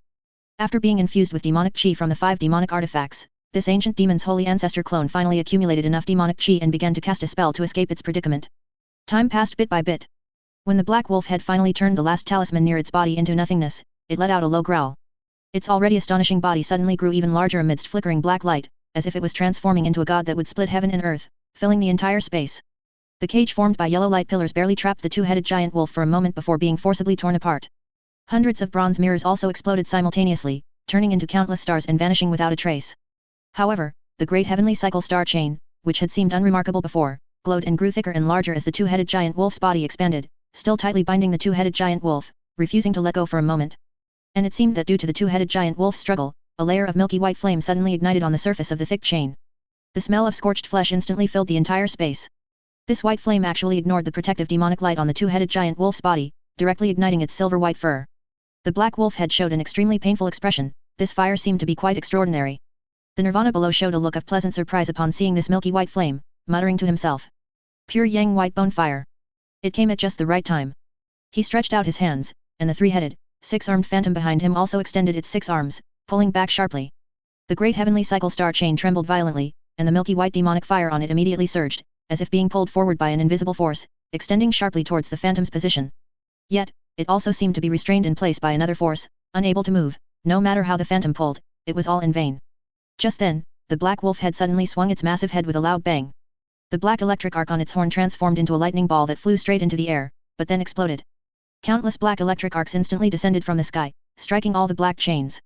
In an instant, white flames and black electricity intertwined and flickered together, as if 2 monstrous pythons were biting and coiling around each other, and strange muffled sounds erupted. But the black wolf head refused to give up. As the purple flames in its eyes surged, a low incantation sound emanated from its mouth. She opened her mouth, and a hazy black light mist swept outwards. Wherever it passed, black waves surged, and the densely packed, unknown restrictions in the distance were all swept away, creating an astonishing momentum. Chapter 842 8 Spirit Ruler. Dense black mist spread out, sweeping forth with immense power. On the great heavenly cycle star chain, black lightning and milky white demonic fire intertwined, emitting bursts of crackle sounds. Taking advantage of this moment, Nirvana formed hand seals with both hands, and the 3-headed, six-armed phantom behind him extended 6 arms, successively forming 3 completely different incantations from top to bottom on his chest, while the 3 massive, hideous heads opened their mouths, unleashing a powerful suction force. This suction force was like 3 vortices, instantly engulfing the pure yang white bone fire, which was originally struggling against the black lightning, causing it to uncontrollably fly towards the phantom's gaping mouths. Nearly half of the pure yang white bone fire on the entire giant great heavenly cycle star chain flew uncontrollably into the sky, like a surging river, swallowed by the 3-headed, 6-armed phantom. Almost instantly, the originally ethereal 3-headed, 6-armed Dharma idol became considerably more solid. And with nearly half of its pure yang white bone fire gone, the great heavenly cycle star chain finally could not withstand the struggle of the Saint Lord's incarnation, and with a series of muffled thunderous roars, it suddenly snapped into several pieces. The giant wolf stood up, its massive form almost filling the entire space, its head reaching directly into the clouds above, like a heaven-supporting giant god from myths and legends. The black wolf head howled up at the sky, and the single horn on its head swelled by nearly half its size, as streaks of ink-black lightning spread across the entire sky, emitting deafening, earth-shattering roars. The black wolf head lowered slightly, gazing at the tiny figure below, its eyes suddenly sharpening. In an instant, the overwhelming black lightning surged forth like a monstrous tsunami, spreading towards Nirvana. Nirvana merely glanced at it, and the 3-headed, 6-armed phantom behind him suddenly raised its hands, as numerous pale golden shields abruptly appeared around him, actually blocking the black lightning surging from all directions.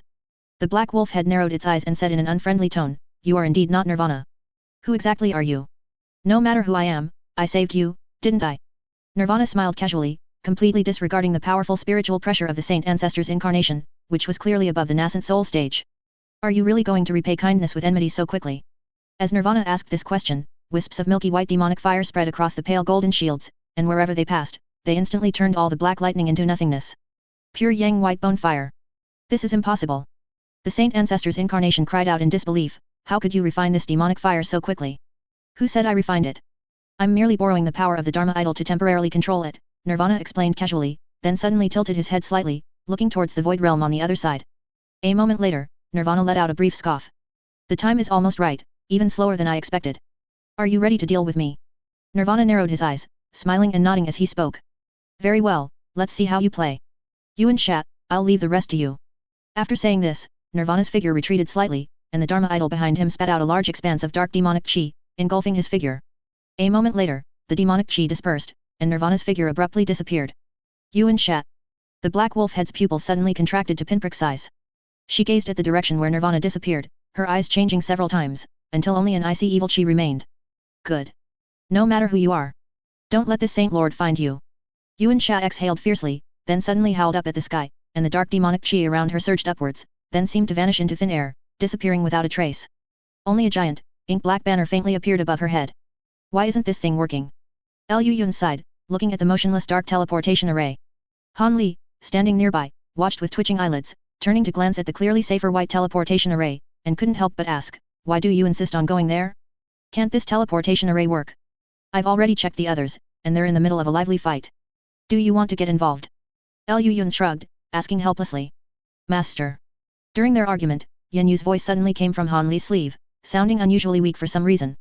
"I sense it, that thing that is very important to me is on the other side of this white teleportation array."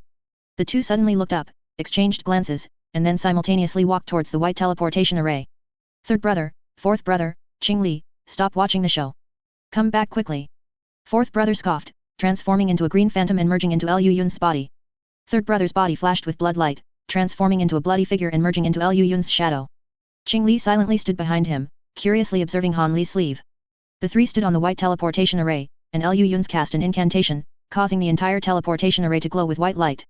Their figures instantly disappeared. As soon as the three appeared on the 8th floor, Liu Yun's unhesitatingly released a large expanse of 5-colored smoke clouds, which surrounded the three like a tornado. However, the expected attack did not arrive, and after a sweep with their divine sense, all three were a bit at a loss. "I told you we shouldn't have come at this time," Liu Yun said helplessly. At this moment, streaks of sword chi streaked across the surrounding sky, accompanied by countless Yao Beast illusions and golden sound waves, causing the heavens and earth to hum. Xian Qingzi, the 10,000-year corpse bear, and the lion rock beast were all here, but these one human and two Yao beasts were not attacking each other, instead, they were working together, covering each other. At this moment, the three were suspended in front of a palace. Near the palace was a giant array composed of dozens of altars, and on each altar stood a white jade stone figure several jong tall. These stone figures, clad in golden armor and holding golden giant blades with both hands, had all come to life. They cooperated with the restrictions of the giant array, unleashing streaks of golden light several jong long, attacking the three. They actually suppressed these three powerful late nascent soul stage divine ability users so severely that they could barely breathe. If not for the powerful TNA divine sword in Xian King's hand and the imitation of the myriad demon banner in the 10,000-year corpse bear's hand, and the exquisite escape technique of the lion rock beast, these one human and two Yao beasts would have long since died at the hands of these stone figures. But strangely, although they appeared to be resisting with extreme difficulty, their gaze was not entirely focused on these stone puppets. Instead, they attacked while occasionally looking up at the sky above the palace. Tenjiang above the palace, a uniquely styled jade ruler floated, emitting a pale green spiritual light. This ruler was about half a qi long, ancient in style, and slowly rotated continuously. If it were just like that, it would appear to be an ordinary treasure, nothing unusual. The crucial point was that after each rotation of the wooden ruler, countless pale silver lotus flowers would suddenly appear nearby, seemingly real and illusory, slowly drifting. And within these lotus flowers, there were also 8 spirit beast phantoms of varying sizes, faintly discernible, raising their heads and emitting clear chirping sounds towards the ruler, as if worshipping it. 8 Spirit Ruler. Liu Yun's murmur and Yan Yu's whisper sounded almost simultaneously. Chapter 843 Xueling. The 8 Spirit Ruler. Han Li's expression shifted, and he quickly asked, what kind of treasure is that? The 8 Spirit Ruler is also one of the heaven-reaching spirit treasures, but it wasn't used much in ancient times, so its reputation isn't prominent. But since it can be a heaven-reaching spirit treasure, its power must be extraordinary. Silver Moon spoke slowly, her tone suddenly becoming unusually cold, as if a different person had taken over. What's wrong? Are you all right? Han Li frowned, subtly noticing the strangeness in Silver Moon's voice, and quickly asked. I don't know, this feeling is very strange. I didn't recognize this heaven-reaching spirit treasure before, but just now, its detailed information suddenly appeared in my mind. And it seems there's something in that palace summoning me. No. Not something, it's my other half. Silver Moon's voice suddenly returned to normal, but her tone was full of panic, as if she had sensed something unusual, and even her words became jumbled. Han Li frowned, just as he was about to listen more closely to what Silver Moon was saying. The one person and 2 demons in the distance discovered the trio's tracks. There was no other way. The 5-colored smoke pillars, which contained chaos lightning and seemed to have 5-colored lightning flashing within them incessantly, were simply too conspicuous. They couldn't help but notice them. Liu Yun's quickly stopped Han Li, exchanged a glance with him, then directly dispelled the Tai-5 mist veil and strode out of the teleportation array. Fellow Deist Liu. This is great. You're finally here. Unexpectedly, Xian Kingzi showed a look of surprise and joy.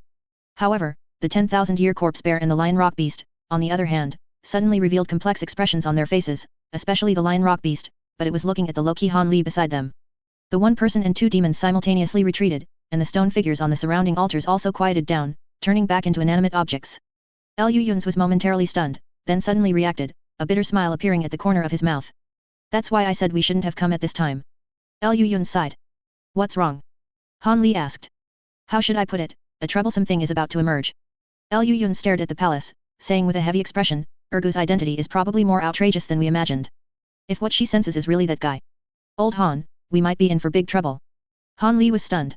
For so many years, Liu Yun's had always been carefree, and the times he showed such a solemn expression could be counted on one's fingers. After pondering for a moment, Han Li slowly exhaled and said, I understand. Let's begin. Hat. Liu Yun's chuckled, not bothering to greet the one person and 2 demons. He simply waved his hand, and the boundless Tai-5 mist veil immediately spread out. At the same time, Qing Li behind him rubbed her hands together, and large swathes of surging, explosive chaos lightning struck out simultaneously. The 2 great divine abilities, almost from the same source, merged into one in the air. In an instant, thunder roared. Smoke and clouds filled the sky. The Tai-5 mist veil, mixed with countless chaos lightning, split into several smoke pillars, like several ancient mad dragons stirring up wind and clouds, surging towards the many stone figures. The puppets below, which had been still, immediately became active again, swinging their golden blades to attack the air without showing any weakness. Immediately, blade light crisscrossed, thunder boomed, and smoke and clouds rose everywhere. Han Li glanced at the one person and 2 demons, and a dragon roar erupted from his sleeve. Golden flying swords streamed out, one after another, multiplying in the air 1 into 2, 2 into 4. In the blink of an eye, they transformed into hundreds of flying swords, like a torrential storm, surging towards the many stone figures. The one person and 2 demons exchanged glances and once again displayed their methods. This time, their methods were significantly stronger than before. Coupled with the Tai-5 mist veil and Han Li's green bamboo bee cloud sword, they instantly suppressed the stone figures. Especially the Tai-5 mist veil, mixed with chaos lightning, wherever it passed, the golden blade light was rendered invisible. The smoke pillars, spreading out like mad dragons, merely brushed past, and a stone figure was shattered into dust. These stone puppets within the magic array, seemingly possessing an immortal body with the array's cooperation, were still unable to recover once they were damaged to this extent. Before long, only a few active puppets remained on the altar. Breaking this array was imminent. Suddenly, Silver Moon, in Han Li's sleeve, shouted, She's awake. Run. Everyone was stunned, and then, as if by prior agreement, they all looked towards the palace. The building looked the same from the outside as before, with no unusual signs appearing. As everyone wondered, a terrifying spiritual pressure suddenly surged from the palace, followed by a loud bang. A white light shot out from the top like lightning, then swiftly grabbed the 8 spirit ruler in the air. This scene startled everyone, but Xian King's face suddenly turned ugly. Just then, a giggle came from the air, and then the white light dissipated, revealing the person's figure within. This person was none other than Madame Mu, with disheveled hair. Strangely, Madame Mu's demeanor had completely changed at this moment, appearing incredibly cold and arrogant. Her eyes also revealed a silvery white color, and a faint, cold smile hung at the corner of her mouth. Even stranger was that the voice coming from Madame Mu's mouth sounded exactly like a young woman's. Everyone showed looks of surprise and doubt. Only Xian King's wrinkled old face showed a deep sorrow. He gritted his teeth and said to Lu Yun's, "Fellow deist Lu, be careful. Madame Mu has been possessed by the evil demon suppressed by this 8 spirit ruler." Upon hearing this, Madame Mu merely sneered, her gaze sweeping lightly over the people outside the magic array. Her gaze was as cold and sharp as a blade. After being touched by it, everyone felt as if they had been struck by a heavy awl. Lu Yun's, however, was fine. Black-red qi and eerie green yin qi simultaneously spread from his body, allowing him to withstand that gaze. Han Li only had time to activate his Ming Qing spiritual eyes to resist, but after being swept by the opponent's gaze, he still felt a chill throughout his body, as if he were in the dead of winter. "Oh! You are!" A young woman's soft exclamation came from Madame Mu's mouth. Her gaze suddenly shifted, returning to Han Li and no longer moving away. She seemed to have seen something incredible. Just then, a white light flashed in Han Li's sleeve, circled once in the air, and transformed into a small white fox that landed in front of Han Li. This spirit beast unhesitatingly rolled on the ground, then, in a burst of silver light, transformed into a young, beautiful woman. It was Silver Moon's form, manifested through the body of a fox demon. "It really is you." Madame Mu stared intently at Silver Moon, sneering coldly and saying with an icy tone, "Snow Spirit, you're finally here." In the midst of the silence, Lu Yun's looked back at Han Li and silently sighed. Chapter 844 The Dragon Seal. Snow Spirit. Many years ago, you should have found this place. I didn't expect so many years to pass before you arrived. However, your chi has become so weak, and you're even possessing a Yao beast like a four-eyed demonic fox. Don't you think you're disgracing our Silver Moon Heavenly Wolf identity?" Madame Mu chuckled softly, speaking indifferently. Silver Moon raised her slender jade hand to brush away the strands of hair from her forehead, remaining silent for a long while before finally speaking with an uncertain tone. "You are Long Ling." Madame Mu's eyes flashed with surprise upon hearing this. After gazing at Silver Moon for a moment, she suddenly let out a peal of delicate laughter. "I never thought that the most beautiful woman of our Silver Moon Wolf clan, the favored concubine of the Heavenly Kui Demon King, would actually lose her memory. I should have realized it earlier. When the Yuan Sha Saint Ancestors clone forced your primordial spirit out of your physical body, how could your divine sense possibly remain intact? My dear sister, I am not Long Ling, but Long Meng." Han Li frowned, abruptly turning his head to exchange a look with Lu Yun's, both understanding the meaning in the other's eyes. "Oh no." From Long Meng's words, it seems she harbors ill intentions towards Silver Moon. This matter will likely be difficult to resolve peacefully. Holy crap! Favored concubine. You, with your thick eyebrows and big eyes, are actually a cuckolder. Han Li's frown deepened. Silver Moon was completely unaware of their eye contact. At this moment, her delicate brows were tightly furrowed, her bright eyes fixed on Madame Mu, her jade-like face fluctuating between emotions, as if the other party's words had reminded her of something. "Your words have made me recall some past events. But many things are still blurry. If I remember correctly, you should be me, and I should be you." Silver Moon's red lips moved, and she spoke calmly. "Humph. It seems you can still remember some things. Indeed, you and I were originally the same person. Only when we are combined are we a person named Long Ling. Back then, to cope with her 5th millennium lightning tribulation, she was forced to cultivate our Silver Moon Wolf clan's supreme secret technique. However, something went wrong halfway, and her spirit was forcibly split into two, forming you and me as two independent primordial spirits. It's just that your primordial spirit was stronger before, so your body naturally prioritized you, and I was suppressed by you, forced to remain in a deep slumber for a long time. But now, the situation is exactly the opposite. Your primordial spirit has weakened to such a pitiful state that I can extinguish you with a flick of my hand." Madame Mu's voice suddenly turned cold. Silver Moon's expression tightened upon hearing this, but she quickly returned to normal. "Although I don't remember much, I still remember the blood-devouring soul seal very clearly. You can't kill me. If I truly perish in both body and spirit, you won't fare much better," Silver Moon said with unusual calmness. Upon hearing Silver Moon's words, Madame Mu's face darkened, and her eyes suddenly glowed with a bright green light. Han Li pursed his lips and, without hesitation, flashed to stand in front of Silver Moon. A late nascent soul stage puppet appeared before him, surrounded by a 5-colored light barrier covered in runes. With a bang, the 5-colored light barrier instantly shattered, and the late nascent soul stage puppet's body trembled, yet it forcefully withstood the blow. Seeing this, Madame Mu was startled, then immediately became furious, glaring at Han Li. Lu Yun's tilted his head slightly, and the Tai-5 mist veil instantly spread out, transforming into a large cloud of mist to block in front of Han Li. After a loud boom, an invisible immense force instantly acted upon the five-colored smoke cloud, causing it to disperse instantly. But in the next moment, it quickly gathered again, like a tornado-like smoke pillar, forcefully blocking the attack. This scene caused Liu Yun's pupils to contract slightly, and his expression became a little more serious. The 10,000-year corpse bear and the lion rock beast, who had been standing beside them, had looked puzzled since Madame Mu appeared. When they heard the names Longling and Snow Spirit, they instantly showed expressions of fear. These two Yao beasts seemed to know something about the origins of these two names. After exchanging glances, the lion rock beast suddenly turned and retreated towards the teleportation array. The 10,000-year corpse bear, however, remained in place, its eyes flickering, wondering what it was thinking. Xian Qingzi stood not far away, his face somewhat uncertain, and he actually hesitated in place, also not choosing to leave immediately. Madame Mu, seeing that her attack had not worked, was clearly somewhat surprised. After a disdainful snort, she was about to strike again, but she suddenly remembered something. She glanced at Han Li, then at Silver Moon, and suddenly chuckled softly. Snow Spirit. Your aura is so strong on this person, and you just emerged from his sleeve. Could it be that you have become this person's spirit beast? Even if so, what of it? Silver Moon replied coldly, her face expressionless. Nothing. If that's the case, then I must congratulate this person. To be able to take the heavenly Kuei Demon King's favored concubine as a spirit beast, even the 3 emperors of the spirit realm probably wouldn't dare to dream so wildly. Madame Mu said with a delicate laugh, her intentions malicious.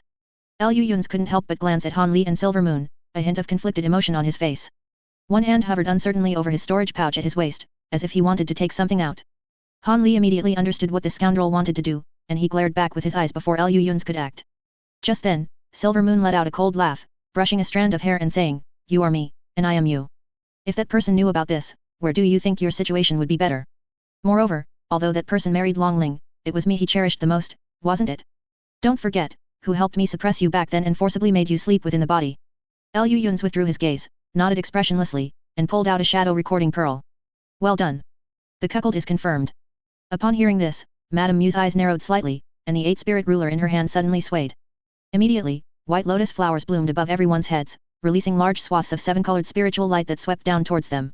Qing Li, who had been terrifyingly well behaved since Madame Mu appeared, quickly rubbed her hands together, releasing a large amount of chaos lightning that struck the mid-air, forcefully scattering the large swathes of 7-colored spiritual light.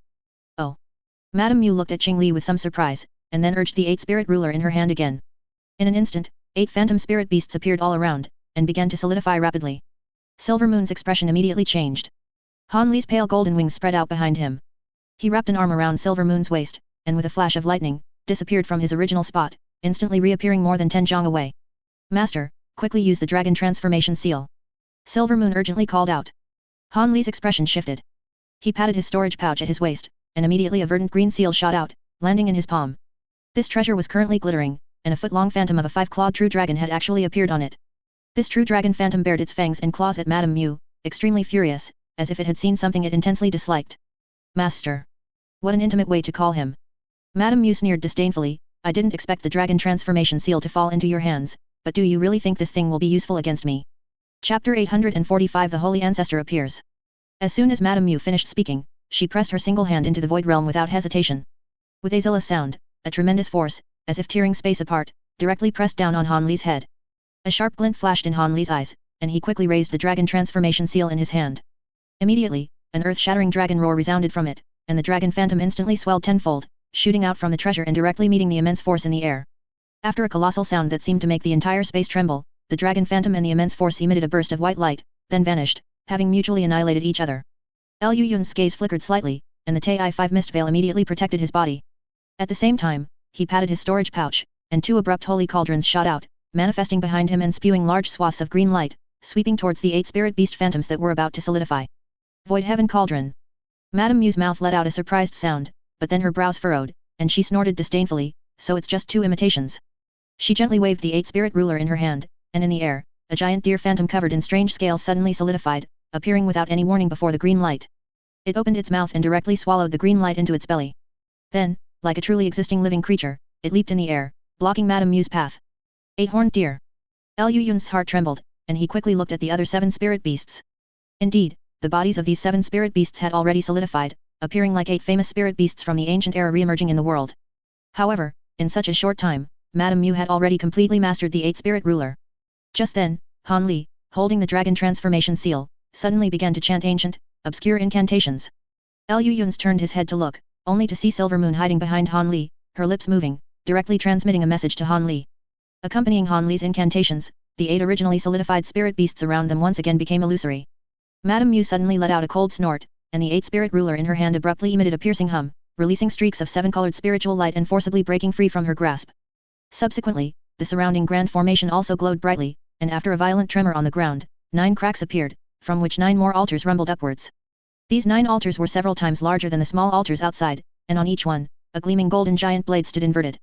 Their style and appearance were identical to the golden blades in the hands of the original stone puppets, but they were enormous, each over 10 zhang tall, like 9 pillars, inspiring extreme awe. 9 true demon subduing formation. Xian Qingzi subconsciously murmured, his eyes filled with shock. Clearly, even he didn't expect to see such an ancient-era grand formation here. You actually know the incantation to activate this dragon transformation seal? Madame Mu shouted incredulously. Silver Moon rolled her eyes with a charming grace, and lightly chuckled, the 3 elders of Kunwu left behind quite a few backup plans, all to deal with you. Madame Mu roared in fury, completely disregarding the 8 spirit ruler above her head and the surrounding 9 true demon subduing formation, and was about to continue attacking Silver Moon. Just then, Lu Yun's, with the Tai-5 mist veil, blocked her path. Senior. Lu Yun's called out hurriedly, the 5-colored mist swirling around him, look, we have the dragon transformation seal here, capable of activating the 9 true demon subduing formation. While we can't use the 8 spirit ruler to harm enemies, we can also prevent you from obtaining this treasure. No matter how high your current cultivation realm is, relying on the physical body of a mid-nascent soul stage cultivator, at most, you'll just end up in a mutual annihilation with us. Han Li immediately looked at Lu Yun's with almost horror. The world was changing too fast, so fast that Han Li felt a little unfamiliar with it. First, Silver Moon inexplicably became the favored concubine of some Tian Kui Wolf King, and now Lu Yun's was earnestly talking sense. For a moment, Han Li even suspected if he had fallen into some illusion. Even if we fight fiercely here, it will still benefit others. How about we both take a step back? Lu Yun slightly turned his body, looked at Silver Moon, and asked, "Se. Silver Moon, do you want to return to the spirit realm and be your demon king's favored concubine?" Silver Moon was stunned by the words, then unexpectedly turned to look at Han Li, remaining silent. For some reason, Han Li subconsciously averted his gaze. Humph. Take a step back? Are you suggesting I return to the spirit realm by myself? Do you think the Tian Kui Wolf King, one of the 7 great demon kings of the spirit realm, is blind? Won't he notice the abnormality in my divine soul? Madame Mu sneered, but she truly stopped her hand, seemingly somewhat wary of Han Li, who held the dragon transformation seal. Then can't you just say Silver Moon? Snow Spirit died. Lu Yun's couldn't help but say, you are both one person, why must you be so relentlessly aggressive? One person? After you've experienced the taste of being suppressed in a corner of your sea of consciousness for tens of thousands of years, unable to move, then talk to this concubine about such nonsense as one person. Madame Mu's face twisted for a moment, a hint of emerald spiritual light flashed in her eyes, and she was about to strike directly. Just then, a deep black light suddenly shone. One side of space, amidst the flashing black light, suddenly collapsed, and countless tendrils of devilish chi surged out like black pythons. Within the devilish chi, a graceful and unparalleled slender figure could vaguely be seen slowly emerging. The 9 giant blades in the 9 true demon subduing formation burst forth with brilliant light, each shooting a thick blade light into the air. A vast golden expanse, almost covering half the sky the moment it appeared, pressed down fiercely towards that figure. The blade light suddenly flashed, and the golden light eerily appeared above the figure's head, slashing down fiercely. With a boom, golden light and devilish chi intertwined and flickered, emitting a deafening, earth-shattering roar. Within the dark devilish chi, the woman's figure extended a slender jade finger, resisting the golden light that almost dominated half the sky. After a bang, the golden light was actually flicked away by the seemingly delicate finger, revealing a face that seemed both angry and joyful. It was an exceptionally beautiful woman in a black dress, so enchanting that she seemed not of the mortal world. Upon seeing this stunning face, Silver Moon's body trembled, and her complexion suddenly turned pale. Lu Yun subconsciously retreated, standing beside Han Li. Cold sweat simultaneously dripped down both their foreheads. With their powerful divine sense at the moment, they hadn't detected any magical power fluctuations, making it impossible to discern the other party's cultivation realm. With almost no hesitation, the two immediately took Silver Moon and Qing Li and, with a few flashes, arrived at the other side of the 9 true demon subduing formation. Who is this person? Han Li asked Lu Yun's with a solemn expression. He felt that Lu Yun's must know. Lu Yun's heard this, glanced at Silver Moon, and sighed slightly. A split divine soul of a demon race ancestor, plus the physical body of the exquisite demon consort. Chapter 846 The Holy Ancestor's Divided Soul. When did you learn all this? Although Han Li had long known that Silver Moon's identity was extraordinary, he hadn't expected Lu Yun's to seem to know more specific details than him. He couldn't help but frown and ask. Lu Yun's glanced at Silver Moon, who was currently looking at the charming woman opposite her, a complex look of melancholy on her face. Not long ago, I suppose. I'll tell you the details later, Lu Yun said without turning his head. At this moment, the lion rock beast, which had been approaching the teleportation array, let out a low growl of alarm, and its lightning evasion technique instantly sped up by 3 points. It was already above the teleportation array. Just then, the black-robed woman suddenly snorted coldly, pointed with one hand, and the teleportation array instantly exploded on its own. This scene not only made the lion rock beast cry out in terror, but everyone else's hearts also sank. Han Li's eyes instantly became solemn, and he subconsciously looked at the dragon transformation seal in his hand. At this moment, the dragon shadow on the dragon transformation seal reacted even more intensely to the woman opposite than it had to Madame Mu earlier. Indeed, if Han Li hadn't used his magic to control the spirit treasure, the dragon shadow would have already flown out on its own. Seeing such a strong reaction from this spirit treasure, Han Li's expression immediately grew even gloomier. Divided soul of a demon race saint ancestor. Although he didn't know exactly what that was, the dragon transformation seal's reaction alone was enough to show that the woman was probably even more difficult to deal with than the remnant soul of the exquisite demon concubine possessing Madame Mu. She was truly a figure above the nascent soul stage, and most likely, her intentions were not good. Xian Qingzi also noticed this. He glanced at the 8 spirit ruler floating in the air, his gaze slightly condensed, and he instantly made a decision. Even if a heaven-reaching spirit treasure was tempting, one needed to be alive to claim it. And while Madame Mu was a pity, she was already dead, and he couldn't do anything more for her. Having thought this, Xian Qingzi's lips moved slightly, and he began to transmit a message to the 10,000-year corpse bear beside him. However, the 10,000-year corpse bear showed no reaction. The moment he saw the face of the newly appeared woman, he immediately froze in place. If it weren't for the devilish chi covering her, her face clearly belonged to the exquisite fairy of yesteryear. But who was the one who just destroyed the teleportation array, and Silver Moon, who was beside Han Li? The 10,000-year corpse bear's heart thumped, feeling as if he had misunderstood something. His eyes began to dart around, unsure of what he was planning. As everyone harbored their own schemes, Han Li looked at the dragon transformation seal in his hand, his eyes slightly narrowed, and his gaze fell upon the 9 altars. At this moment, he recalled the origin of this 9 true demon subduing formation. He had once read a formation ancient book that briefly mentioned this formation. Although not much was said, it described this magic array as the most powerful demon-repelling and evil-warding magic array in the human realm. It was said that during the ancient Great War, human realm cultivators had used this formation to slay many ancient demons. Thinking of this, Han Li quickly focused his gaze again. After the young woman appeared, the 9 giant golden blades wildly shot out countless golden lights, sweeping across like a torrential storm. The black-robed woman, however, casually flicked her fingers. No matter how sharp or dense the blade light, upon being touched by her fingertip, it immediately scattered like straw, leaving people dumbfounded. However, despite his shock, Han Li also noticed something. This woman seemed genuinely wary of the demon subduing formation. She only lingered outside the magic array and did not rashly charge into it. Furthermore, she merely glanced at Han Li and the others before looking towards the palace, her gaze finally settling on the 8 spirit ruler. At this time, the 8 spirit ruler, ever since the woman appeared, had been humming and flickering non-stop. The silver lotuses floating nearby had not only doubled in size, but the 8 spirit beast phantoms had also become exceptionally clear again, as if they had materialized. Silver Moon, do you know that woman? Han Li let out a long breath and suddenly asked. Indeed, this person is a wisp of the ancient demon Yuan Sha Saint Ancestor's essence soul. She was also one of the 3 great leaders during the ancient demon invasion of the human realm. The ancient cultivators who died by her hand back then were countless, Silver Moon's memory had largely recovered. After a brief silence, she explained the origin of this Yuan Sha Saint Ancestor. A divided soul of an ancient demon saint ancestor. Silver Moon, Lu Yun said the body she is using is your body from back then. Do you still have a chance to reclaim it? After all, you are the true owner of the physical body, so it's impossible for you not to have a chance, Han Li asked, looking at the expressionless black-robed woman opposite him, his expression shifting. Upon hearing this, Silver Moon lowered her head slightly and said in a low voice, I can't do it alone. The current me simply cannot contend with this saint ancestor divided soul. I would easily be devoured by her, unless... Unless what? Han Li subconsciously asked. Unless Long Meng and I cooperate, there might still be hope. But looking at her current appearance, perhaps as soon as the demonic soul is forced out of the body, she will immediately seal me to monopolize this body, Silver Moon sighed, saying with a bitter smile. Han Li fell silent upon hearing this. However, Lu Yun's, who was beside him, asked curiously, it can't be that bad, can it? Your victim. Tian Kui Wolf King doesn't prefer you more. Silver Moon's face darkened for a moment, and she said irritably, he only wants the exquisite demon concubine. As for who is inside exquisite, he doesn't really care. Lu Yun's nodded in understanding. Understood, this scoundrel deserves to be cuckolded. As the few of them spoke, the black-robed woman once again repelled the attack of the 9 true demon subduing formation. Her gaze swept over everyone present, and she said with a smile. It seems that you all are not getting along well with this demon king's favored concubine. How about this, you help this venerable one retrieve the 8 spirit ruler and let this venerable one kill this person. In exchange, this venerable one guarantees your departure. As soon as these words were spoken, everyone present looked at each other, but no one moved. Madame Mu saw this and couldn't help but laugh uproariously. Ha ha ha. Old demon, why bother instigating these juniors to do such opportunistic things? Although I come with ill intentions, I am still better than you, an ancient demon saint ancestor.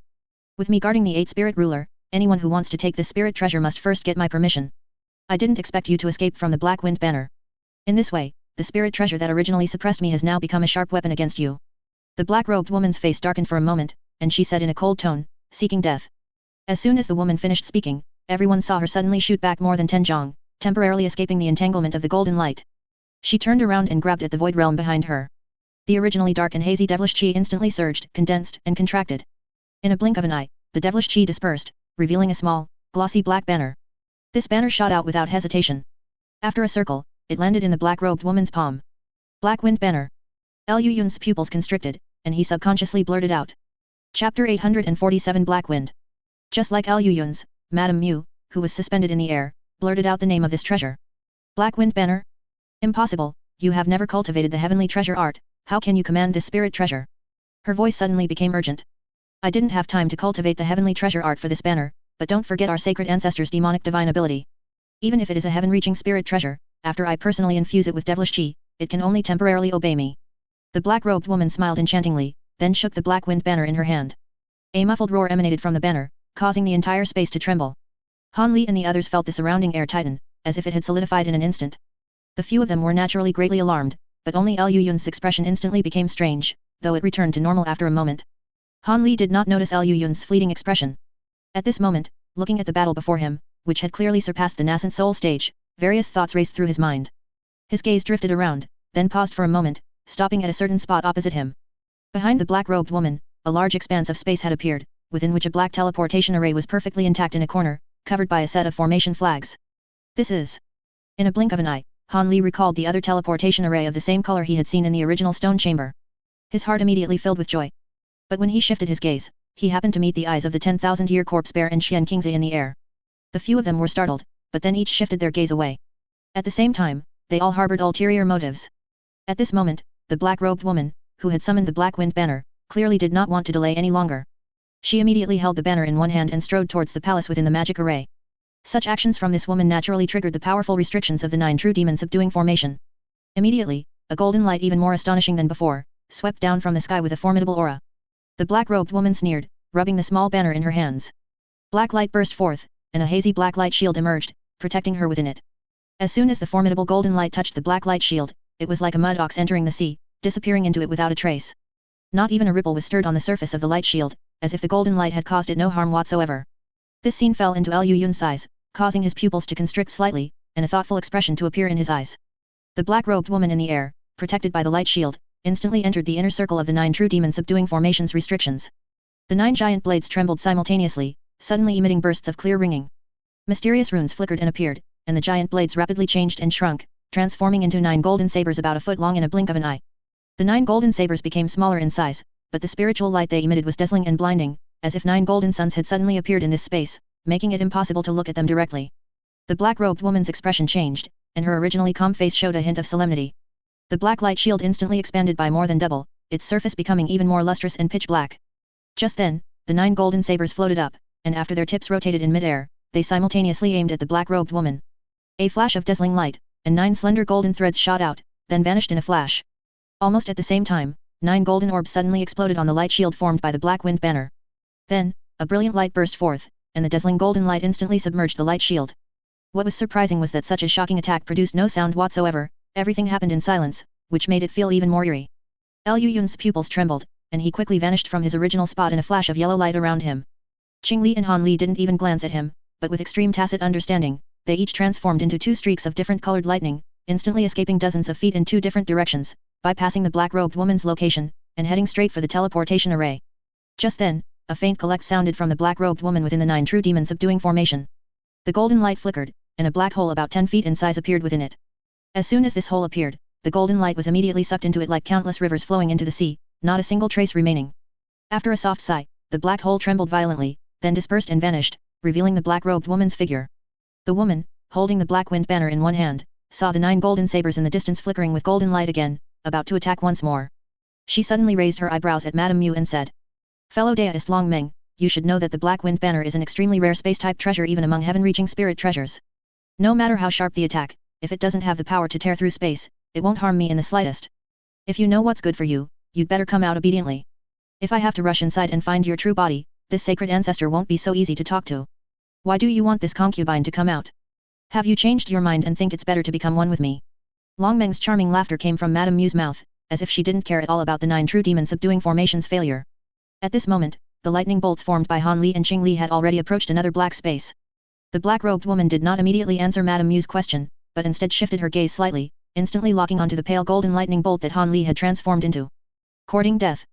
The black-robed woman sneered, shaking the black wind banner slightly in her hand. With a boom, a mass of black wind suddenly appeared on the black wind banner.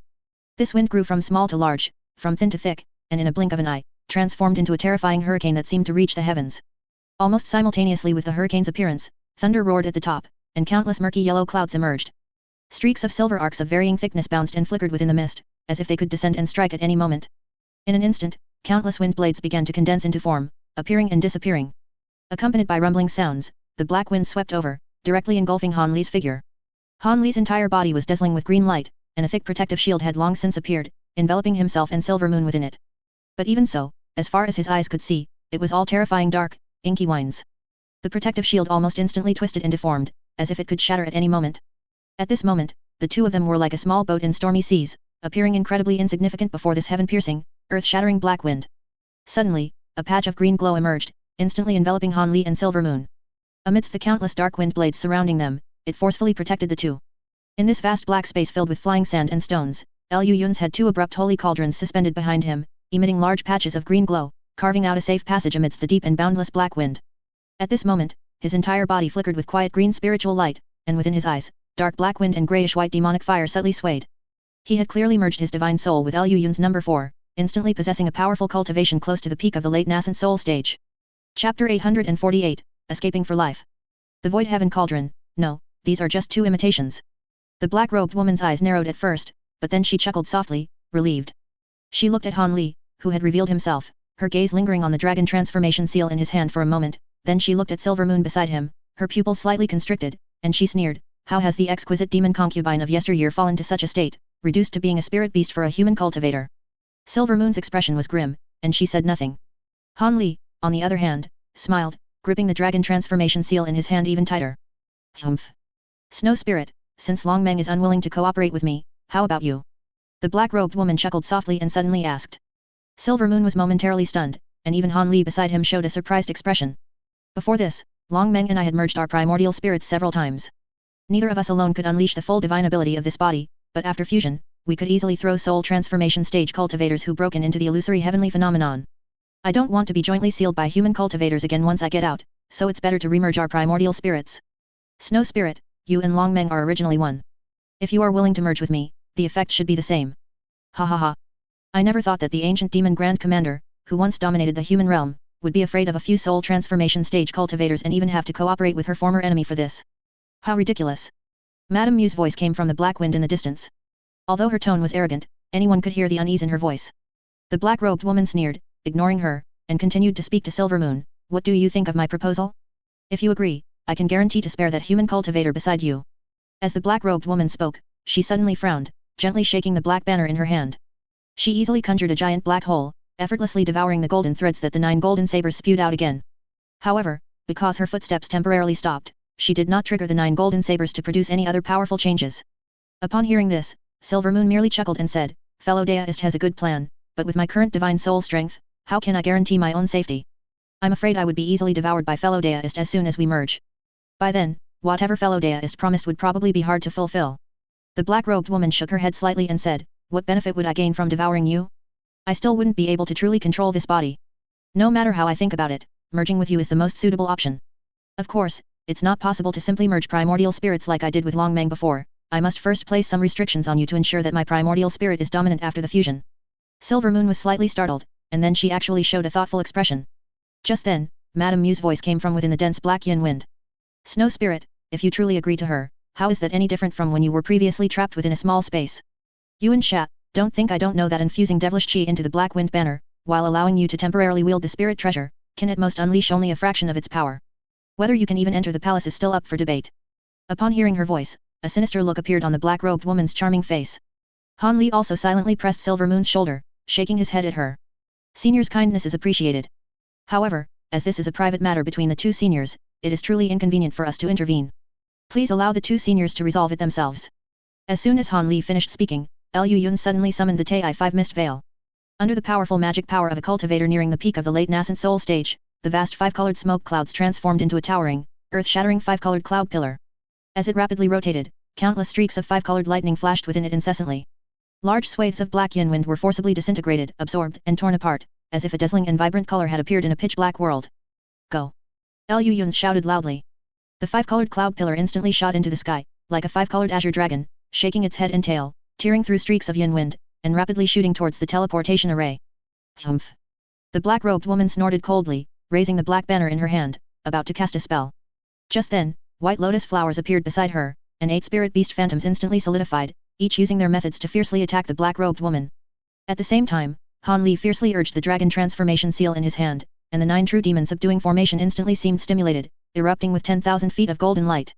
Outside the five-colored cloud pillar, the fierce wind was like knives, and the heavens and earth were collapsing. Even though the Tai-5 mist veil blocked all the yin wind outside, Han Li, who was caught within the cloud pillar, still felt as if he had lost his 5 senses. All he heard was whistling, all he saw was flashing five-colored lightning, and even his divine sense could not leave by half a step. Once it left the five-colored cloud pillar, it was instantly dispersed by the fierce wind outside. Fortunately, his Mingqing spiritualized divine ability was still present. After injecting spiritual power into his eyes, with the blue light flickering in his pupils, he could finally vaguely see things within 10 odd feet. As for what had become of the 9 true demon subduing formation in the distance under such fierce wind, he could not ascertain for a while. He could only sense from the fluctuating vibrations outside that the struggle within seemed exceptionally intense. He looked up at the sky through the five-colored cloud pillar. The situation in the sky was exactly the same, all a chaotic mess, like paste, stirred by the strong wind, making it impossible to see far. Suddenly, Lu Yun's expression changed. The buzzing sound outside the five-colored cloud pillar grew louder and louder, and to maintain the Tai-5 mist veil, his magic power consumption was significantly greater than before. The black-robed woman, being attacked by both the 8 spirit ruler and the 9 true demon subduing formation, was still able to spare energy to deal with them. And the power was clearly still increasing. Lu Yun's narrowed his eyes, immediately falling into thought. It wasn't that he couldn't solve the current problem, if he revealed his trump card, at least the lives of a few people could be saved. But the problem was that this trump card was prepared for that ancient demon. And so far, he hadn't even appeared. Lu Yun suspected that this guy was probably hiding in the dark, quietly watching them, preparing to observe his trump card. Once some things reveal their secrets, they will no longer pose any threat. Lu Yun secretly gritted his teeth, only able to continue increasing the output of his magic power, forcefully using the Tai-5 mist veil to resist the sky-shrouding, pitch-black yin wind. Just then, several black wind pillars, thick as a bowl, shot up from underground, rapidly swelling and rotating, directly hitting the cloud pillar formed by the Tai-5 mist veil. Lu Yun's only felt a huge force, and the entire five-colored cloud pillar immediately shifted uncontrollably. Under the countless wind blades cutting within these pitch-black wind pillars, black chi even faintly permeated the surroundings of the five-colored cloud pillar. Chapter 849 Subjugation. Lu Yun's heart jumped in surprise, and his entire body's magic power instantly condensed. Under the brilliant five-colored lightning, the penetrating black chi was instantly decomposed and absorbed. The outer wind pillar was also instantly dismembered, shattered into powder, turning into streams of black chi. These black chi immediately recondensed and rotated, looking as if they were about to form a hurricane again. Just then, the five-colored cloud pillar suddenly dropped, absorbing all the black chi, and the entire cloud pillar instantly grew a full circle larger. Oh! From within the black gale that covered the sky and earth, the black-robed woman's voice, filled with surprise and uncertainty, rang out. At the same time, golden light suddenly burst forth from within the black yin wind, forcing the surrounding black yin wind to surge, once again suppressing the golden light. The five-colored cloud pillar took this opportunity to consecutively smash through several identical wind pillars before finally reaching a corner at the very edge of the space. Ahead was the dim, indistinct grey barrier. Here, not only was the gale much weaker, but those black wind pillars also did not appear. Everyone finally breathed a sigh of relief. Lu Yun slowly dispersed the five-colored cloud pillar, leaving only a cloud of five-colored mist to protect his body. He quickly took out a small bottle, dripped a drop of the liquid inside into his mouth, and his pale complexion immediately improved significantly.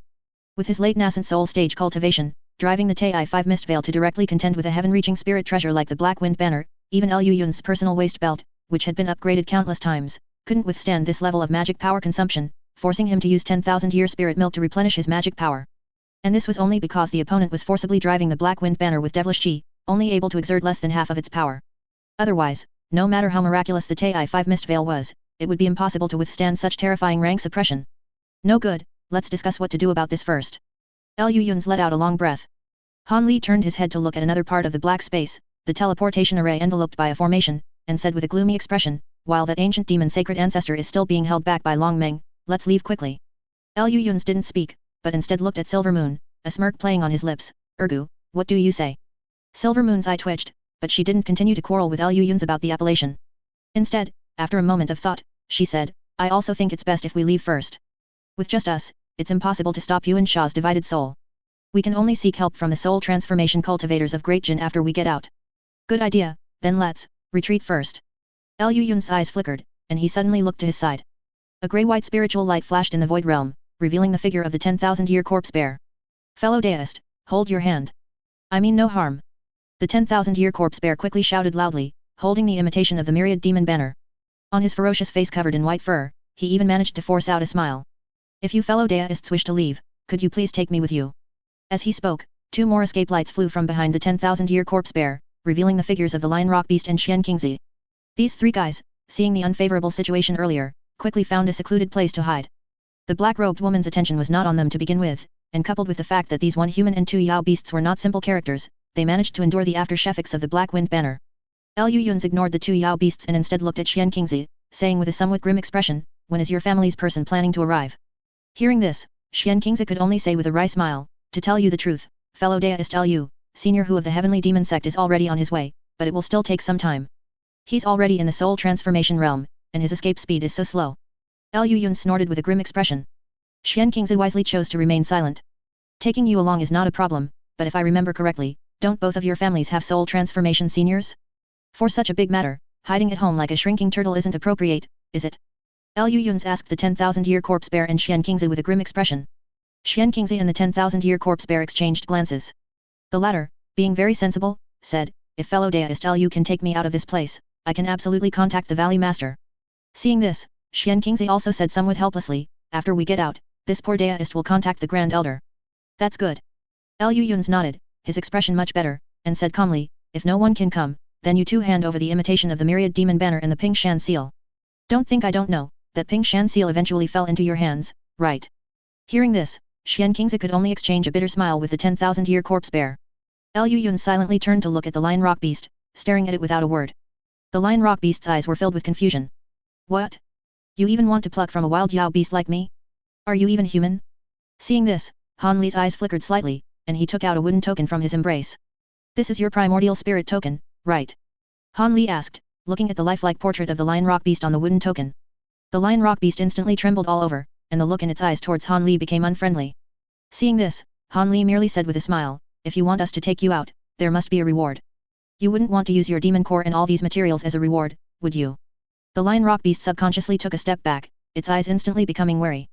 How about this, you serve me for 1,000 years. After 1,000 years, if I advance to soul transformation, I will set you free. If I fail to advance to soul transformation, after 1,000 years I will be nothing but a pile of dry bones, and you will also gain your freedom. How about it? Han Li chuckled, holding up the wooden token.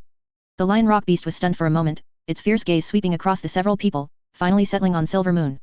After a moment of contemplation, the Lion Rock Beast let out a low growl, and a golden speck of light flew out from between its brows, merging into the wooden token. The Lion Rock Beast on the wooden token instantly seemed to come alive, moving slightly. Han Li was delighted to see this. The Lion Rock Beast had given up a portion of its divine soul, which signified its allegiance. He hadn't expected it to go so smoothly this time. One must know that with the Lion Rock Beast's cultivation, even with the primordial spirit token in hand, it could still avoid him from afar if it was willing to suffer a great loss of origin chi. Forced to surrender its freedom, the Lion Rock Beast instantly wilted, appearing rather spiritless. Tisk. This guy's realm of thought is far inferior to the Scorpion King's. Liu Yun said, stroking his chin. Han Li glared at him in annoyance. Of course, it was far inferior. Liu Yun's restriction was as good as non-existent to the flying purple-striped Scorpion King, it was simply finding someone to help raise its child.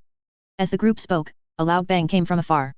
In the center of the space, a golden saber chi shot up into the sky, splitting open the thick cloud layer wherever it passed.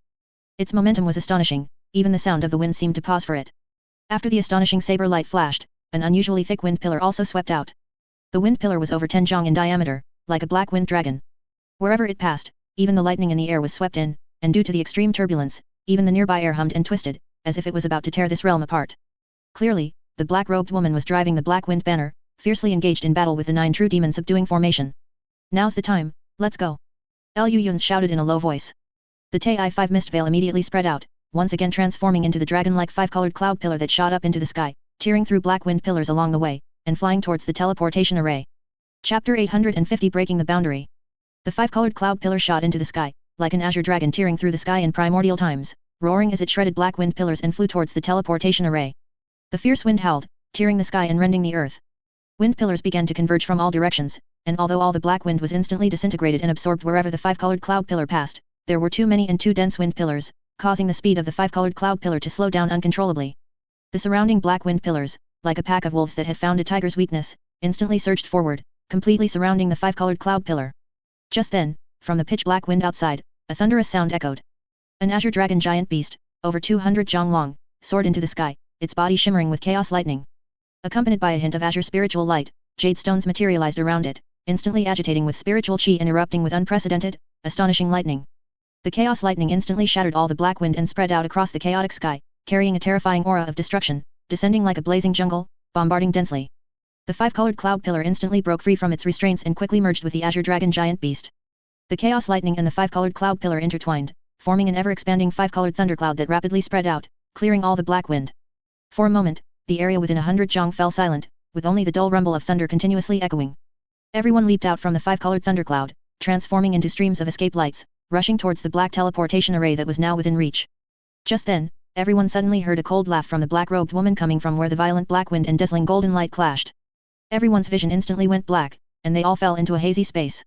Everyone's expression changed dramatically. This Yuan Sha Saint ancestor had actually used the spatial divine ability of the Black Wind Banner to reseal a small area of space, trapping everyone within it. She intended to catch everyone in one fell swoop. Xian Qingzi quickly rushed to the teleportation array, looked down at it twice, and then struck a magic array with a hand seal at the edge of the magic array. However, the spiritual light flickered weakly, and there was no reaction at all. Seeing this, Xian Qingzi said with a grim expression, "The teleportation array is out of order." Lu Yun's leaned over to take a look, his eyebrows slightly raised, and said calmly, "The teleportation array is fine, but it has been sealed by the spatial power of the Black Wind Banner. Unless this space is broken, or the owner of the Black Wind Banner actively lifts this restriction, we cannot teleport out." The 10,000-year corpse bear's face darkened, and the lion rock beast immediately let out an enraged roar. Only Lu Yun's and Han Li silently glanced at the person and demon beside them, their expressions becoming somewhat strange. The few of them exchanged silent glances, and an implicit standoff began to form. Outside the space, the black-robed woman was enveloped by a black wind hurricane, looking at the giant banner in the sky whose dark glow had significantly diminished, a cold smile appearing on her face. At this moment, apart from the few wind pillars beside her, the fierce winds nearby had gradually subsided. After revealing a scene of devastation, the surroundings also gradually became clear. Although she had used a spatial divine ability, which consumed a considerable amount of the Black Wind Banner's power, the 9 true demon subduing array in front of her had already been destroyed. The remaining power was sufficient to deal with the 8 spirit ruler, which was not being controlled by anyone. Although this spirit treasure was powerful, how much divine ability could it exert purely through its own spirituality? It could only suppress the wolf souls in the palace that lacked their own bodies. As for those few individuals, they were merely a few cultivators from the human realm, completely insignificant. Once she extracted Long Meng's soul, she would slowly. The black-robed woman suddenly froze and abruptly turned her head. In front of the teleportation array, it was already empty. Accompanied by a deep black light, everyone's figures broke through the restriction of the Black Wind Banner and emerged, looking back with lingering fear. Lu Yun's and the others were the last to step out. With a flick of his hand, a dazzling black light, whose appearance was unclear, flew back into Lu Yun's sleeve. The atmosphere immediately grew silent, no one intended to speak first.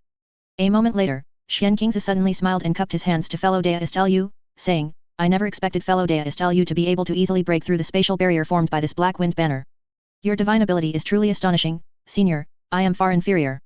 Yes, indeed, fellow Daoist Lu's divine ability is probably not far off from those soul transformation stage seniors, the 10,000-year corpse bear grinned, forcing out a hint of rustic honesty on his terrifying and hideous face. Lu Yun's raised an eyebrow, his gaze sweeping over the person and the demon, a cold smile playing on his lips. They had only just broken through the Black Wind Banner's blockade, they had not yet left the 8th floor of the demon-suppressing pagoda. In fact, with the Black Wind Banner in Lu Yun's hand, breaking through the barrier was naturally effortless, and even truly shattering the entire space was not impossible. But the problem was, in that case, Yuan Sha would probably fight him to the death. After all, she was only forcibly manipulating the Black Wind Banner by infusing it with devilish chi, while Lu Yun's and his 4th brother had actually practiced the heavenly treasure art. As long as the two of them were still here, there was always the possibility of snatching the Black Wind Banner from her hands. And these two individuals in front of him clearly had ill intentions. Leaving aside other things, the 10,000-year corpse bear's imitation of the myriad demon banner, Xian Qingzi's Tian-A divine sword, and the boundary-breaking talisman which one of them couldn't break through this Black Wind Banner's spatial barrier. These two fellows were both well informed, and they probably had long suspected the heaven-reaching spirit treasure in his hand, which was why they deliberately pretended to be at a loss. Thinking of this, Lu Yun's gaze became even more unfriendly. Xian Qingzi's heart skipped a beat, and his face instantly broke out in cold sweat. He quickly waved his hand and said, "Fellow Deist Lu, this humble Deist will contact our Grand Elder right away." The 10,000-year corpse bear was also startled and followed up by saying, "Fellow Deist Lu, please wait a moment. I will contact the Valley Master immediately." Lu Yun's narrowed his eyes, silently watching them contact their respective families' spirit transformation old monsters. After a while, both the person and the demon looked somewhat displeased. "No. This space is strange. My communication secret art can't get through." Xian Qingzi held a completely unresponsive jade slip, his eyes wide with terror. This time, he was truly afraid. The 10,000-year corpse bear also darkened his face, looking up at the few people, and silently shook his head. Lu Yun's expression truly sank now. He silently looked back and began to consider the probability of Yuan Sha desperately chasing him if he were to immediately escape after tearing this space apart with the Black Wind banner. After some thought, Lu Yun's expression relaxed slightly. It seemed that as long as Long Meng could hold on, Yuan Sha would prioritize eliminating her. So, the probability of his direct escape succeeding seemed quite high. Just as Lu Yun's was deep in thought, the entire 8th floor space suddenly shook violently. Chapter 851 The Demonic Dragon Destroys the Demon. Accompanied by an earth-shattering boom, more than a dozen milky white light pillars suddenly erupted from the distant palace. The 8th level of space immediately shook even more violently, as if the sky was collapsing and the earth was rending. A series of hair-raising hums rose up. The surrounding space began to slowly crack, with white light flashing in the cracks, and everything was twisting and deforming. This is bad. That ancient demon saint ancestor is unsealing the 9th level. How did she do it? This is impossible. Xian Qingzi exclaimed in shock, a look of terror on his face. Lu Yun's eyebrows shot up. Seeing that the entire space seemed on the verge of collapse, he instinctively flicked his sleeve, and a dazzling black light shot out, transforming into a layer of glossy black protective shield, enveloping everyone within it. Upon closer inspection, this was clearly identical to the divine ability Yuan Sha Saint Ancestor had previously used to resist the 9 true demon subduing formation. Just then, the more than a dozen light pillars erupting from the direction of the palace suddenly changed color, turning pitch black. Immediately, these light pillars suddenly expanded and deformed, curving and shooting out in all directions. Wherever they passed, space was torn and shattered, with white light and black light interweaving and flashing. These spatial cracks rapidly spread, like the most terrifying blades in the world, easily sucking everything in their path into them. However, as soon as these spatial cracks touched the black light shield, they immediately merged into it and disappeared, as if a black hole had swallowed all the cracks. Seeing this scene, everyone finally breathed a sigh of relief. But the spatial cracks around them grew more and more numerous and more dense.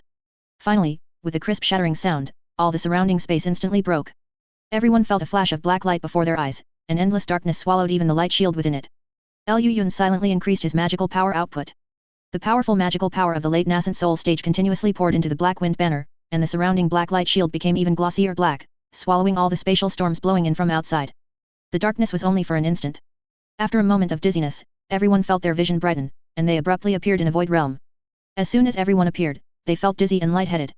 Despite being protected by the light shield formed by the Black Wind banner, the magical power within their bodies still became sluggish.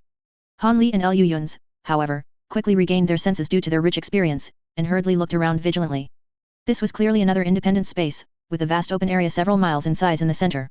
Around it, murky yellow mist rolled, making the place dim and unclear, its true expanse unknown. Beneath everyone, however, was a giant altar over 100 jong tall, wider at the bottom and narrower at the top, in a four-sided trapezoidal shape, carved from pristine white jade, appearing exceptionally magnificent and exquisite. Around it, a super-large formation composed of tall stone pillars surrounded the altar. Each stone pillar radiated bright light, seemingly in an activated state. At the top of the altar, a mountain-sized dual-headed giant wolf stood there. One black wolf head spewed boundless devilish chi, intensely confronting an opponent suspended in the air. This opponent was Madame Mu, who had been taken by Long Meng's possession. She danced her hands, and milky white large hands continuously smashed into the devilish chi. Each strike caused the devilish chi to surge, but after a moment, it instantly recovered. The devilish chi spewed from the giant wolf's mouth was glossy, dark, and thick like liquid. Each time it was spewed, Madame Mu quickly dodged, not daring to let even a bit touch her. And above the giant wolf's head, masses of ferocious yellow wind surged and rolled. A glossy black flood dragon was hidden within, spitting black wind, resisting a silver giant lotus and 8 Yao beast phantoms. The silver lotus, suspended motionless in the air, was dazzlingly bright all over. Dense Buddhist scriptures and Sanskrit characters continuously floated down from its petals. Each palm-sized rune, upon colliding with the black wind spewed by the flood dragon, would explode with a roar, scattering the seemingly fierce black wind. The Black Wind Banner. The 8 Spirit Ruler. Everyone recognized these two heaven-reaching spirit treasures at a glance, and were also surprised by the scene of these spirit treasures manifesting into forms and fighting each other. It was obvious that the Black Wind Banner, only able to exert a small fraction of its power, was at a disadvantage against the 8 Spirit Ruler. However, for the time being, the 8 Spirit Ruler also couldn't shake off the Black Wind Banner's entanglement and go deal with the dual-headed giant wolf, which was clearly guarding the altar and unwilling to move a single step. Precisely because of this, Madame Mu, possessed by Long Meng, was now in a precarious situation, nearly being sprayed by the viscous black chi several times. As soon as she saw everyone arrive, she immediately shouted, "Hurry and help! This ancient demon saint ancestor is unsealing the altar's seal restriction. Once she unseals it, the entire human realm will be finished, and none of you will be able to escape." Everyone's faces immediately darkened, while Liu Yun's fixed his gaze on the stone tablet on the altar. Behind the giant wolf were two unremarkable, greyish stone tablets. But Liu Yun's instantly recognized them. These were stone tablets made of chilling soft jade. Liu Yun's had seen similar things under the myriad Zhang demon abyss in Tiannan, deep within Rahu's body. At this moment, these two stone tablets were submerged by large patches of viscous black qi, with specks of spiritual light occasionally flashing on them, only to be instantly resubmerged by the black qi. And as soon as the dual-headed giant wolf saw everyone arrive, its eyes revealed a human-like look of surprise and delight, and its gaze instantly locked onto Han Li's figure. "Master, be careful. She wants your dragon transformation seal. Only the dragon transformation seal and the heavenly crystal tablet can break the seal. Without these two treasures, she can only rely on the infusion of devilish qi to slowly wear down this seal." Han Li's pupils suddenly constricted. At the same time, the giant wolf suddenly raised its head, and a mouthful of viscous, liquid-like black qi immediately shot out. Liu Yun's frowned slightly, flipped his wrist, and a 3-foot-long pitch-black long saber appeared in his hand. He then slashed backwards.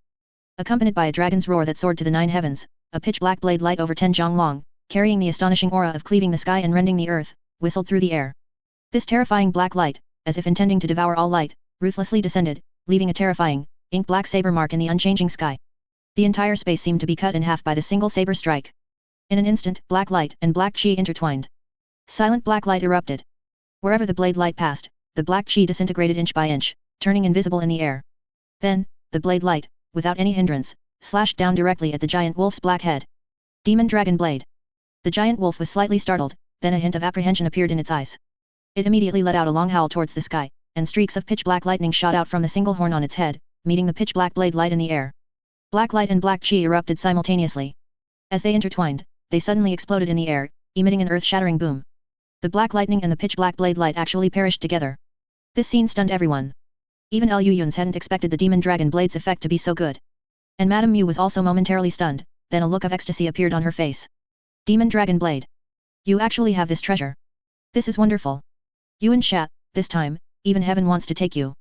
Madame Mu merely spoke casually, but Liu Yun's eye twitched uncontrollably as he gazed intently at the stone tablet on the altar. Chapter 852, Demon Dragon. As he had guessed, the stone steel made of chilling soft jade was exactly the same as the one beneath the myriad Zhang demon abyss in Tianese. If it was the eye of the formation, then the formation used was likely the same set. In other words, there was also a massive amount of pure devilish qi below, as well as a large amount of spiritual power used to seal the devilish qi. Liu Yun's mouth twitched. He glanced at the two-headed giant wolf below, whose devilish qi was rising and whose pressure was terrifying, and muttered to himself, "Boss, this job isn't easy, unless you pay more." Everyone immediately looked at Liu Yun's with strange eyes, all a bit bewildered.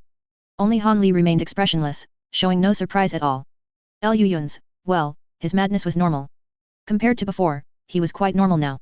The two-headed giant wolf looked at Liu Yun's warily, then suddenly raised its head, a chilling glint flashing in its demonic eyes.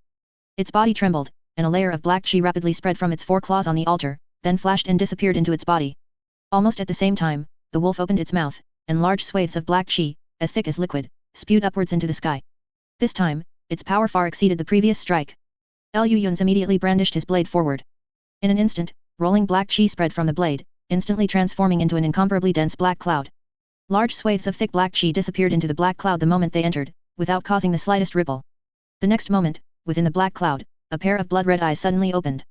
Accompanied by a low dragon roar, the black cloud instantly expanded, turning into a dense cloud sea several acres in size. Within the cloud sea, a pitch-black demon dragon vaguely coiled, its blood-red demonic eyes greedily staring at the two-headed giant wolf, emitting terrifying evil qi that made one's scalp tingle. Liu Yun stood within the black cloud, looking at the demon dragon above him, and suddenly fell into a strange contemplation. During this time, how much did I feed it? How did it grow so much? Before Liu Yun could figure out how many nascent souls the demon dragon blade had devoured during this period, the two-headed giant wolf below spewed out several more mouthfuls of black qi. The black qi connected in the air, surging fiercely towards the people in the sky without ceremony, covering the sky and earth, its momentum surprisingly vast. Even the black cloud sea, spanning several acres, appeared incredibly fragile beneath this black qi. Within the black cloud, the demon dragon let out a low roar. Liu Yun only felt his internal magical power suddenly surge out, then the black cloud churned, and the demon dragon broke through the cloud, suddenly opening its mouth and spewing out an incomparably deep, pitch-black light pillar. This light pillar was like a black hole, as if it wanted to devour all light, directly piercing through the black qi and heading straight for the giant wolf. The demon dragon then coiled up, carrying a large expanse of black cloud sea, and rushed up to tear apart the thick, liquid-like black chi. The giant wolf stared at the incoming pitch-black light pillar, a cold glint flashing in its eyes. It suddenly opened its maw, and a deep black light flashed and disappeared, instantly dispersing the pitch-black light pillar in the air. Just as she was about to press her advantage, Madame Mew struck several more palms, causing her to stagger. The giant wolf gnashed her teeth fiercely, but she did not use her full strength against the combined attack of the demon dragon and Madame Mew. Instead, she narrowed her eyes slightly, vigilantly searching for something. If she had a choice, she would not have come to this 9th level. Instead, she would have found a way to sneak away earlier, hiding in an inconspicuous place to recover her cultivation. But just as she and Madame Mew were locked in intense combat, the seal on the 9th level suddenly fluctuated. Before she could even react to what had happened, the seal on the 9th level instantly shattered, and space itself broke apart, directly pulling her into the 9th level. As soon as she arrived, she discovered that the seal on this altar had, for some unknown reason, weakened considerably. As a separated soul of the Yuan Sha Saint ancestor, she naturally wouldn't be fooled by this weakened seal. Instead, she instantly thought of the strange devil head who had previously called himself Nirvana. She had intended to leave, but unfortunately, the 8 spirit ruler and Madame Mew also followed her to the 9th level. Even more frustratingly, because she had been caught in the spatial rupture earlier, her internal devilish chi was excessively consumed, and she was even somewhat outmatched by the combined efforts of the 8 spirit ruler and Madame Mew. Seeing Madame Mew pressing her advantage, she could only choose to activate the seal on this altar. Although it hadn't fully succeeded and only opened a tiny crack, as long as her 4 paws remained on the altar, there would be an endless supply of pure devilish chi to replenish her body, rapidly restoring the consumed devilish chi, and even her originally depleted demonic yuan was slowly recovering. As a result, she calmed down. She simply fought steadily and coldly, waiting for the seal to fully open. Once the thing under the seal emerged, no matter what the devil head calling himself Nirvana had planned, with his cultivation below the soul transformation stage, it would all be in vain. The giant wolf's demonic eyes narrowed slightly, and suddenly, she fiercely swiped a claw, striking the demon dragon. At that instant, the demon dragon was sent flying dozens of feet back, and it roared in rage, turning back to spew out a large expanse of pitch-black demonic fire, which burned fiercely on the giant wolf's body. A black light flashed around the giant wolf's body, instantly shaking off the demonic fire. Then she suddenly felt that the demon dragon, transformed from the demon dragon blade, had, for some unknown reason, suddenly weakened considerably. She suddenly raised her head, just in time to see Liu Yun's, whose cultivation had somehow recovered to the middle stage nascent soul, grin at her. Just then, a strong wind suddenly rose above. The flood dragon formed by the black wind banner suddenly roared, and a pitch-black storm instantly spread out. At the center of the storm, a faint green spiritual light shone, and the figure of Liu Yun's number 4 suddenly appeared, holding a pitch-black small banner in his hand. Black wind banner. This is impossible.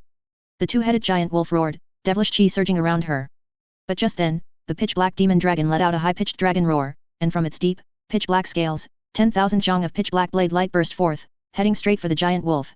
Madame Mew followed up, pressing her advantage, and giant palms shimmering with silver light struck the two-headed giant wolf, forcibly pinning her in place. At the same time, Liu Yun's number 4 chanted a spell, and the black wind banner in his hand rapidly grew, instantly transforming into a giant banner 100 zhong long. A mass of pitch-black yin wind flew out from it and rapidly expanded, quickly spreading within the storm formed by the flood dragon. The flood dragon roared, black light bursting from its body, and then its body began to shrink rapidly. Accompanied by wisps of black chi escaping from it, the flood dragon transformed into a palm-sized pitch-black small banner, almost identical to the giant banner in the sky. The two heaven-reaching spirit treasures from the same lineage seemed to produce a wonderful resonance at this moment, simultaneously releasing rolling black winds. Accompanied by wails and howls, the two pitch-black storms, connecting heaven and earth, gradually merged into one in the air. Chapter 853, Spirit Treasure Fusion. Wild winds howled, and black chi surged like a tide. Within the ink-black storm, two storms with similar, almost identical auras gradually overlapped, beginning to display a powerful, almost world-destroying might. Streaks of destructive, pitch-black lightning quickly spread from the storm, swiftly engulfing the sky, filling dark yin clouds and occupying the entire heavens. For a moment, electric snakes danced wildly, and thunder roared like dragons. Beneath the sky, the ink-black yin wind seemed to solidify into tangible yin clouds, carrying spine-chilling wails of ghosts and wolves, condensing into a black storm that constantly flickered with lightning. This pitch-black storm, like a pillar supporting the heavens, spun and shot skyward, connecting heaven and earth, sucking in large swaths of yin clouds and lightning, and stirring up a mournful yin wind that swept through the entire space. Each gust of wind was like a blade, wherever it passed, even the two-headed giant wolf, prostrate on the altar, had to cast spells to resist. Beneath her 4 claws, strands of black chi, thick as liquid, coiled around her 4 sharp weapons like chains, pinning her to the altar. Madame Mew didn't have time to resist and was nearly sucked into the raging yin wind. She quickly flashed with white light all over her body, forcibly stabilizing herself in midair. The 8 spirit ruler, which had been locked in a fierce struggle with the black wind banner not long ago, closed its petals and transformed into a silver-white flower bud, emitting a faint 7-colored Buddhist light, struggling to stabilize its form amidst the howling, sky-sweeping, pitch-black yin wind. Liu Yun's and the others remained suspended in the air. Any black yin wind that blew towards them automatically changed direction, bypassing their location. The black demonic dragon hovered beneath Liu Yun's feet, its pair of scarlet eyes fixed on the very center of the storm. Accompanied by a dull sound of wind and thunder, the pitch-black storm continuously shrunk, finally transforming into a black wind mass only the size of a single person. Within the wind mass, a faint phantom gradually materialized. It was a pitch-black small banner, glossy and dark, its flag surface profound, like an endless abyss with no bottom. As soon as this small banner appeared, the surrounding yin qi and demonic qi that had dispersed uncontrollably surged towards it. In an instant, a large amount of yin qi and demonic qi poured into it, and the black small banner expanded, transforming into a pitch-black great banner over 10 feet long. A dark green phantom appeared beside the great banner and grabbed it in its hand. Black Wind Banner. The two-headed giant wolf looked at the great banner held by Liu Yun's number 4, her demonic eyes filled with shock and anger. This great banner was indeed the transformation of the Black Wind Banner, but compared to before, the spiritual qi within it was almost twice as powerful, and it was completely controlled by Liu Yun's number 4, no longer subject to her command. Spirit treasure fusion, such a thing actually exists, Liu Yun's murmured to himself with a smile, his lips slightly upturned. At the same time, the silver lotus formed by the 8 spirit ruler bloomed again, and densely packed Buddhist scriptures and Sanskrit characters floated down from its petals, heading straight for the two-headed giant wolf. Following this were the phantoms of 8 spirit beasts, accompanying the countless palm-sized runes, surging towards the two-headed giant wolf. This Buddhist spirit treasure was finally free and could concentrate on dealing with this devil head. Simultaneously, Liu Yun's No 4's figure blurred, and the Black Wind Banner in his hand instantly vanished. The next moment, his figure appeared beside Liu Yun's and silently merged into him. Accompanied by a dazzling dark green spiritual light, Liu Yun's magical power surged again, returning to his powerful cultivation nearing the peak of the late nascent soul stage. The pitch-black demonic dragon's body expanded accordingly, letting out a high-pitched dragon roar towards the sky, and pounced towards the two-headed giant wolf with bared fangs and claws. Liu Yun's then extended one hand, and the Black Wind Banner, over 10 feet long, appeared in his palm. With a fierce wave, the sky obscuring, pitch-black yin wind reappeared. As soon as it emerged, it transformed into a terrifying storm that covered the sky, howling and condensing countless wind blades, surging towards the two-headed giant wolf. For a time, the wild winds howled like a tide, carrying a world-destroying aura, engulfing the two-headed giant wolf's body. Then the demonic dragon arrived, bringing with it sky-covering black clouds. On the other side, the 8 spirit beasts descended with countless Buddhist scriptures, and Madame Mu hovered in the air, striking out with silver-white giant palms. The astonishing demonic qi emanating from the two-headed giant wolf began to rapidly deplete. Seeing this, everyone quickly joined the attack. The 10,000-year corpse bear waved the imitation of the myriad demon banner in his hand, and a vast, ocean-like grey-white demonic qi immediately surged out, transforming into countless Yao beast phantoms in the air, viciously pouncing on the two-headed giant wolf. The Lion Rock Beast's golden sound waves and Xian King's Tian A divine sword also struck simultaneously. Even Han Li released dozens of golden flying swords, which transformed into hundreds of sword lights in the air, like streaks of startled light, killing towards the two-headed giant wolf's location. For a time, the combined force of everyone had taken shape, actually suppressing the two-headed giant wolf firmly. Everyone's faces showed excitement, but at the same time, several people, including Madame Mu, also began to cast their gaze towards the silver lotus formed by the 8 spirit ruler in the air, their eyes gradually becoming fervent, and even their attacks weakened by a few points. Only Liu Yun's and Han Li were still exhausting the magical power within their bodies, relentlessly attacking the two-headed giant wolf. At the same time, Han Li also asked in his mind, if I cut off that black wolf head, can I really temporarily expel the ancient demon saint ancestor's divided soul? Will I not make a mistake and make things worse? Why didn't Long Meng try to seize the body first? Master, rest assured, as long as that demonic soul temporarily leaves the body, I am confident I can reclaim the original body. As for Long Meng, although her divine thought is incredibly powerful, she does not have a sharp weapon mixed with Geng essence in her hand, and ordinary treasures cannot harm the silver wolf's body in the slightest. She also wouldn't dare to contend with the demonic soul for control of the body when it is filled with demonic qi. I estimate she also didn't expect that Master would have so many flying swords mixed with Geng essence, nor did she expect that Liu Yun's, holding the greatly enhanced Black Wind Banner, would actually choose to help us instead of competing for the 8 spirit ruler. Silver Moon chuckled softly. Hearing this, Han Li immediately took a deep breath, a smile appearing at the corner of his mouth, no longer hesitating. After all, Silver Moon was his spirit tool. If she could reclaim her body and greatly increase her strength, he would naturally be more than willing. Immediately, he formed a hand seal, and all the flying swords soared into the sky. After a flash of golden light, they condensed into one body, transforming into a dazzling golden giant sword. Han Li's expression was solemn as he lightly pointed at the giant sword with one hand. Immediately, a low rumble of thunder sounded, a layer of golden electric arcs appeared around the giant sword, and a silver light exploded at the tip of the sword. A silver wolf head emerged, then flashed, and disappeared. Silver Moon had directly attached herself to the giant sword in her spirit tool form. Firstly, this could increase the power of the giant sword, and secondly, she could directly escape into the wolf's body after severing the black wolf head with one strike. Han Li took a deep breath and urged his hand seal. The giant sword shook, transforming into a golden arc and rushing into the yin wind. Chapter 854 Fighting Demons. Wherever the giant sword passed, electric light flickered, and after a few flashes, it reached the top of the altar, striking down at the head of the giant wolf, which was firmly suppressed. The giant sword descended with imposing aura, and just as it was about to solidly strike the black wolf's neck, the giant wolf, which had been almost unable to move, suddenly had the devilish chi around its body condense, and it sprang up, instantly breaking free from the black storm's restraint, perfectly avoiding the area swept by the sword chi. At this moment, the silver wolf's originally shiny silver fur suddenly turned from bright to dark, and except for the other silver wolf head, all other parts turned pitch black. Demonized physical body, when did you complete the demonization? Madame Mu's face instantly turned pale upon seeing this scene, and she no longer cared about contending for the 8-spirit ruler. Her gaze instantly locked onto the two-headed giant wolf, and she raised her hand, sending out several giant silver-white palms. Almost at the same time, the black wolf head raised its neck, and circles of black ripples emanated from its mouth. These ripples were silent when they emerged from its mouth, as if they had no power. But wherever they passed, whether it was the storm formed by the black wind banner, the spirit beast phantom of the 8-spirit ruler, or Madame Mu's giant silver-white palms, all shattered inch by inch within these ripples. However, the demon dragon formed by the demon dragon blade, struck by these black ripples, was only sent flying backward, and its body became much more ethereal, but it did not directly dissipate. The golden giant sword, which had missed its target and circled back to the sky, upon seeing this scene, immediately broke through the void realm back the way it came, as if it had seen a poisonous scorpion. The giant wolf let out a mournful howl, and the devilish chi that had been dispersed recondensed and surged, instantly enveloping the giant sword, attempting to trap it. Han Li quickly urged his sword art with one hand, shouting at the giant sword within the devilish chi, instantly activating a small portion of the evil warding divine thunder within the sword. Amidst the thunder, a huge thunderball formed by golden arcs appeared on the surface of the giant sword, and then let out an earth-shattering roar, completely exploding. Countless slender electric arcs splattered and flashed wildly, and a large amount of devilish chi immediately dissipated and disappeared as if melting, revealing a large empty space. The devilish chi further away also became riddled with holes and extremely sparse. The trapped giant sword, seizing this opportunity, hummed and transformed into a golden rainbow, piercing through the remaining devilish chi, and in a blink of an eye, returned to Han Li's side. And at the same time, Liu Yun's waved the black wind banner in his hand, and a mass of black cold wind immediately surged out, mixed with pitch black lightning, instantly growing wildly against the wind, transforming into a towering black storm that met the black ripples head-on. Concurrently, Liu Yun's gestured with his right hand, and the demon dragon in the air instantly transformed back into the demon dragon blade, which he caught and then swung out with a backhand strike. In an instant, the dark blade light silently merged into the storm, combining with the countless pitch black wind blades within it, roaring like a wind dragon, sweeping towards the two-headed giant wolf. The black ripples silently dispersed the outermost layer of the storm, but then collided with the countless wind blades inside, actually emitting dense sounds of metal clashing.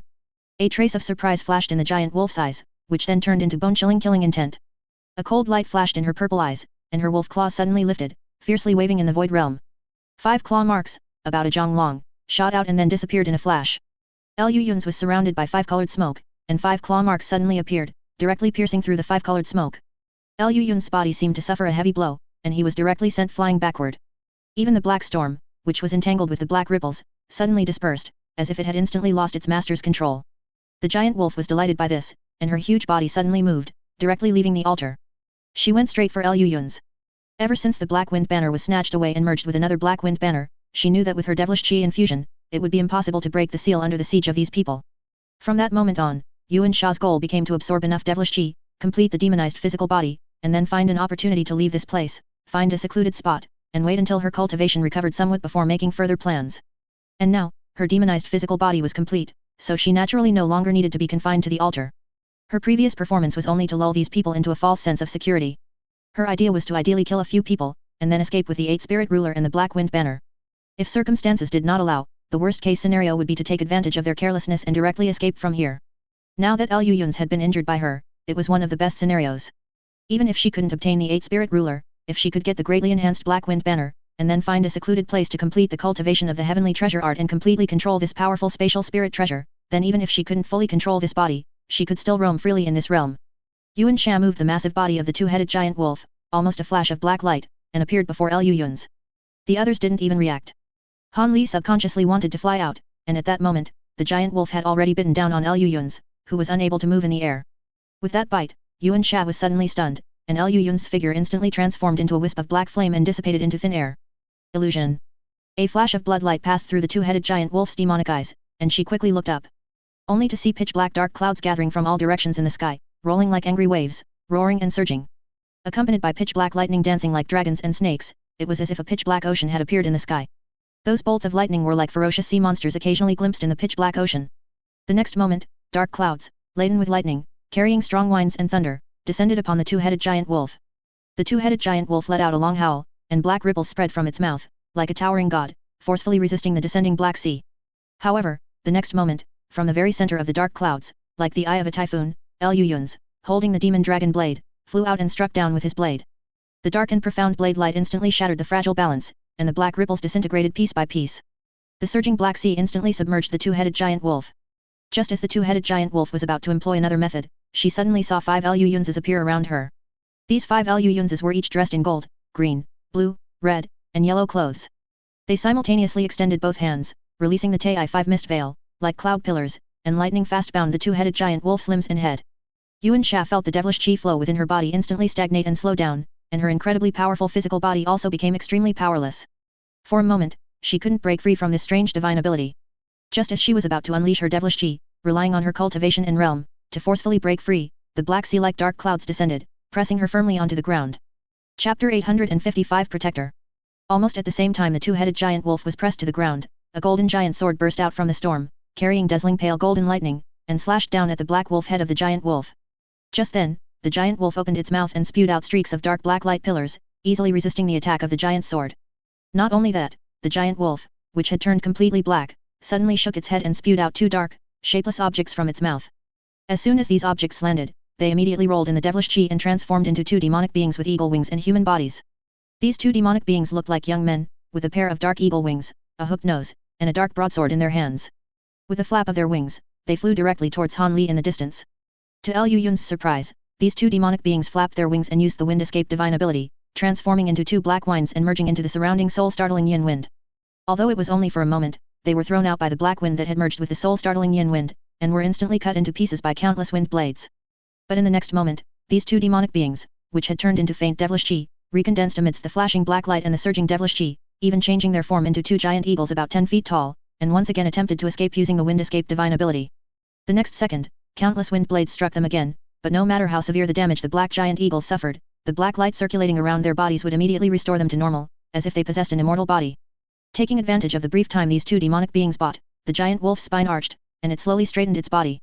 The pitch-black soul-startling yin wind, like a black sea, was slowly lifted by the giant wolf, as if a deity from myths and legends was lifting the sky, and the 5-colored cloud pillars formed by the Tai-5 mist veil were instantly torn apart. In an instant, extremely powerful devilish chi surged skyward, and as the 2-headed giant wolf let out a long howl, the terrifying devilish chi instantly transformed into a colossal pillar of light that shook the heavens and earth. This pillar of light was as black as ink, like a giant crack standing between heaven and earth, instantly erupting with incredibly terrifying power, tearing apart the storm formed by the black wind banner. Liu Yun's body shook, and he flew backward, caught by Han Li who used his lightning escape divine ability to flash over.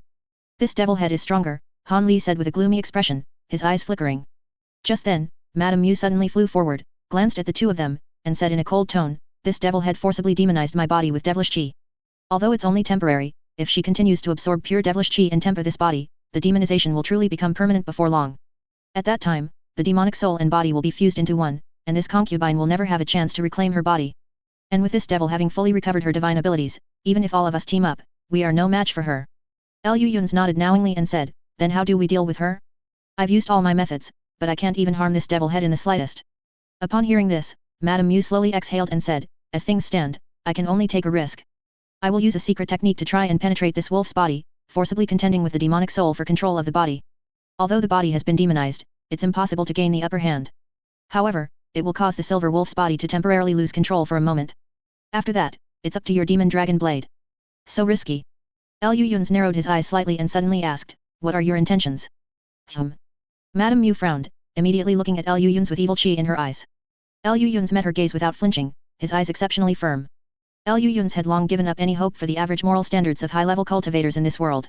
To say that Long Meng was taking such a huge risk just to eliminate evil and protect the human realm, Liu Yun's would rather believe that the one below was actually her ex-girlfriend, and this guy decided to kill her to cover up the fact that she was a female homosexual. Anyway, grasp the spirit, that's pretty much what it means.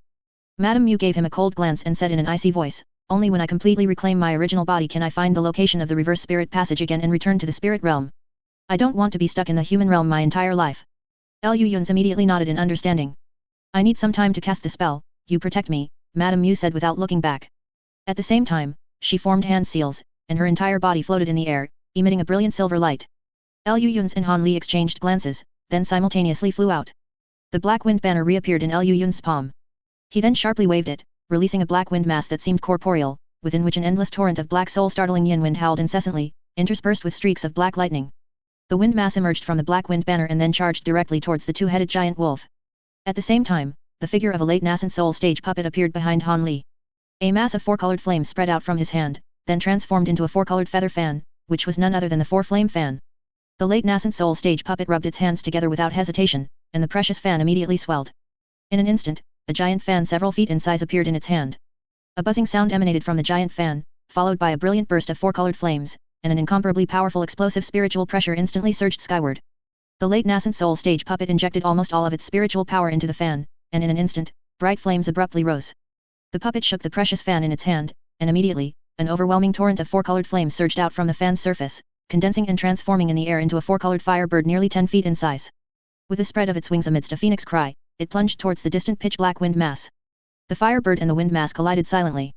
In an instant, violent soul-startling yin wind surged skyward, and four-colored flames, interspersed with numerous profound and unusual four-colored runes, clung to it and expanded rapidly. Wind fueled the fire, and fire enhanced the wind's might.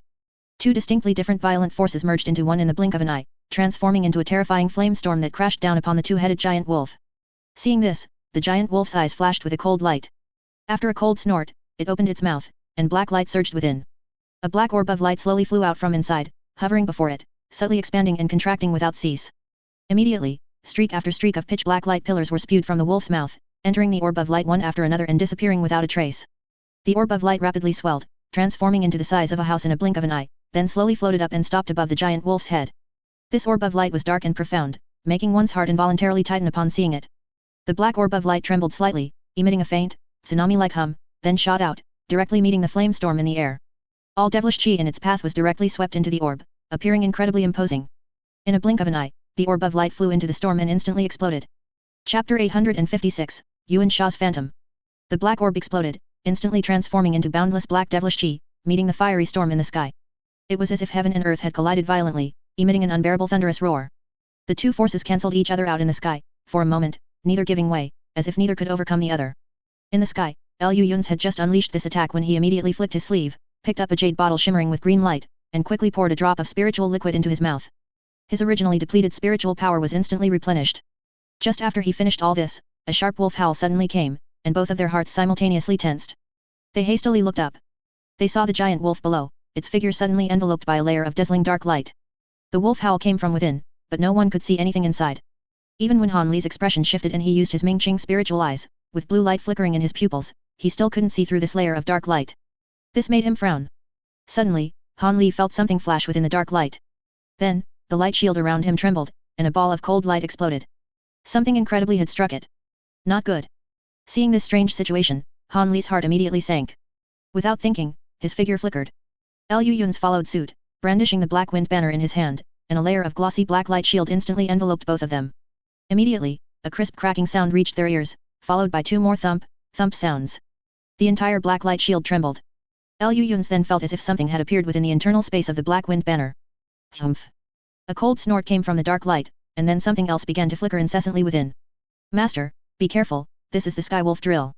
Yin Yu's panicked voice rang out in Han Li's divine sense. And almost at the same time, two shadows flashed past Han Li's front. Two dull thuds, bang, bang, came, and the black light shield trembled again, producing obvious ripples and even starting to sway slightly. Lu Yun's was startled and quickly poured his internal magic power into the black wind banner. The surrounding light shield swayed for a while before finally stabilizing. Oh! A surprised voice came from within the dark light.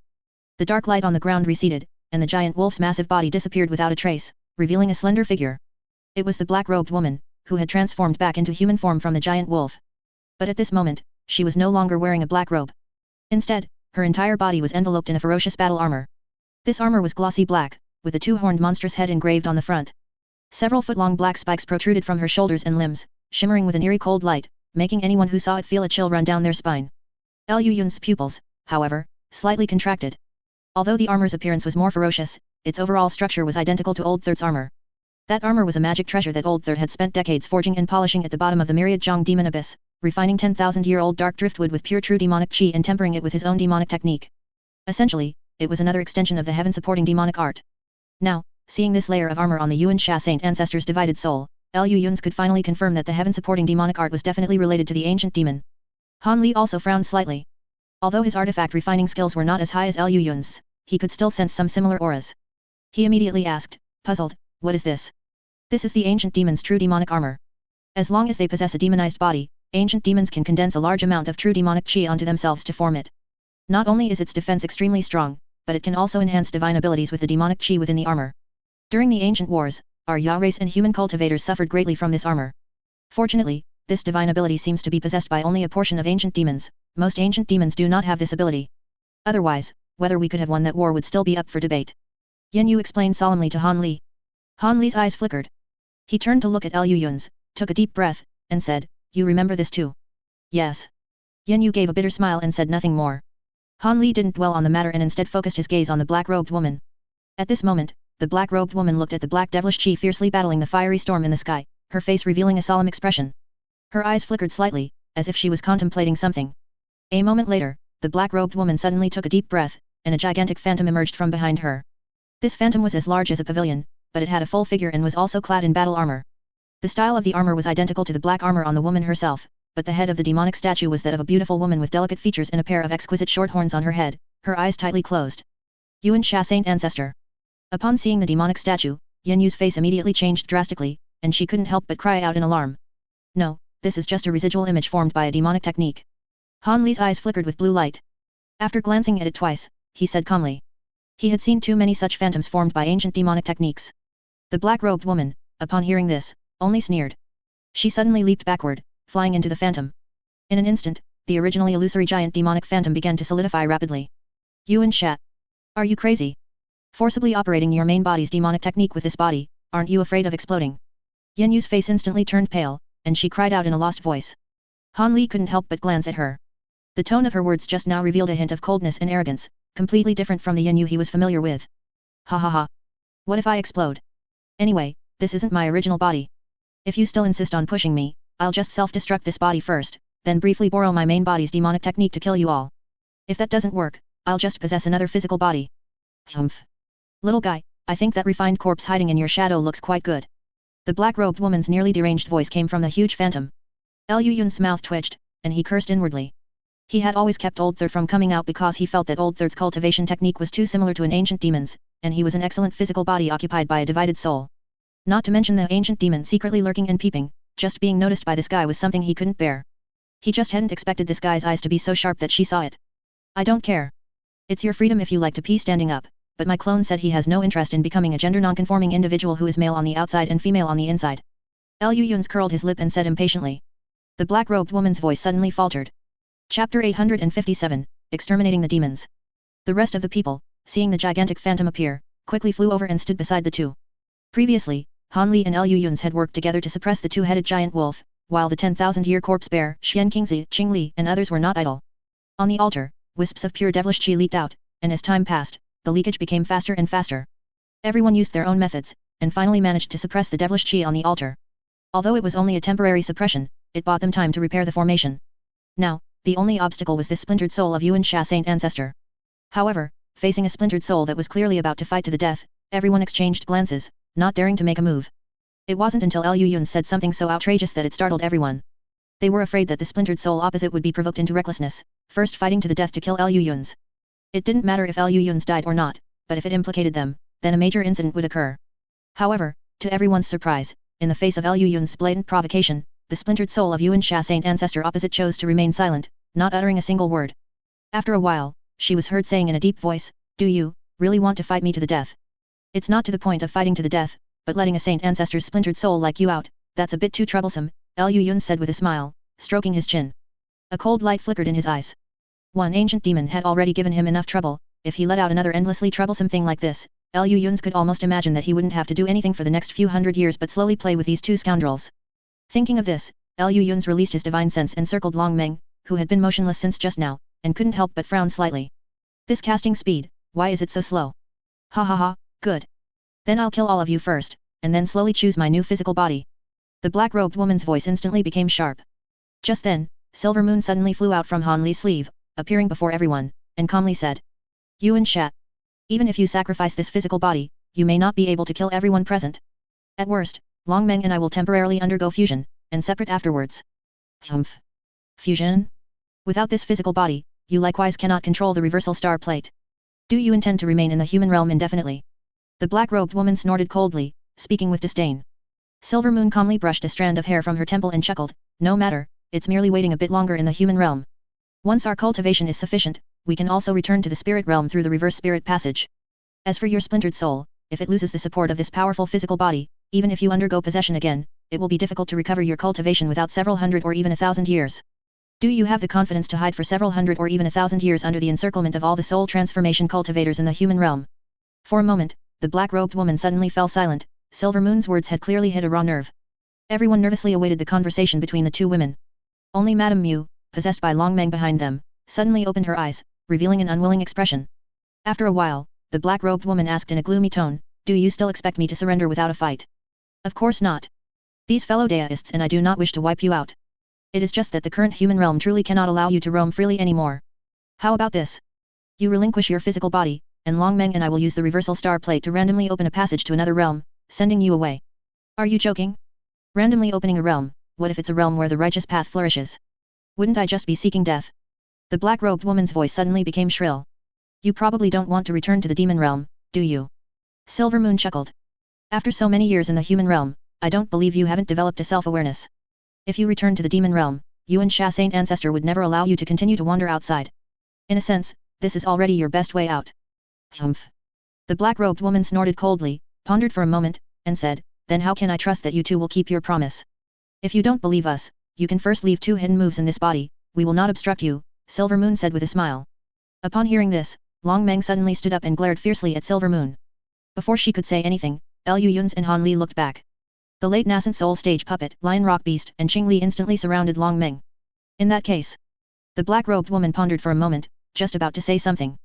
Suddenly, a silver light flashed in Long Meng's eyes, and a bright spiritual light shone from the hand seal she had been forming. Madame Mu's physical body instantly disintegrated, turning into scattered ashes.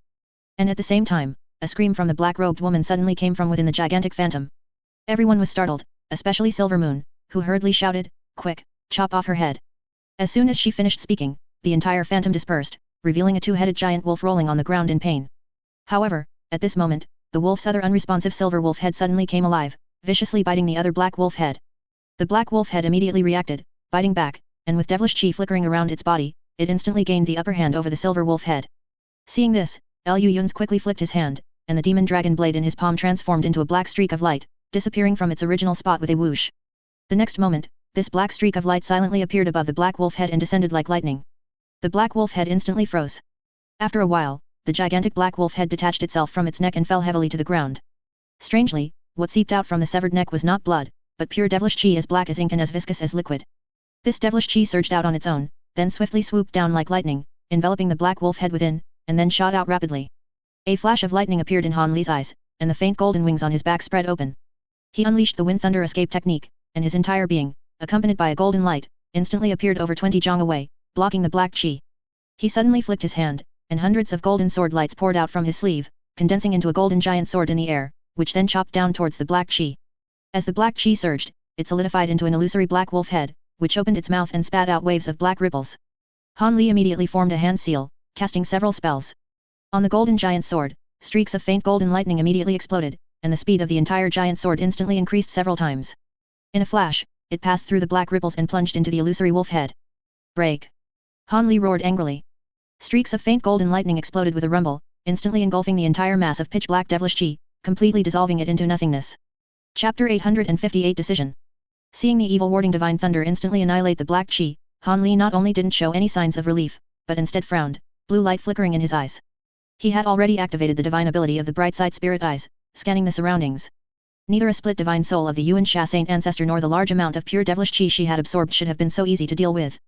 Han Li had even prepared replacement high-grade spirit stones, ready for the late nascent soul stage puppet to swing the 4-flame fan again, but he hadn't expected that the remaining evil warding divine thunder from the giant sword alone would completely clear all the devilish chi. This made Han Li couldn't help but doubt the truth of the matter. After scanning for a moment, Han Li saw nothing. After a moment of thought, Han Li suddenly thought of something and frowned as he looked at Liu Yun's. He saw him holding the demon dragon blade, curiously examining it. On the blade, there was still a trace of liquid like black devilish chi, and from time to time, strange sounds, as if chewing on something, came from the blade. Han Li's mouth twitched involuntarily. He hadn't expected that this demon dragon blade was so bizarre that it could even devour the devilish chi of an ancient demon saint ancestor's split divine soul. At this moment, the giant wolf, which had been slumped on the ground, also stood up. As silver light flickered around her, the black chi on her body instantly dissipated, and accompanied by a dazzling silver light, the two-headed giant wolf transformed out of thin air into a normal, gigantic silver wolf, emitting an extremely terrifying spiritual pressure. She slowly turned her head, looking at Han Li with unfriendly eyes. Or rather, she looked at Silver Wolf, who was beside Han Li. Liu Yun's frowned slightly. The demon dragon blade, which had almost overeaten just now, sprang up again, turning into a black flash and disappearing into the air. At the same time, Liu Yun's flipped his hand, and the 10-foot-long black wind banner reappeared. He said nothing, but the threat was already obvious. Even the figure of the late nascent soul stage puppet appeared behind Han Li, holding the 4-flame fan, ready to unleash a heaven-shattering blow at any moment. Long Meng looked at the two, her gaze shifting slightly to the remaining 1 cultivator and 2 beasts. The 10,000-year corpse bear and Xian Qingzi retreated without hesitation, indicating their stance. The lion rock beast let out a low growl and reluctantly followed behind Han Li. This scene made Long Meng grit her teeth inwardly, yet she felt somewhat helpless. She had personally witnessed the divine abilities of those two. With their combined strength, they could even temporarily suppress Yuan Sha's split divine soul. And although she had regained her physical body, both her physical body and divine soul were already extremely weak, making it impossible for her to unleash the powerful divine abilities that Yuan Sha's demonized physical body possessed. If she were to truly face the two desperate individuals, she might even be extracted from this physical body by them. Looking at the Black Wind Banner and Demon Dragon Blade, both overflowing with devilish chi, Long Meng had no doubt that Liu Yun's had this capability. Snow Spirit, do you really want to stay in the human realm forever? Long Meng asked, still somewhat unwilling. Only when you and I merge can we use the reversal star plate to open the reverse spirit passage and return to the spirit realm. Neither of us alone can do it. Silver Wolf's eyes flickered slightly upon hearing this. After a moment, she said, it's not that we must use the reversal star plate to return to the spirit realm. Directly opening the reverse spirit passage is also possible, it's just a bit riskier. A bit. Long Meng snorted coldly upon hearing this. What do you mean a bit? It's practically a 1 in 10 chance of survival. With how we are now, entering the reverse spirit passage directly without the reversal star plate is just seeking death. Snow Spirit, think clearly. If you return to the spirit realm with me, we will still be the Demon King's favored concubine, the princess of the Silver Moon Wolf clan. Do you really want to remain in the human realm and be the spirit artifact of a human realm nascent soul cultivator? Long Meng advised earnestly. Demon King's favored concubine. Silver Wolf's eyes flickered slightly upon hearing this, but after a moment, she just shook her head slightly, a sarcastic smile playing on her lips. Han Li, who was beside her, glanced at her. After a moment of thought, he suddenly stepped forward and asked, if Silver Wolf merges with you, who will be the dominant one at that time? As soon as he spoke, Silver Wolf immediately looked at Han Li in surprise, and even Liu Yun subconsciously glared at him. Han Li remained completely unmoved, waiting for Long Meng's answer with an unchanging expression. Long Meng's gaze swept over the group, and she sighed helplessly, saying, if I say I will be dominant, I'm afraid none of you will agree. But if she continues to be dominant, I'm also unwilling to live that kind of life without freedom again. How about this, you and I first work together to open the reverse spirit passage and return to the spirit realm. After we return, we will recultivate our cultivation technique and completely merge our divine thoughts. From then on, I will be in you, and you will be in me, so there will be no need to distinguish between us anymore. Long Meng raised her head and said with a firm gaze, by then, you and I will be Ling Long, and nothing else. Silver Wolf was silent for a moment, then turned to look at Han Li and asked, Master, I do what you need to do, Han Li said calmly. Being able to return to the spirit realm directly is better than always staying by the side of a mid-nascent soul stage cultivator like me, waiting for a slim chance. After all, whether I can advance to soul transformation is still an uncertain matter. Besides, you have completely recovered your memories, haven't you? Silver Wolf pursed her lips slightly and nodded silently. Since that's the case, you don't need to be my spirit artifact anymore, Han Li said calmly, stepping back slightly. Long Meng was overjoyed to hear this and quickly said, he's right, you can't possibly stay in the human realm forever. And as for him, if he stays in the human realm, that's fine, but if he goes to the spirit realm, do you think the Tian Kui Wolf King will let him go? You two separate now. From now on, act as if nothing ever happened. This is good for everyone. This human realm cultivator doesn't have to worry about inexplicably gaining a powerful enemy in the spirit realm. You can also go back to being the beautiful demon concubine Ling Long, and you won't have to continue cooped up in this small interface. Silver Wolf glanced at Han Li and received a terrifyingly rational nod from him. Liu Yun's, who was beside them, felt he couldn't watch anymore and directly said, Old Han, you're just... Shut up. Han Li interrupted him without hesitation. This is good for both of us. Liu Yun's fell silent. He knew that Han Li was different from him, almost all of his actions were based on an extreme rationality. This rationality, to some, even bordered on coldness, but it was his greatest reliance as a mortal walking the cultivation world. And now, facing Silver Wolf's problem, he would only come to yet another extremely rational conclusion. Silver Wolf looked at Han Li, whose expression hadn't changed, and smiled silently, saying, I understand, Master. Fellow deist Han. Han Li's expression showed no fluctuation, he just nodded silently. Chapter 859 Exquisite. Liu Yun's gaze lowered slightly as he sighed, then turned to look at the 10,000-year corpse bear and Xian Qingzi. Being stared at by him, the man and the Yao beast instantly became nervous. They still remembered that they had previously agreed to hand over the imitation heaven-reaching spirit treasure in their hands if they couldn't contact the nascent soul cultivator within their sect. But such a weighty treasure was of immense importance. This was a treasure that could affect the standing between major powers. Once handed over, it would lead to endless trouble. For a moment, the man and the Yao beast exchanged glances, seemingly reaching some unspoken understanding. Liu Yun's was too lazy to bother with what these two were thinking and directly said, "There's nothing for you here. Do you still want to stay?" His tone was already very unfriendly. The man and the Yao beast were stunned for a moment. Then, the 10,000-year corpse bear said with a forced smile, "To be honest, fellow deist Liu, I actually have some connection with Senior Long Meng, so you plan to forcibly seize the reversal star plate?" Liu Yun's eyes widened in surprise, and he said with an exaggerated tone, "You're so bold." "No, no. Of course not." The 10,000-year corpse bear didn't dare to admit it and quickly waved his hand, saying, "How would I dare? It's just that our valley master also had several encounters with Senior Long Meng, so he hopes to invite Senior Long Meng to our valley for a discussion." The 10,000-year corpse bear's face was full of forced smiles, but inwardly, he was secretly pondering. His biggest mission when he came to Kunwu Mountain this time was to find clues about the reverse spirit passage in the human realm. Now, Long Meng was right in front of him. This directly concerned whether he and old Demon Che, the valley master of 10,000 Demon Valley, could return to the spirit realm. No matter what, he had to try.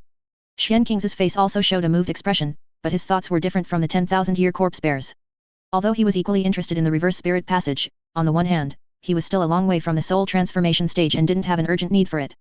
On the other hand, if his old ancestor knew about the clues to the reverse spirit passage, he would definitely try to ascend to the spirit realm. At that time, whether their Tai sect could still maintain its current transcendent status was uncertain. Compared to that, he was more concerned about the intentions of this Long Meng. If she really agreed to go to 10,000 Demon Valley and left some benefits for the high-level Yao beasts there, then something big would happen.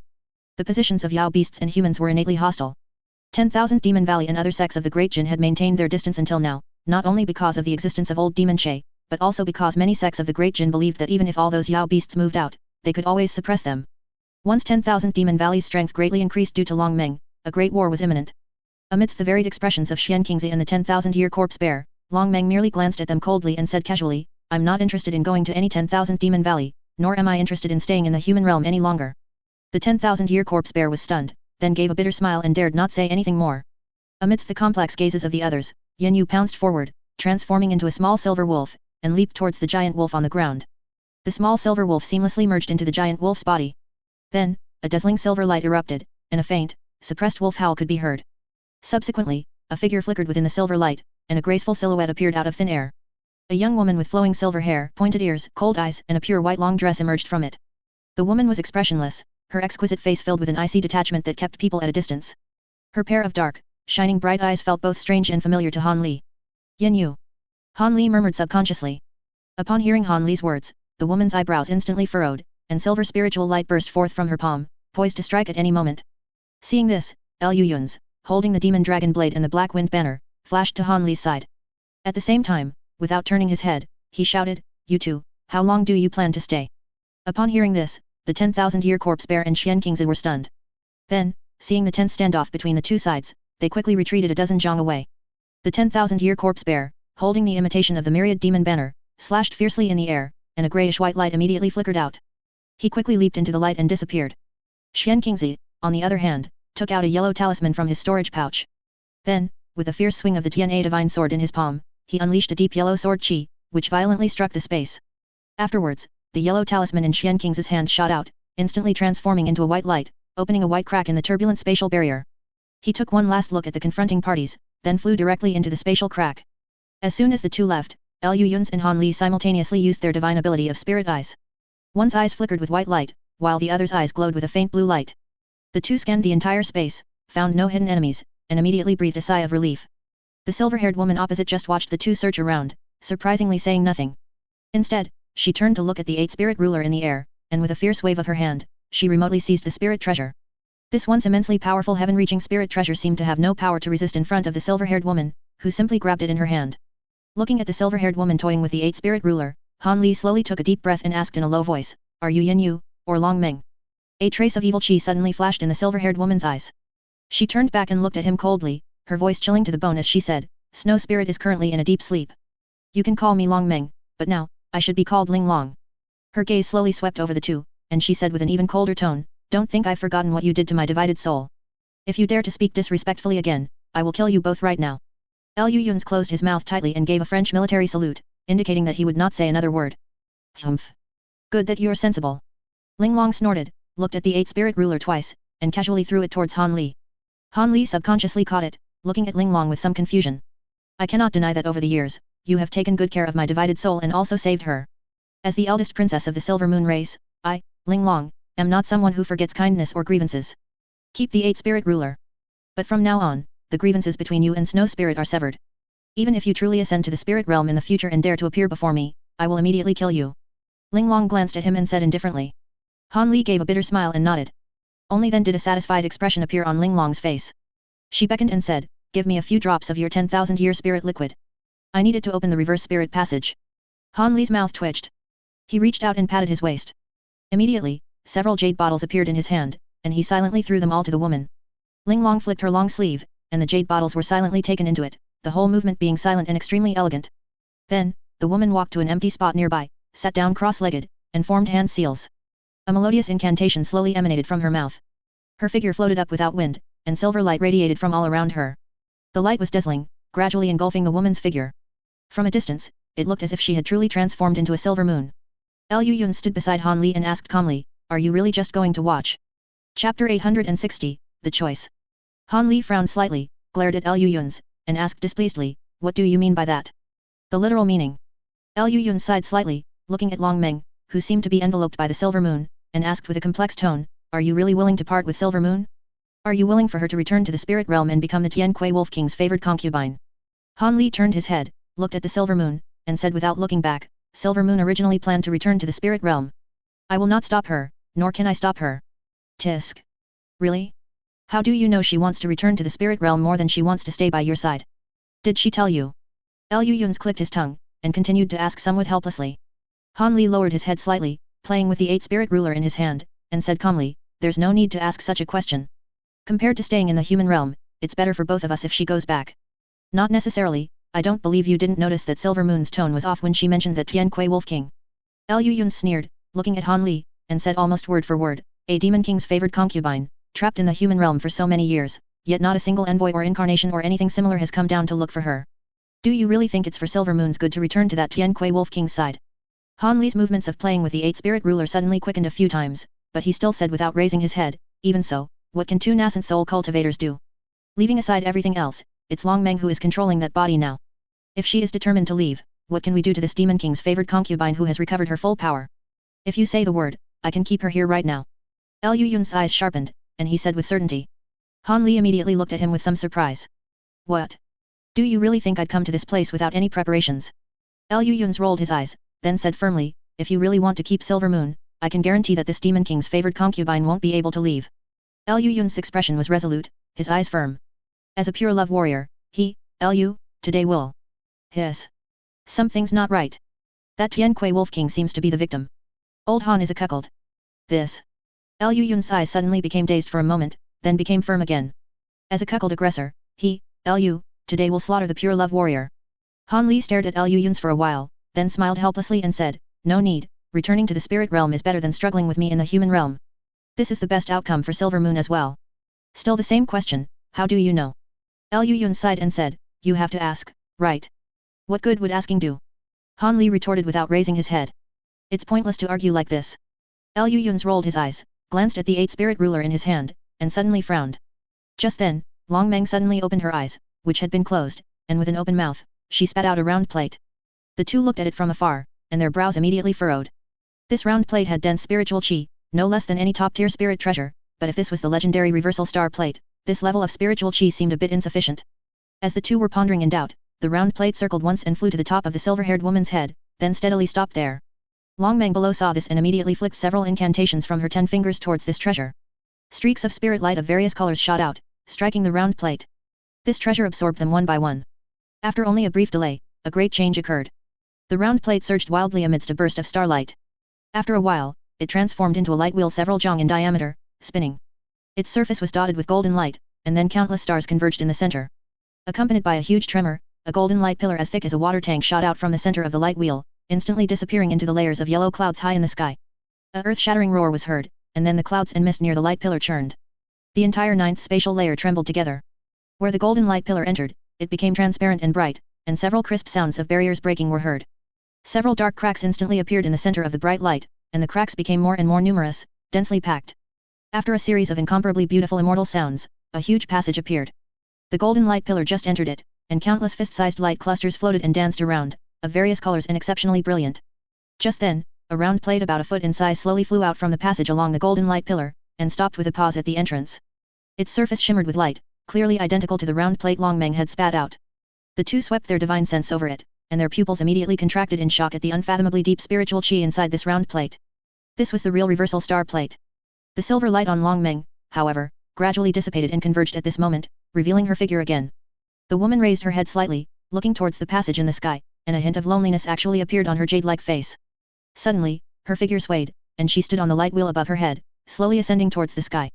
Her target was precisely that huge passage high in the sky. As the woman and the light wheel beneath her approached, the huge passage seemed to sense something.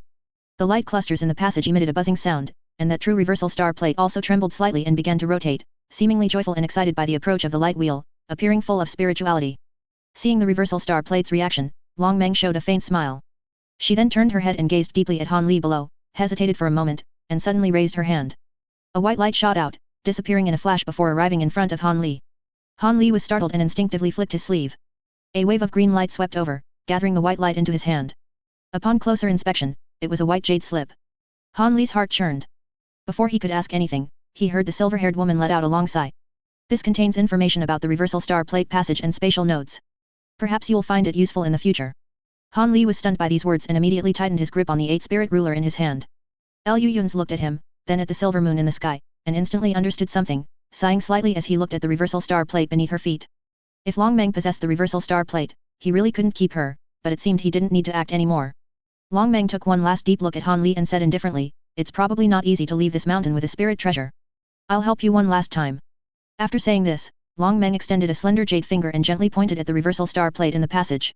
Immediately, the plate emitted a clear hum, and its direction subtly shifted. The center of the round plate actually aimed at Han Li. The light flickered, and a golden light pillar shot out, but as if it could teleport, the next moment it bizarrely appeared before Han Li. As the light dissipated, it enveloped both him and Lu Yun's without question. With a flash of golden light, it was about to teleport the two away. Just then, a mass of black light erupted from within the golden light. Longmeng was momentarily stunned.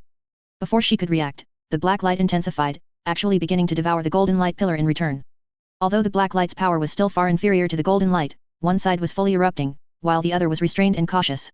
Not long after, the golden light was completely devoured, revealing Lu Yun's holding the black wind banner and Han Li standing beside him. Before Longmeng could react, Lu Yun suddenly kicked, sending Han Li flying out. Chapter 861 Silver Moon, Exquisite. Han Li staggered after being kicked by Lu Yun's, instinctively taking 2 steps forward. Seeing this, Longmeng frowned sharply and said with a deep gaze, "It seems you don't need my help. Very well, then you can figure out how to leave Kunwu Mountain yourselves." After saying this, Longmeng turned around, ready to fly into the passage. "Wait." Longmeng's figure paused, and she turned back with an unpleasant expression. Lu Yun's pointed at Han Li with an innocent look and said, "He has something to tell you." Longmeng's gaze shifted to Han Li. Han Li, holding the 8-spirit ruler and jade slip, lowered his head, avoiding Longmeng's gaze, and fell silent. Longmeng waited for a while, and seeing that he seemed to have nothing to say, her eyes became even deeper, and she turned to leave. "You knew." Han Li's voice echoed from behind her, and Longmeng's figure instantly froze in midair. Indeed, Longmeng wouldn't give me a heaven-reaching spirit treasure, nor would she prepare such a thing. Han Li gave a bitter smile, casually put away the 8-spirit ruler and jade slip, and looked up at the slender silver-haired figure in the air. Longmeng stood in the air, silent for a long time, until a sneer rang out. She looked at the huge passage above her head and said with a laugh, without turning back, "Fellow Daoist Han, why expose it? Wouldn't it be better for both of us if I just left like this?" Han Li looked at Longmeng's back, opened his mouth, but couldn't say anything. Lu Yun's, watching from the side, felt anxious for him. She was just 1 step away from home and was willing to stop and listen to him, yet this scoundrel didn't know what to say. Han Li stood still, looking at Longmeng's back, his mind flashing with the image of the white fox who had shared life and death with him countless times. He was a rational person, very clear about what to do and what not to do at such a time. Longmeng was a demon concubine of the spirit realm, and he, a nascent soul cultivator from the human realm, should truly belong to 2 different worlds. She should return to the spirit realm, where her future was boundless. And what could she gain by following him, a nascent soul cultivator who wasn't even certain if he could advance to soul transformation.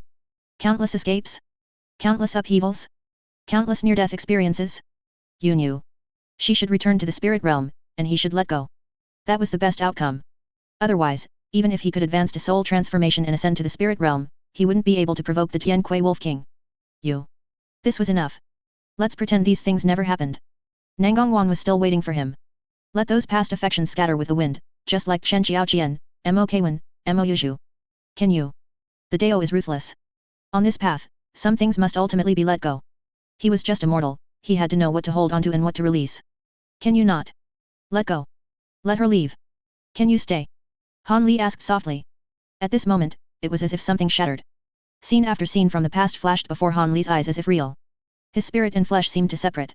Although his rationality screamed in his mind, his mouth seemed to have a will of its own, slapping rationality without hesitation and saying to itself, "You stay. Stay, I'll take you to the spirit realm. I'll take you to find the Tian Kui Wolf King. I'll make him set you free." Han Li's mind seemed blank. From the moment those words slipped out, his mouth was no longer under his control. I don't believe that the so-called memories of the Long Meng demon concubine can make my Yunyu disappear into thin air like this. I promise you, I will definitely ascend to the spirit realm. I will climb up step by step. I will become stronger than the Tian Kui Wolf King. Han Li couldn't finish the latter half of his sentence. Because, accompanied by a white light, a warm, slender silver figure rushed into his arms, hugging him tightly. For some women, they would give everything for someone, follow him through fire and water, fall into the mud and still laugh heartily with him. And what they needed, sometimes, was just a promise, an attitude, or even just a single sentence. Without this sentence, perhaps one day in the future, when they met again, they would be nothing more than two overly familiar strangers. But fortunately, Yunyu waited for this sentence. Han Li stood frozen, staring blankly at the empty space in front of him. After a moment, he reached out and embraced her. Overly rational people often lack courage at critical moments. Fortunately, a tiny bit of courage still remained in Han Li's heart. He had missed Chen Xiaoqian, missed Mo Kwan, and missed Mo Yuzhu. Fortunately, this time, he did not miss Yunyu again, but tightly embraced his spirit treasure. Liu Yun's let out a long breath, wiping the corner of his eye with emotion, then put away the shadow recording pearl in his hand. You two, before you start making out, can you first figure out a way to get me out of here?" Neither of them paid him any attention. It was a full 15 minutes before Han Li and Yunyu released each other. Yunyu's beautiful face was slightly flushed, and Han Li subconsciously averted his gaze, his face reddening for a moment, but fortunately, his dark complexion made it less noticeable. After a while, Han Li suddenly remembered something, and his expression instantly became serious. "Yunyu, is Long Meng still in your body? Is there any way to suppress her?" Long Meng smoothed a strand of silver hair at her temple and said with a smile, "Long Meng is naturally still here, but she has temporarily fallen into a deep sleep due to the immense consumption from the previous battle with Yuan Shat. I can suppress her for now, but given enough time, she will always emerge." Han Li was slightly startled, frowning as he pondered how to deal with this matter. Long Meng looked at him in this state and couldn't help but let out a soft laugh. Her stunningly beautiful face gently lowered, and she softly said, "Master, I have a way to resolve this, but I want to ask one thing. Does Master want Yunyu, or Long Meng?" Han Li was stunned upon hearing this, and his peripheral vision caught Liu Yun's frantically winking at him. In that instant, Han Li had a flash of inspiration and softly said, "Long Meng is the demon concubine of the Tian Kui Wolf King, I only want my Yunyu." Long Meng's eyes narrowed slightly, the corners of her mouth uncontrollably curving upward, blooming into a radiant and bright smile. Her previously cold and frosty face now became warm and happy. "Since that's the case, then I can rest assured." She retreated slightly, and dazzling silver light illuminated her surroundings. Within the silver light, an ethereal silver wolf shadow emerged from Long Meng's body and flew towards Han Li. Han Li did not dodge or evade, allowing the silver wolf shadow to enter his body. "Yunyu?" Han Li tentatively asked in his mind. "Master, I am here." Yunyu's voice sounded from within Han Li's body. Chapter 862 Separation. As Silver Moon's voice echoed within Han Li, the two also noticed Long Meng's eyes, who was standing still, blur for a moment before she suddenly cleared up, looking at them with a slightly bewildered expression, which gradually turned cold. "Where's Snow Spirit? Where did she go?" Long Meng asked in an unfriendly tone. Liu Yun's pointed decisively at Han Li. Han Li had an as expected expression and sighed softly, then Silver Moon's voice suddenly rang out from within him. "Long Meng, after fighting for so long, I'm tired too. If you want to be a Demon King's favored concubine, if you want to be the princess of the Silver Moon Wolf clan, then go back. I only took a small part of the soul power in my own memories. With the remaining soul power, you can control this body by yourself. From now on, you are Long Meng, and there is no more Snow Spirit." Long Meng stared blankly at Han Li, completely frozen in place, only reacting after a long while. "Do you know what you are doing?" Long Meng asked with a gloomy face. Silver Moon sighed lightly and said calmly, "Long Meng, I have never known what I wanted as clearly as I do now. I sincerely hope that one day you will also know." Long Meng looked coldly in Han Li's direction, snorted, and then turned to look at the reversal star plate and the reverse spirit passage in the air. Nonsense. Since you want to stay by this lower realm cultivator's side so much, then suit yourself, just don't regret it. Long Meng said with a cold tone, then leaped onto the reversal star plate. Various colored lights surged within the passage, instantly enveloping Long Meng and the reversal star plate. A loud rumbling sound erupted, and after a violent tremor in the passage, she vanished without a trace.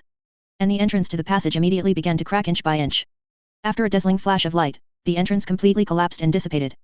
Moments later, the 9th floor space returned to its original state, with only Liu Yun's and Han Li, accompanied by Qing Li and the Lion Rock Beast, standing in place, looking at each other with various expressions. What? If you want to thank me, you don't have to. I'll come find you when I've figured out what I want, Liu Yun said with a confident smile, meeting Han Li's gaze, hands on his hips.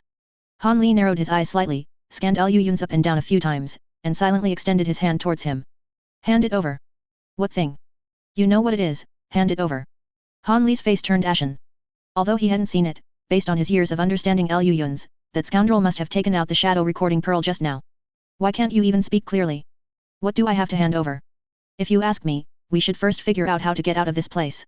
Han Li's gaze grew increasingly sinister, and a golden light faintly flickered in his palm. Liu Yun's instinctively turned his head. Qing Li had moved far away at some point and was now gazing up at a formation stone pillar, seemingly pondering why it looked so much like a pillar. Well, I personally think you'll have to tell Nangong Wan about this sooner or later. Liu Yun's hesitated for a moment, then said righteously, compared to that, would you rather tell her yourself, or have me tell her for you? You have to choose one, right? Han Li fell silent instantly. In that moment, Liu Yun's clearly saw Han Li's expression twist, and his entire being began to exude a strange aura peculiar to someone suffering from a terminal illness. After a long while, he slowly opened his mouth and said, hand it over. No, I don't think you understood what I said. Hand it over. Han Li's gaze was exceptionally firm. You'll definitely exaggerate if you tell her, so it's better if I go myself. Courageous, my brother, I admire you. Liu Yun's respectfully cupped his hands towards Han Li, then unhesitatingly threw the shadow recording pearl over. Han Li caught it, looked at it for a couple of seconds, pondered for a moment, then put it into his storage pouch. You're not thinking of keeping it as a souvenir, are you? Liu Yun's asked with narrowed eyes and a complex tone. Yes. Han Li nodded expressionlessly. Silver Moon's idea. Yes. You're finished. The rest of your life will be nothing but darkness. Get lost. Han Li suddenly took a deep breath, and a silver light flickered in his sleeve. A white fox shot out, transforming into Silver Moon's beautiful mature woman human form in the air. She landed on the ground, glared fiercely at Liu Yun's, then looked at Han Li and said with a smile, Master, the spatial barrier of the 9th floor is not very sturdy. The Black Wind Banner should be enough to escape. But before that, we need to figure out how to deal with this altar. Hearing this, the two simultaneously looked at the massive altar. On the altar, one of the stone tablets had a barely perceptible crack. Wisps of black chi flowed within it, but they were firmly sealed by streaks of 5-colored lightning, surrounded by a circle of white runes that faintly emitted rays of light, forcibly suppressing the already restless devilish chi. Beneath this altar is sealed true demonic chi from the demon realm. It's an existence far more terrifying than ordinary devilish chi. Once it leaks out, it could truly drag the entire human realm into the demon realm. Even if only a crack has appeared now, it will transform the surrounding environment at an extremely fast rate. Within 100 years, the entire southern border will become a dead land. Silver Moon's expression was exceptionally serious, and she said with a heavy tone, Xian Qingzi and Qing Li just set up 2 temporary restrictions, but these might not last long. After a while, if the devilish chi breaks through the restrictions, a major disaster will occur. That's not a problem.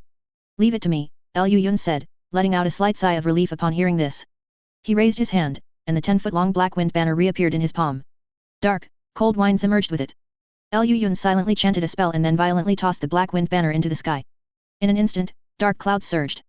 Accompanied by violent black winds, the 10-foot-long black wind banner instantly transformed into a massive 100-foot-tall behemoth. It hovered above the altar. Qing Li, stop pretending, hurry up and get to work. Liu Yun suddenly turned around and roared angrily.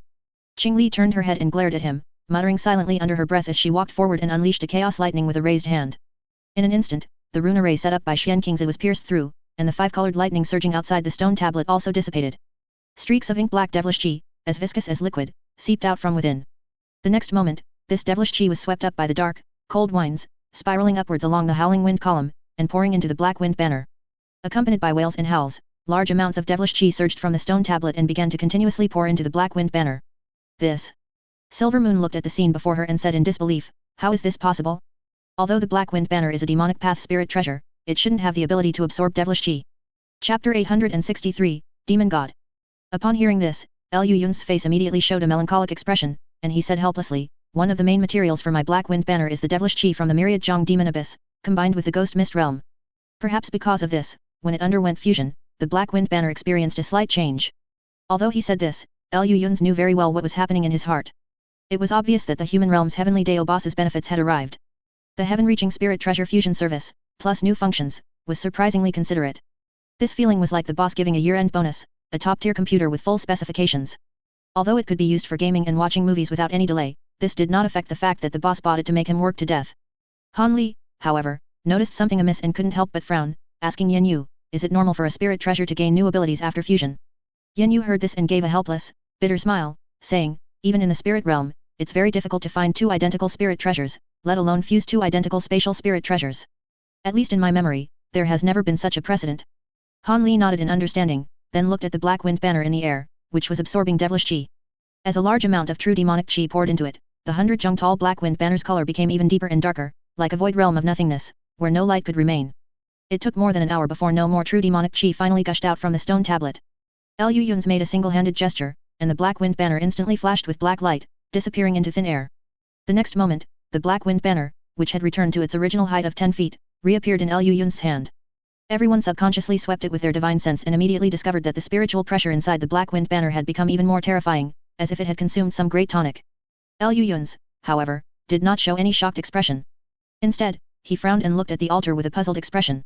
Ergu, let me ask you something. Lu Yun's paused, glanced at Yen Yu, who had white claw-like glows extending from her hands, and reluctantly corrected himself, Yen Yu, let me ask you something.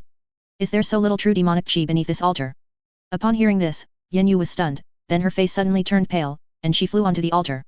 Lu Yun's and the others followed her to the altar, and Yen Yu quickly approached the stone tablet to inspect it. A moment later, Yen Yu raised her head and said with a solemn expression, nearly half of the true demonic chi beneath this altar is gone. On Kunmu Mountain, in the 8th layer of the demon-suppressing pagoda, in the black space. Nirvana raised his head and looked at the huge demonic statue in front of him, a satisfied expression on his face. It was a demonic statue the size of a pavilion, with a full figure, clad in battle armor, and a pair of exquisite short horns on its head, exactly like the phantom manifested by Yuan Sha's divided soul. The difference was that this demonic statue was a physical entity, and its entire body was enveloped in a layer of pure devilish chi, like liquid, exuding terrifying spiritual pressure. Nirvana nodded slightly, as if talking to himself, and said, thus, everything that needed to be obtained has been obtained. It just needs a little time. That Yuan Sha divided soul is also useless enough. A divided soul of a dignified demonic chi holy ancestor couldn't even force out that person's trump card. Otherwise, I wouldn't have to be so careful. However, compared to this matter, the human realm's heavenly Tao's favoritism is more troublesome. If this realm wasn't the place of origin, a mere small interface. He snorted coldly, and a large expanse of pitch-black devilish chi suddenly surged out from around him. These devilish chi gathered behind him, and in a short while, transformed into a three-headed, six-armed, entirely golden red, demon god-like Dharma idol. Nirvana formed a hand seal, rapidly chanted a spell, and suddenly unleashed several streaks of spiritual light that merged into the Dharma idol's body.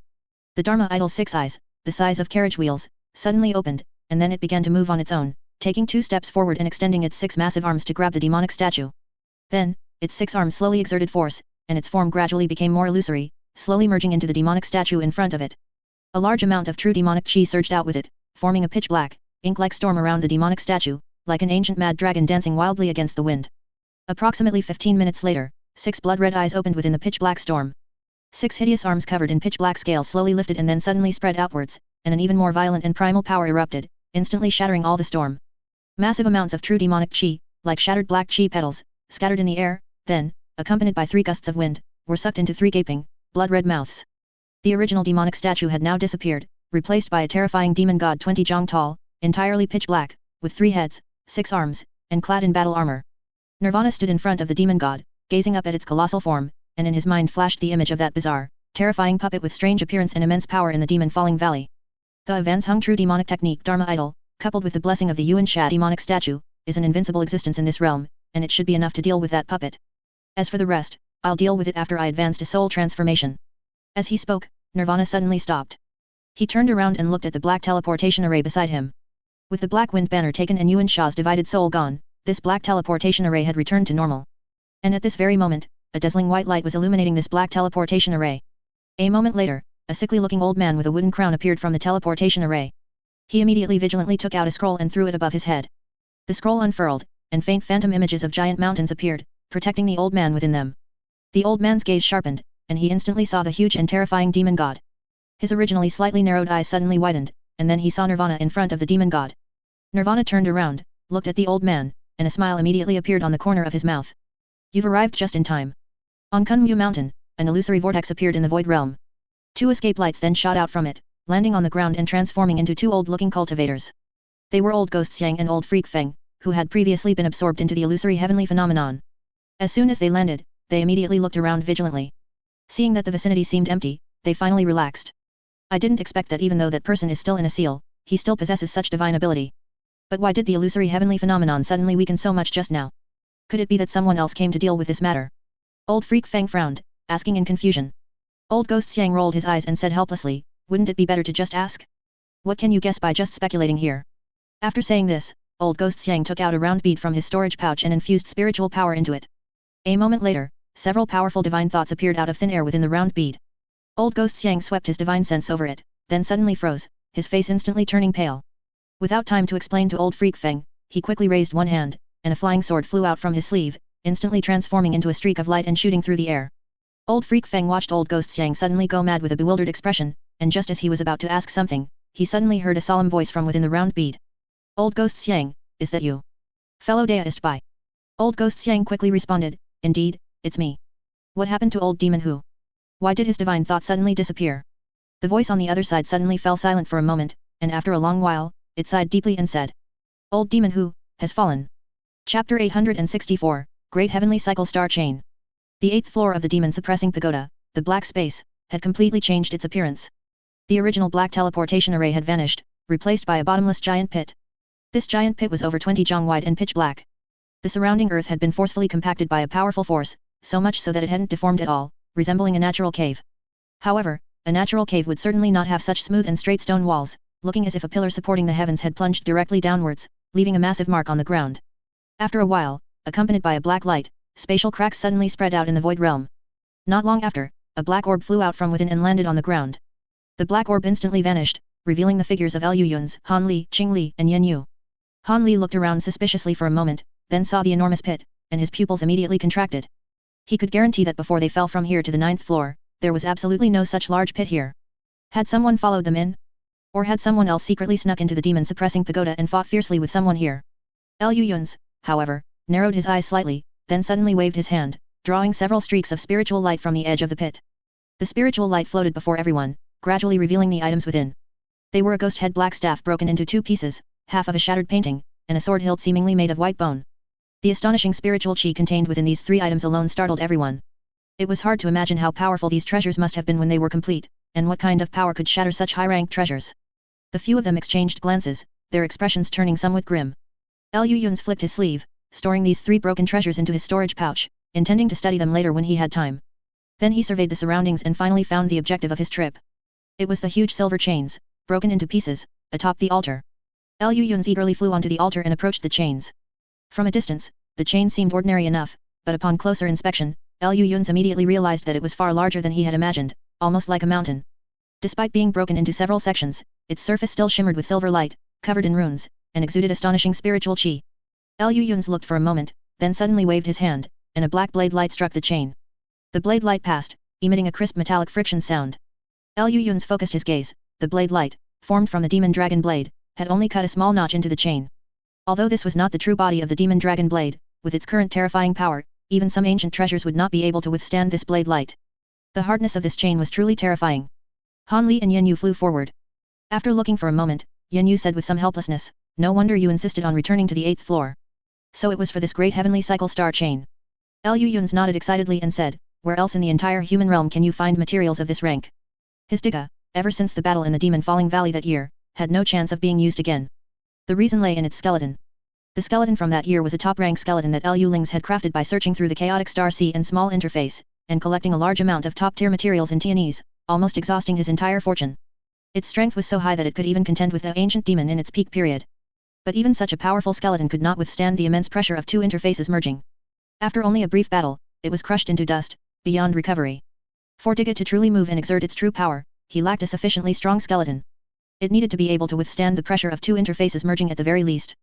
Such materials were almost impossible to find in the human realm. But Lu Yun's felt that he was incredibly lucky, or perhaps the heavenly Dao of the human realm was generous enough. Materials impossible in the human realm might not be so in the spirit realm.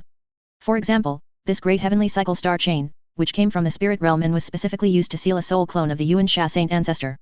In terms of strength alone, this item absolutely dominated the entire human realm, and even in the spirit realm, it was a rare find. Despite this, as Digga's skeleton, it might still be slightly insufficient.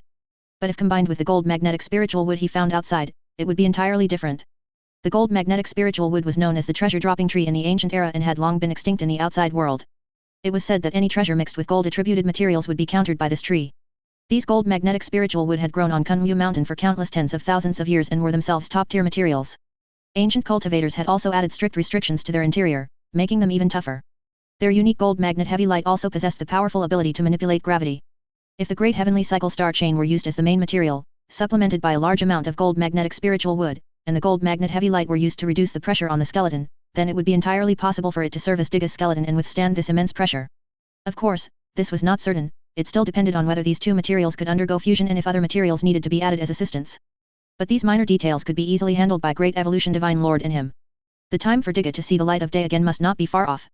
As Liu Yun's thought of this, 2 flushes of excited redness suddenly appeared on his face. He wished a monster would appear right now so he could pilot Digga and beat it into the ground. Han Li and Yen Yu completely failed to understand Liu Yun's thoughts. They only saw Liu Yun sprawled all over the great heavenly cycle star chain, laughing like a pervert. Yen Yu immediately stepped back in disgust, then transformed back into a white fox with a twist of her body and flew back into Han Li's sleeve. Han Li's mouth also twitched. He couldn't help but sigh, then stepped forward and asked, "That's enough, isn't it? Let's leave quickly. If we drag it out any longer, it's hard to say whether others might break in." Liu Yun's was startled, then came back to his senses, and quickly stored the great heavenly cycle star chain, which was divided into several sections, into several storage pouches. He waved the black wind banner in his hand, and a black light shield appeared. Then a black light flashed fiercely, striking the void realm. Spatial cracks then spread out, and the black orb slowly floated up, flying into the cracks and disappearing without a trace. The vast 8th floor of the demon-suppressing pagoda returned to silence once more. Chapter 865, Ling Miao Garden. On a picturesque mountain peak in the southern border, several Qi refinement stage cultivators were sitting in a small pavilion, discussing the recent large seal that had thrown the entire southern border into panic. Just as a middle-aged man in white robe was speculating about what was hidden beneath the seal, a black light suddenly flashed across the top of the stone pavilion. Then, black spatial cracks spread out, and a black light sphere flew out from within, quickly landing on the ground. Then, to the astonishment of the several people, a green-robed cultivator, a brocade-clad man, and a woman with 2 horns on her head appeared simultaneously within the light barrier. The 2 men stumbled, as if unable to stand steadily, but the woman was completely fine, even having enough strength to lift the 2 men by their collars. These low-level cultivators were completely stunned. "Where is this place?" The brocade-clad cultivator, having steadied himself, swept his gaze around and immediately fixed on the several people, asking directly. These low-level cultivators then startled awake, and their divine sense swept towards the group before them. As a result, everyone's expression changed drastically, unable to discern the cultivation of any of these individuals. "This is Jinta Mountain. May I ask, Senior, who you are?" The middle-aged man in white robe was the most highly cultivated among them. Although his heart was uneasy, he could only brace himself and reply. "Jinta Mountain. Zhonglu Prefecture." The brocade-clad cultivator shook his head, looking somewhat bewildered as he continued to ask. "Precisely Zhonglu Prefecture." The man quickly replied. "I see," the brocade-clad cultivator stroked his chin, a thoughtful expression on his face. "These 3, of course, were Liu Yun's, Han Li and Qing Li. You may leave." Liu Yun's waved his hand casually. Upon hearing this, the several people immediately felt as if they had been granted a great pardon. They quickly bowed respectfully and took their leave, releasing their magical artifacts to quickly flee the area. As soon as these people left, Han Li recovered from the spatial teleportation array and couldn't help but glare at him, saying, "Can't you teleport a little more normally?" Liu Yun's glared back at him and said disdainfully, "The black wind banner isn't specifically for this. It's good enough that it can teleport us out, do you want precise positioning too?" Han Li couldn't be bothered to bicker with him. He directly released his divine sense, swept it around, and only then did he slightly relax, quickly pulling free from Qing Li's hand. "What should we do next? Do we continue to look for that person?" Han Li asked with a solemn expression. He knew very well that a large part of Liu Yun's reason for coming to Great Jin was for that ancient demon. But until now, although they had repeatedly caught traces of the opponent, that fellow was like a loach, immediately fleeing when things looked unfavorable. The entire process was exceptionally skillful. The 2 of them chased, intercepted, and tried every method, but simply couldn't catch that guy. By now, continuing to waste time on the other party would probably be meaningless. They were expending precious time, while that fellow was clearly growing stronger and stronger. Liu Yun's pondered for a moment, then shook his head helplessly. In fact, when he saw the huge pit on the 8th floor, he knew that now was not the time to settle scores with the ancient demon. It was obvious that the ancient demon had already obtained what he wanted, and his current strength was probably far superior to both him and Han Li. In this situation, even if they found the opponent, there would likely be no good outcome. Fortunately, the ancient demon was habitually cowardly, or one could say cautious. This made him subconsciously choose to avoid them without thoroughly investigating Liu Yun's trump cards. Otherwise, they might have had to face an even more terrifying opponent right after dealing with Yuan Sha's clone. Let's refine the Peiying pill, infant nurturing pill, first, Liu Yun suggested. Both of us should raise our cultivation. Liu Yun's was sincere in these words. If he had already reached the late nascent soul stage before arriving at Kunyu Mountain, then the fourth brother could have been completely released. With the two of them fully wielding the demon dragon blade and the black wind banner, they wouldn't even need Han Li's help to suppress Yuan Sha's clone. All right. Han Li said in a deep voice. He had actually wanted to enter secluded cultivation long ago to try and advance to the late nascent soul stage. However, he had been held up in Great Jin by various matters and had not had the opportunity. Also, he needed to cultivate the heavenly treasure art to skillfully wield the 8-spirit ruler he had just acquired. And Liu Yun's had even more to do. Besides the Peiying pill, infant nurturing pill, he also needed to refine the lunar true fire obtained from Kunyu Mountain and help Great Evolution Divine Lord quickly finish Diga's skeleton. The several people did not stay in this place for long, but instead transformed into 3 escape lights and quickly disappeared into the horizon. An hour later, the several people had crossed tens of thousands of miles and arrived at a low, desolate mountain peak. This small mountain had no spiritual veins, and even ordinary wild beasts could not survive in such a place. The three of them separately inspected the area and found no traces of any immortal cultivation forces in the vicinity before descending. Liu Yun's flipped his hand, and a black blade light immediately shot out, directly splitting the entire small mountain in half.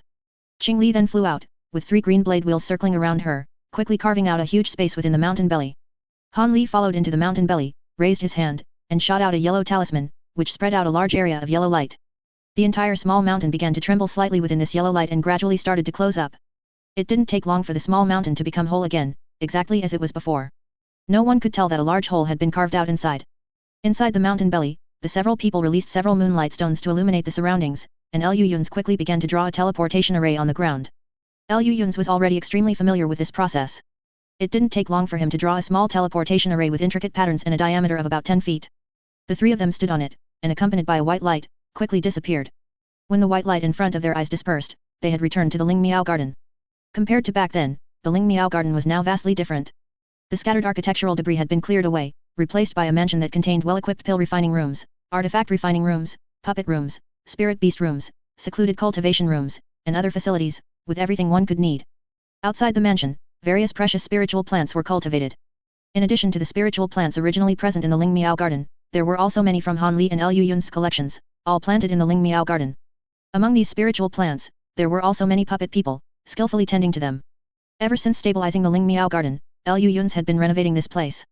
In his vision, the small interface could serve as a huge resource library, while the Ling Miao Garden would be the most perfect secluded cultivation room.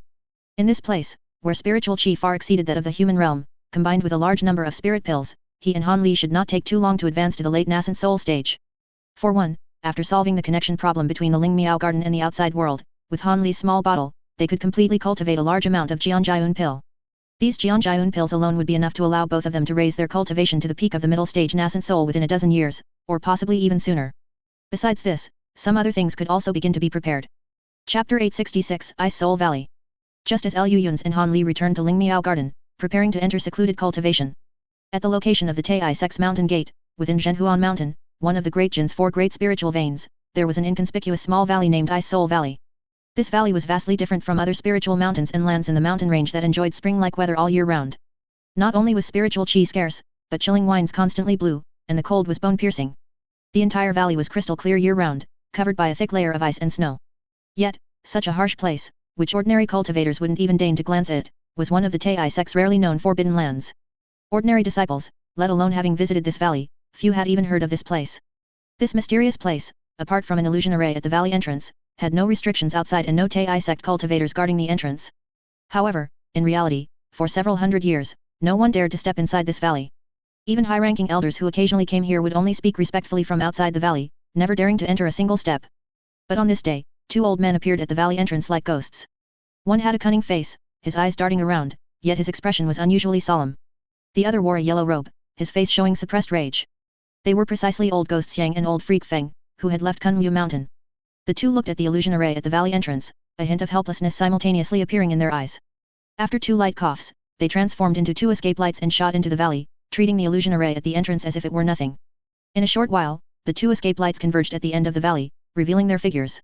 Looking at the massive ice wall before them, old Freak Feng's expression darkened, and he said coldly, "Old ghost bye. What time is it? Are you still playing dead?" The old man's voice wasn't loud, but moments later, the entire ice valley rumbled with his words, echoing repeatedly like thunder. The ice wall in front of them trembled incessantly, seemingly on the verge of collapsing at any moment. Yet, both of them ignored it, narrowing their eyes and standing motionless before the ice wall. After a while, a long, drawn-out sigh from a man echoed from deep within the ice wall. "Brother Xiang, Brother Feng, long time no see." The man's voice was full of emotion.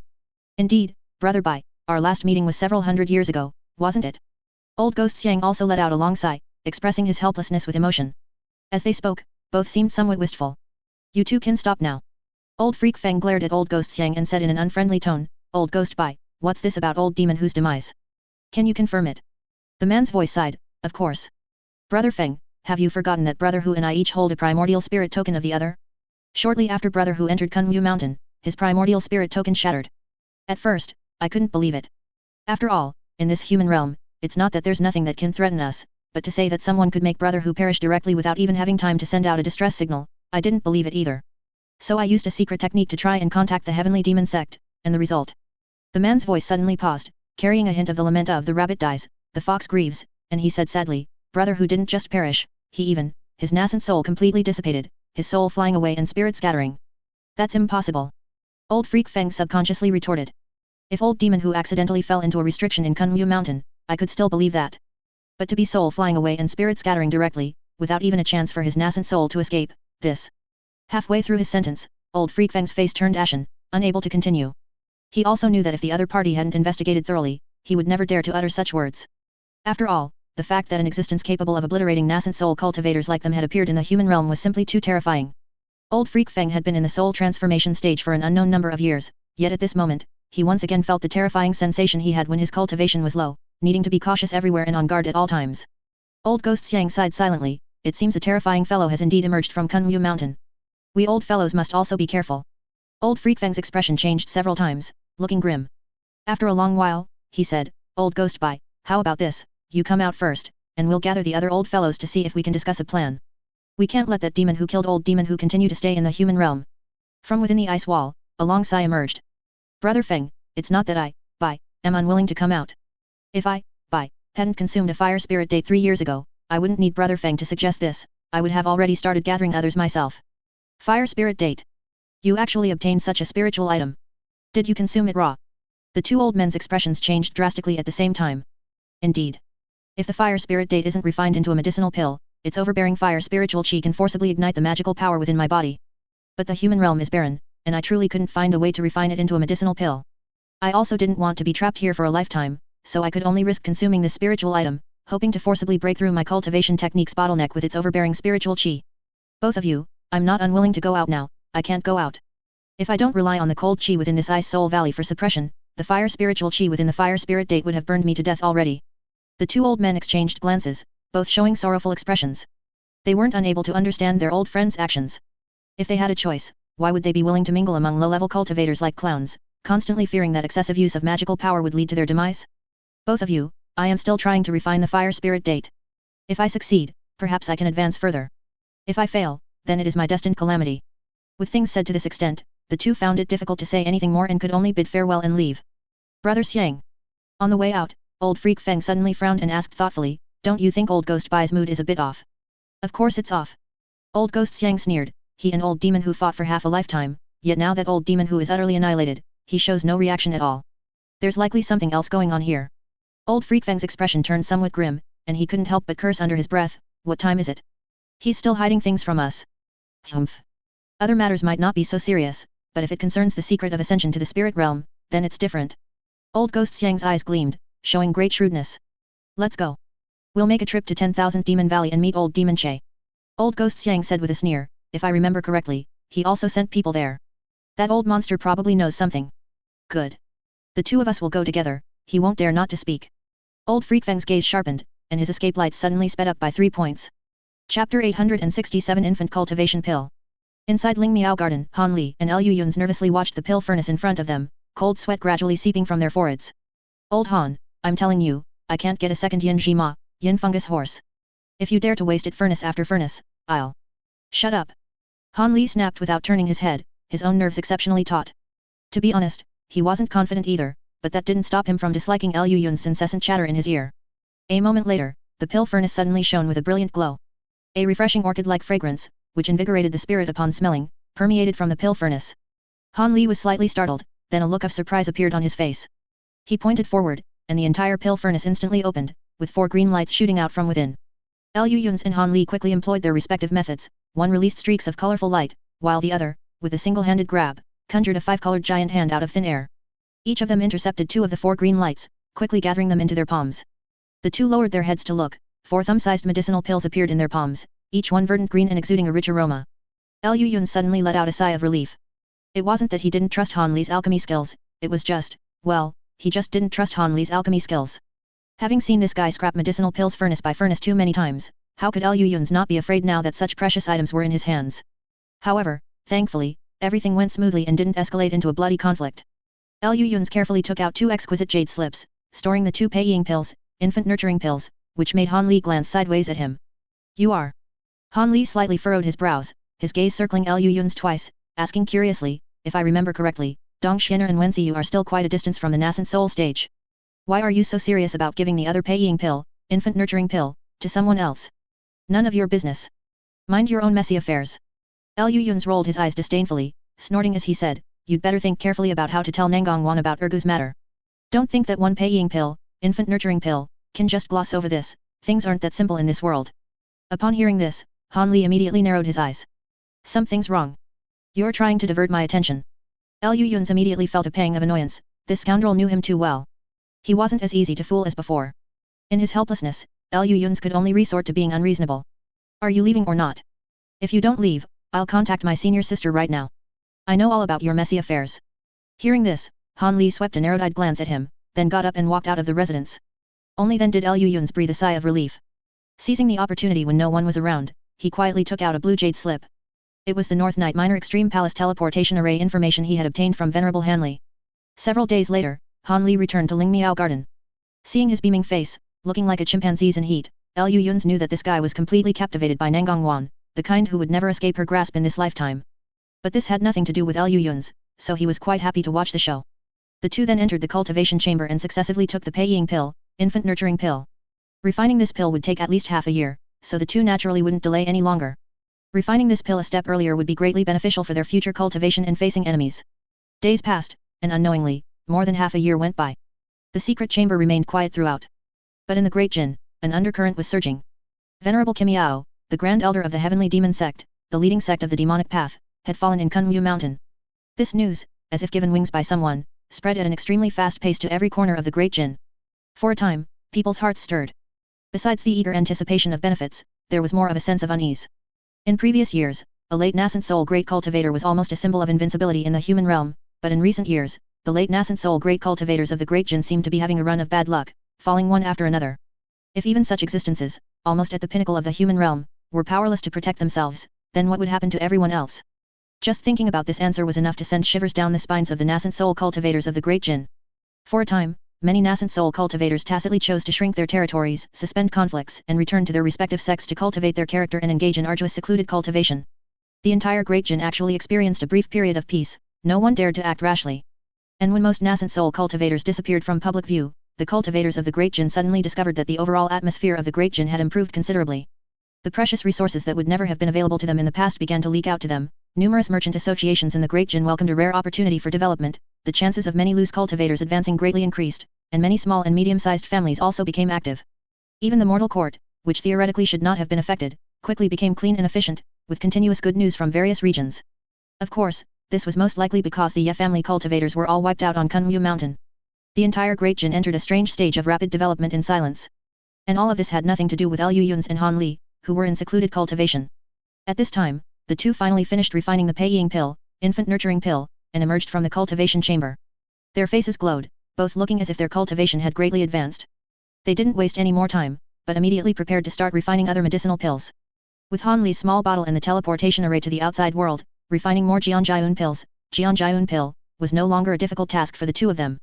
However, it would take a considerable amount of time to mature these spiritual plants to a degree sufficient for refining Jianjiun pill. At least, this half-year period was definitely not enough. Taking advantage of this rare free time, Lu Yun's also pulled out some of his most prized possessions. 4 demon cores, 2 red and 2 blue, with 1 red and 1 blue clearly larger than the other 2 demon cores. These 4 demon cores were 2 rank 8 and 2 9th grade, all from the Flood Dragon and Suani beasts from beneath the false demonic abyss in the chaotic star sea back then, truly heaven and earth spirit beast demon cores. For many years, Lu Yun's had been trying to use these 2 yin and yang demon cores as the main materials for spirit pills, so that the medicinal pills refined would have greatly increased spiritual power under the convergence of yin and yang. Therefore, he had been collecting similar pill formulas all this time. However, after so many years, Lu Yun's had never managed to collect anything similar, but Han Li had obtained one. He had once used the rank 8 red fire flood dragon and blue light flood dragon demon cores to provoke the person behind that exchange meeting to attack him, resulting in several people being killed by his second nascent soul. One of them was probably the host of that exchange meeting.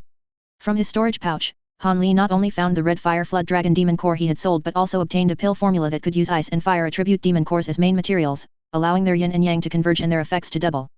Thinking about it now, this was probably the reason why that person was so generous at the time. After all, a mere rank 8 flood dragon demon core still had some gap compared to top grade materials like dazzling light crystal. Seeing Lu Yun's hidden treasures, Han Li also raised an eyebrow, pulling out his 2 rank 8 red fire flood dragon and blue light flood dragon demon cores from his storage pouch. The two looked at these 6 demon cores, remaining silent for a long time. It seemed there was no need to wait for the Jianjiun pill, to be refined.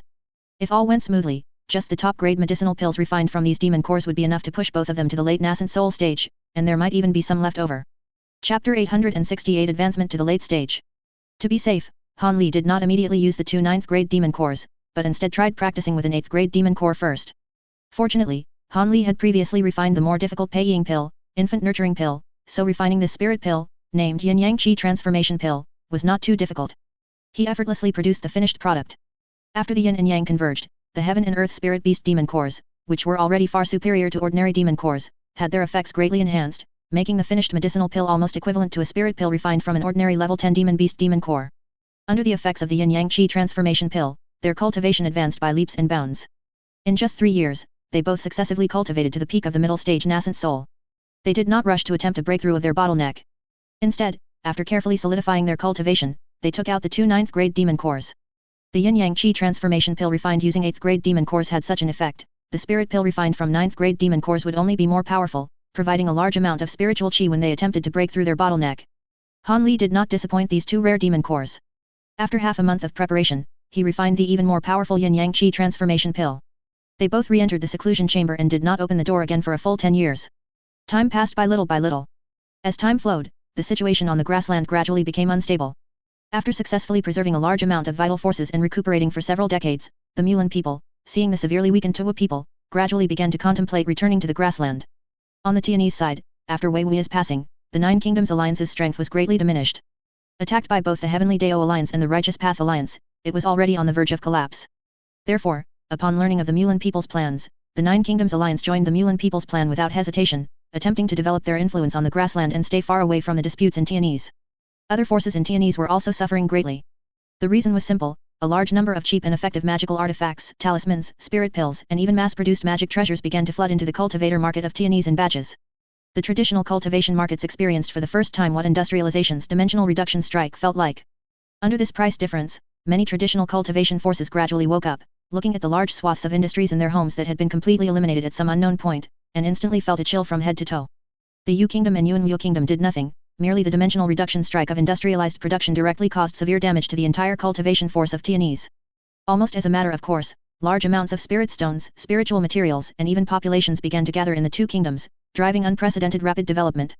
Meanwhile, in Great Jin, as time passed, the situation became increasingly complex. The 2 largest sects of the righteous and demonic factions, Tai sect and Heavenly Demon sect, which used to be incredibly arrogant, began to rapidly shrink their territories. In the face of provocations from external forces, they also began to prioritize forbearance.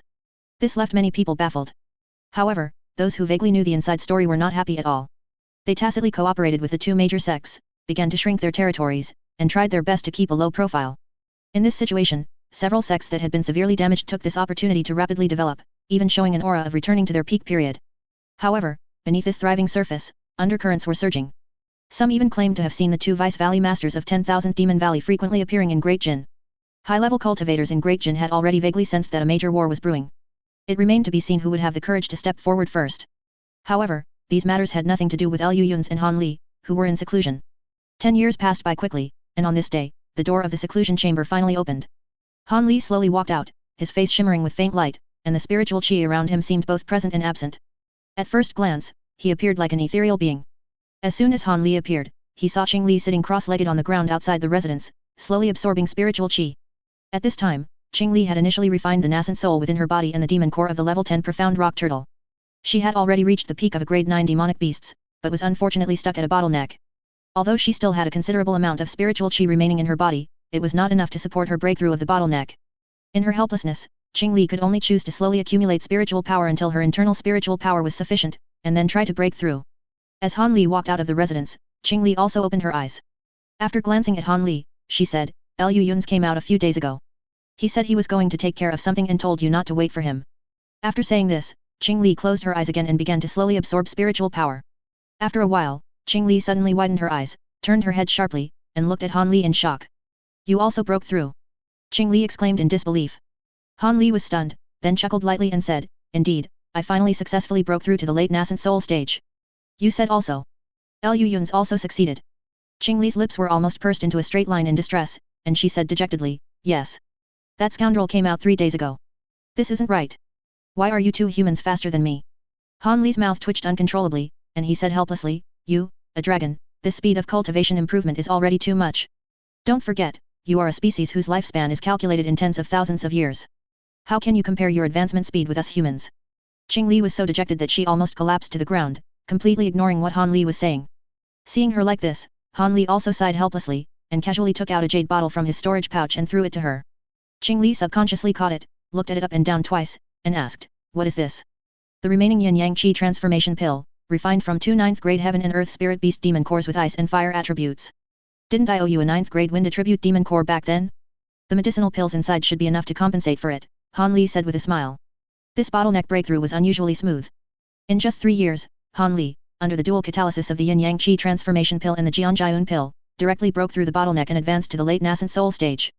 In the remaining time, he used the Jianjiayun pill to stabilize his cultivation, successfully solidifying his realm, and then came out of seclusion. Qing Li looked down at the jade bottle in her hand. After a moment of contemplation, her face suddenly showed a look of horror. She jumped up abruptly and looked at Han Li with a wary expression. "Who are you? What did you do to the real old Han?" Qing Li asked sharply. Han Li was immediately stunned. This scene actually gave him a sense of déjà vu. "I am Han Li." "Nonsense." Qing Li retorted resolutely, "Lu Yun's told me that if old Han suddenly becomes generous one day, he must be a fake. Let's put aside the matter of real or fake for now. First, tell me where Lu Yun's is?" Chapter 869 Giant City. At this moment, Lu Yun's was in a hidden valley within the small interface. He stood on the ground, along with Great Evolution Divine Lord, looking up at the massive object before them. This was a giant humanoid object, shaped like a skeleton, nearly 20 jong tall, and entirely silver-white. Each bone was covered with obscure and difficult-to-understand runes, subtly releasing streaks of restriction spiritual light. At first glance, it appeared to radiate a myriad of colorful lights, like a god or Buddha from myths and legends. In addition to this, on the surface of this skeletal giant, there were also massive crimson filaments clinging to it. They were called filaments, but that was only because they appeared slender compared to the 20 jong tall giant. In reality, each crimson strand was as thick as a normal person's thigh, like giant crimson chains, tightly binding the skeleton. Still unable to refine this fire spirit silk into the skeleton, Lu Yun's asked, deep in thought. Great Evolution Divine Lord sighed, silently shaking his head. Lu Yun's gazed at the giant skeleton, lost in thought. During his 10 years of secluded cultivation, Lu Yun's successfully broke through his bottleneck in the second year, advancing to the late nascent soul stage. He then spent several years stabilizing his cultivation realm and refining the lunar true fire he obtained from Kunwu Mountain. Besides these, Lu Yun's also took the opportunity to thoroughly organize all the items he had acquired from Kunwu Mountain. The gold magnetic spiritual wood and the great heavenly cycle star chain had already been sent to Great Evolution Divine Lord to construct Digga's skeleton. Beyond that, the most mysterious gain was probably the strange transparent gelatinous materials obtained from within that giant cauldron. After researching it for a period, Lu Yun's couldn't find any clues. Fortunately, Silver Moon had recovered all of Ling Long's memories, and for some reason, he was in a good mood lately and willing to talk to Lu Yun's. From her, Lu Yun's learned the true nature of this material. Fire Spirit Silk, a legendary top-tier material for refining fire attribute battle armor, was a rare material even in the spirit realm. Its original form was an even rarer yin attribute ore. If it was continuously calcined in intense fire for many years and by chance not melted, it could form this material. Furthermore, it was also a rare treasure in itself. It could be used as a material or directly driven and refined. Its power was even comparable to that of an ordinary flying sword. However, the fire spirit silk in Lu Yun's hand was somewhat different. The longer this material was refined, the smaller its volume became, and the purer it got. To refine ordinary fire spirit silk into its final form would take at least 100 years, or even several hundred, and once formed, it would exhibit a light blue color. The fire spirit silk in his hand had been refined for untold tens of thousands of years inside that giant cauldron. By now, even Silver Moon couldn't be sure if this thing still counted as fire spirit silk. However, the gelatinous material Lu Yun's had at the time was not the final form of fire spirit silk. It still required a cultivator proficient in fire attribute cultivation technique to condense and refine it into silk before it could be used. Silver Moon was quite familiar with the refining method for this item and simply taught it to Lu Yun's. And although Lu Yun's was not a pure fire attribute cultivator, in terms of the purity of fire attribute spiritual chi, it was likely that no one in the entire human realm could surpass the solar essence fire. Coincidentally, there was a problem with the fusion of the gold magnetic spiritual wood and the great heavenly cycle star chain. Although their combination could effectively alleviate the immense pressure generated after the fusion of the two interfaces, the strength of the materials was still slightly insufficient, making it unable to support Diga's full power output. Thus, Lu Yun's refined this fire spirit silk and sent it to Great Evolution Divine Lord, to see if he had a way to refine the fire spirit silk into the skeleton. I have never seen a material of this strength in my life. Great Evolution Divine Lord sighed deeply, his eyes filled with both excitement and disappointment. He was excited because his choice to live on in this manner was indeed correct. To be able to handle such a powerful material and refine it into such a top-grade puppet, one that shouldn't even exist in the human realm, was worth dying for again. He was disappointed because he was stuck on refining the material. Having such a top-grade material before his eyes and being unable to utilize it was undoubtedly a huge blow to the proud Great Evolution Divine Lord. Now, two choices lay before them. One was to cancel the incorporation of the fire spirit silk and directly activate Diga with the existing skeleton. In this case, although it wouldn't support full power output, Diga would still be an invincible existence in the human realm. The other was to continue to struggle with the fire spirit silk, gambling an unknown number of years, just to bring an already incredibly powerful, top-grade puppet to its most perfect state. The two exchanged glances. They said nothing, but the answer was already clear. Struggle. Such imperfect things should not exist in their hands. However, reality would not bend to their will. If it couldn't be done, it couldn't be done. Faced with such a top-tier material, which would be considered excellent even in the spirit realm, the two human realm cultivators truly couldn't think of any good solution for a while. The two pondered for a long time. Just then, the voice of Old Fifth came from the jade pendant at Lu Yun's waist. Well, I do have an idea. The two simultaneously looked at the jade pendant, their eyes practically spitting fire. You two haven't been out for a while, have you? Old Fifth said helplessly, facing their fiery gazes. How about this, you two go out and take a look first. Then I'll tell you my idea. Lu Yun's and Great Evolution Divine Lord exchanged glances, both showing expressions of confusion. But neither said much. Since they hadn't left for so many years, they also wanted to go out and look around. So, they stepped onto the teleportation array nearby and, accompanied by a flash of white light, disappeared from the spot. On the other side, in Tianese, above the former site of Yunya sect. Accompanied by a pillar of white light shooting into the sky, Lu Yun's and Great Evolution Divine Lord emerged from within. The moment he saw the scene before him, Lu Yun's mind went blank. Beside the towering mountain range, at some unknown point, countless straight mountain peaks had appeared. These mountain peaks were all made of metal, like sharp, mountain-sized swords rising from the ground, pointing straight to the sky. They were covered with dense, intricate runes, spiraling upwards from the base and converging at the top of the mountain peaks. They devoured the surrounding spiritual chi like living beings. At this rate, the spiritual chi of the entire spiritual vein would quickly be drained by these peaks. Yet, for some unknown reason, the surrounding spiritual chi concentration had not decreased at all, instead, it was much denser than before. At the base of the mountain peaks, a giant, endless steel city appeared before their eyes. Steel structures nearly 100 jong tall stood like a dense forest, extending far into the distance, reaching the very edge of their sight. Between these giant trees forged from steel, unique and strange flying machines shuttled back and forth, numerous yet orderly. It was dusk, and the sunlight was gradually fading, but the entire city lit up with brilliant lights, dispelling all darkness. Dazzling spiritual light illuminated the mountain peaks. Spiraling, interconnected incantations slowly lit up from bottom to top, emitting dazzling, colorful neon lights that illuminated the entire city as if it were daytime. Lu Yun stood under the dazzling neon, speechless for a long time. Chapter 870, New System. Lu Ling stared blankly at this scene, an unprecedented shock seemingly rooting him to the spot, unable to move an inch. Great Evolution Divine Lord, on the other hand, didn't have the sense of returning home that Lu Yun's felt. What astonished him was the almost endless steel megacity stretching as far as the eye could see. In this era of backward productivity, even cultivators couldn't build such an enormous city. Tianxing City in the chaotic Star Sea was already the limit of imagination for human realm cultivators. Yet, this megacity before them was at least several times the size of Tianxing City. The entire city, under the night sky, shimmered with dazzling neon lights. Lu Yun's and Great Evolution Divine Lord immediately recognized that these were not special restrictions or complex formations, but merely simple restriction spiritual light. Any basic restriction, when activated, would emit similar spiritual light, a byproduct of spiritual chi circulation. However, this megacity before them utilized this byproduct to the extreme, covering almost the entire city. especially those towering, mountain-like steel structures. These buildings stood like pillars reaching the heavens, with one erected every 100 li. From a distance, it seemed quite sparse, but within this megacity, it created the illusion of a forest of steel giant trees, making one unconsciously look up and feel awe from the bottom of their heart. So much spiritual chi flowing, yet it hasn't affected the surrounding spiritual chi concentration at all. In fact, it seems to have even increased a bit, Great Evolution Divine Lord muttered in disbelief, his eyes never leaving the mountain soaring into the sky. This is a technology developed in the past 10 odd years. Old Fifth's voice came from the jade pendant at Liu Yun's waist, speaking leisurely, boss, do you remember a theory you once proposed about the composition of the human realm's spiritual chi? Liu Yun's was startled, and instantly recalled a conjecture he had made in the chaotic star sea. All things are formed from spiritual chi. All oceans, lands, and the spiritual veins within them, are very likely to have materialized from the underground spiritual chi through geological changes. This theory was incomplete, originally just a wild idea of Liu Yun's. The only empirical evidence was the spiritual chi from the myriad Zhang demon abyss sealed in Tianese, which, after countless tens of thousands of years of accumulation and refinement, had subtly given birth to several physical entities. If Liu Yun's hadn't made a small opening in the formation, allowing the spiritual chi inside to leak out little by little to improve the environment, then it was highly probable that several small islands with top-tier spiritual veins would have been born from within. At the time of his research, Liu Yun's had only mentioned it in passing. He had never thought that this idea could be proven. After all, to prove this idea, one would need to delve an unknown number of li deep underground. Even with his current earth evasion mastery, it was an almost impossible feat. They did it, Old Fifth said calmly, tens of millions of people gathered here, and through rune reinforcement and spirit stone energization, they created this unprecedentedly huge spiritual artifact, extending deep underground. This process lasted for over 10 years. They proved your conjecture, deep underground, there are indeed extremely vast spiritual chi resources, far richer than those on the surface.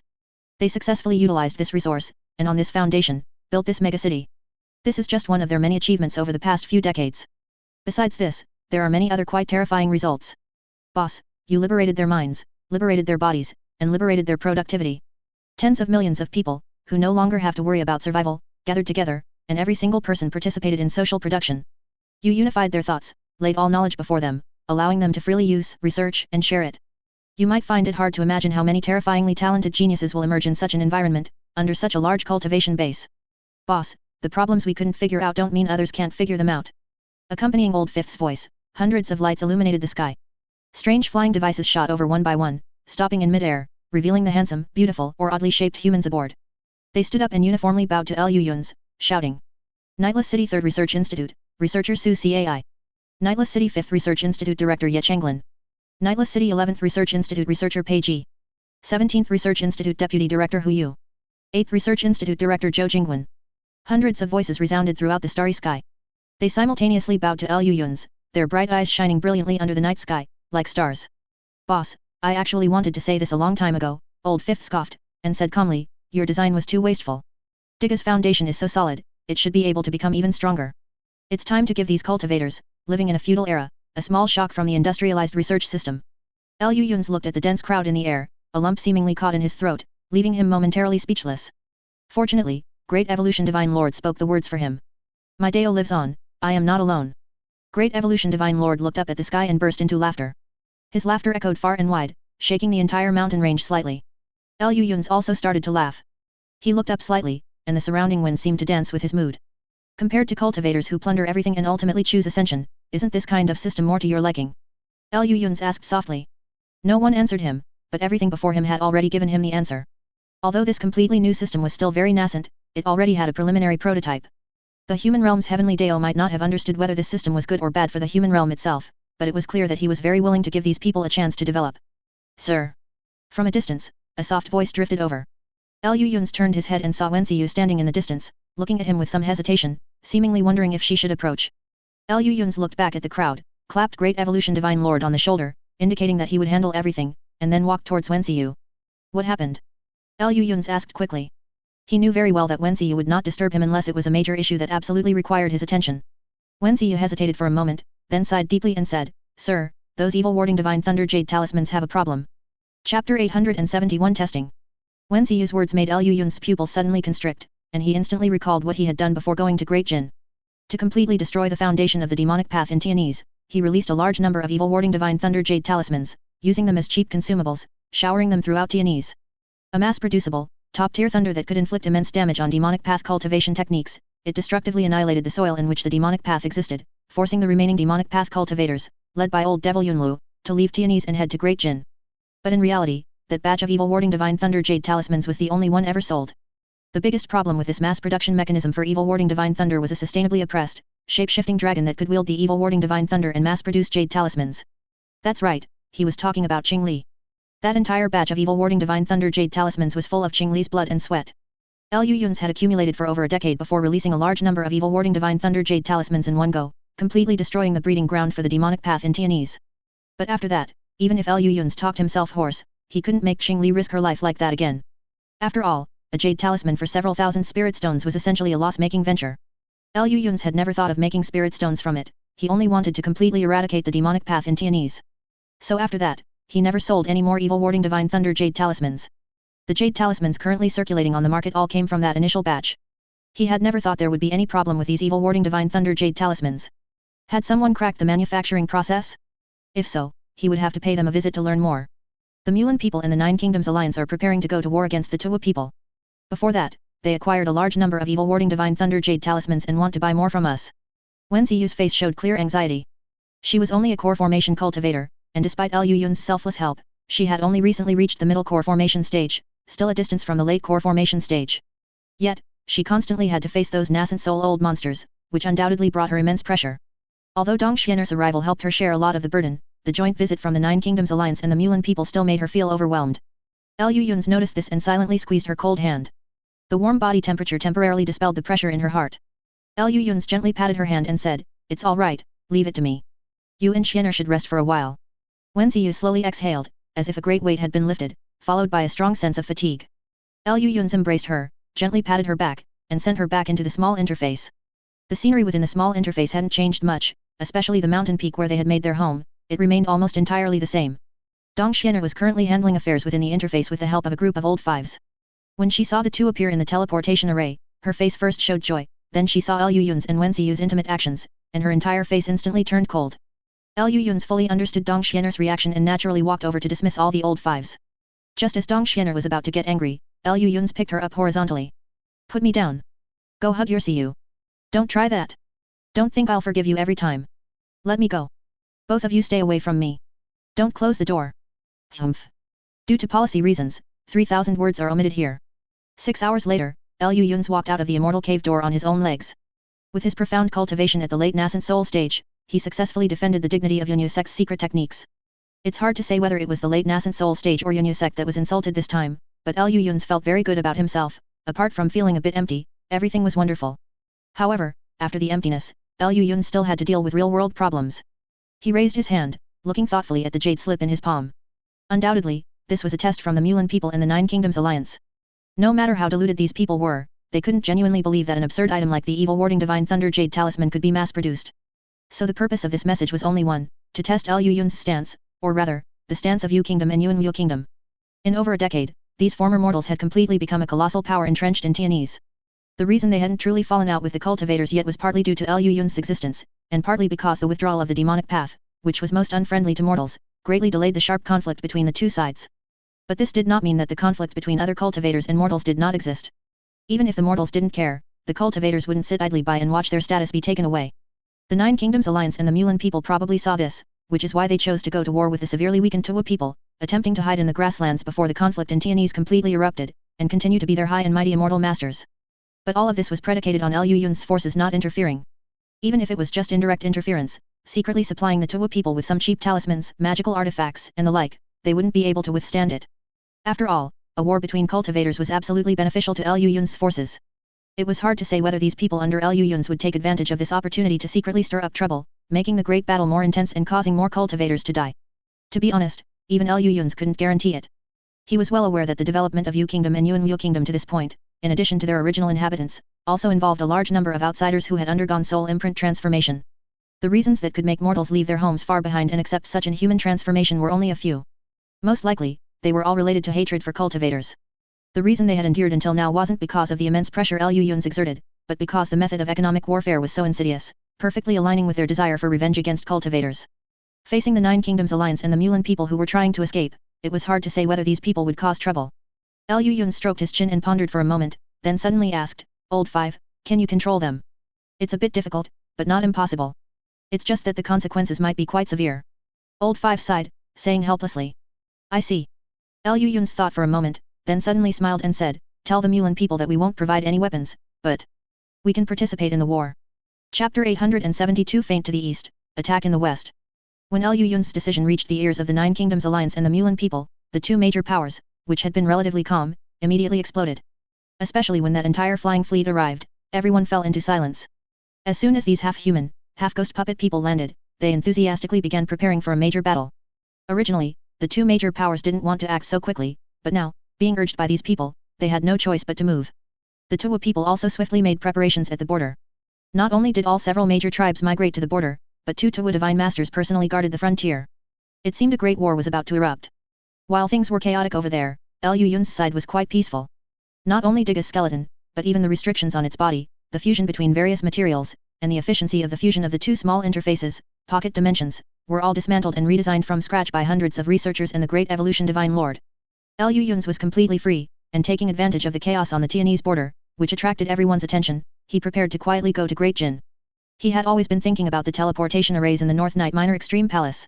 Undoubtedly, those were teleportation arrays leading to the Chaotic Star Sea, but he didn't know if they teleport directly into the Void Heaven Palace or to some other location in the Chaotic Star Sea. If it was the former, that would be great. Back then, for safety, he and Han Li had left the Void Heaven Cauldron in the Void Heaven Palace, planning to retrieve it after 300 years when their cultivation was high enough that no one would dare to trouble them. Now, less than 300 years had passed, and both of them were already great cultivators at the late nascent soul stage. It was time to find a way to enter the Void Heaven Palace and retrieve the Void Heaven Cauldron. Of course, besides this, Liu Yun's had other objectives, such as the Void Heaven Palace itself. Over the years, Liu Yun's research into the Void Heaven Palace's teleportation restrictions had become quite profound, and his utilization of the Void Heaven Palace's several attached small interfaces, pocket dimensions, had also reached an extremely high level. However, regarding the Void Heaven Palace's main body, Liu Yun's had always lacked a good method. After all, due to time constraints back then, he only managed to copy a portion of the Void Heaven Palace's restriction control center and didn't have time to directly do anything to the control center. But if he were given another chance to enter the Void Heaven Palace, the situation would be completely different. Perhaps he could truly subjugate the Void Heaven Palace entirely. Besides that, in the Chaotic Star Sea, he still owed a promise. Liu Yun's let out a long breath, and, hiding from everyone, he stealthily arrived at the teleportation array leading to Great Jin. However, as soon as he arrived, he found that someone was already waiting there. Hiss. Liu Yun's looked at that person, gasped, and sternly shouted, at a time like this, why aren't you busy with your marriage to Silver Moon, and instead running here? Do you want to abandon her? The one waiting there was Han Li. Upon hearing this, he rolled his eyes and said, Silver Moon and I both feel that you are hiding something from us. How could that be? Liu Yun's instinctively retorted, then, meeting Han Li's gaze, he sighed helplessly and said, actually, it's still about old matters. Do you remember the Void Heaven Cauldron? Han Li frowned and couldn't help but ask, what do you mean by this? There are clues about the Void Heaven Cauldron in Great Jin, and I plan to go take a look, Liu Yun said naturally, shrugging his hands. Han Li's eyes immediately narrowed, scanning Liu Yun's up and down meticulously, his frown deepening. Something's not right. If it were really that simple, you wouldn't need to try and deceive me, Han Li said, enunciating each word. What do you mean deceive? Alright, I just want to get the Void Heaven Cauldron first and study it, alright. Liu Yun said, waving his hand impatiently. Han Li's gaze instantly became sharper. Something's not right. This scoundrel is very suspicious. If it were really for such a small matter, there would be no need to make it so complicated. What could be more important than the Void Heaven Cauldron, Void Heaven Cauldron, Void Heaven Cauldron? Chaotic Star Sea. Suddenly, Han Li's eyes widened, and he instinctively shouted, Chaotic Star Sea. You're going back to the Chaotic Star Sea. Liu Yun's instinctively took a step back and quickly said, don't talk nonsense. That teleportation array to the Chaotic Star Sea broke long ago, and we were the ones who broke it. Han Li's eyes were wide and round, the smile on his lips becoming more and more obvious, eventually turning exceptionally excited. So that's it, you're going back to the Chaotic Star Sea to find Ling Yuling. Nonsense. You just think too much. Liu Yun's flatly denied. He, Han Li let out a few cold laughs, his gaze instantly turning sinister. What do you want to do? Liu Yun's was startled, a shiver running through his heart, and he asked instinctively. Nothing. It just suddenly occurred to me that fellow Deist Ling took great care of me back then, so I plan to go with you to see her. Han Li's smile was full of malice. So many years. Finally, an opportunity for revenge. Liu Yun's felt a chill down his spine and quickly snorted, you're too boring. You're leaving your wife at home instead of accompanying her, and you're rushing to find another woman. Are you worthy of Nangongwan and Silver Moon? Han Li's smile became even more pronounced, his eyes almost narrowing into slits. Wonder is in seclusion, and Silver Moon, she's happier than I am right now. Liu Yun's fell silent. After a while, Liu Yun slowly walked up, pulled Han Li, and asked, let's discuss this, Can we keep this a secret? Han Li scanned him up and down, then curled his lip and let out a cold laugh. Clearly, this matter would not end well. The Void Heaven Cauldron is yours, Liu Yun said without hesitation. Anyway, for him, that item only had research value, at most serving as a key to control the Void Heaven Palace. Han Li glanced at him, and immediately wavered. Seeing this, Liu Yun's quickly pressed on, you should think carefully. That is a heaven-reaching spirit treasure. There are only a few in the entire human realm. You only have an 8 spirit ruler in your hand right now, a Buddhist spirit treasure. Although it's powerful, its destructive power is always insufficient. Comparatively, the Void Heaven Cauldron is more suitable for you, and its functionality is more comprehensive.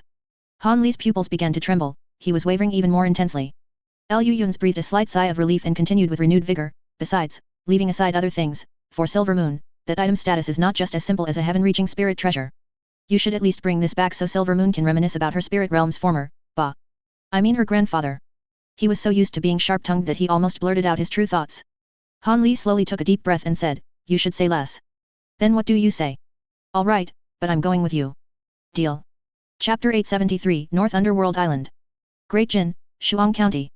Although this county is not the northernmost prefecture in Great Jin, it is already a place where vast expanses of ice and snow can be seen everywhere. For 7 or 8 days out of 10, it is almost always covered in a blanket of white, heavy snow. As a result, the mortal world in this county is naturally sparsely populated, and there are not many spiritual mountains or spiritual veins. Moreover, their quality is not as good as spiritual lands in other places. It can be considered a desolate area within the Great Jin territory. Few cultivator sects in Great Jin establish their sects here. Instead, some small aristocratic families and numerous loose cultivators gather in this county because the competition is not as fierce.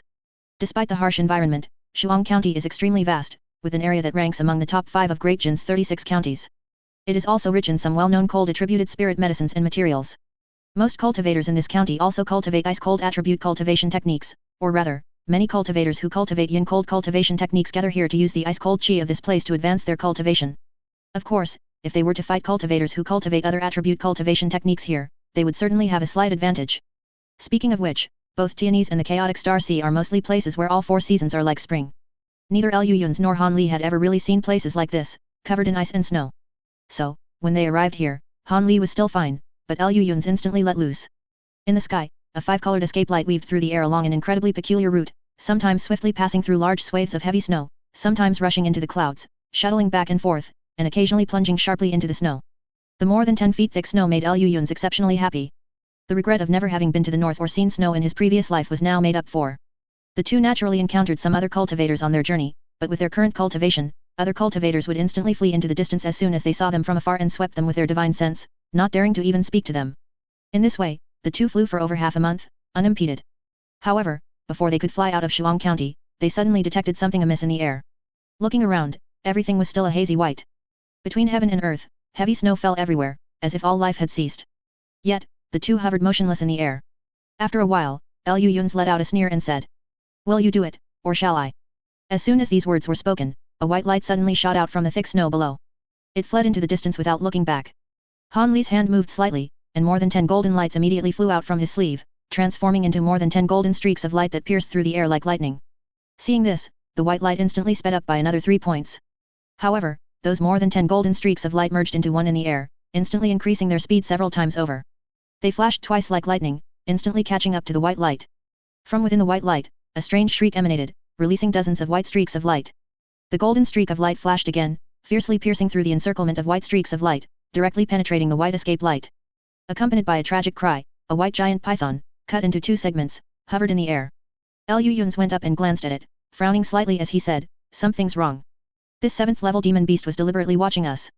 Han Li gestured with his hand, and more than 10 golden lights immediately carried the python's corpse back into his sleeve. "Let's continue on our way," Han Li sighed and said. The two once again transformed into escape lights and broke through the air. This time, there was no detour, they headed directly towards Biming Island, where the North Night Minor Extreme Palace was located. This legendary Biming Ice Island was actually just a peninsula adjacent to the Great Jin mainland, surrounded by the sea on 3 sides and directly connected to the mainland on one side, separated from Shuang County by only one prefecture. In fact, what was called being surrounded by the sea on 3 sides would be more accurately described as being surrounded by ice on 3 sides. Because this place was the northernmost point mortals could reach in the secular world, the coldness of the weather was such that water would instantly freeze into ice. Even cultivators with lower cultivation dared not walk outside in thin clothing. And such an icy climate naturally transformed the 3 sides adjacent to the sea into boundless glacier lands, whose vastness was almost impossible for anyone to clearly ascertain. Biming Island itself was only 1,000,000 li wide. A massive ice city was built in the northernmost part of this island, which was the North Night Minor Extreme Palace, reputed as the #1 sect in the northern lands. To be honest, in terms of sect strength, the Lesser Extreme Palace was no less powerful than the top 10 righteous and demonic sects of Great Jin. However, because Biming Island was too remote, most sects in the Great Jin cultivation world did not recognize this palace as still being part of Great Jin, instead considering it a barren land and treating it as an overseas cultivator sect. Hence, it was excluded from the rankings of Great Jin's major sects. However, in the sparsely populated northern prefectures of Great Jin, the North Night Minor Extreme Palace's reputation was probably even greater than that of the Tai sect and the Heavenly Demon sect, making it truly the #1 sect in the northern lands. The Lesser Extreme Palace's recruitment of disciples was also divided into inner and outer palaces. Inner palace disciples were only recruited from several major cultivator families residing on Biming Island, while outer palace disciples were selected from smaller families and loose cultivators outside Biming Island. Of course, if an outer palace disciple's aptitude was truly astonishing, or if he performed some great deed, he also had the opportunity to become an inner palace disciple. Leaving aside inner palace disciples, if someone believed his aptitude was poor but still wished to join the outer palace, he had to trek through 100,000 li of extremely cold land surrounding the Lesser Extreme Palace. Once within this range, due to restrictions, low-level cultivators could not fly with magical artifacts and could only rely on their own cultivation and divine abilities to resist the ceaseless ice and extreme cold. As long as they could walk from this area to where the Lesser Extreme Palace was located, they would also be accepted by the Lesser Extreme Palace and become outer palace disciples. After all, whether they passed through this area by relying on cultivation, magical artifacts, or medicinal pills, it proved that they still had something commendable. At the very least, they had a large sum of spirit stones. However, the number of those who succeeded would naturally not be many, and many cultivators froze to death within it. Yet, for the sake of their future immortal Deo, low-level cultivators who threw themselves into it like moths to a flame were still numerous every year. On this day, in an area tens of thousands of li away from the Lesser Extreme Palace, more than 10 figures, clad in various fur cloaks and shimmering with spiritual light, struggled forward step by step against the howling wind and snow. They had been walking for a full half-month in this kind of weather. Several of them already had pale faces and unsteady steps, but not one dared to pause for a moment. After all, it was impossible to meditate and recover here. They could only rely on the spirit stones in their hands and the magical power within their bodies to bitterly persevere. But one person's face was particularly grim, and his breathing was somewhat unstable. After a while, he suddenly gritted his teeth, pulled out a medicinal pill bottle from his bosom, and poured a crimson medicinal pill into his mouth. His originally bluish face immediately regained some color. After taking the medicinal pill, he finally breathed a sigh of relief and couldn't help but look at the two people at the very front of the team. Fellow Deist Lu, is this path really correct? Chapter 874, Honest and Trustworthy. Upon hearing this, the handsome young man in brocade robes, who was walking at the very front, gave him a thumbs up without even turning his head. Don't worry, no problem. I'm following the fixed origin token. Beside him, a delicate-looking young woman followed closely, step by step. Another ordinary-looking young man with dark skin and a simple, honest appearance stood on the woman's other side, his face showing an expression of extreme helplessness. These three walked in front, enveloped in a five-colored light barrier that blocked all the wind and snow. The swirling snow and biting cold seemed to have little effect on them. Behind the three, including the man who had asked the question, there were 4 people in total. Each used their own methods to strenuously resist the external wind and snow. Despite this, they gritted their teeth and persevered, following closely behind the 3, afraid of falling behind. While resisting the wind and snow, these 4 occasionally looked at the woman sandwiched between the 2 men, their faces filled with envy. However, they did not see that the delicate young woman, sandwiched between the 2, had a blank expression, a solemn gaze, and her raised lips twitched slightly, looking exceptionally forced. 2 fellow deists, is this really necessary? In front of you 2 fellow deists, how could this mere divided soul possibly escape? The young woman's lips moved, and she transmitted her voice with a forced smile. You misunderstand. We 2 fellow deists are both honest and trustworthy people. I, Venerable Xiangu, Xiaocha, am even more a man of my word. If I say I'll send you to Lesser Extreme Palace, I'll send you to Lesser Extreme Palace, no regrets. Right, Brother Li. Brother Xiao is right. The seemingly honest and simple, dark-skinned, ordinary-looking young man nodded without changing his expression and said, I am Li Feiyu, and I, too, am a man of my word. Upon hearing this, the young woman's forced smile almost couldn't be maintained. But aren't you 2 fellow deists humans? Why would you help us? The young woman couldn't help but ask. Do humans need a reason to kill humans? The young woman instantly fell silent, not because the topic had suddenly become serious, but because she was stunned by the proud expression of the young man named Xiao, who called himself Venerable Xiangu, an expression that showed no shame but rather pride. Brother Xiao, your words are mistaken. The seemingly honest young man named Li took over the conversation without changing his expression and said to the young woman, Fellow deist, you don't need to overthink it. We are merely going to take advantage of the chaos. The young woman fell silent again, completely lost in confusion. Having not left the sect for a long time, have the human realm's powerful cultivators become so shameless these days? Undoubtedly, being able to so smoothly spout such unbelievable nonsense, it could only be Liu Yun's and Han Li. After these 2 arrived at the outskirts of Biming Island, they flew through the wind and snow for more than half a month, yet it seemed as if they were always circling in place. All they saw was a vast expanse of white, and even their divine sense became useless. In their helplessness, the two knew that they had most likely fallen into a restriction near Biming Island. Given the conflict between Lu Yun's and Lesser Extreme Palace, it was not appropriate to forcefully break the restriction and make it known to everyone. They could only return first, and coincidentally, they stumbled upon a market. So, they concealed their cultivation, changed their names, and went down to gather information.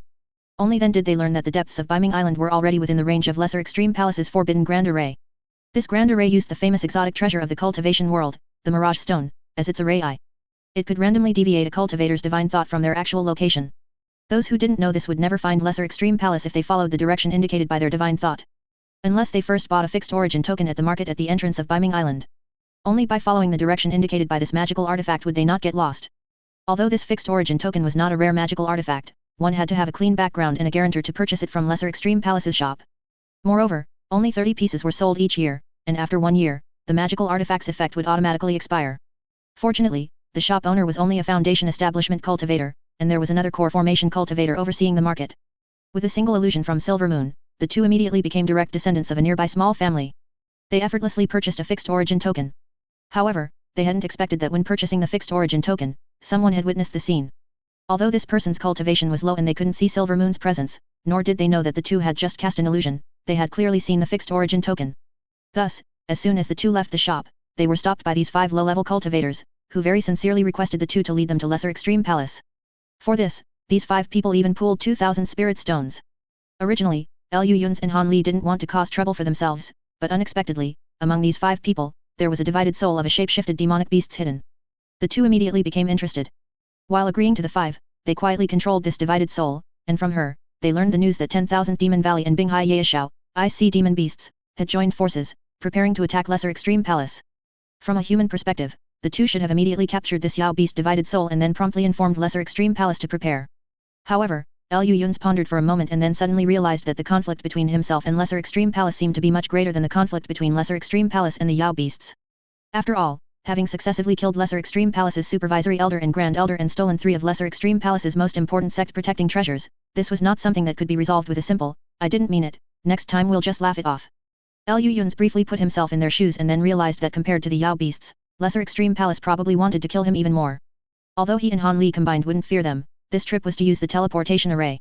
What if there were 2 hotheads in Lesser Extreme Palace who, without a word, first smashed the teleportation array? After much deliberation, Lu Yun's came up with an idea that even Han Li found preposterous. Join the Yao beast side, and then, at the opportune moment, betray them. Han Li strongly suspected that they would be attacked by both sides simultaneously. Are you sure this is really okay? Han Li couldn't help but ask Lu Yun's via divine thought again. Don't worry, I guarantee it on Ergu's honor. Others might not know who you are, but how could old Demon Che not know who you are? Lu Yun's was extremely confident about this. As long as that old Demon Che still had some desire to ascend to the spirit realm, he wouldn't do anything to Han Li. As for whether old Demon Che wouldn't recognize Han Li, Lu Yun's hadn't even considered that possibility. He firmly believed that gossip was an instinct of all intelligent beings. If he were that 10,000-year corpse bear, even if he didn't report the matter of the reverse spirit passage, he would first tell everyone around him that an ordinary-looking human realm nascent soul cultivator had cuckolded a spirit realm demon king. Such an exciting thing, he didn't believe the 10,000-year corpse bear could resist telling it. The group walked for another distance and suddenly saw a white light illuminate the sky in the distance. Within the white light, 2 strangely shaped figures faintly flew over. Chapter 875, The Arrivals. At the end of the vast snowstorm on Biming Island, stood a giant city like an immortal palace. From a distance, the city sparkled with crystal light, emitting colorful rays under the sunlight. Coupled with the faint white mist surrounding it, the ice city resembled a celestial realm in the mountains, truly unlike any human construction. However, at this very moment, escape lights shuttled back and forth over the giant city. White-robed cultivators, some holding command flags, some holding round pearls, or simply carrying ordinary flying swords, flying daggers, and magical artifacts, stood on the city walls, casting stern gazes towards the featureless world of snow and wind.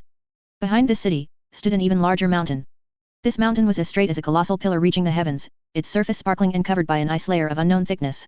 If not for the occasional traces of emerald green adorning the mountain, one might even suspect it was entirely a mountain of ice. At the peak of this giant mountain, a cluster of colorful buildings could vaguely be seen, which was the location of the North Night Minor Extreme Palace. At this moment, various spiritual lights flickered around the entire giant mountain, and large areas of runes vaguely appeared, shimmering between the ice mountain and the giant city. They solidified into splendid, colorful streaks of light that moved back and forth, illuminating the area like a celestial treasure land. But if an outside cultivator were to arrive, these seemingly brilliant and colorful rays of light would instantly reveal their murderous side. And in a certain pavilion at the top of the Lesser Extreme Palace, a middle-aged beautiful woman in a white dress sat elegantly on a wooden chair. On a chair in front of her sat Bai Yi, who had initially followed Venerable Hanli but had mysteriously disappeared halfway. So, Lu Yun's, the one who killed the Grand Elder and took the 2 azure blue cauldrons, just vanished like that, the middle-aged beautiful woman asked in a deep voice. Bai Yi lowered her head slightly, almost daring not to meet the beautiful woman's eyes. Yes, Bai Yi nodded slightly, saying with a solemn tone, I also bear an inescapable responsibility for this matter. No matter how the palace master decides to punish me, I will. Enough. The middle-aged beautiful woman frowned slightly, interrupting her. Who could have imagined that Grand Elder Han Li would try to monopolize the solar essence fire, bring along 2 azure blue cauldrons from the sect, and then die at someone else's hands? Not to mention you didn't even know about it. What if you did? Could you have stopped Grand Elder Han Li, or saved him? Bai Yi opened her mouth, and her head immediately dropped even lower. Alright, talking about this is useless. The key now is how to deal with the incoming attack of the Yao beasts. In the past, when the azure blue cauldron was present, we could open the Void Spirit Hall, allowing elite disciples to hide inside and temporarily escape by tearing space. Although this would still result in heavy casualties among the outer disciples, it wouldn't harm the foundation of the Lesser Extreme Palace. But now, without the azure blue cauldron, the Void Spirit Hall cannot be opened, and we can only fight with our backs against the wall. The middle-aged beautiful woman pondered for a moment, then suddenly asked, is there anything different about the Yao beast activity this year compared to previous years? Bai Yi raised her head, and after a moment of thought, said with a solemn tone, this year's Yao beast attack is significantly more aggressive than in previous years. Even now, Yao beasts of rank 8 and above have already appeared on the island, and they are currently hunting down the patrolling disciples outside the island. Furthermore, according to the information we've received, this time, in addition to the Icewind Yao beast from the Ice Sea being incited, the higher UPS of the 10,000 Demon Valley have also participated. And there seem to be signs that old Demon Che will also make a move this time. The middle-aged beautiful woman's calm expression finally changed, her brows furrowing with seriousness. After a moment, she asked in a deep voice, is the information reliable? Bai Yi smiled bitterly and nodded, saying with downcast brows, although I also find it hard to believe, several pieces of intelligence from our spies in the 10,000 Demon Valley all indicate that this old demon seems to truly show signs of making a move. Hearing this, the middle-aged beautiful woman slowly took a deep breath, pondered for a moment, and then said, send word down, all arrangements remain unchanged. Additionally, notify all disciples still active outside to find Lu Yun's whereabouts at all costs. If the Lesser Extreme Palace truly cannot escape this great calamity, then the Azure Blue Cauldron and the Void Spirit Hall might be our last chance. Hatshu. Lu Yun sneezed loudly. Who's talking bad about me behind my back? You're already a late nascent soul great cultivator, how do you still have this habit? Han Li looked at him with disdain, casually throwing the snake head in his hand aside, a fiery red demonic core appearing in his palm. Lu Yun's twitched his nose, stepping on the gigantic centipede Yao beast beneath him, and said unhappily, this is my keen intuition. Did that keen intuition of yours just now tell us to take a detour? Han Li glared at him fiercely, landed on the ground, and sighed deeply. You can't blame me for this. These two guys, one rank 8 and one 9th grade, how was I supposed to know they were so stubborn, attacking without even asking a question when they saw us? Lu Yun's casually dug out an emerald green demonic core from the centipede's head, and couldn't help but sigh, I originally wanted to keep a low profile, but now both sides probably know we're here. Not far away, the young girl possessed by a Yao beast divided soul had fallen to the ground, completely still, while the other four stood trembling, not daring to breathe. Just now, they had only seen a flash of white light, and then two humanoid Yao beasts broke through the snowstorm and shot towards them. Although none of them had seen shape-shifted demonic beasts before, they had heard many legends about them. Seeing this scene, they didn't even think about escaping, instinctively closing their eyes. When they opened their eyes again, they saw their companion lying on the ground, and the two companions, whose cultivation was originally only at the chi refinement stage, were each fighting a Yao beast, easily slaying them in a few moves. This scene utterly terrified the four of them, their hearts pounding rapidly, still unable to recover even now. Tisk. These Yao beasts act too quickly, Lu Yun said, clicking his tongue in dissatisfaction. And that Yao beast divided soul, trying to use this opportunity to escape and send information back to its main body. Doesn't she know that there are two late nascent soul great cultivators here? Who gave her such confidence? Han Li also sighed helplessly, raising his hand to put the fiery red strange snake corpse on the ground into his storage pouch, and asked resignedly, what do we do now? Head straight for the Lesser Extreme Palace. Lu Yun's patted the giant centipede beneath him. A black light flew out from his sleeve, circling the centipede like lightning a few times. Large, dark, hard scales immediately fell off, which he swept into his storage pouch with a flick of his sleeve. No choice, since we're already here, we can't really just watch the show, can we? Lu Yun squinted slightly. In the distant sky, an endless black demonic cloud was slowly spreading. The form of this demonic cloud was constantly changing, like a giant, shapeless, ferocious evil beast, wantonly stretching its enormous body in the air, obscuring the sky, tearing through the clouds, and devouring the snowstorm. Within the demonic cloud, gigantic, ferocious Yao beasts could vaguely be seen, their terrifying scales and claws appearing amidst the majestic black demonic chi, exuding a chilling evil chi that made one's heart tremble. Among them, a pair of green eyes seemed to stare at Lu Yun's from across 1,000 miles of snowstorm, with undisguised ferocity and indifference. Tisk. The arrivals mean trouble. Chapter 876 Melee. Outside Biming Island, wind and snow raged across the sky. Amidst the wind and snow that obscured the heavens and earth, numerous Yao beasts gradually began to reveal themselves brazenly, splitting into two paths, attacking from both the inland direction and the ice sea direction. Along the way, demonic chi permeated, and evil chi soared to the heavens. Roars that shook the heavens and earth even scattered the perpetual wind and snow. Some families and minor sects residing near Biming Island were naturally startled into a chaotic panic, relocating their garrisons and fleeing far from Biming Island. With such a grand display, Lesser Extreme Palace naturally received the news immediately. Almost simultaneously, they instantly opened the restriction on the heavenly origin yin vein cold eye on the island, causing the island's cold chi to suddenly become several times colder than usual, with wind and snow intertwining everywhere. The numerous demons coming from the inland, primarily from 10,000 Demon Valley, were also well prepared. Upon seeing this situation, they immediately stationed a large number of low-level Yao beasts outside the island to slowly consume the island's stored cold chi, while dozens of 7th level and above Yao beasts formed several teams to charge onto the island. As for the hordes of demons arriving from the ice sea direction, most were unafraid of Biming Island's cold chi and wind and snow. They directly stepped onto the island, and thousands of Yao beasts immediately split into countless small groups, flying straight towards Lesser Extreme Palace. Biming Island is not very large, but once these Yao beasts entered it, they instantly vanished like mud oxen entering the sea, merging into the icy world of snow and disappearing without a trace. The high-level cultivators of Lesser Extreme Palace naturally wouldn't allow these demons to approach the ice city so easily. With the help of magic arrays, restrictions, and boundless cold chi, a slaughter immediately unfolded on the island. Amidst the wind and snow, several transparent Yao beasts, like jellyfish, advanced through a snowy expanse, appearing and disappearing intermittently in the white, vast snow. These Yao beasts, called cold specters, are born from the cold chi of heaven and earth. Therefore, even though they are only 5th or 6th level Yao beasts, they show no fear of the swirling snow and the bone-chilling cold that turns breath into ice. Instead, they are all full of energy and move as freely as fish in water. Suddenly, the leading 6th level cold specter paused. Its several pairs of red eyes, growing on both sides of its body, stared somewhat suspiciously at a spot where the wind and snow were unusually dense. Just at this moment, the sound of tearing air suddenly emerged. Then, several red threads shot out from the wind and snow, incredibly fast. In a flash, they pierced through the bodies of several cold specters, actually slicing their demonic cores in half. With several thuds, these cold specters shattered like ice blocks, scattering across the ground. At this moment, figures flickered in the wind and snow, and a female cultivator from Lesser Extreme Palace, wearing a white cloak, slowly walked out. Although her face was obscured, she coldly glanced at the shattered ice before her, then suddenly frowned and turned to look towards the sky. Amidst the wind and snow, a faint, ghostly green figure flashed past. The female cultivator frowned, but then withdrew her gaze and turned to disappear into the wind and snow. 100 miles away, in another location, 3 or 4 Lesser Extreme Palace cultivators transformed into several escape lights, fleeing frantically through the air. Behind them, several strange Yao beasts, entirely white with fish heads and bird bodies, were in hot pursuit. These Yao beasts, called snow scale birds, though seemingly strange, were genuinely 6th or 7th level Yao beasts. In the eyes of the cultivators ahead, these Yao beasts were no different from the Grim Reaper. The leading 7th level snow scale bird spread its wings, suddenly releasing a large expanse of snowflakes that flew out like sharp blades. The 2 core formation cultivators at the very back didn't even have time to retrieve their magic treasures before they were instantly dismembered, large patches of flesh mixed with flying limbs scattering across the ground. The remaining 3 cultivators immediately turned pale with fright. Just as they were about to speed up, they saw several more snow scale birds flying towards them from the wind and snow ahead. In an instant, all the snow scale birds suddenly spread their wings, and a violent spiritual pressure surged skyward. The 3 Lesser Extreme Palace cultivators instantly fell into despair. Just then, several sounds of tearing air suddenly came from around them. Several dark claw lights suddenly appeared in the void realm, flashing across the bodies of these snow scale birds like lightning. The next moment, all the snow scale birds were dismembered. Their flesh bloomed into several crimson flowers on the vast white earth, but were instantly buried by the heavy snow, leaving no trace. The 3 cultivators immediately froze in place. In a trance, 8 or 9 humanoid black figures flashed past in the void realm, as if clad in armor. Hundreds of miles away, on another side, a bizarre Yao beast, hundreds of feet long, shaped like a giant snake but completely scaleless, burst out of the ice, roaring viciously at the sky. But in the next moment, a blood light flashed past, and a fist struck its head like a meteor. In an instant, its mountain-like head completely exploded.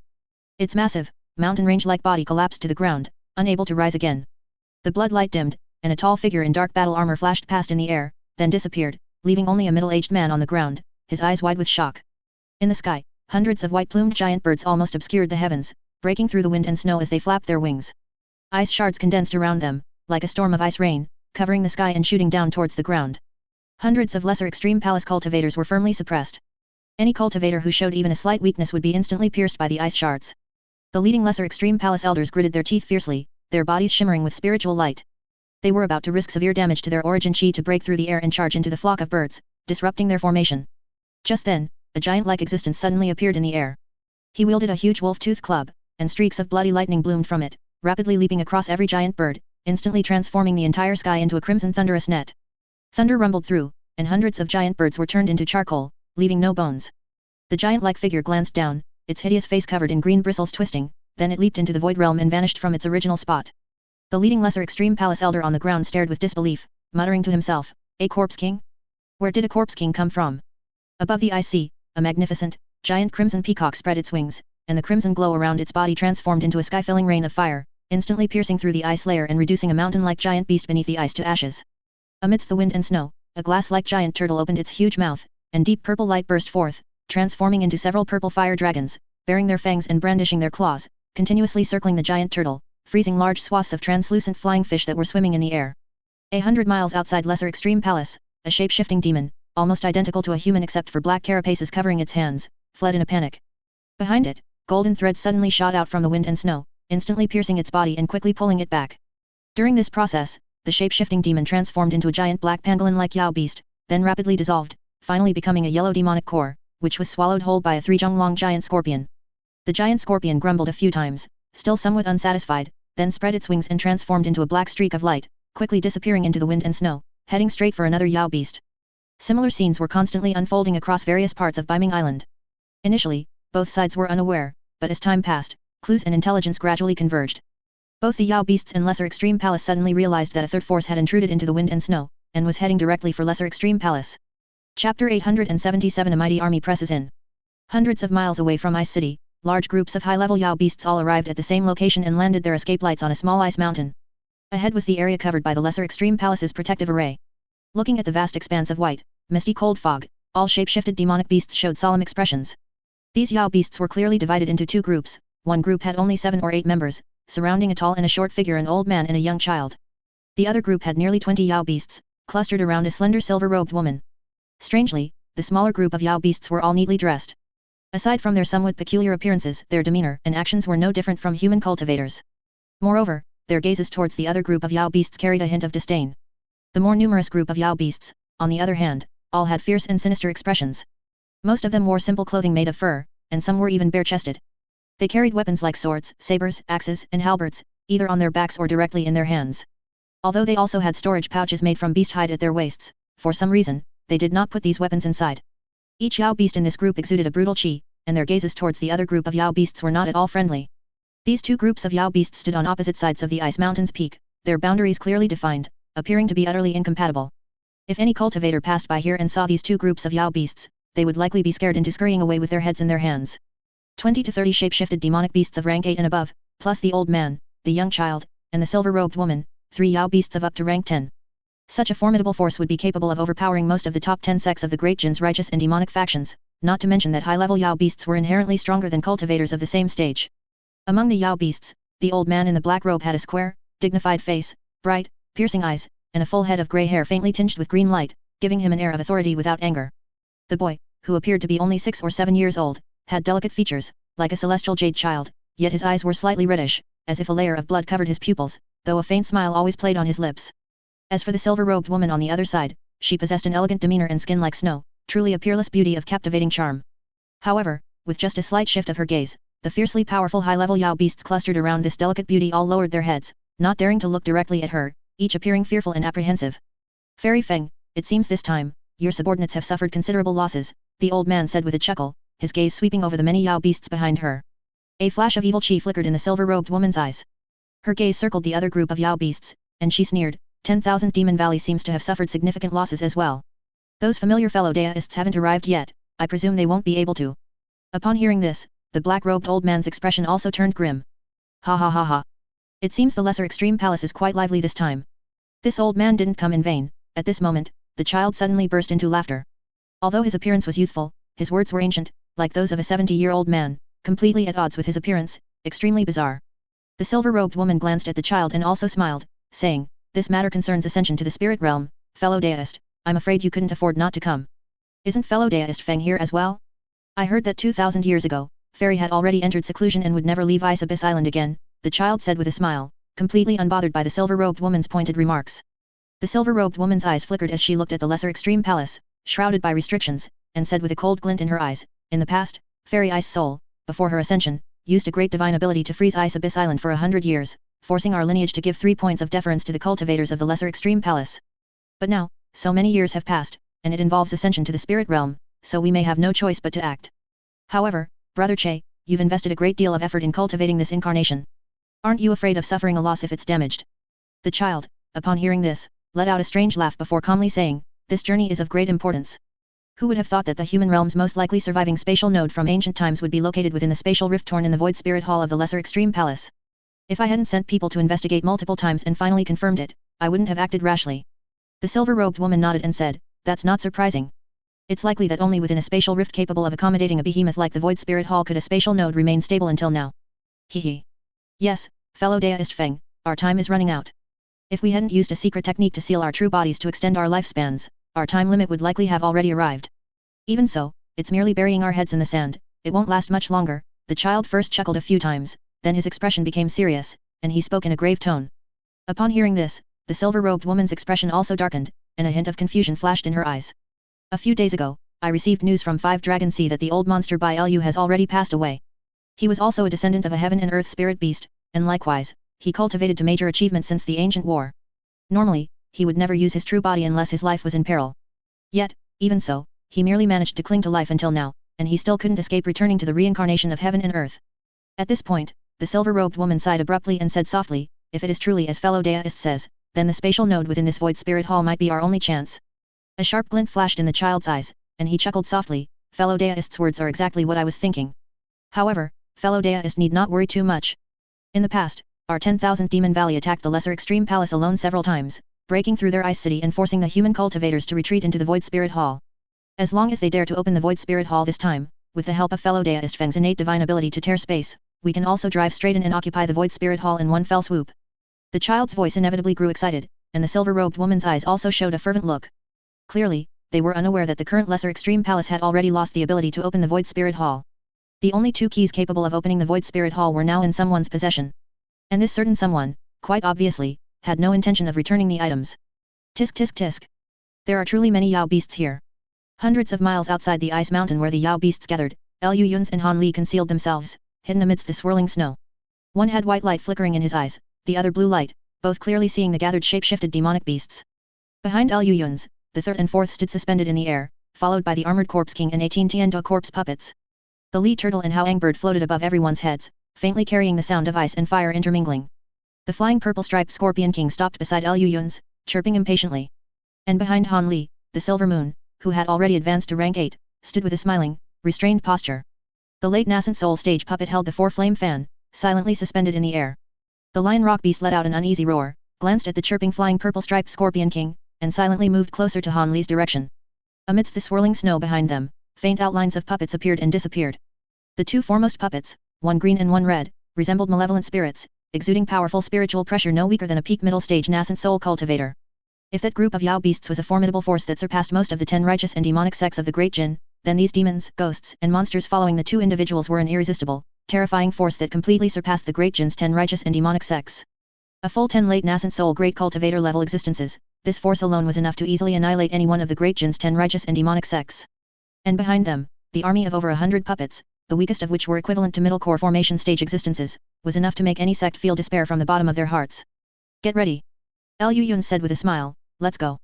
Chapter 878, The War Begins. Just as both sides were harboring their own thoughts and preparing for a major battle, Lu Yun's and Han Li suddenly frowned simultaneously, turning their heads to look into the distance. The old man, the young boy, and the silver-robed woman almost simultaneously sensed something and likewise looked in the same direction with surprise. Everyone sensed a terrifyingly vast spiritual pressure suddenly rising into the sky from within the vast, white cold mist, immediately spreading rapidly in all directions. The next moment, a bell chime, sounding like both a dragon's roar and a tiger's roar, rolled in from the edge of the horizon. The 8th and 9th level Binghai Yaeshao, Ice Sea Demon Beasts, surrounding the Ice Phoenix all changed expressions upon hearing this sound, many of them losing their footing.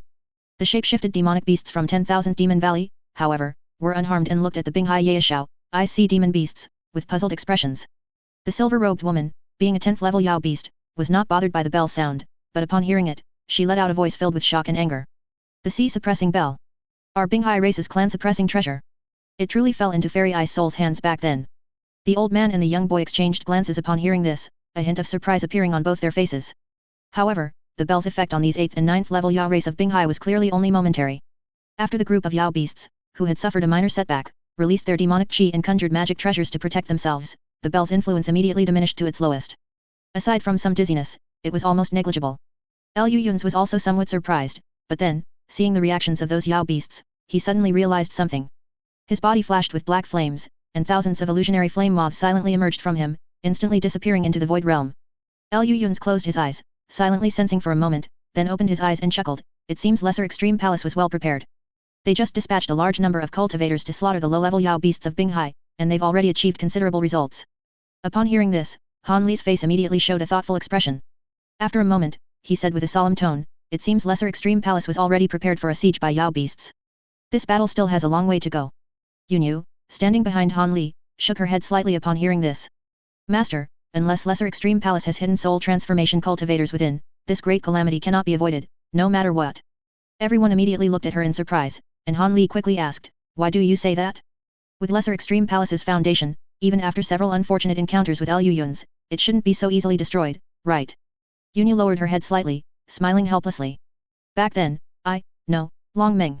During the chaotic battle, Long Meng seemed to have given some benefits to that 10,000-year corpse bear in Xian Qingzi, which included the locations of several reverse spirit passages in the human realm. So many years have passed, and most of these reverse spirit passages have probably collapsed. However, one of them is located within the Void Spirit Hall of Lesser Extreme Palace, making it the most likely to have survived until now. For this reverse spirit passage, both the Binghai Yaeshao, IC Demon Beasts, and 10,000 Demon Valley will fight with all their might. Even if Lesser Extreme Palace truly fends off these Yao beasts, old Demon Che will never give up. Even if it means exhausting his lifespan, he will come here in his true body to make a last stand. After all, this is his only chance." At this point, a hint of melancholy appeared on Yunyu's face. "Old Demon Che, hey." Liu Yun stroked his chin, his gaze sweeping over the group of demons and monsters around him, feeling not the slightest bit of panic. With their abilities, even if old Demon Che's true body were here, he wouldn't dare to speak loudly to him. However, if old Demon Che really did accidentally find the Void Spirit Hall, that would indeed be quite troublesome. Just by the names, Void Heaven Palace, Void Spirit Hall, who would believe that these two places have no connection? Liu Yun's had been coveting the Void Heaven Palace's main body for a long time. Perhaps he could find some clues in the Void Spirit Hall. In that case, this item couldn't be cheap for old Demon Che. Liu Yun's looked down at the storage pouch at his waist. It still contained 2 azure blue cauldrons. 1 azure blue cauldron for a chance to research the Void Spirit Hall, that shouldn't be too much, right? While Liu Yun's was still pondering, on the other side, the Yao beasts had already begun their attack.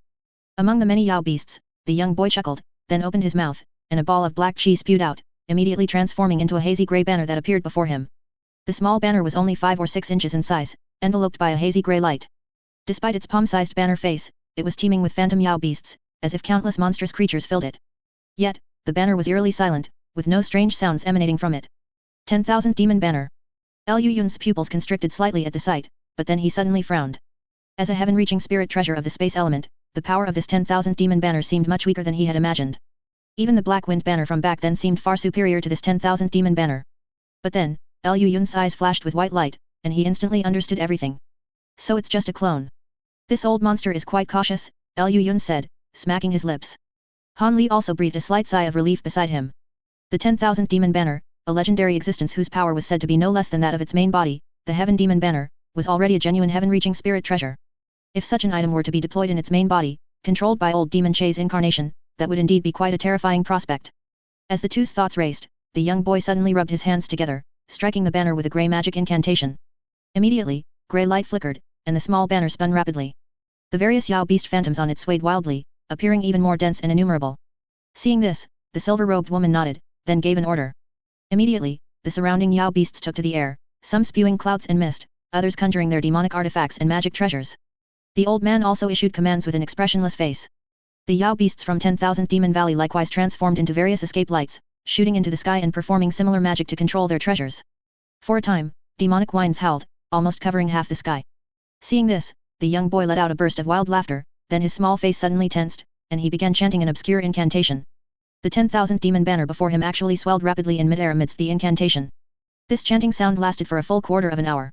A gigantic banner, as thick as a water vat and about 100 zhang tall, stood erect on the icy mountain peak, like a heaven-supporting pillar.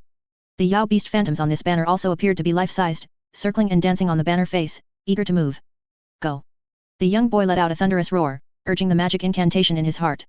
Immediately, countless roars of Yao beasts emanated from the banner, and various Yao beasts, enveloped in multicolored demonic clouds and demonic chi, poured out like a flood from an open sluice gate, rushing directly towards the opposite side's vast, white cold chi. The group of Yao beasts in the sky also refused to be outdone, sweeping down in an overwhelming manner. And almost simultaneously, a dozen figures of varying builds suddenly appeared in the cold chi. Hidden within the restriction, they raised their hands, releasing various colored lights, directly meeting the group of Yao beasts. In an instant, streaks of spiritual light intersected in the air, and Yao beasts roared loudly.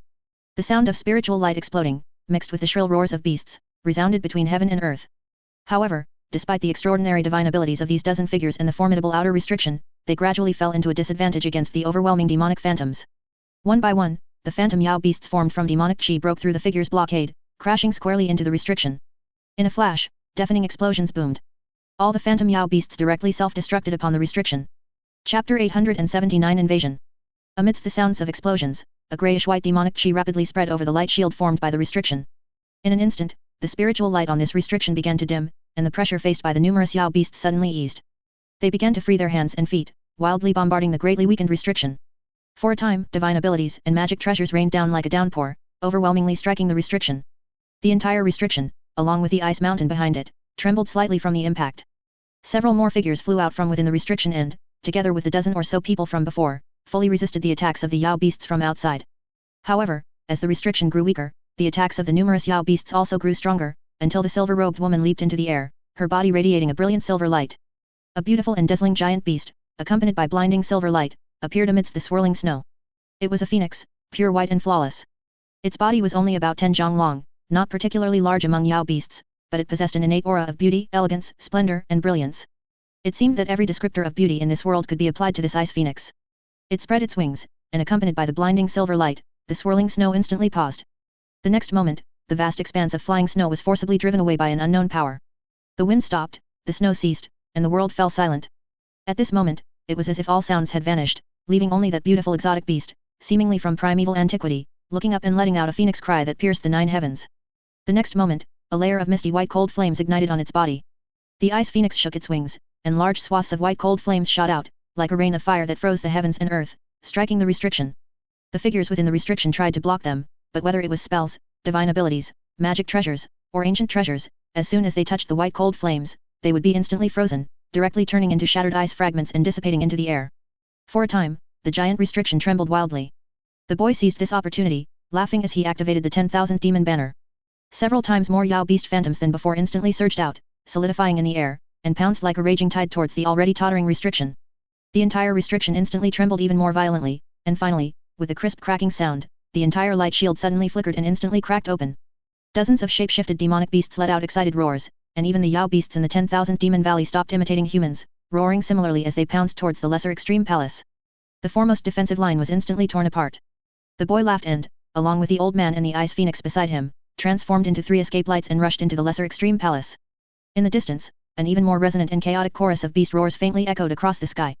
These were the vast numbers of Yao beasts that had previously been blocked by the cold chi, numbering in the thousands, including a large quantity of level 6 and 7 Yao beasts, surging towards the lesser extreme palace. Liu Yun's eyes narrowed, and he made a gesture without looking back. The 2 evil ghost puppets immediately bowed slightly, then shot into the sky, erupting with 2 powerful spiritual pressures, instantly blasting away all the surrounding cold chi and revealing a 100-strong puppet army.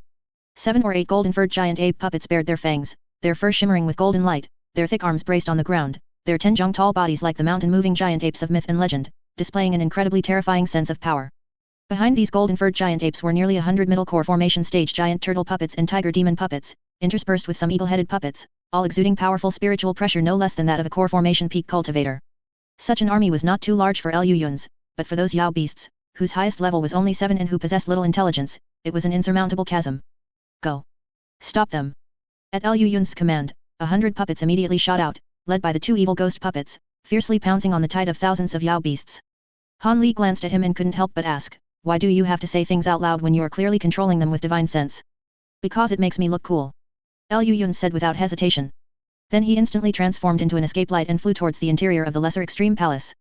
Everyone looked at each other, appearing somewhat helpless, and one by one transformed into escape lights, shooting towards the interior of the lesser extreme palace. At the entrance of the Lesser Extreme Palace, several level 8 and 9 Yao beasts guarded the area, gnawing on terrifyingly deceased corpses. Judging by their attire, these should all be shape-shifted demonic beasts from the 10,000 Demon Valley. No matter how human-like they pretended to be normally, at times like these, their true nature was still fully exposed. These few Yao beasts were eating with gusto when they suddenly sensed something and all looked up. At the entrance, 10 escape lights roared in, carrying an unimaginably powerful spiritual pressure. Before the people even arrived, a colossal pressure already vibrated the air with a humming sound. In an instant, these few Yao beasts felt their hair stand on end, as if they had returned to their childhood, a time when their surroundings were full of natural predators. One of the grade 9 demonic beasts tried to issue a warning. But the next moment, an extremely fast black light suddenly flashed before his eyes and was gone, and then a fine head slowly rolled off. The corpse fell to the ground, and before it could revert to its original form, it had already turned into a skeleton. Before the other few demons could react, grayish-white demonic fire shot out, crimson sword chi pierced through the air, and golden threads effortlessly penetrated their powerful demonic bodies, which were difficult for magic treasures to harm. In the blink of an eye, several shape-shifted demonic beasts, strong enough to roam the world, all turned into mutilated corpses. The 10 escape lights did not even pause, rushing straight into the interior of the Lesser Extreme Palace. After casually slaying several shape-shifted demonic beasts that couldn't escape in time, everyone's eyes lit up as they arrived at an open area inside the Lesser Extreme Palace. Here, the battle was already in full swing. Oh! In this space, which seemed to be a plaza or a grand hall, the boy sat beneath the 10,000 demon banner, which had transformed to 100 zhong in size, looking over with a surprised expression, his eyes wide and round. However, at this moment, everyone had no time to mind him, instead, they were utterly shocked by the scene before them. Cultivators, either fighting alone or in groups, struggled to resist the shape-shifted demonic beasts. The clash of top-tier combat power between humans and demons shook this several hundred zhong large hall, making it tremble incessantly, and it was unknown when it would completely collapse. This was a struggle far more tragic than the duels between human cultivators, it was a true fight to the death. With no holds barred. And among these battle groups, the most striking was the Ice Phoenix, over 10 zhong in size and pure white, covered in a misty white cold flame, wantonly displaying its might in the sky. Its opponent was a middle-aged beautiful woman, desperately trying to resist the Ice Phoenix's attacks. This beautiful woman's divine ability was truly considerable, but under the attacks of the Ice Phoenix's sharp claws and wings, she was still at a disadvantage and already teetering on the brink, facing constant peril. Chapter 880, Confrontation. The middle-aged beautiful woman and Ice Phoenix naturally also instantly saw the uninvited guests who had intruded into the Lesser Extreme Palace. After a sweep of their divine sense, they were both stunned. Subsequently, both sides tacitly reined in their divine sense, focusing most of it on this group of demons and monsters. The boy sitting on the ground had a rather unpleasant expression. He suddenly cast a spell, and the 10,000 demon banner, 100 zhong in size, above his head trembled. A grey beam of light shot out from it, heading straight for everyone. The 10,000 demon banner. If it were the main body, that would be one thing, but it's just a clone. How dare it be so bold? Old Fourth sneered, extended a hand, and a glossy black light shield instantly enveloped everyone. When the grey-white light beam shot onto the black light shield, it disappeared like a mud ox entering the sea. The boy's expression changed. He instantly recalled something, and his tender young face suddenly became ferocious. Fellow Deist Lu, so it's you. The grievances between us and the Lesser Extreme Palace have nothing to do with fellow Deist Lu, do they? The boy said with a solemn tone. The black light shield dissipated. Lu Yun's gaze swept over the chaotic battle in the hall, and the corners of his mouth curved slightly. He artificially cleared his throat and said with a serious tone, upholding the principle of peaceful coexistence, our side hopes that the confronting parties can lay down their disputes and mutually. Yunyu looked at Han Li with a bewildered expression. Han Li's face showed no signs of wavering or doubt, he merely said expressionlessly, don't mind him. No matter what he says, don't mind him. The more you pay attention to him, the more excited he gets. Let him play by himself for a while, and he'll stop when he gets bored. Yunyu fell silent, genuinely feeling that her decision to stay in the human realm might have been a bit hasty. Clearly, Yunyu wasn't the only one bewildered. Everyone present was momentarily stunned, and many who were in the midst of crucial combat instinctively paused. Of course, this wasn't because Lu Yun's words were so profound, or because everyone was so shocked by what he said. It was simply because he and the group of demons and monsters around him were strong enough. The towering spiritual pressure shook the entire hall, making it seem like it was on the verge of collapse. Cracks began to spread through the surrounding ice, as if it could shatter at any moment. With such a huge commotion, even if both sides were fighting fiercely, they had no choice but to stop. The greatest benefit of immense power was that no matter what nonsense Lu Yun spouted, everyone else had to listen intently.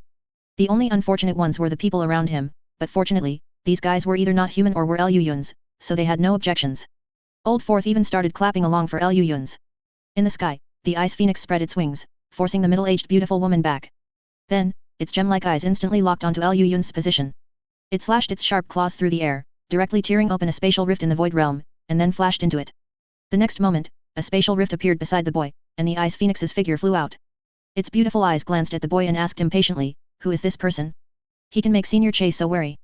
The boy glanced at her, his expression grim, and said nothing. Beside him, the old man also appeared, his gaze slowly sweeping over the group of demons and monsters, feeling a shiver run down his spine. Especially the flying purple-striped Scorpion King, the old man clearly saw that the 8 eyes were shining with an obvious look of seeing him as food.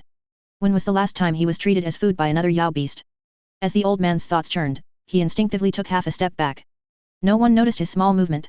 In fact, the entire hall had fallen silent, as if a pin drop could be heard.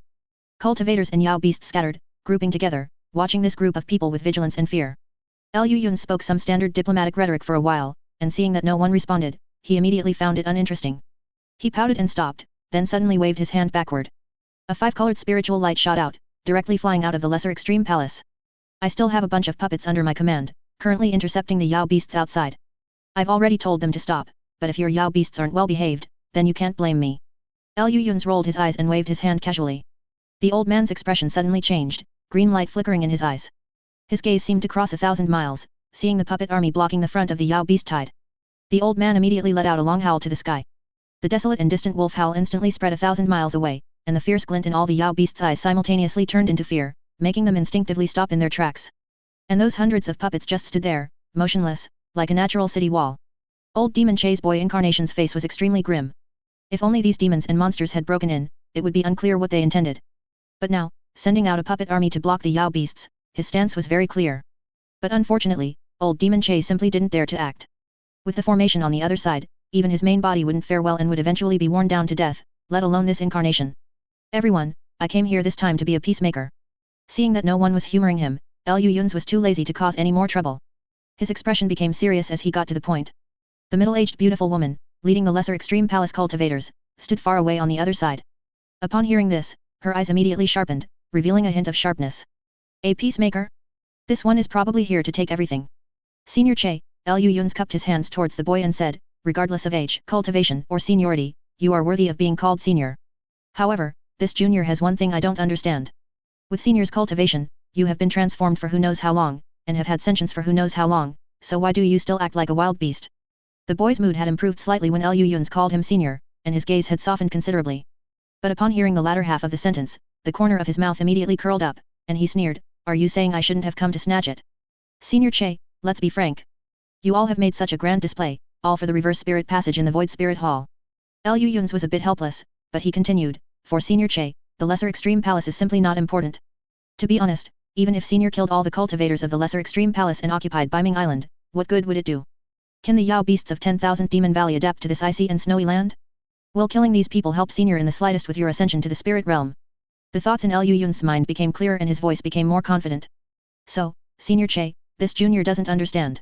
With Senior's cultivation and seniority, if you had just directly told the Lesser Extreme Palace that you wanted to study the reverse spirit passage in the Void Spirit Hall, couldn't they have discussed it with Senior? Chapter 881, Ceasefire. Listening to Liu Yun's words, old Demon Che just sneered and said, fellow Daoist Liu, you still don't understand.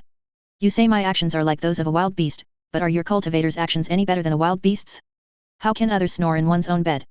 What's the difference between that and a wild beast protecting its territory? Discuss?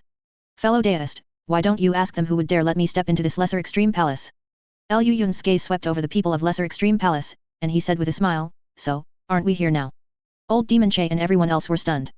Look, the current situation is this, if we continue to fight, there's no doubt that the cultivators of Lesser Extreme Palace will be completely wiped out by the Yao beasts. But at the same time, 10,000 Demon Valley and Binghai will not emerge unscathed from Lesser Extreme Palace's desperate counterattack. Liu Yun spread his hands and said helplessly, both sides continuing to fight will only result in mutual destruction. Even if Senior Che, you manage to get your hands on the Void Spirit Hall, without the help of Lesser Extreme Palace, it will be very difficult to truly control the entire Void Spirit Hall. If Lesser Extreme Palace is pushed to the brink, and they directly detonate the teleportation array leading to the Void Spirit Hall's space, what can you do? So, how about everyone takes a step back? Lesser Extreme Palace allows Senior Che to enter the Void Spirit Hall and helps Senior Che stabilize the Reverse Spirit Passage. In return, after Senior Che's ascension, this Reverse Spirit Passage will be left to Lesser Extreme Palace. And we can enter the Void Spirit Hall with Senior Che, as a precondition for sincere cooperation between both sides.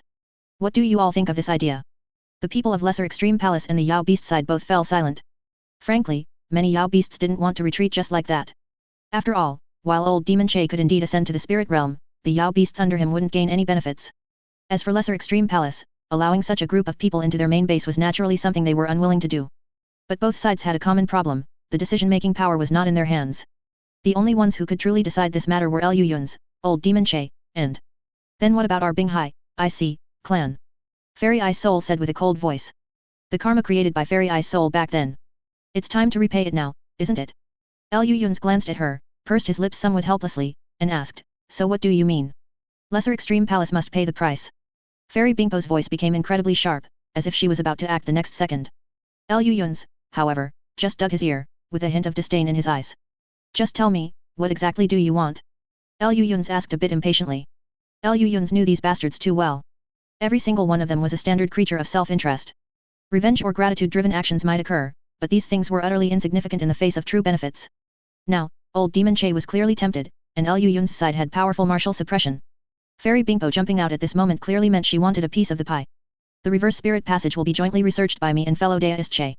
Seeing Liu Yun's impatient look, Fairy Bingpo no longer bothered to pretend and directly stated her conditions. Also, Lesser Extreme Palace must hand over the sea-suppressing bell and provide 10 drops of cold marrow. Old demon Che also nodded slightly and said, fellow deist Phoenix's conditions are not excessive. Our 10,000 Demon Valley also needs 10 drops of cold marrow. After all, there were not a few casualties on this trip, and we still need to give some benefits to those little brats. Upon hearing this, the middle-aged beautiful woman smiled bitterly and said, Seniors, the sea-suppressing bell can be discussed, but the cold marrow. The cold marrow of our Lesser Extreme Palace was lost not long ago, and we truly cannot produce it now. Fairy Bingpo's gaze turned cold, about to erupt, but at this moment, Liu Yun's nodded and said, I can prove this, because that bottle of cold marrow is in my hands. Everyone was stunned when they heard this.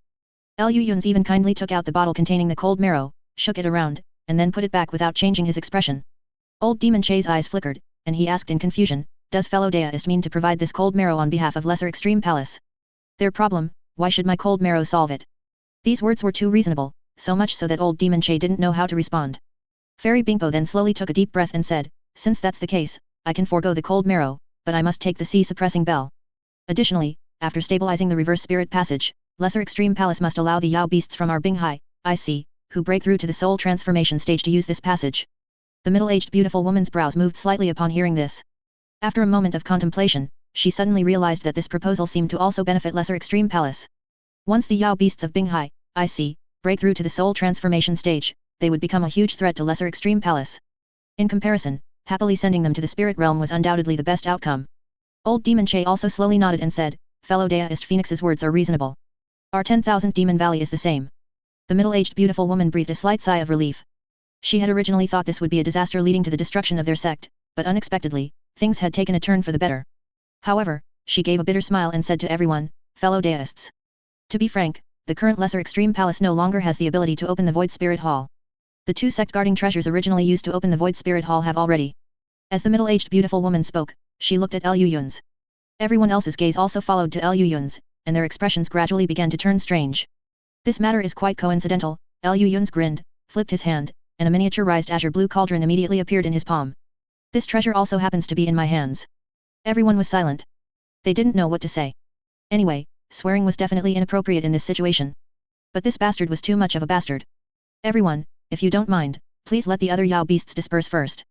Let's have a good talk about the ownership of the Void Spirit Hall. Liu Yun's grinned, finally revealing his true intentions. Old Demon Che and Fairy Bingpo, however, were full of confidence and directly ordered all the other Yao beasts to leave Lesser Extreme Palace. One of them was merely an incarnation, and the other possessed an innate spatial divine ability. No one could stop them if they wanted to leave. Therefore, they weren't afraid of anyone playing tricks.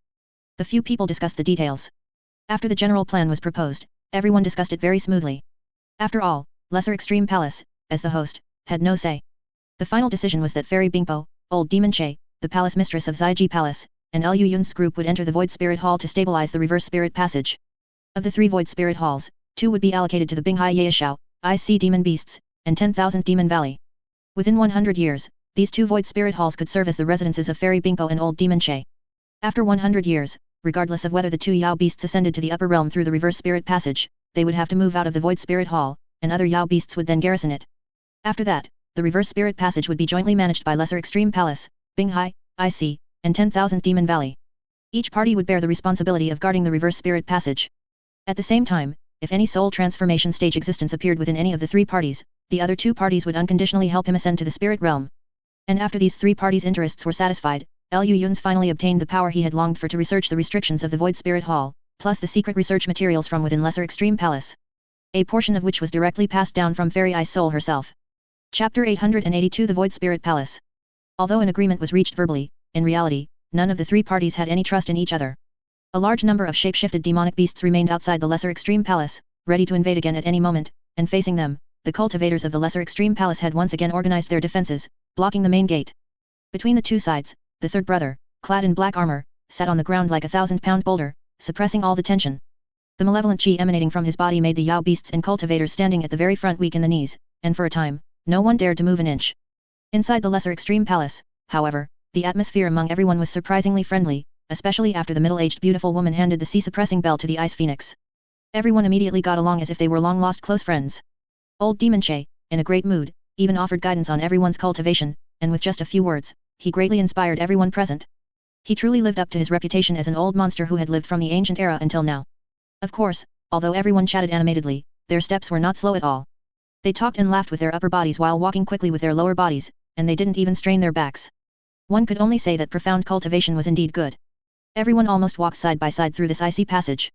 After exiting the passage and glancing forward, despite being mentally prepared, everyone couldn't help but show expressions of surprise. Before their eyes was a completely enclosed valley surrounded by walls, lush green, with birds singing and flowers fragrant. Various exotic flowers and plants grew everywhere, and the sun was bright, making it feel like spring all year round, like a fairyland. This area was several miles wide, completely enclosed by tender green mountain walls, but against the mountain walls, numerous exquisite pavilions and terraces were built. In the very center of the valley, 3 grand halls built of white jade were situated, occupying almost 1/3 of the valley's area.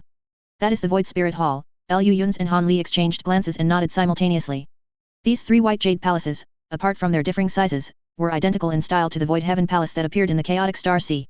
They were also made of flawless white jade, exquisitely beautiful, and emitted a faint glow. However, compared to the palace floating in the Void Realm that day, these 3 halls were only about 1/3 the size of the Void Heaven Palace. Old Demon Che, however, clasped his hands behind his back and said with great emotion, if not for the palace master leading the way, who would have thought that the palace-like buildings on the mountaintop were actually just for the low-level disciples of the inner palace to cultivate and reside in.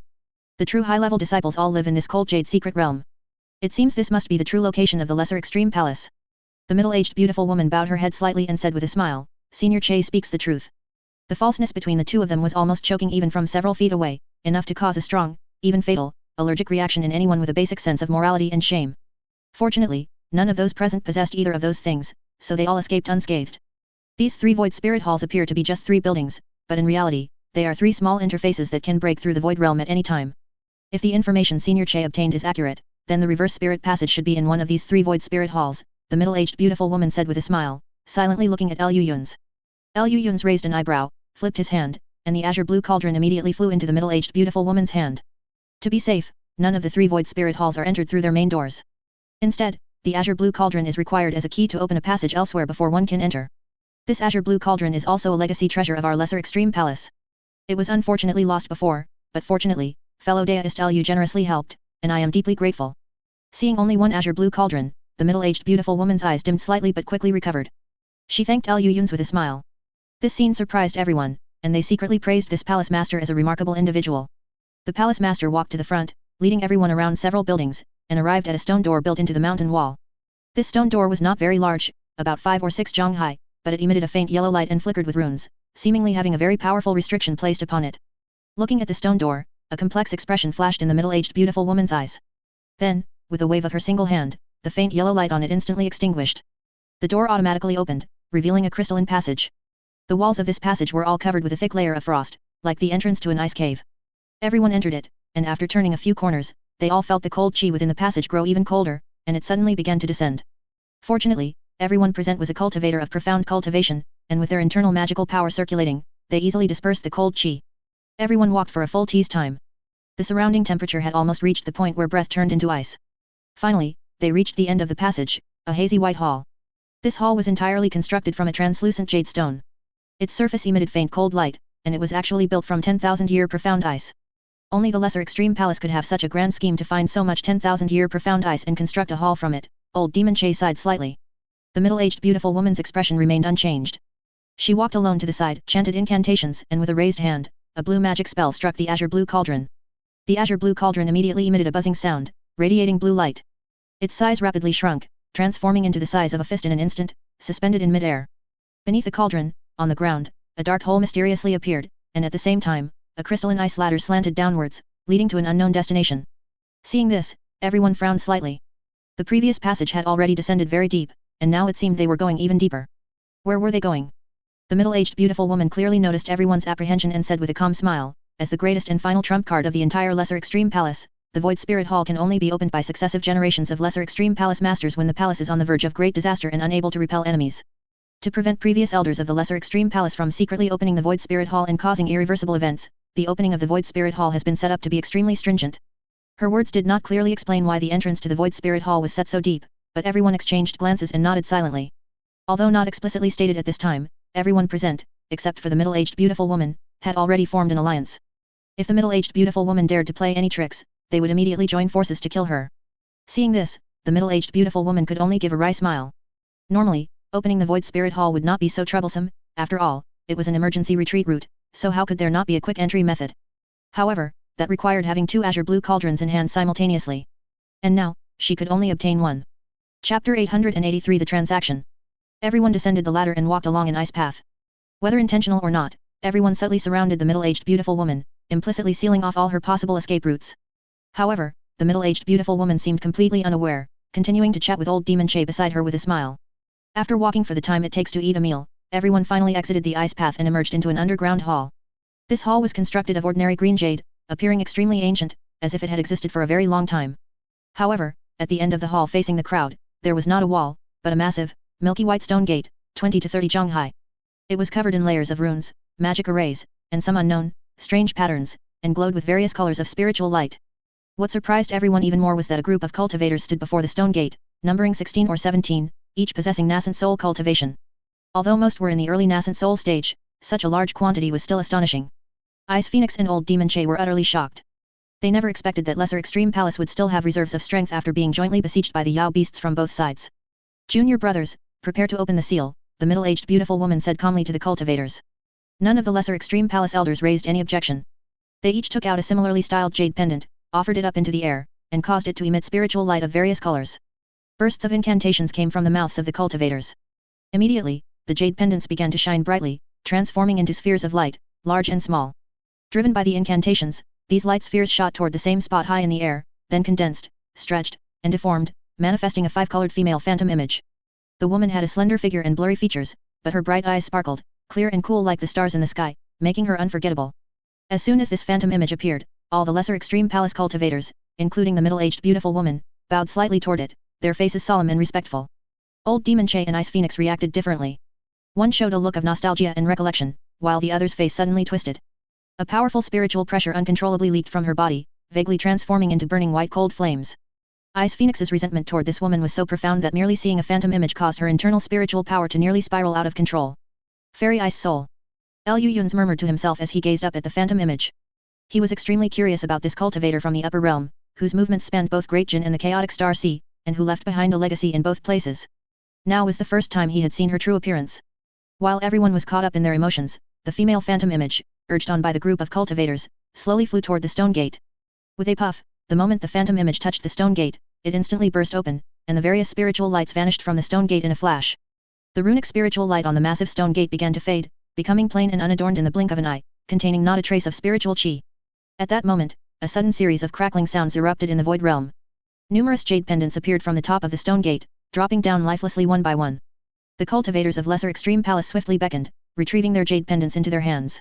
Seeing this, the middle-aged beautiful woman immediately stepped forward a few paces, lightly sweeping her sleeves toward the stone gate. A wave of blue light swept out, striking the stone gate like a gentle breeze. The stone gate, as if made of paper, silently split into two and opened inward. Everyone, this is the Void Spirit Hall, the middle-aged beautiful woman said, turning sideways to reveal the interior of the stone gate, a massive white space. This space was immensely vast, appearing to be a palace of pure white.